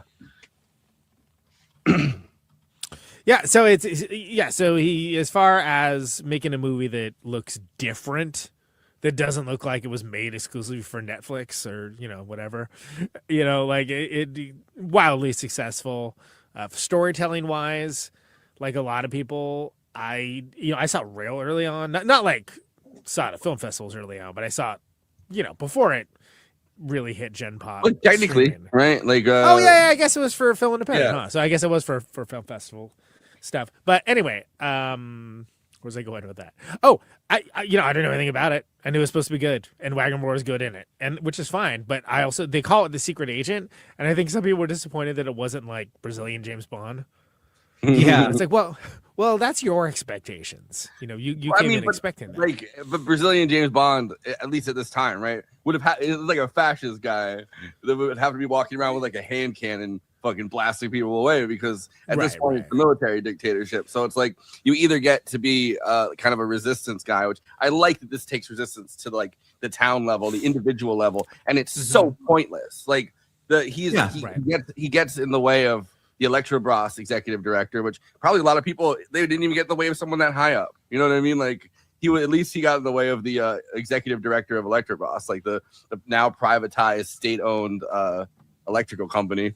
But yeah, he gets in his way, and then the guy's just like, oh, I don't like him, so I'm gonna say he's a communist, and then they're gonna come for him. Yeah. And it's like these stories from the dictatorship. It's like when we talk to a lot of people in Afghanistan, and we're like, oh, where are the terrorists? And they're like, oh, the terrorist is the guy that wronged me that I don't like. And like they would direct you right, to it's used as a cudgel to silence dissent. Sure. Well, yeah, and that's but also what a great title, like The Secret Agent. Oh, wow, that's cool, or El Agent Secreto, as they call it. Which they had, I haven't been able to track down this movie, but there was like a movie that was like The Secret Agent on the poster behind them that was like coming next year. Well, but that's, and it works because it does play with your expectations. And that's something that, I definitely appreciate it, even like, again, I think there's plotted for 4 movies here, but that's fine. Like that's the vibe. I'm if the filmmaker has a vision and is going to articulate the vision and give a reason for it, I'm all for it. If it's he's such a cinephile too. Right, and you can tell like, there's a lot of love in like there. like he has, I mean, throughout the movie, right, like a big plot point is that the Omen is playing, and you see the person getting dragged out of the Omen because they were so scared by it that they like freaked out, and then the stepfather, or not stepfather, the father-in-law that he's going to see, who works at the movie palace, which is what they call these giant buildings at the time, these movie palaces. And so he works at one of them, which they refurbished a bunch of them for his previous work that he was doing, kind of renovating these movie palaces. And he's like, oh, that happens all the time. And then he looks out and he sees somebody getting ahead while watching The Omen. And he's like, oh, yeah, that happens all the time, too. And it's like, it's like a day in the life of this guy that happens to, like, he works at one of these large booths. He's like, what do you want me to do? Like, I can't, Also, man, that reminds me, like, too, like, every single character that has, like, a name in this movie is like, a fully fleshed out 3-dimensional person. Like they don't no one gets shoved by the wayside. Lackey number 1, and there's like yeah. none of that. There's none of that, and it's really, that to me was also something that's really impressive about it. Because you could have just made this like week in the life of Armando, and that's the whole movie. And that'd be great. Yeah. And they do some movies, fantastic, but they go so many layers beyond that. Yeah, and that thing of like. You learn so much about the life of the father-in-law in this business, and the life he has running this business, and there's in a very short span too.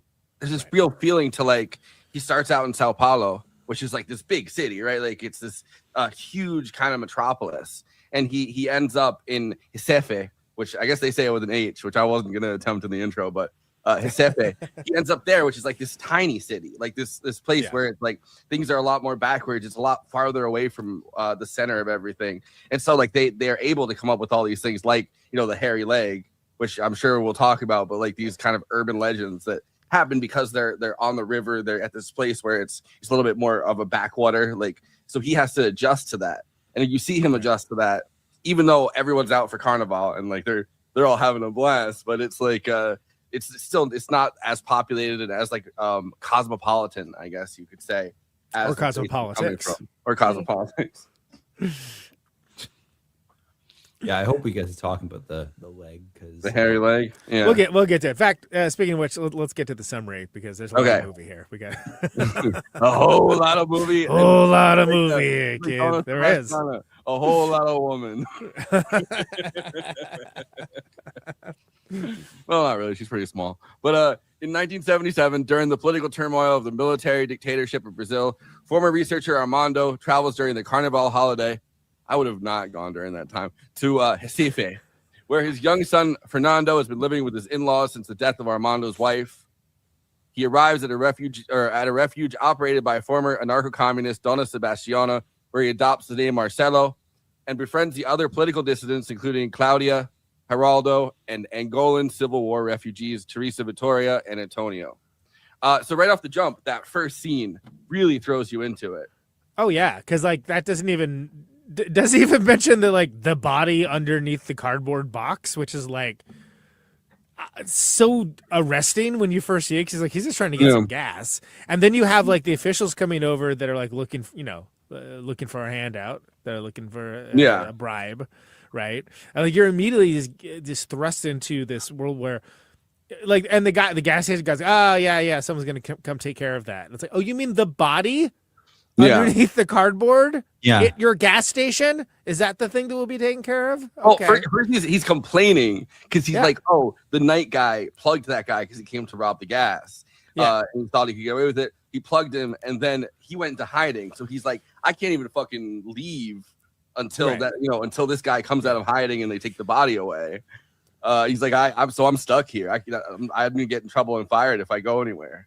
And so you get this guy's whole the story, life story. It's like Armando was like, I just want some gas, man. Can I get some gas, please? That would be cool if I could get some. I love the fake out in that scene too. Like when the cops show up and you think, because at this point you don't know anything about Armando.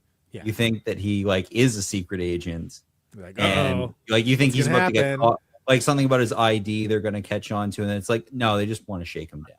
They want money. They just want to bribe. Also, in the car with the kids that comes by, and the kids that was like a scene. There was a scene in Napoleon Dynamite that I was just like immediately transported back to when the farmer shoots the cow in front of the school bus of kids. And just cuts the inside of the bus, and they're that was like the same moment to me. Which is an understandable reaction, frankly. There's a lot of black comedy in this film. Like it's I wouldn't call the film a black comedy, but there were a couple more like kind of dark gags. I think it would veer into being one. Well, there's something I think very Orwellian about it, where it's like everything is kind of done in newspeak, where it's like. And like they lean into like the logic of dictatorship, because the entire thing is illogical. Like trying to keep a place as big as Brazil under lock and key like this is an illogical prospect. There's so many moving parts. Even in this tiny little backwater city, there's so many moving parts. It's like keeping it kind of under control is like already hard, which is why the corruption comes in, because people are like, we're just gonna try to get as much money as we can out of people. But there's the other fake out where you think the cops are coming to take the body away, and then they're like, oh no, we just want to see if you have anything in your car. We're just trying to get something for free. That's all we're looking for. And he gives them the cigarettes too, which is the funny, right? Yeah, which is just hey, it works, So then we end up with Donna Sebastiana, and we get to see like the other thing I wanted to touch on in this is there's this almost jump scare kind of moment where he's driving into Recife, and you see the guy dressed in the carnival clothes, but he's like the monster, and he runs up to his car. He's like, and he's like, he's just keeping his eyes straight ahead, like don't look. Shtick non-engagement, just absolute, just nope. Meanwhile, corrupt civil police chief Euclides and his son Sergio and Arlindo are called in during the holiday to investigate a severed human leg that has been found inside of a captured shark. So I forgot about this part of the movie, and I had sushi, and I was so excited to eat the sushi, and then I look over it, and there's the leg inside of the shark. And I was like, there it is.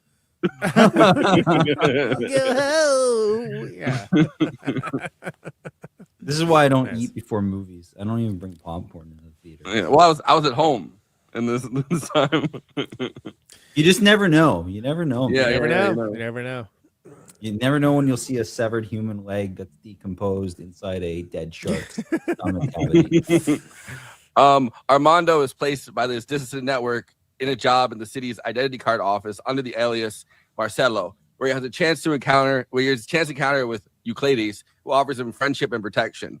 Probably one of the creepiest scenes in the movie. This guy, I mean, he is such a great fucking character actor. Yeah, the guy that plays Euclides, and he's like he looks like this very eager like bullfrog almost. Yeah, where he's yeah, looking at him, he's looking him up and down. He's like, "You sure you're not a cop?" Which already, you're the cop. Like, yeah. And he's like, "What's your name?" And he's like, "Marcelo Alves." That's a cop's name. And he's like, "I'm not a cop." No, it's another situation where you're like, why is this guy messing with him? And it's like, oh, this is just like a guy that likes to mess with people. That's like, there's no greater agenda behind it other than the fact that he likes messing with people. It's like, oh, okay. Yeah. So this takes us to Armando is visibly annoyed by Euclides' arrogant behavior, which includes harassing Hans, a Jewish Holocaust survivor who mistakenly is assumed to be a Nazi fugitive. Man, like It's what so a funny. scene. Which of course, R.I.P. Udo. If you wanted a guy, to look like a Nazi but probably not be, that was your guy for like, I don't know, 60 years. Yeah, absolutely. And and what a great performance that is too, of and just like kind of like the lack of shame for not, oh, all right, well, whatever. And it's like, what do you mean whatever? Like, they're like not very nonplussed about getting it wrong. Well, to Zach's point, right, that everybody in this is a fully fleshed out character. Yeah. You get one of the sons saying like, "Dad," because the two police. There's a white police officer and a black police officer. They both call Euclides dad, and I think one's supposed to be a family friend and one's supposed to be his actual son. But the one guy is like, "Dad, I don't think he wants to do this because he's still going, show me the bullet holes in your leg, show me the bullet holes in your leg." And he's trying to force the guy to make him look at these scars, which you pretty quickly realize are like his scars from surviving the Holocaust. They're not. These are not Nazis. Like, they believe that they're Nazi scars that Nazis got while fighting from a machine gun, and you realize like, no, this guy's scarred all over his body from the horrifying shit that happened to him in the Holocaust. And the one son is saying like is with Armando saying like, "Please, like, Dad, I don't think he wants to do this." And the other son's like, "No, like he needs to show us his legs." Like, yeah. Just keeps pushing and pushing and pushing. No, it's rough. Like it's rough in a way that you get an understanding that this is maybe not outside the normal series of events that happens in this place, right? Like, this is like, oh, this is kind of how these guys roll. This is just that they're not like some all-knowing, all-seeing, very knowledgeable individuals. They're just kind of some guys that have power and are low-grade bullies. Yeah, which, I mean, it's juxtaposed against the fact that Armando is kind of sent into, I mean, he has his own reasons for wanting to be in the city identification card office, right? Like, he wants to track down his mother, who was somebody who got disappeared, who that's the only record that he could possibly find of her. But like, you find that out from kind of his conversation. But besides that, they're not actually asking him to do anything. They're just asking him to kind of live, and he's underground and he's going to give testimony. But besides this, but you don't really even know where the testimony is going. And in the same way, right, like the police officers in this town are just bullies for the sake of being bullies. It's like everything is kind of in this backwards logic of a dictatorship. Everything's kind of backwards. It's like we're not even looking at like big players in this world. Yeah, these are just little petty despots that. Yeah, I mean, including the local feudal lords. We'll get to this, I guess, but including like the Electrobras executive director, who's like a huge person in Brazil, but still, even he's kind of all mixed up with these like little petty things that he has going on. Yeah, everyone's got little side hustles and arrangements and so on and so on. It seems everyone's got their own angle. So last 2 sentences before I pass off to Christina. Armando's job. I'm going second. So okay, I'll pass it over to you. Armando's job also affords him the opportunity to search for files on his late mother, of whom he has few memories. Meanwhile, in Sao Paulo, hitmen Bobby and Augusto are hired by former Electrobras executive director Henrique Girotti to kill Armando, against whom he has a political and personal vendetta.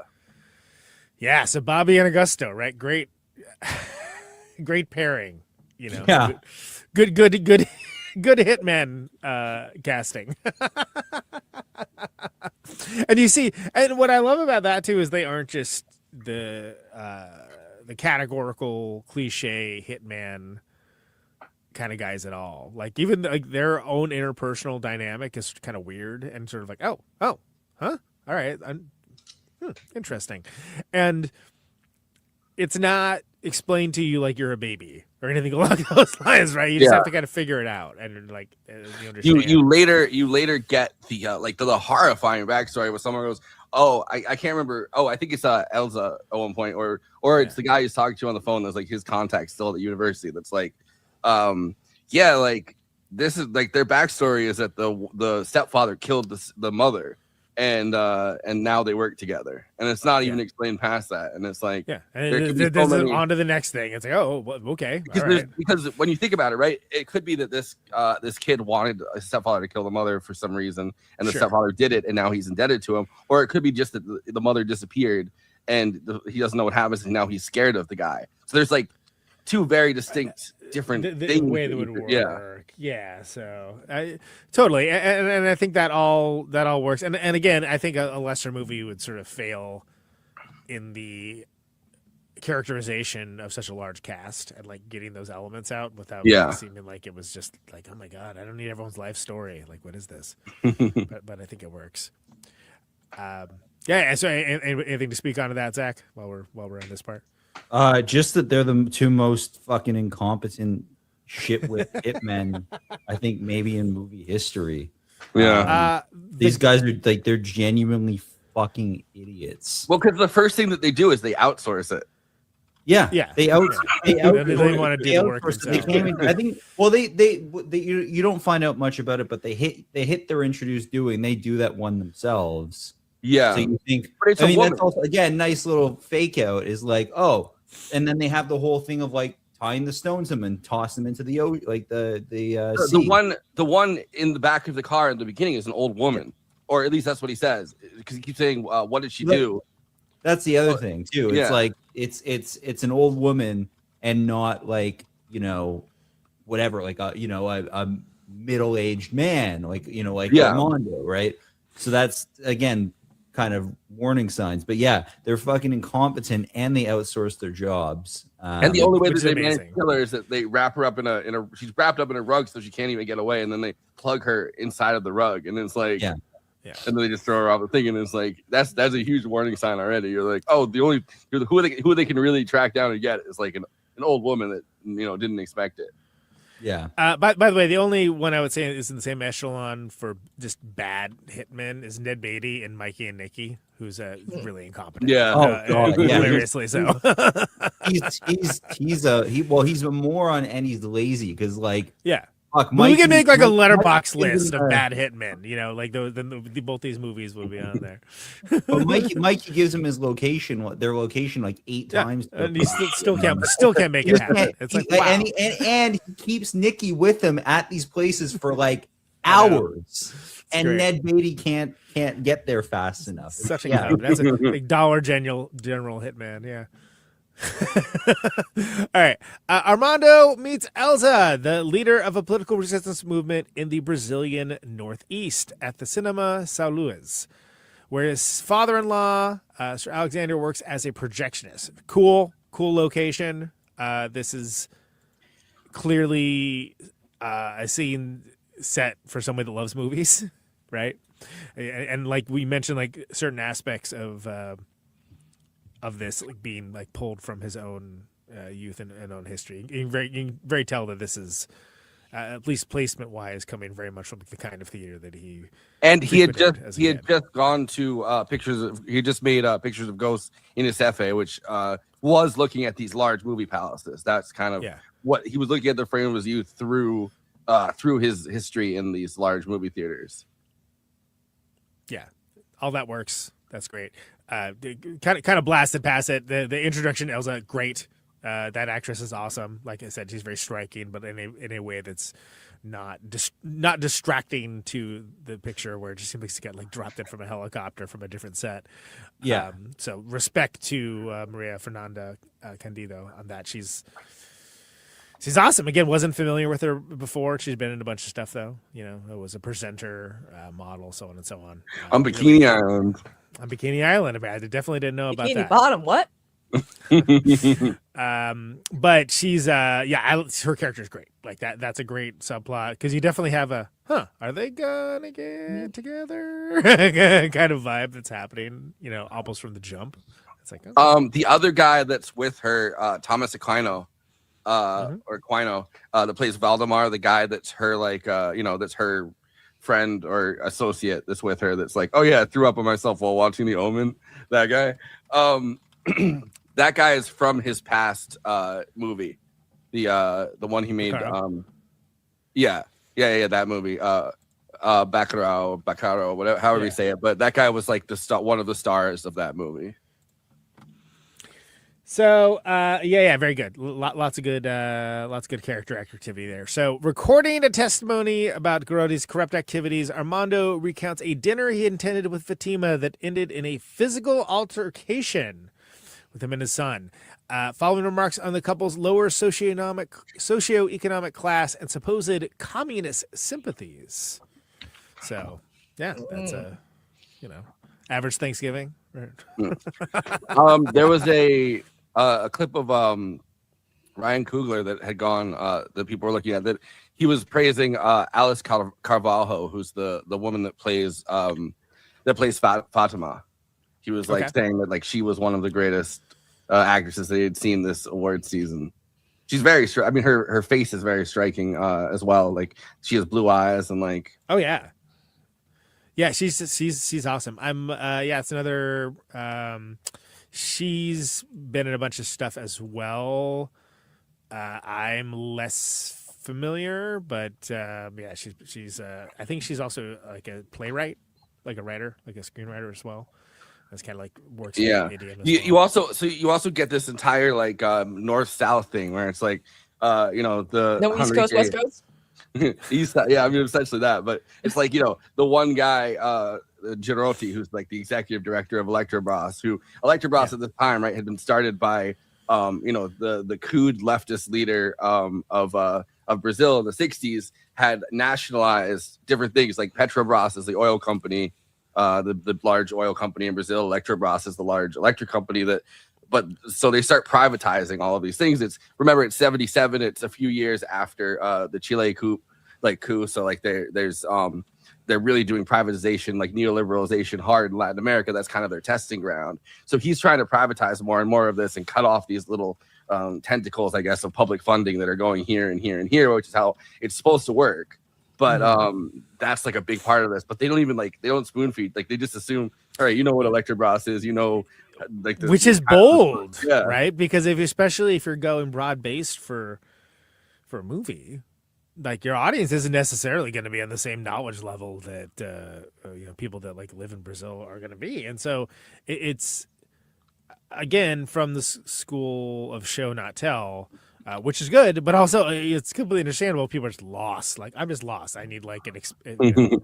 Well, yeah. The other thing to remember about this, right, is that he's writing this during the Bolsonaro administration, where of course, Dilma Rousseff had gotten kicked out and gone to prison for a little bit, and then been kind of exonerated from prison, but had been kicked out as leader because of stuff with Petrobras, where they said that there was corruption in the oil company. And then Lula, on top of that, for the same kind of reason, they were saying, oh, they're using their power and their corruption to give their friends jobs in these different sectors of the economy. So that the backdrop of writing the story about the military dictatorship and the way that they privatize these systems, and his big sin, right, that gets the guy coming after him, that really breaks down things, that he used public funding to create these lithium batteries that he's working on electric cars with, which is also a big thing in 2019. But they want to just destroy that and keep it in the private sector. Right. They don't want that to succeed. Right. Of course. Well, you mentioned it in the intro, but I have had a vague awareness of everything going on in Brazil in the 60s, 70s.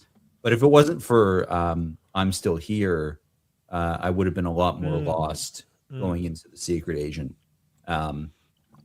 Really, because that one really does get into it. Yeah, you're right. Yeah, it ended up being really instructive for me. Also, man, I cannot, just in terms of how well the two movies mesh, I cannot think of many double features that would be better than interesting. I'm Still Here and Secret Agent.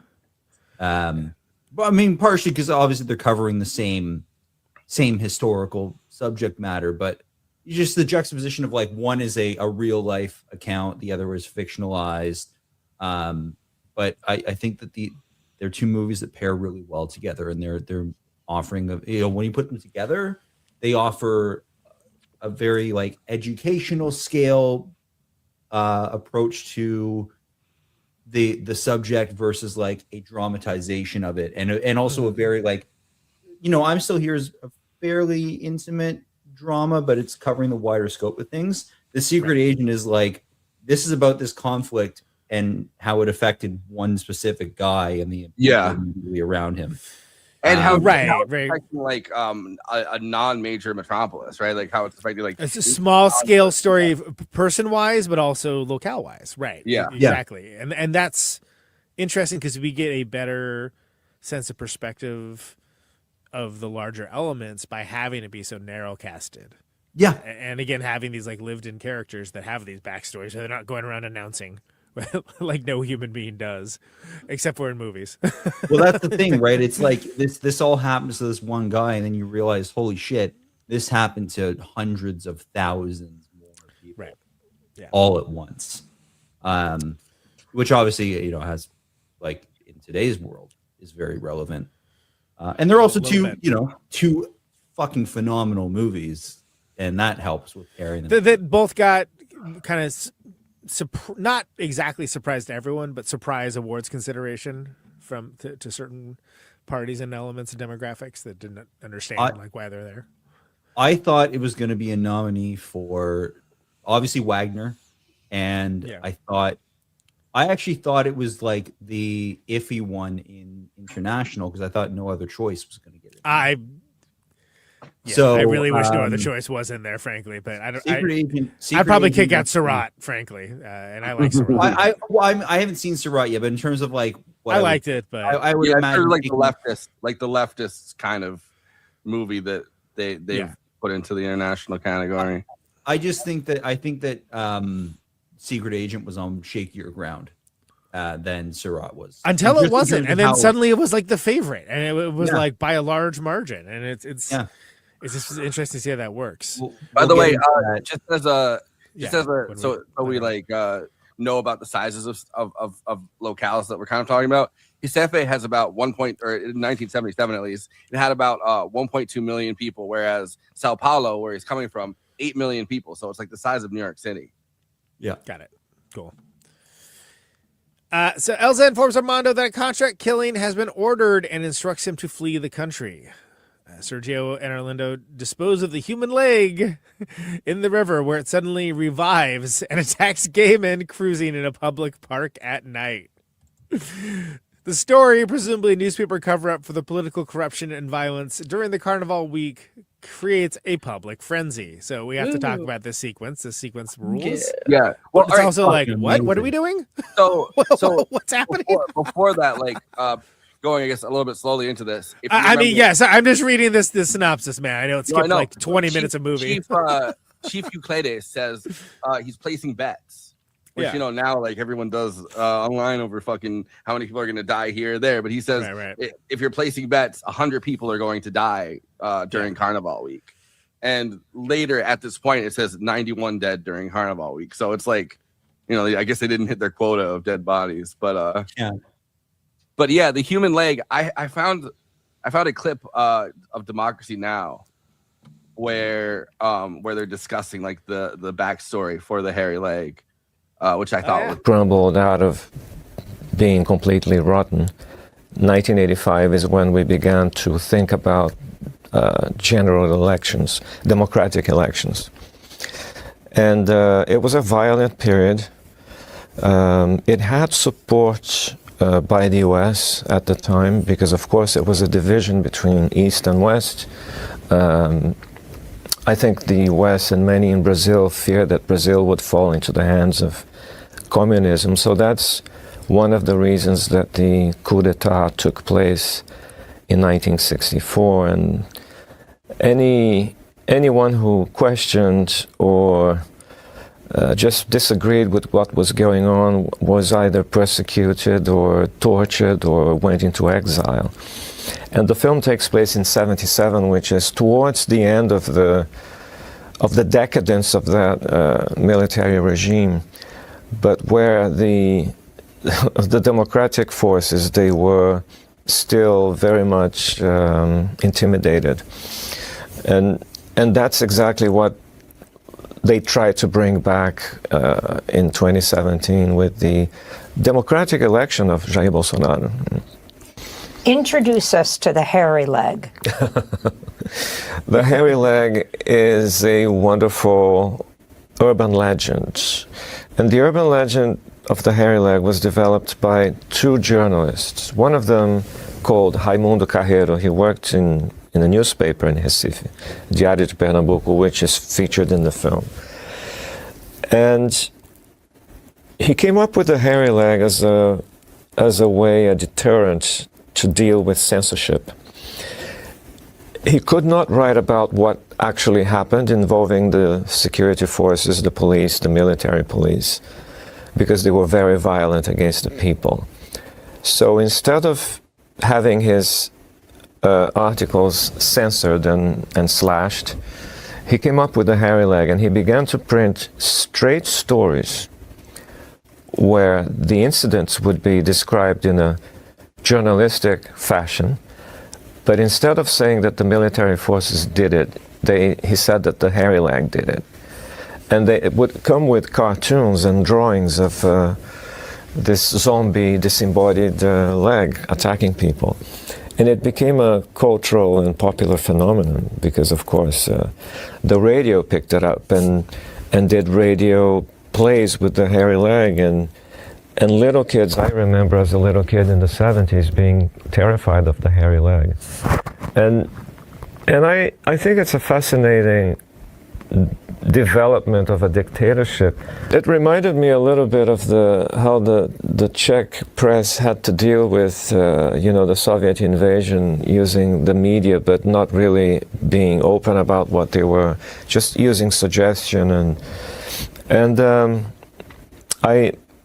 for many years I wanted to use it in a film, and it finally happened. I think it's a great scene in the film which gets quite a lot of reactions, Let's go to the hairy leg in The Secret. So that's like somebody meeting someone in a parking garage in America, right? Where if you know Watergate and you know all the presidents. Okay, bro. We know. Yeah. But if you're not from here, you'd be like, what? Huh? Like, what are they talking about? Whereas that, I didn't know. He did cover up the mic. Yeah, you're right. He did also touch it a few times. Yeah. Let's cut him some slack. But I didn't know. I was like, why is there a severed? What has happened? Like, I was so flummoxed that I was like, all right, I gotta remember to look that up later because I'm sure that's like important for a reason.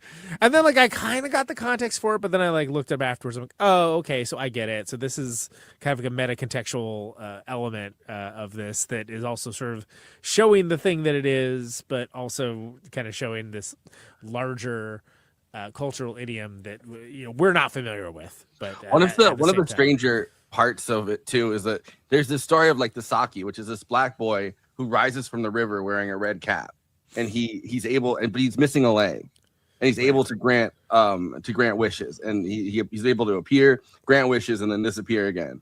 And then they have the story of the hairy, the severed leg, and I was trying to connect whether that's supposed to be his leg. I guess not, but it's they had on the same Wikipedia page. It was well, there was this black boy that had no leg, but then they have a leg. Yeah, absolutely. But it's one of the big things, right? When you're one of those petty despots, it's one of the things is the gay community. Yeah. It's one of the easiest to go after because it's a small community and it's a very Catholic nation. So you're able to crack heads. So it makes a lot of sense. And people will be on your side that politically they may not agree with it, but from the social perspective, because of the church, they'll make an allowance for, or at least not stand in the way of it, which is very interesting. It's interesting stuff. The sequence rules, by the way. The actual leg attacking dudes we're cruising in the park. I will just my summation of it is this movie without that sequence is a great film. This movie might even still be a 5-star for me without it, but it goes from like borderline 5-star to this is one of the greatest fucking movies ever made because of that sequence. I'd say you're a big fan, huh? Well, it's almost like, and then you're like, wow, you could just do a horror movie like this lake. Like I would totally watch it. It's pretty compelling. Yeah. Oh, one last thing also that I wanted to say. I later in that Democracy Now! Interview, Fieldhouse says that he didn't actually intend it this way, but he realized after the fact, and he went with it, that every single thing a newspaper tells you in the story is not true. Yeah. Oh, interesting. Oh, that's cool. So, and obviously you get at the very end the picture it's clearly or at least part of it is clearly the picture of the kid that got shot, and it's like it's like, oh, and you're supposed to think, oh, that's him dead. But it's not. It's the kid. So every single thing you learn from a newspaper is wrong or false in some way, or is not telling you misleading and this is again, the 70s is the era where like that is where you got your news, right? Like it wasn't you weren't doom scrolling on your phone. You weren't looking at a blog or something. It was the newspaper. So if you had, which is why people were so excited in the 2010s, especially about the existence of social media, because they were like, we can do real-time information, but the problem is it's flooded with so much false stuff that like now you can't tell what's true and what's false. Yeah, which is a different problem than we had. But there was a nice moment briefly. That moment hit Brazil particularly really hard. There's the book by Vincent Bevins, If We Burn, covers this really well. Brazil in particular, during the Bolsonaro period, like right before the Bolsonaro period, really is when kind of everyone was incredibly excited about this new technology. And they slowly realized during the course of all these protests that happened across Brazil, when they tried to raise the bus toll, basically. And then Brazil exploded in protest because so many things had kind of been building up for working people in Brazil. They realized after the fact that their protests had gotten taken over by these far right goons, because online was like, oh, let's all meet here, or let's all wear this thing, and like they had no way of centralizing the protest movement. Right, it's decentralized, and so anything that was reliant upon, whether it was state-sponsored media or just selectively editing what gets out to people, there was a way around that. Look at Arab Spring. Yeah, right? Same situation. Yeah, and that's what this book connects the Brazilian protests and the Arab Spring. Because it's the exact same thing, and something that we had a brief moment that we squandered completely, where we surrendered completely to the algorithm without any argument of any kind, and then immediately bowed to our corporate overlords. There was this crazy moment. I believe it was in Egypt in the Arab Spring, where after the protests had broken out in Brazil, they held up Brazilian flags in Egypt. And it was like a crazy moment. It was like, oh, wow, solidarity between these two protest movements. Yeah. That feels like it happened yesterday to me, by the way. Yeah. I understand that was like 15 years ago, but I was like, I remember when that happened. Yeah. Remember when that happened? That felt like yesterday. Oh, the Arab Spring. Where'd the bus go? It's lost. Anyway. It's springtime in the Levant. Okay. But it is so but again, getting back to the larger point, it was so revelatory because a lot of these countries, like if there was any kind of reporting in any kind of in traditional media, they were all inherently corrupt, either outright owned by the leadership. I mean, look at why can't I think of his name? Italy, drawing a blank. Yeah, thank you. Yeah. Like just like where it's either implicit or complete tacit ownership of the media by these like corrupt figures that just like are choosing what can and can't be shown and told to the people. And of course we have the same thing, but it started with like news not being allowed to be a loss leader. News had to make money. Well, if news has to make money, then it's going to be about entertainment. You're going to stay away from certain hot button issues, so on and so on. These are larger constructs, but coming down to the promise of social media that was immediately squandered, as I mentioned, were moments like this, and it's especially notable in places where there have been such a crackdown, a top-down crackdown, on just reporting of what was happening. And we can and should yell about our own reporting and the inaccuracies and flat out ignoring of certain events and certain numbers and things along those lines. But it does at least get reported instead of just being, oh yeah, we're just not going to report that.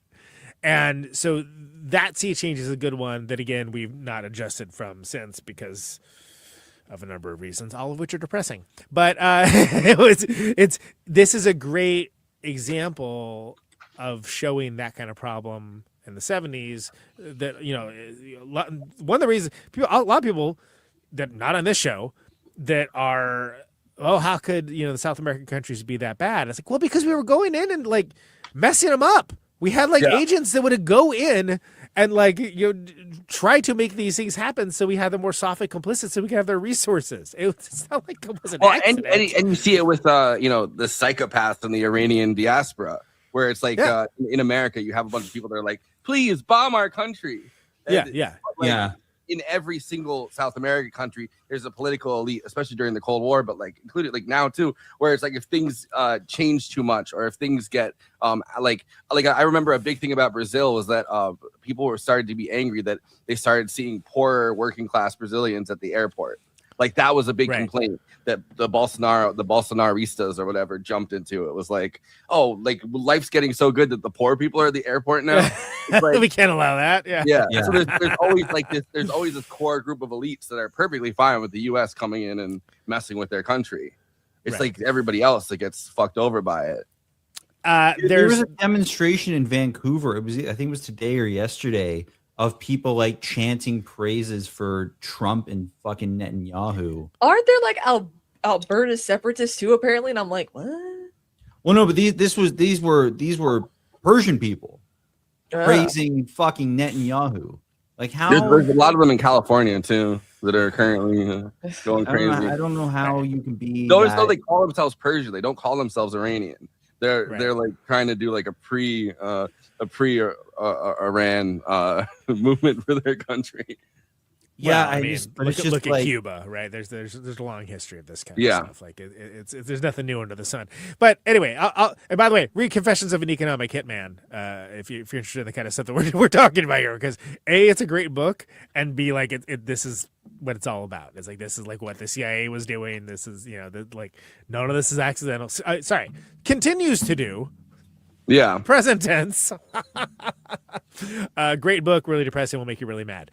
Okay, cool. Getting back to The Secret Agent, which is what we're talking about here. The hairy leg. A newspaper cover-up for the political corruption and violence in the Carnival week, causing a public frenzy. Augusto and Bobby hire a local impoverished gunman. Okay. It's true, but the phrase impoverished gunman? But hey, he stands Do you his want ground. their gunmen impoverished? He stands his ground, though, because they try to do the same thing that Girotti tries to lowball them. They say, yeah, it's we'll true. do this for 60,000 real, and he says 40,000. And then this guy, he's like, I'll do it for 400, and they say 200. And this, that's what you want. That's what you want. This guy that is capitalism for you, by the way. This guy stands his ground, and they're like, okay, 200 now, 200 later. But it's like they're already trying to lowball like the local guy working as a mechanic, and the guy, the Bobby insults him and says, "Oh, you're here like an animal."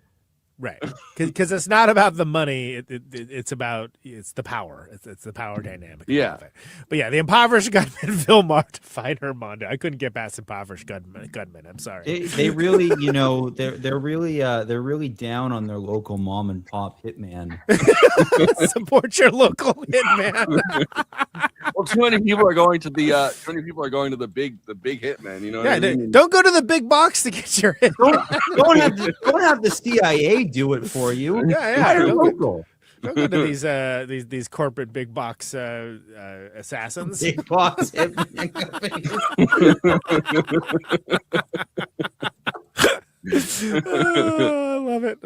Love it. Now with Amazon Prime, anyone can do it. You can have it overnight for free if you meet your shipping. Uber hits. All right,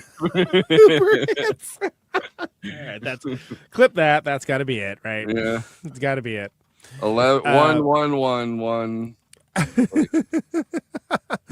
All right. Sorry. Get back to the plot. Anticipated departure. Armando bids farewell to Donna, Sebastiana, and the other refugees. Christina, over to you. So the following day, Armando's cover is blown after Bobby reveals Sir Alexander. Uh-oh.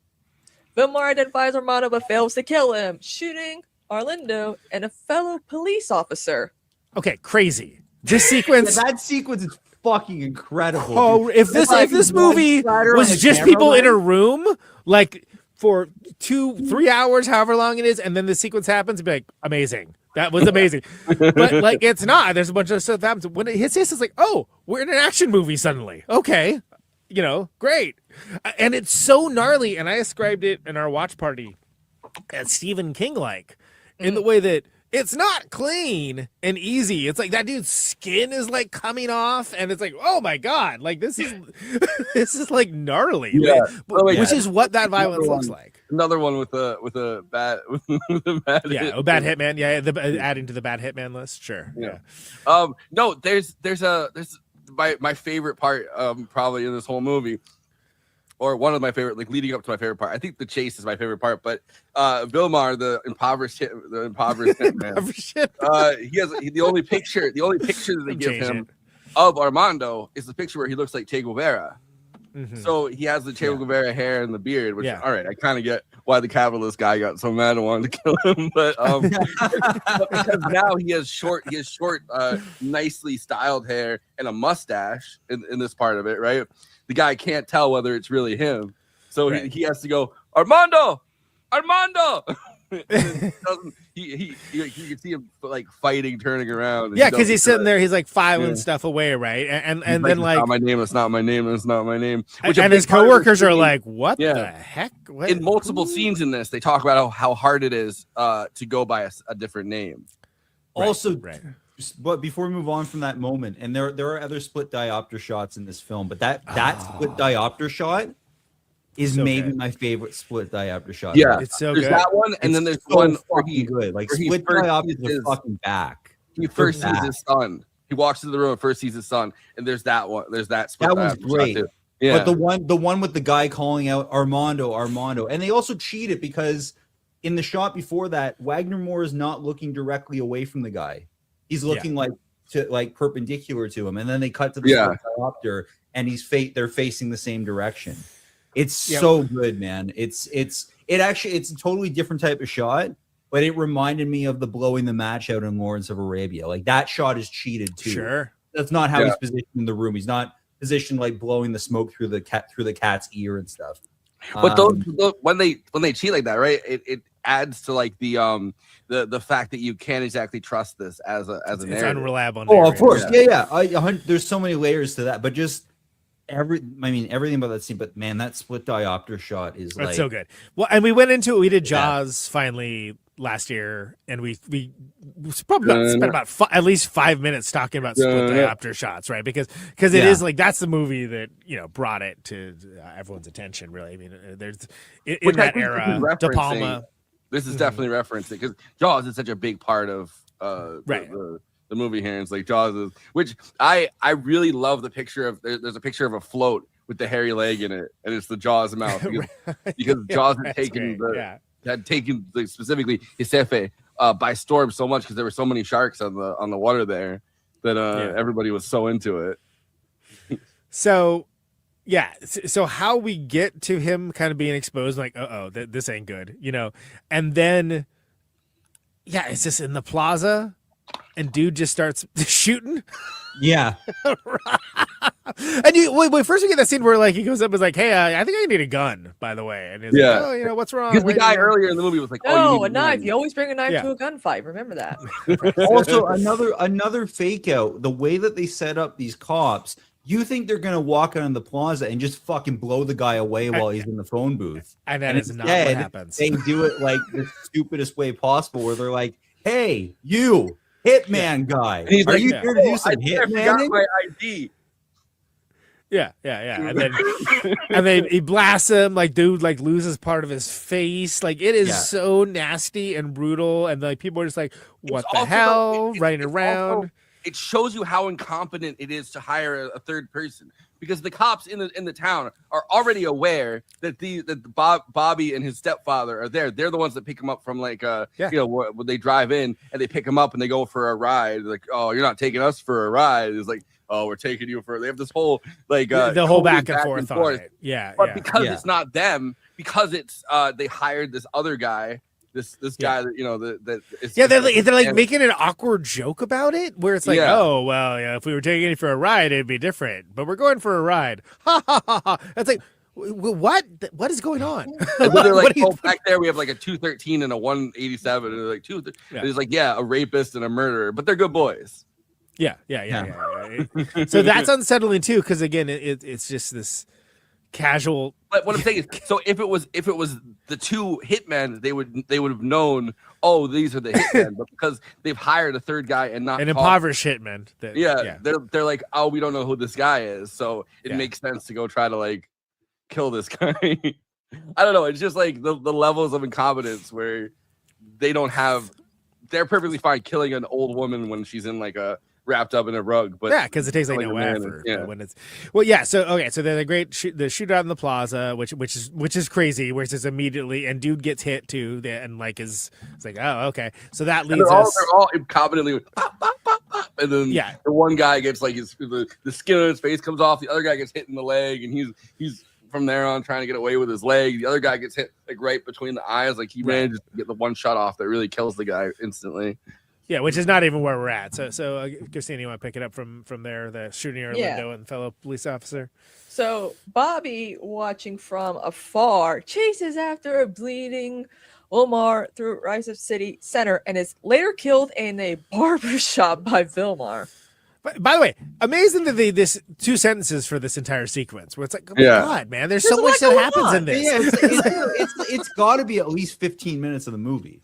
Which how much stuff happens. I really like the song a Scooby-Doo chase song, you know? The song choice is like it's from this really rare. Well, now it's on Spotify and Apple Music, so I don't know how rare it is. But the actual record of this album is like a famous Brazilian album from the 70s, and it's like. Like they have like this really cool thing that really like it just pumps you up so much, and it's like 3 of those going at the same time. It's like, they're kind of going in and out of time with each other. Yeah, it's a great way to build tension where you're sure like, oh my God, everything about this is unsettling, and dude is like the entirety of the movie. It's not an action movie. Like it's very, for a lot of it, it's very subtle, and and then suddenly he's to like this climax. We got the impoverished hitman, going through like a restaurant and like bleeding and like sort of like trying to lose this guy, and it's crazy because so now we're given what we think we were going to have the entire movie for with the title. Yeah, is this kind of action? So we do get it, but it's after what seems like 7 hours of story. So it's even more jarring when we get it, but really cool. Like it's a super cool sequence. Like it is like a really great action sequence. The one that I have to say though, in general, I did not feel the runtime of this movie. It despite how like talky it is, like this movie went steamrolled. It's heavy vibe. If you can match the vibe of it, and like I think it moves along better than if not. I know some people struggle with it. The first time I watched it, I didn't get it at all. The second time I watched it, I did get it, and I was like, okay, this shit clipped through. I think some of it is just like how into because I don't know. I have such a bad attention span sometimes, but like you look away and you miss key details in this, and it's like the first time I think I was struggling through that, and the second and third time I watched it, I was like, oh shit, all right, now I can connect all these pieces together. Yeah, we didn't even talk about the cat with 2 faces. Oh yeah. I mean, that's absolutely great character, right? Of just like and what is that type of actor? Yeah, absolutely. What is when that happens? That there's a name for that type of cat. I can't think of what it is, but I mean they gave it 2 names, but like there's cat? A name for that style of cat. I mean that like when Siamese twins. Just kidding. Conjoined. 2 cats and one. Yeah, I don't. Great cat. A rare condition known as a Janus cat. Janus cat. I was gonna say Janus it's something that right. Yeah. Yeah, we didn't even mention that earlier, but which takes that cat is not harmed in this gunfight. Just so we're clear, people that are worried about that. Thank you. Taylor wrote, the secret agent during Jair Bolsonaro's government. The story suggests that the elites use the military for their dirty work, yet even they outsource it, exposing their I think we touched on all that stuff. Yeah. We just talked about that a little bit. Yeah. Okay. So, anything else to add with that crazy action sequence? I mean, it's nuts. But I mean, like you could see Bobby getting got from like a mile away. Like the second he said that guy was like an animal. Yeah. Yeah. That is like, come on, like that's and on multiple occasions in this movie, like there's the one moment where he's sitting there and he drinks the entire scotch that's poured in front of him, which you don't want to do as a hitman. Like that's one of the first signs you're incompetent. If you just drink, like you're automatically drinking on the job to show that you're a man. Yeah, right. It's one of the you do not want to have your reflexes dulled by like drinking like far too much alcohol if you're say a hitman, you know. But, yeah. I mean, I just special shout out to the POV shot from the one cop who gets his eye blown out. And the fact like it's directly his POV and you see like the blood burst out of where his eyeball would be. This was a year. Like the lens. This was a year of surprisingly great action sequences for non-action movies. And Yeah. let me explain. So we got this for Secret Agent, Eddington. Shockingly great action sequence at the end of Eddington. And I still haven't seen it. There's a great action sequence at the end. Like you're almost not prepared for it. Ari Aster kind of does that though. He always kind of set piece finales his story. Sneak something in. Splitsville, great fight sequence in Splitsville. Everybody that again presents as something far dumber than it actually is. Really great movie. But yeah, we got a lot of like some of weapons.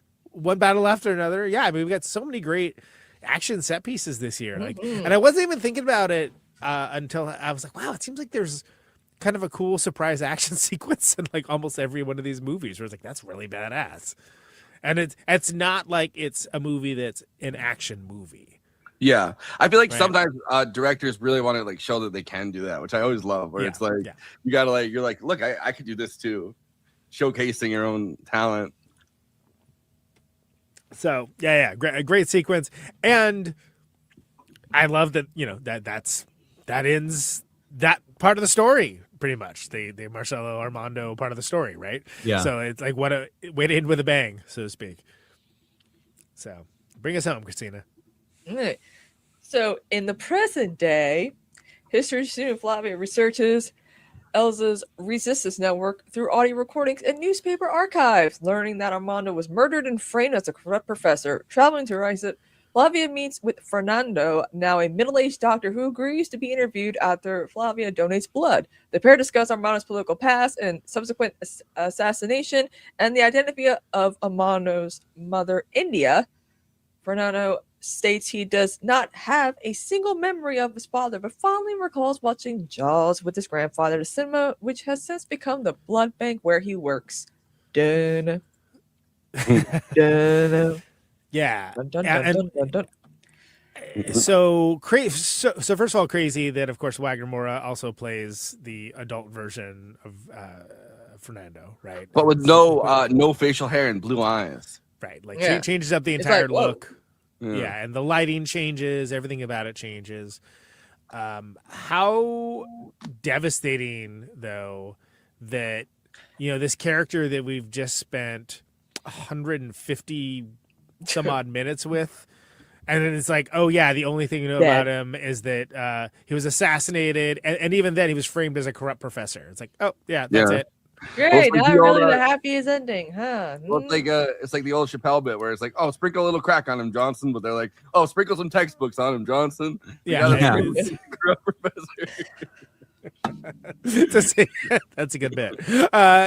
No, but it's heartbreaking, right? Because then you see his son as an adult, he doesn't even know him. Like, wasn't a part of his life, doesn't like have any memory of him, and like the only thing he remembers from that time, watching Jaws with his grandfather at the cinema, which is like, oh. He's such a Kleber Filho character. He's like, the one thing I remember is I went to the movies. Yeah, right, exactly. This whole documentary is like the thing I remember most about being a kid. I went to the movies a lot. Right. Speaking of like kind of the self inserts and stuff, I sort of related to that.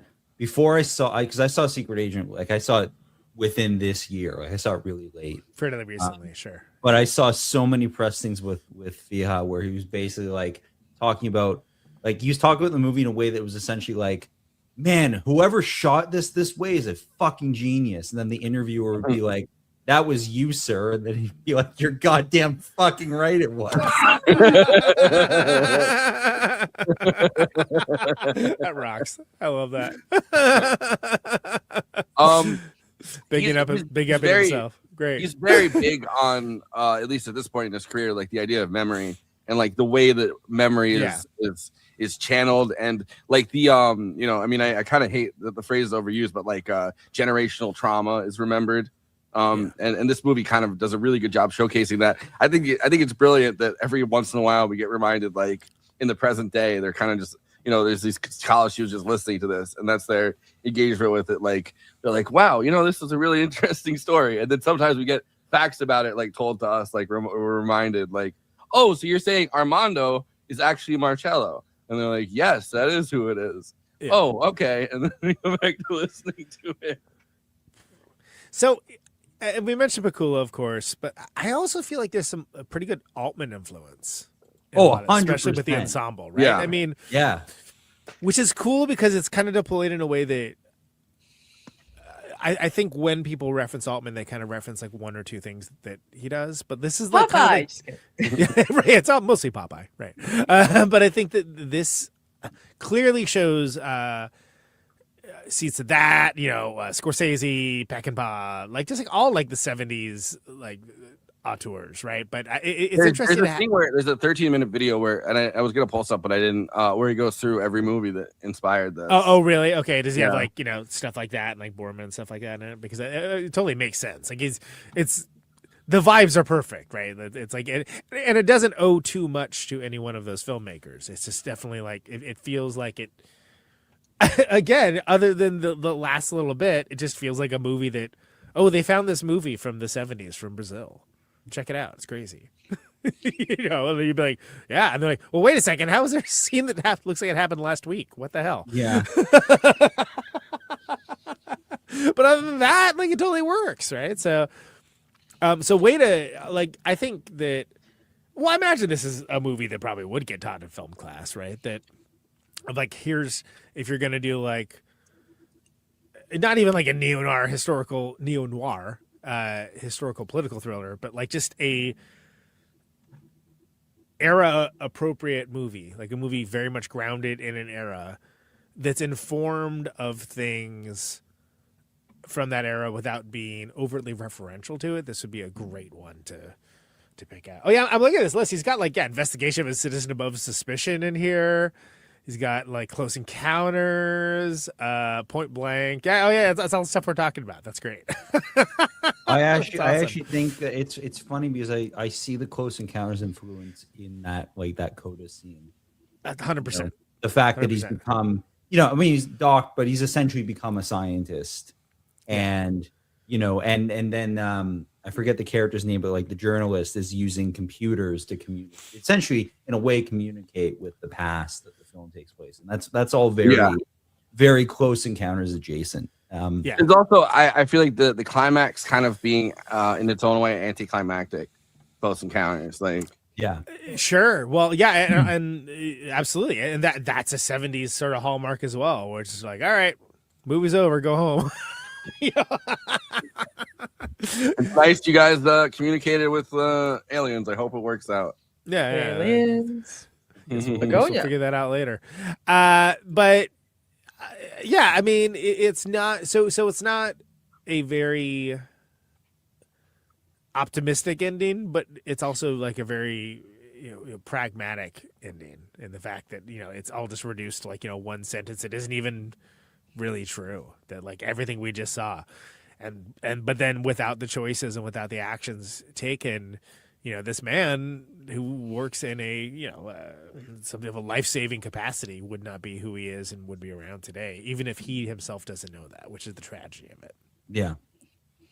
And I mean, how these stories are remembered, or if they're remembered at all, right? Like if they're remembered, and exactly. Like I was listening to Wagner Moura talking about this. He was on the Daily Show with Jordan Klepp, nice. And he was talking to him about the fact that like they felt like Bolsonaro's Brazil was kind of proof that the memories of this hadn't stuck, and it's like history is cyclical. and they're back to a cycle at that point where they're kind of having the same values as the dictatorship. In this moment where it's like, oh, maybe we haven't learned anything, and maybe it's because these stories have not been cemented in the public imagination, remembered in the right way that have saliency and relevancy to modern people. Yeah.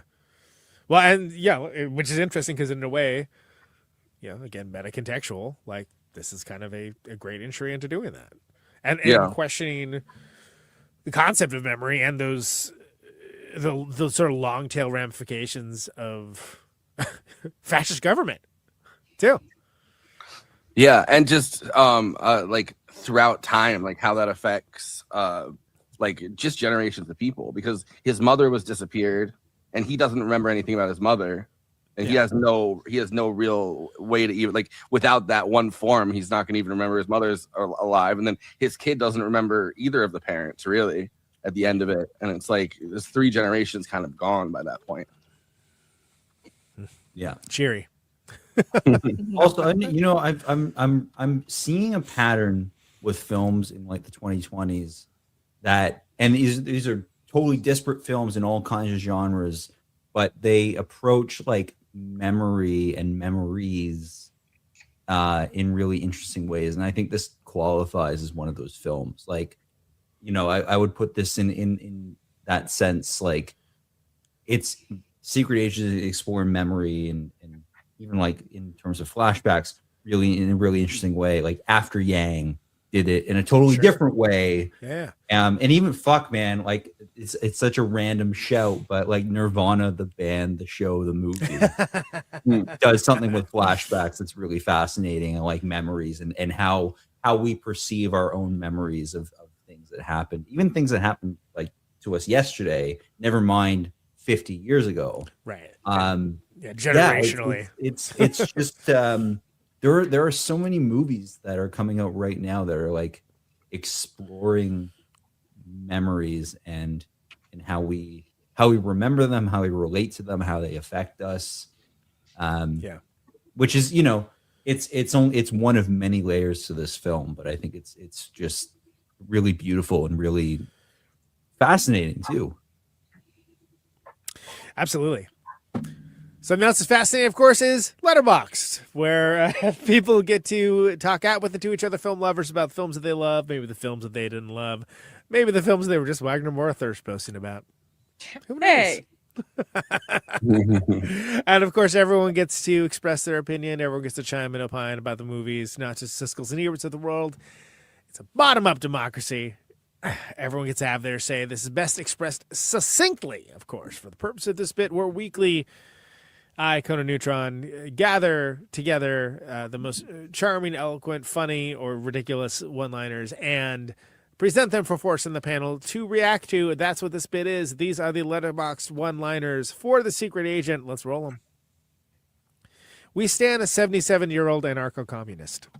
Yeah. I mean, it's amazing that she didn't even have an acting career until 2019, and now she's kind of in the face of this campaign for Best Picture / Best Actor / the other two I think it's up for are I think screenplay, I want to say. Casting. Oh yeah, casting and international. Yeah. Oh yeah, and international. Yeah. So it's like she's been the face of this international Oscar campaign essentially. Love it. I still hate the fact that it's like films from America and then films from everywhere else, and it's like, let's have one award. And then it's always like one foreign is also included in the Best Picture. Yeah, well, I mean, maybe we're moving up. There's 2. That's kind of more of a recent construct, but like that's good, Yeah, I mean, in the years where there's only one, it's automatically like, well, that's obviously going to win international feature because it's the only Best Picture nominee. At least this year there are 2. So and I think the categories we'll get into that I think later, but category is really interesting. It is. So stay tuned to the after party for that, people. I'm voting for Surratt.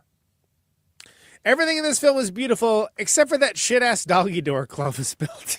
It's not his fault. It's not his fault. She told him to put it in there, and then he did, and then she's complaining about it. It's so funny that like that's our introduction to the character of Clovis. She's except for this shitty doggy door that's right here, and he's like, "Hey, you told me to build it. I said I didn't want to." And she's like, "I know it's not your fault, but it is ugly." And it's like, leave my boy Clovis alone. He did nothing wrong. Before that, there's such a great line that he says when he's talking about how his family rejected him for being gay. And I say, great. No, when he's talking about his family rejected him for being gay, and she's like, "You're a man. You're just not their type of man." And I loved that. I loved that. It's really good. Standing up and cheering every time they introduce Wagner Moura with a different variety of facial hair. Take a shot every time. Take a shot every time Wagner Moura has a different. You'll take at least 3 shots. Blacked out before the action sequence. and then nobody can recognize him. Like, Who is that? Is that the guy from the photo? I gotta go back. Gotta watch this movie over again. Biggest surprise is that the critically acclaimed film in which a severed leg goes around kicking people in the crotch is not If I Had Legs, I'd Kick You. That's true. Yeah, that's right. That's right. There aren't even that many legs in the If I Had Legs, I'd Kick You. I know, not 8, like a spider. I mean, for false advertising. I guess ASAP Rocky breaks his leg, so that's a leg. But that's one less leg. one less leg. One leg after another. Yeah. Do you find that to be true? I wonder if the actress who played Elsa required a fan to blow a soft wind through her hair every scene, or if that's just her. That's just her. It's been happening to her since Bikini Island. It's like when you're doing like those like shampoo commercials, and it's like, why does your hair have to have wind blown through it? Feel the wind on your skin. No one else can feel it for you. He wasn't mad at it you're for whatever reason. Ah. He deserves it. I know there's a wiki feet. Oh boy. But is there a wiki belly? That's plenty of big old man bellies in this one. Well, he gets got in the end because his father-in-law doesn't use Ozempic, and he's just so slow with walking down that our fucked up impoverished hitman is very easily able to follow him to where the guy works. That's true. Forrest, I don't know how to tell you this, man, but they didn't have Ozempic. What do you mean? What you mean? It was sold out? Exactly. Yeah, we'll go with that. Yeah, sure. Wagner Moura really earning his place in the canon of great hands-on hip actors here. True, He and was you don't get many already of them. there. You don't get many of them because I think a hand on hip is a little bit like seen as a little bit effeminate. So it's not a lot of actors are willing to be the great hands on hip actor, but Wagner Moura definitely is. That's why Wagner Moura is like the man's man of actors, because he doesn't give a fuck. He's not afraid to put his hand on his hip. I ain't afraid. I ain't afraid to put my hand on my hip. If you like to look at faces, have I got a movie for you? A lot of good faces in this one. Good bellies, good faces. If I had faces, I'd punch you, you know? Also a lot of probably in a technical sense, unnecessarily close-ups. Yeah. I think it works great. Yeah. And I think it works very Because well. they wanted to do the lenses. They wanted to use the imperfect lenses to do those close-ups. Yeah, I just create think like technically speaking, you could have been. You could have gone a little further away from his face. You didn't have to do like eyeballs. I think it's great, but yeah. By the way, the hands on the hip thing. Now I'm thinking about Tony Curtis. The thing that Christina sent. She was like, Tony Curtis wouldn't watch Brokeback Mountain because John Wayne wouldn't have approved. And now I'm thinking like, oh yeah, the Tony Curtis wouldn't have watched any movie where a man places his hand on his hip because John Wayne wouldn't have approved. Yeah, there you go. That's good. That's good. Can't stop thinking about that cat. Edit those cats. Yeah. Those Janice cats it's a fascinating thing. Yeah, it is. But it also is metaphorically, man. It's like, like in this movie, he has two faces. The face we see and the face he doesn't see. He's two people at the same time. Yeah. Man. Yeah, it's like that. It's like that Lou Christie song. Two faces have I. I don't know if it's like that, but Can't yeah. say I'm familiar about that, but yeah. So is that where they got Janus films from? The Criterion arm that does Well, it's the like a distribution? but it's the ancient Greek. It's the Roman. It's the ancient Roman god of the beginning two-faced days Roman of god, right? Okay, time, yeah. Sure. Okay, makes sense. But that's definitely where they got the Janus casting from. The temples of Janus, like they had them across Rome. Yeah. Yeah. Need an entire movie about the leg. If I had legs, I'd kick you. Yeah, exactly. Well, no, if I had legs, I'd kick you is about the guy that doesn't have his leg anymore. Right, because the leg And ran he's away. like, he's like, if I had legs, I would kick you. These legs don't lie, you know. Those are Letterboxd one-liners for The Secret Agent. Please follow the show on our Letterboxd HQ account at Movie Night Extra, where we have stories and attendant short form material, all sorts of great stuff, the great movies that we cover on this very show, as well as fun lists and things along those lines. Follow us on there at Movie Night Extra. The dictatorship hater, very brave. Over there is Forrest and Elvis Flacco. Some people like Some them. people like them. Thanks, Chuck Schumer. At Always Flacco, you can follow him for the stuff he logs in this show, as well as so many other things on the Letterboxd platform. I am the Impoverished Hitman at Go to Neutron. I changed it. What And was it you before? Harry leg lifts, which I thought was pretty good. But, you can follow me for the Highbrow, the Midbrow, the Populous Fair, all that good stuff. Criterion Challenge, pretty well underway. Not going to be making much headway in the next month or so. I watched The Fall recently, the movie. The Tarsim Fall. So good, really good. Highly recommended. So if you're into, I mean, and just crazy practical effects, practical locations, like pretty insane stuff. Also, how is Lee Pace not like a leading man in movies? Because he's fantastic at everything he's in. I love them Pushing Daisies. Pushing Daisies, he's great. Halt to He was Catch great Fire, in the Twilight he's great. movies too, man. Like shit, I can't. He's I good can't at speak to everything that. he does. The Foundation, he's great in that, but it's like he's how is this guy not like a leading man actor? I don't understand. Anyway, Lee Pace is in The Fall, the Tarsim movie, highly recommended. I know it's on Mubi, so some people are not going to watch it. Yeah, because it's got a dopey name or whatever. But it's been a watch list for years. It's really great. That was a recent watch for me. Last one for a bit, though, because I'm going to be out on tour. Christina, not German, South American, by the way. Adam Christina on the popular Letterboxd format. You can find her and see what she's logging. I think last one was Wuthering Heights, right? Yeah, I'm gonna be doing The Bride too because I still have to collect my thoughts. All right. I'm gonna watch it Friday. Okay. It's so fucking good. I don't give a fuck. Everyone's wrong. Here's the thing. They're going to do that while I'm out on tour. So People if you like it are that much. fucking mad at Heathcliff when he's exactly how he is in the Wuthering Heights. book. So it's Well, like, Wuthering- I why didn't are even you mad that Bride. he's getting No, we're romanticized? talking about The Wuthering Bride. Heights. Yeah, I also like Wuthering Heights a lot, but The Bride is fucking fantastic. Yeah, I'm gonna see The Bride on Friday. That's what I thought we were talking about. Yeah. Anyway, I'm still trying to back announce this bit. So Zach B. Marsh, the Wagner Moore nominee predictor. You can follow him on Letterboxd. Great follow. I've been following Zach for years. He's wonderful. Follow him on Letterboxd if you can. Let's hit it with the plugs. If you're watching us on YouTube, please like and subscribe, and then hit the bell to get notified whenever we're streaming. And we'd humbly request that you watch the video to the end because it helps us with the algorithm and helps more film fans to discover the show.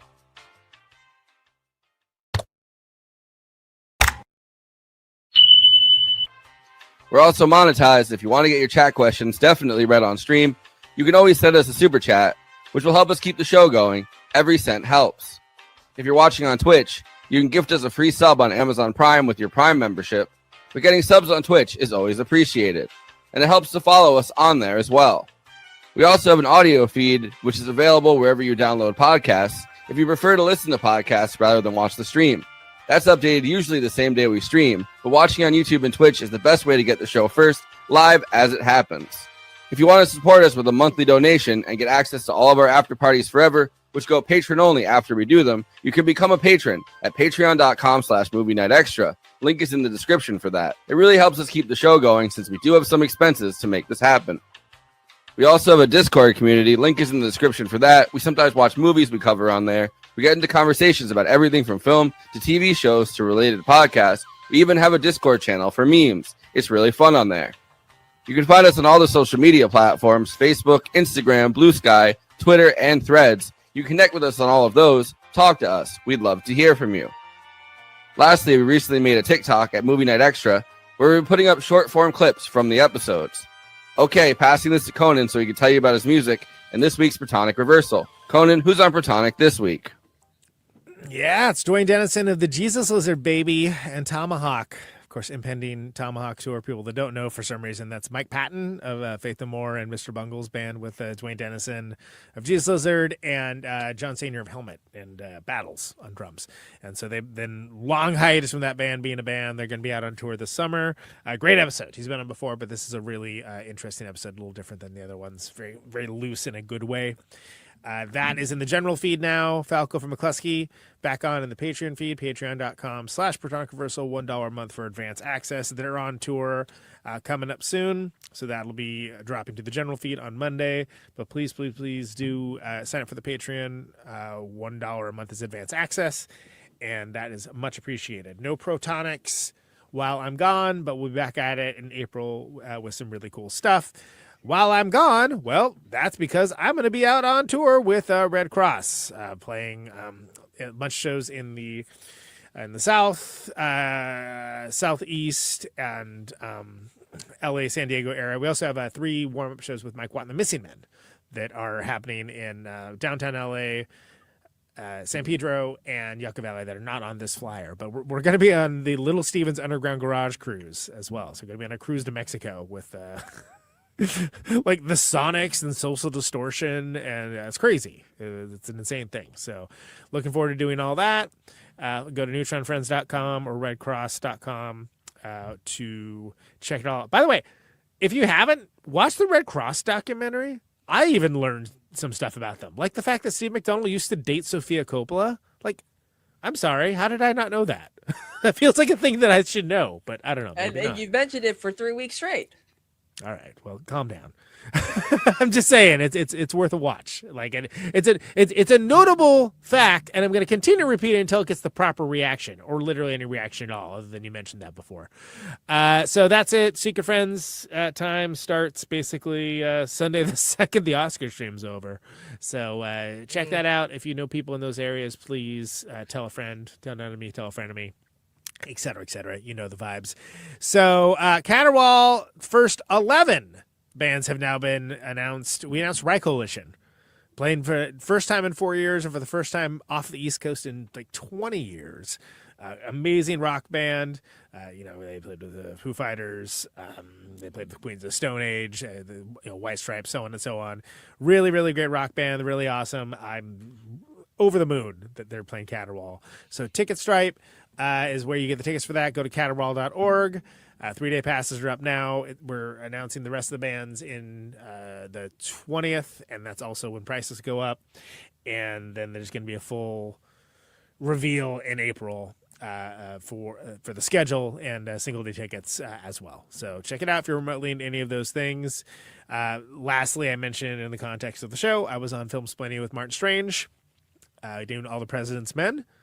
And that was a great episode. He's doing a bunch of movies from 1976 because it's the 50th anniversary of them. We've talked about that year a lot. That's the Network year. That's the Rocky year, so on and so on. And it was the first one in that series. It's a good show. People who have been in the orbit of this show have been on it. And I was honored to go on it and talk about how a movie that's basically a bunch of dudes talking on the phone and writing down on notepads ends up being really exciting and kind of like a spy movie, which is very impressive if you stop and think about it. So there you go. That's it for me. Christina, what do you got? Not much. I had my show today. Talked about Variety's picks and what they think about the Oscars. It's almost aligned with our predictions, which is kind of crazy. I'm like, damn, they really begrudgingly. They are begrudgingly agreeing that Sinners could actually sweep, and I can tell they are mad to admit that, but awesome, cool. It'll be good for Sinners to win on the eve of St. Patrick's Day. Am I right? Also, next week I'm probably gonna be doing You tell this to me on the eve of St. Patrick's Day. Yeah. Why does St. Patrick's Day have its own Festivus? You know, and next week I'm probably gonna be doing like a lot more like streams. Got to get that rent paid so I don't get another fucking eviction notice. And yeah, I'm probably gonna do like what I'm gonna do is probably have like an audiobook playing, like a Bridgerton book or some type of book, maybe Wicked or something, while I'm like doing my laundry, doing chores. Because do you know how many people will just watch people like do dishes and like do nothing, like not even talk to chat? A lot of people do, and it's weird. Yeah, that is weird. Whatever floats your boat. So, and also, for us, we got our show tomorrow. Yep, we got our show tomorrow, and we're talking about probably more Iran stuff and probably the Oscars. All the girls that the U.S. government liberated via death. Yeah, cool. Via bombings. Yeah.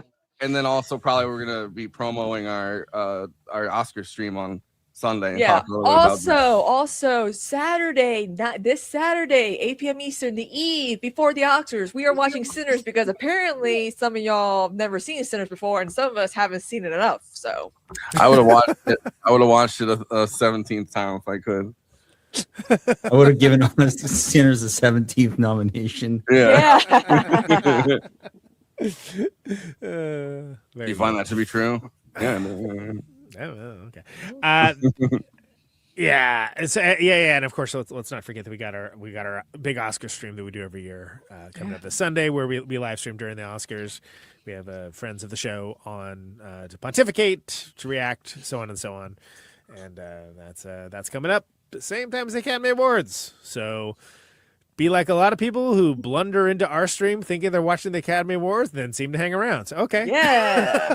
I can't wait. I wonder how, because I think next year is when YouTube gets the rights to the Oscars. Are we allowed to react to the YouTube stream? I don't know how that's going to work. That's going to be interesting. Only on Twitch, weirdly. Yeah. You cannot watch YouTube content on YouTube. And yet everyone's like, you need to start making more. You make more money doing YouTube content. I'm like, how? You can't even react to YouTube content on YouTube. React to Zach Marsh's plugs. Zach Marsh, what do you got coming up? What do you got going on? Well, first, I just want to say I love that you guys are the only people who use my middle initial. I only did that on Letterboxd because I just like Zach Marsh was taken. Like that was most of my social media. What do I have going on? That's how it became Conan Neutron's Protonic Reversal. There was another thing. I was like, yeah, well, this one's Conan Neutron's Protonic Reversal. And then years later, people think I'm a raging egomaniac. I was like, no, there was something else called that. Yeah. And it's gone now. All right. I'm making actually very rapid progress on my script for While We're on the Way to There, which is will be my feature film debut. Fantastic. I'm making really just suddenly, finally, after like two and a half years, I feel like I'm on the home stretch with the script. I have an idea for a second feature called You Used to Walk Along With Me. Apparently all my scripts are taken from song lyrics. But that's going to be more of an ensemble deal. So as soon as I finish the script for While We're on the Way to There, I'm going to launch into the first draft of You Used to Walk Along With Me. And beyond that, I'm just, I'm on the audition. A lot of traveling going on in these titles, huh?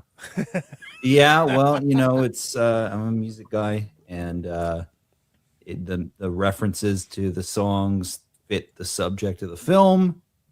The songs in question, which respectively are the Hollies, He Ain't Heavy Is My Brother, in the case of While We're on the Way to There, and Always Something There to Remind Me, in the case of You Used to Walk Along With Me.